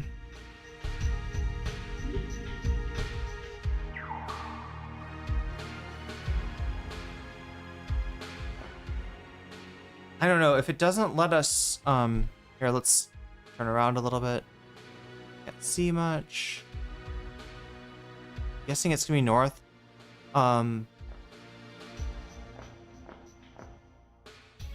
Like, if we don't have the key item, they won't let us in.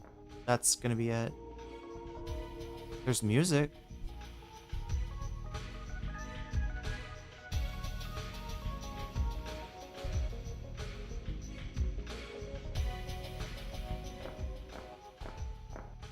Less music. Or different music.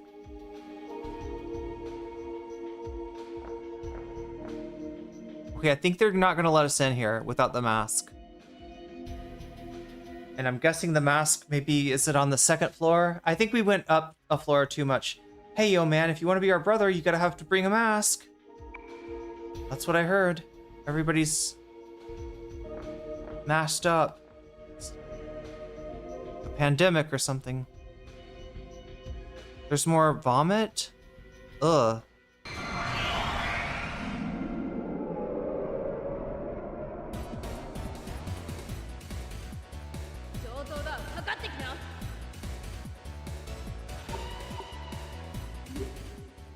Proud and wise. I feel like this was.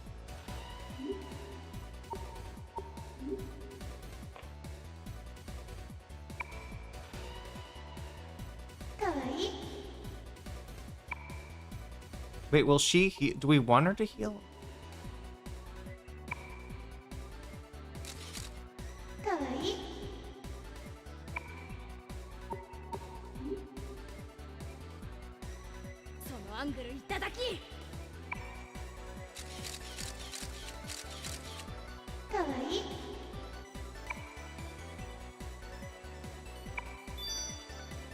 I don't think we were down any hit points. Anyway, it's better than having to fight. But we should be trying to get cards out of that harpy.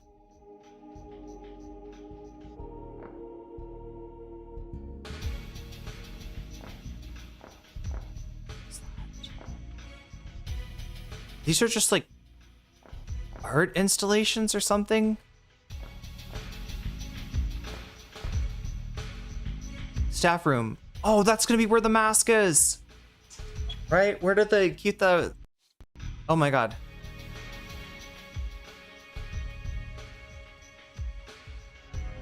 Jeez. Is there a masked person? Masked people in here. Whoa, I forgot to take the mask they gave me. I thought I'd be in trouble, but I was saved by the ones in that cardboard box, which we need to get into. Let's get into there. That dumb gang leader isn't here either. He's really causing the trouble for the rest of us. How can he be so selfish? There is apparently more loot in this one, chat. What do you think? Should I... It's kind of like, yeah. I didn't want to have to go to the assembly, but I think it's of our free ticket to a party. I was concerned about my big mouth, but I toned it down a bit. So wait, we gotta get masks, right? Somewhere.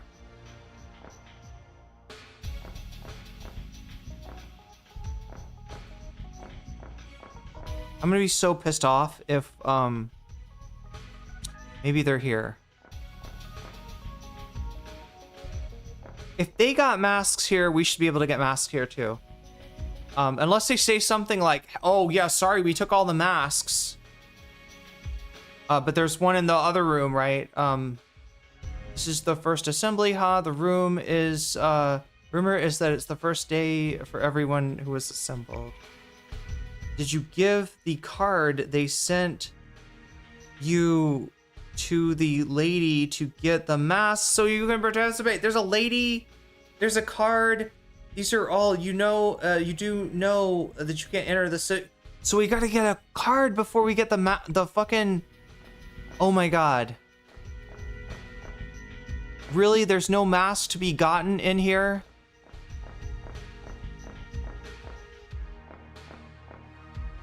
Oh wait, obtained a mysterious mask. There we go. Wait, what's the whole thing about the card and the lady? We got the mask. That's the key item, chat. I think we're good. I don't know what they're talking. I hope there's not a card I have to get in addition to this. Come on, go out of the room. There we go. Boom. All right, so we should be pretty close to rescuing Aikichi, who is in a lot more trouble than he realizes, right? Because the rumor was that the new boss could beat Aikichi, right? So he should not go up against that guy. What was it again? I? Press the I button. Okay, and then just go like, yeah, so here's the mini map. I think there's a better mini map. Yeah, right up here, right up here. So we're just gonna go whoop, whoop, and then whoop. We'll be right there. All right.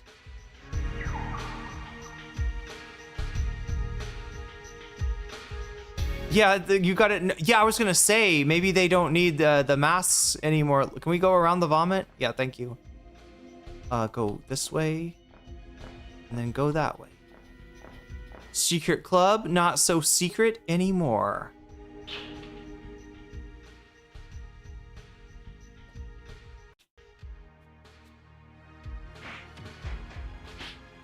So yeah, just in time, chat.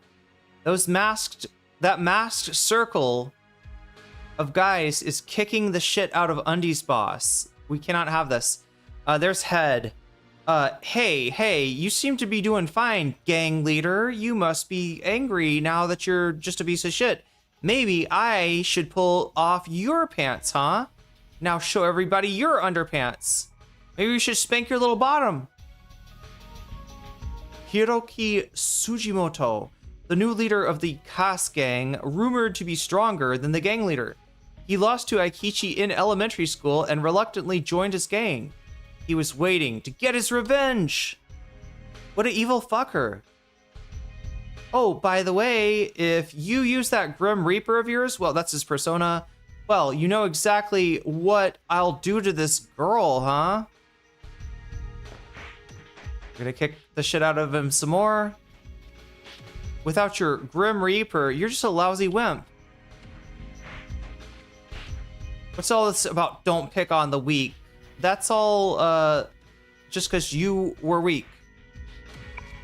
It's like Clockwork Orange, right? You broke into the assembly, but I knew you didn't see this coming at all. You'll never see it coming. It's a good thing you came.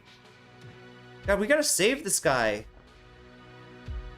He's getting wrecked, chat. You're pretty worn out. Does this chunk of lard really mean... Oh my god, he's so mean. Does this chunk of lard really mean this much to you? Cut the crap. This has gone far enough. If you do anything to Hanakoji, I will make you bastards pay. Huh? What are you talking about? Hanakoji's right here. Stop, don't tell him. I'm begging you, don't. Yeah, ha ha ha. Don't you tell me she doesn't know. She is Miyabi Hanakoji. Are you serious? Is that really you, Hanakoji? So like the story is that they were dating and then, I don't know, summer happened and they got separated and she gained a lot of weight or something? And he legit does not recognize her. Like she's going by a different name because she's embarrassed about gaining weight, I think. I'm sorry, I'm so sorry. Why? Why didn't you tell me? Because I wouldn't be able to look at you, Aikichi. You were the one person I couldn't tell. You two used to go out? You and Fatso, a couple? That would be a perfect match, huh? Shut up. Ever since that time, I've done whatever I could to be worthy of Hanakoji.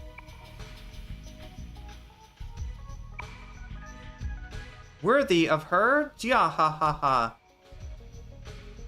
You bastard. You can mock me all you want, but don't dare laugh at her.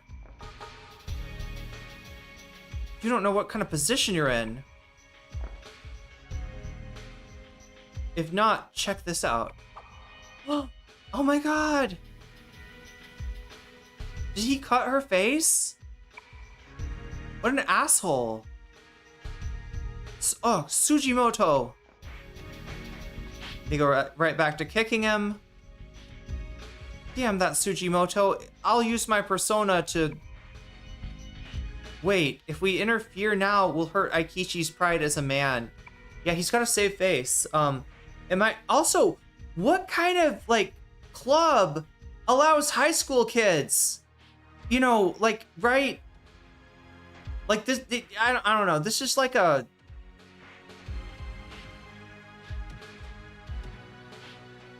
This is like a club for, I don't know. Anyway. Maybe there was no drinking age in Japan at the time. I don't know.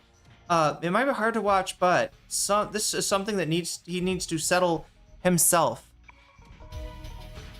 How can we sit and watch? It's not right. Tatsune, we have to save both of them.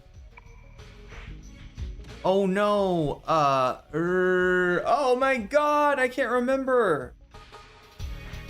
This affects something, doesn't it? Fuck.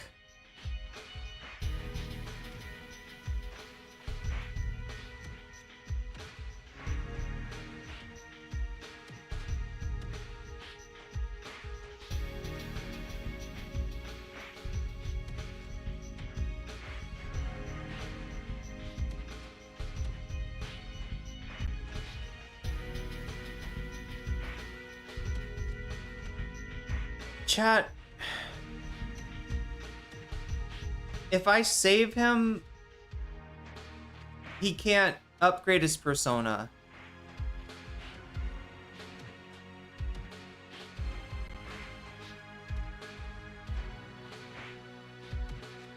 That's all, the only change. Yeah.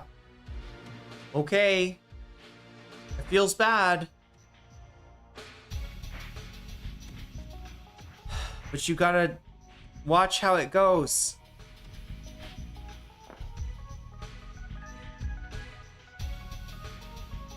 You see, men like to get the shit kicked out of them if it saves face, I guess, sometimes. Some men. I know, Tsujimoto, I don't stand a chance against you, but please, leave her out of this. Looks like you finally see it my way, Dyahaha. Alright then. I could beat you with one arm tied behind my back, and you couldn't fight back with both of them. Now you'll know how humiliated you made me feel. I have a feeling there's some underpants lore we don't know, chat. Does this sound like some underpants lore? Is this all gonna relate back to somebody getting their pants pulled down? You bastard, you're still holding a grudge because of the time I pulled your pants down in elementary school. I guess that's kind of what he does, right? Naturally, it's all your fault. And the girl I like totally rejected me. Maybe she rejected you because you were just a little punk who went around bullying weaker kids.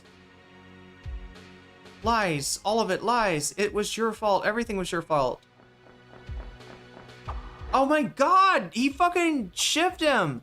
Twice. No. Chat, this is what he's got to do to get his, like, persona fully developed?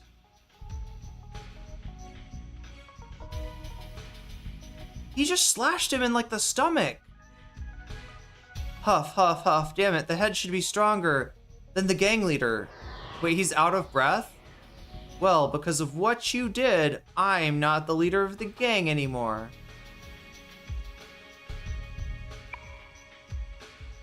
What? What? I don't understand. And just because the head's stronger than some gang leader doesn't mean that you, Hiroki Tsujimoto, are stronger. Oh my god, what? He changed the meaning of... Look, he's got blood coming out, chat. This man might have a puncture. He might have an aspirated lung. We gotta get his ass to the hospital. This is bad. So he's like flipping it and being like, well, it was only that the head is stronger than some gang leader, and I'm gonna change the rumor to being not me, a different gang leader, actually. It feels like the logic where somebody's like infinity and then somebody else is like, oh yeah, infinity's +1, and it's like, oh shit. Or like, what if I had what if I had a gun that could zap you and you know, like, I don't know, defeat you, right? And then the person's like, well, what if I had a vest that blocked the gun's bullets? All right, like, you know, oh, okay. What if actually was a laser gun that shoots through bulletproof vests? And like, well, what if the vest was actually had a reflection, so the laser went back and it hit you? And you know what I mean? The like little kids games. That's what it feels like. Infinity +1.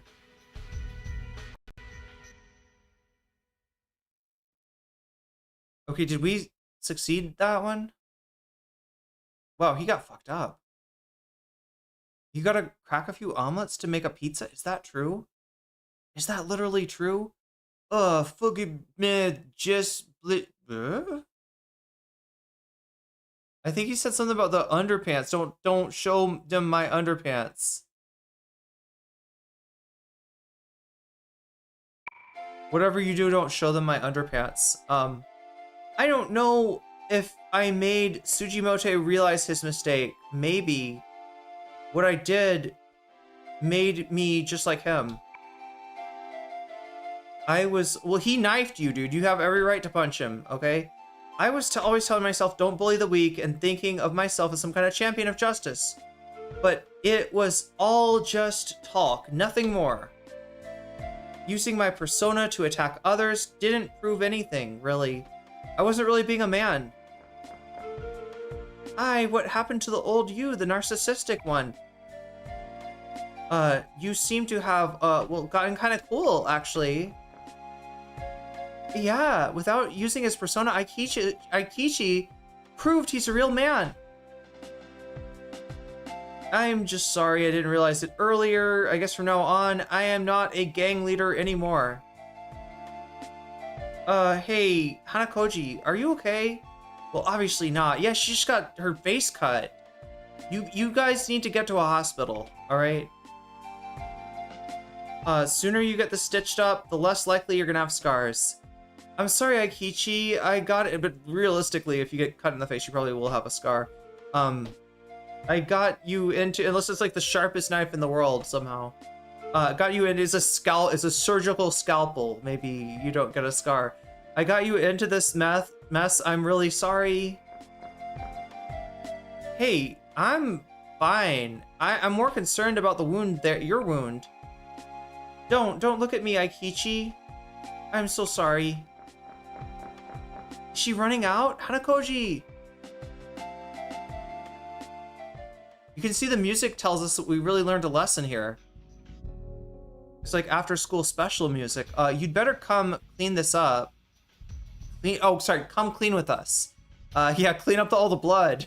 That is totally your fault. And that's the other thing, is if this happens in a club, you are never coming back into that club again. There will be a picture of you with every bouncer that is like, do not let this person into the club, right? Somebody that brings a fucking knife, even if you just get in a fight, right?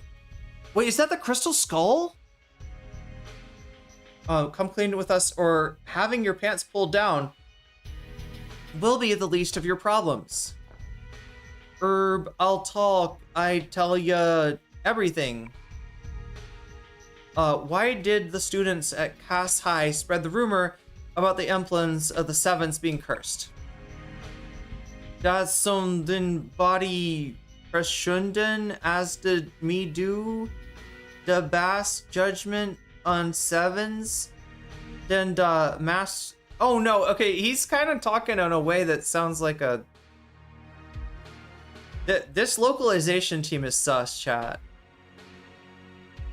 Yeah, they do call him Joker-sama in Japanese, which translates to Master Joker, but yeah, maybe like I don't know. So I feel like I'm reading Mark Twain here. It's not good. Yasuo, I rejected him back then, so he moved on to Sujimoto? Wait, what? Wait, sorry, what? What's the purpose of having all those people attend an assembly? What kind of assembly was it? Master Joker gave all of them their ideal dream. That day was the time to have them join up, I heard. And another thing, I heard that the new leader, Lady Scorpion, was supposed to appear at the assembly. I just heard about it today. That's all I know. Please let me go. Doesn't seem like you're lying. Okay, I'm gonna forgive you, just as long as you never deal with the Joker again. Yeah, leave Joker-sama alone. Don't dial J. Okay, do not dial J. Do not call your own phone number in order to summon the Joker. Now the rumored mastermind has finally been unveiled. The student body president of Kasugayama's High is the one we're after. We'll catch him. Wait, what was his name again?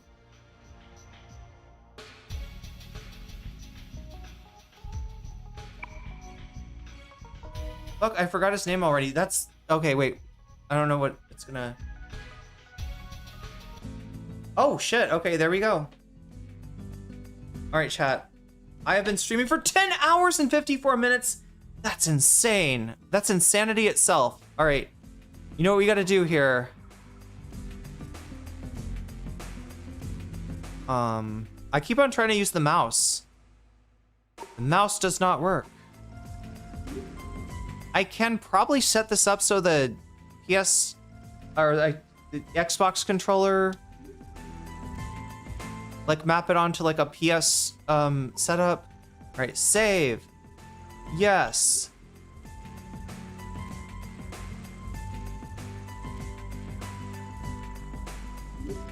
Save is complete.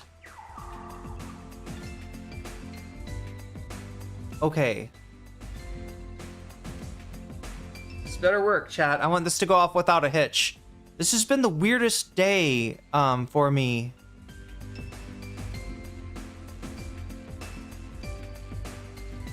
Wow, people are cosplaying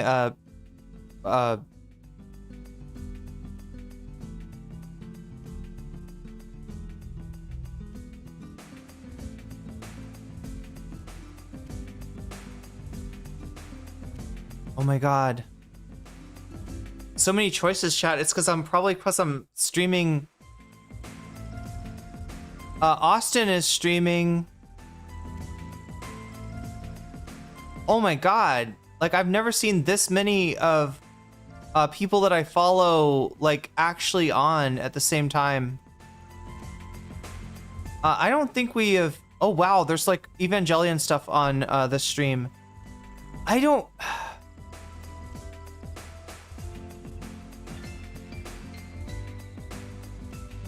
Okay, I can't remember, chat. This is who I think it is. They're really funny, but I do follow them, so there must be some reason. Anyway, we're rating you in to Astro's stream. Maybe if I look up their channel on YouTube, I'll like remind myself.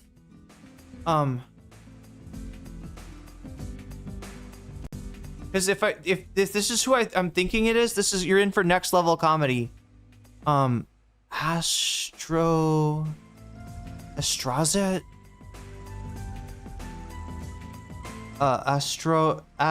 Astrozist.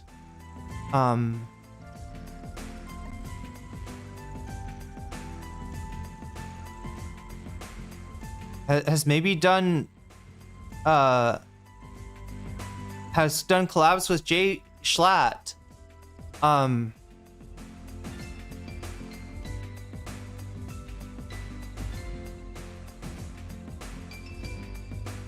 Yeah, no.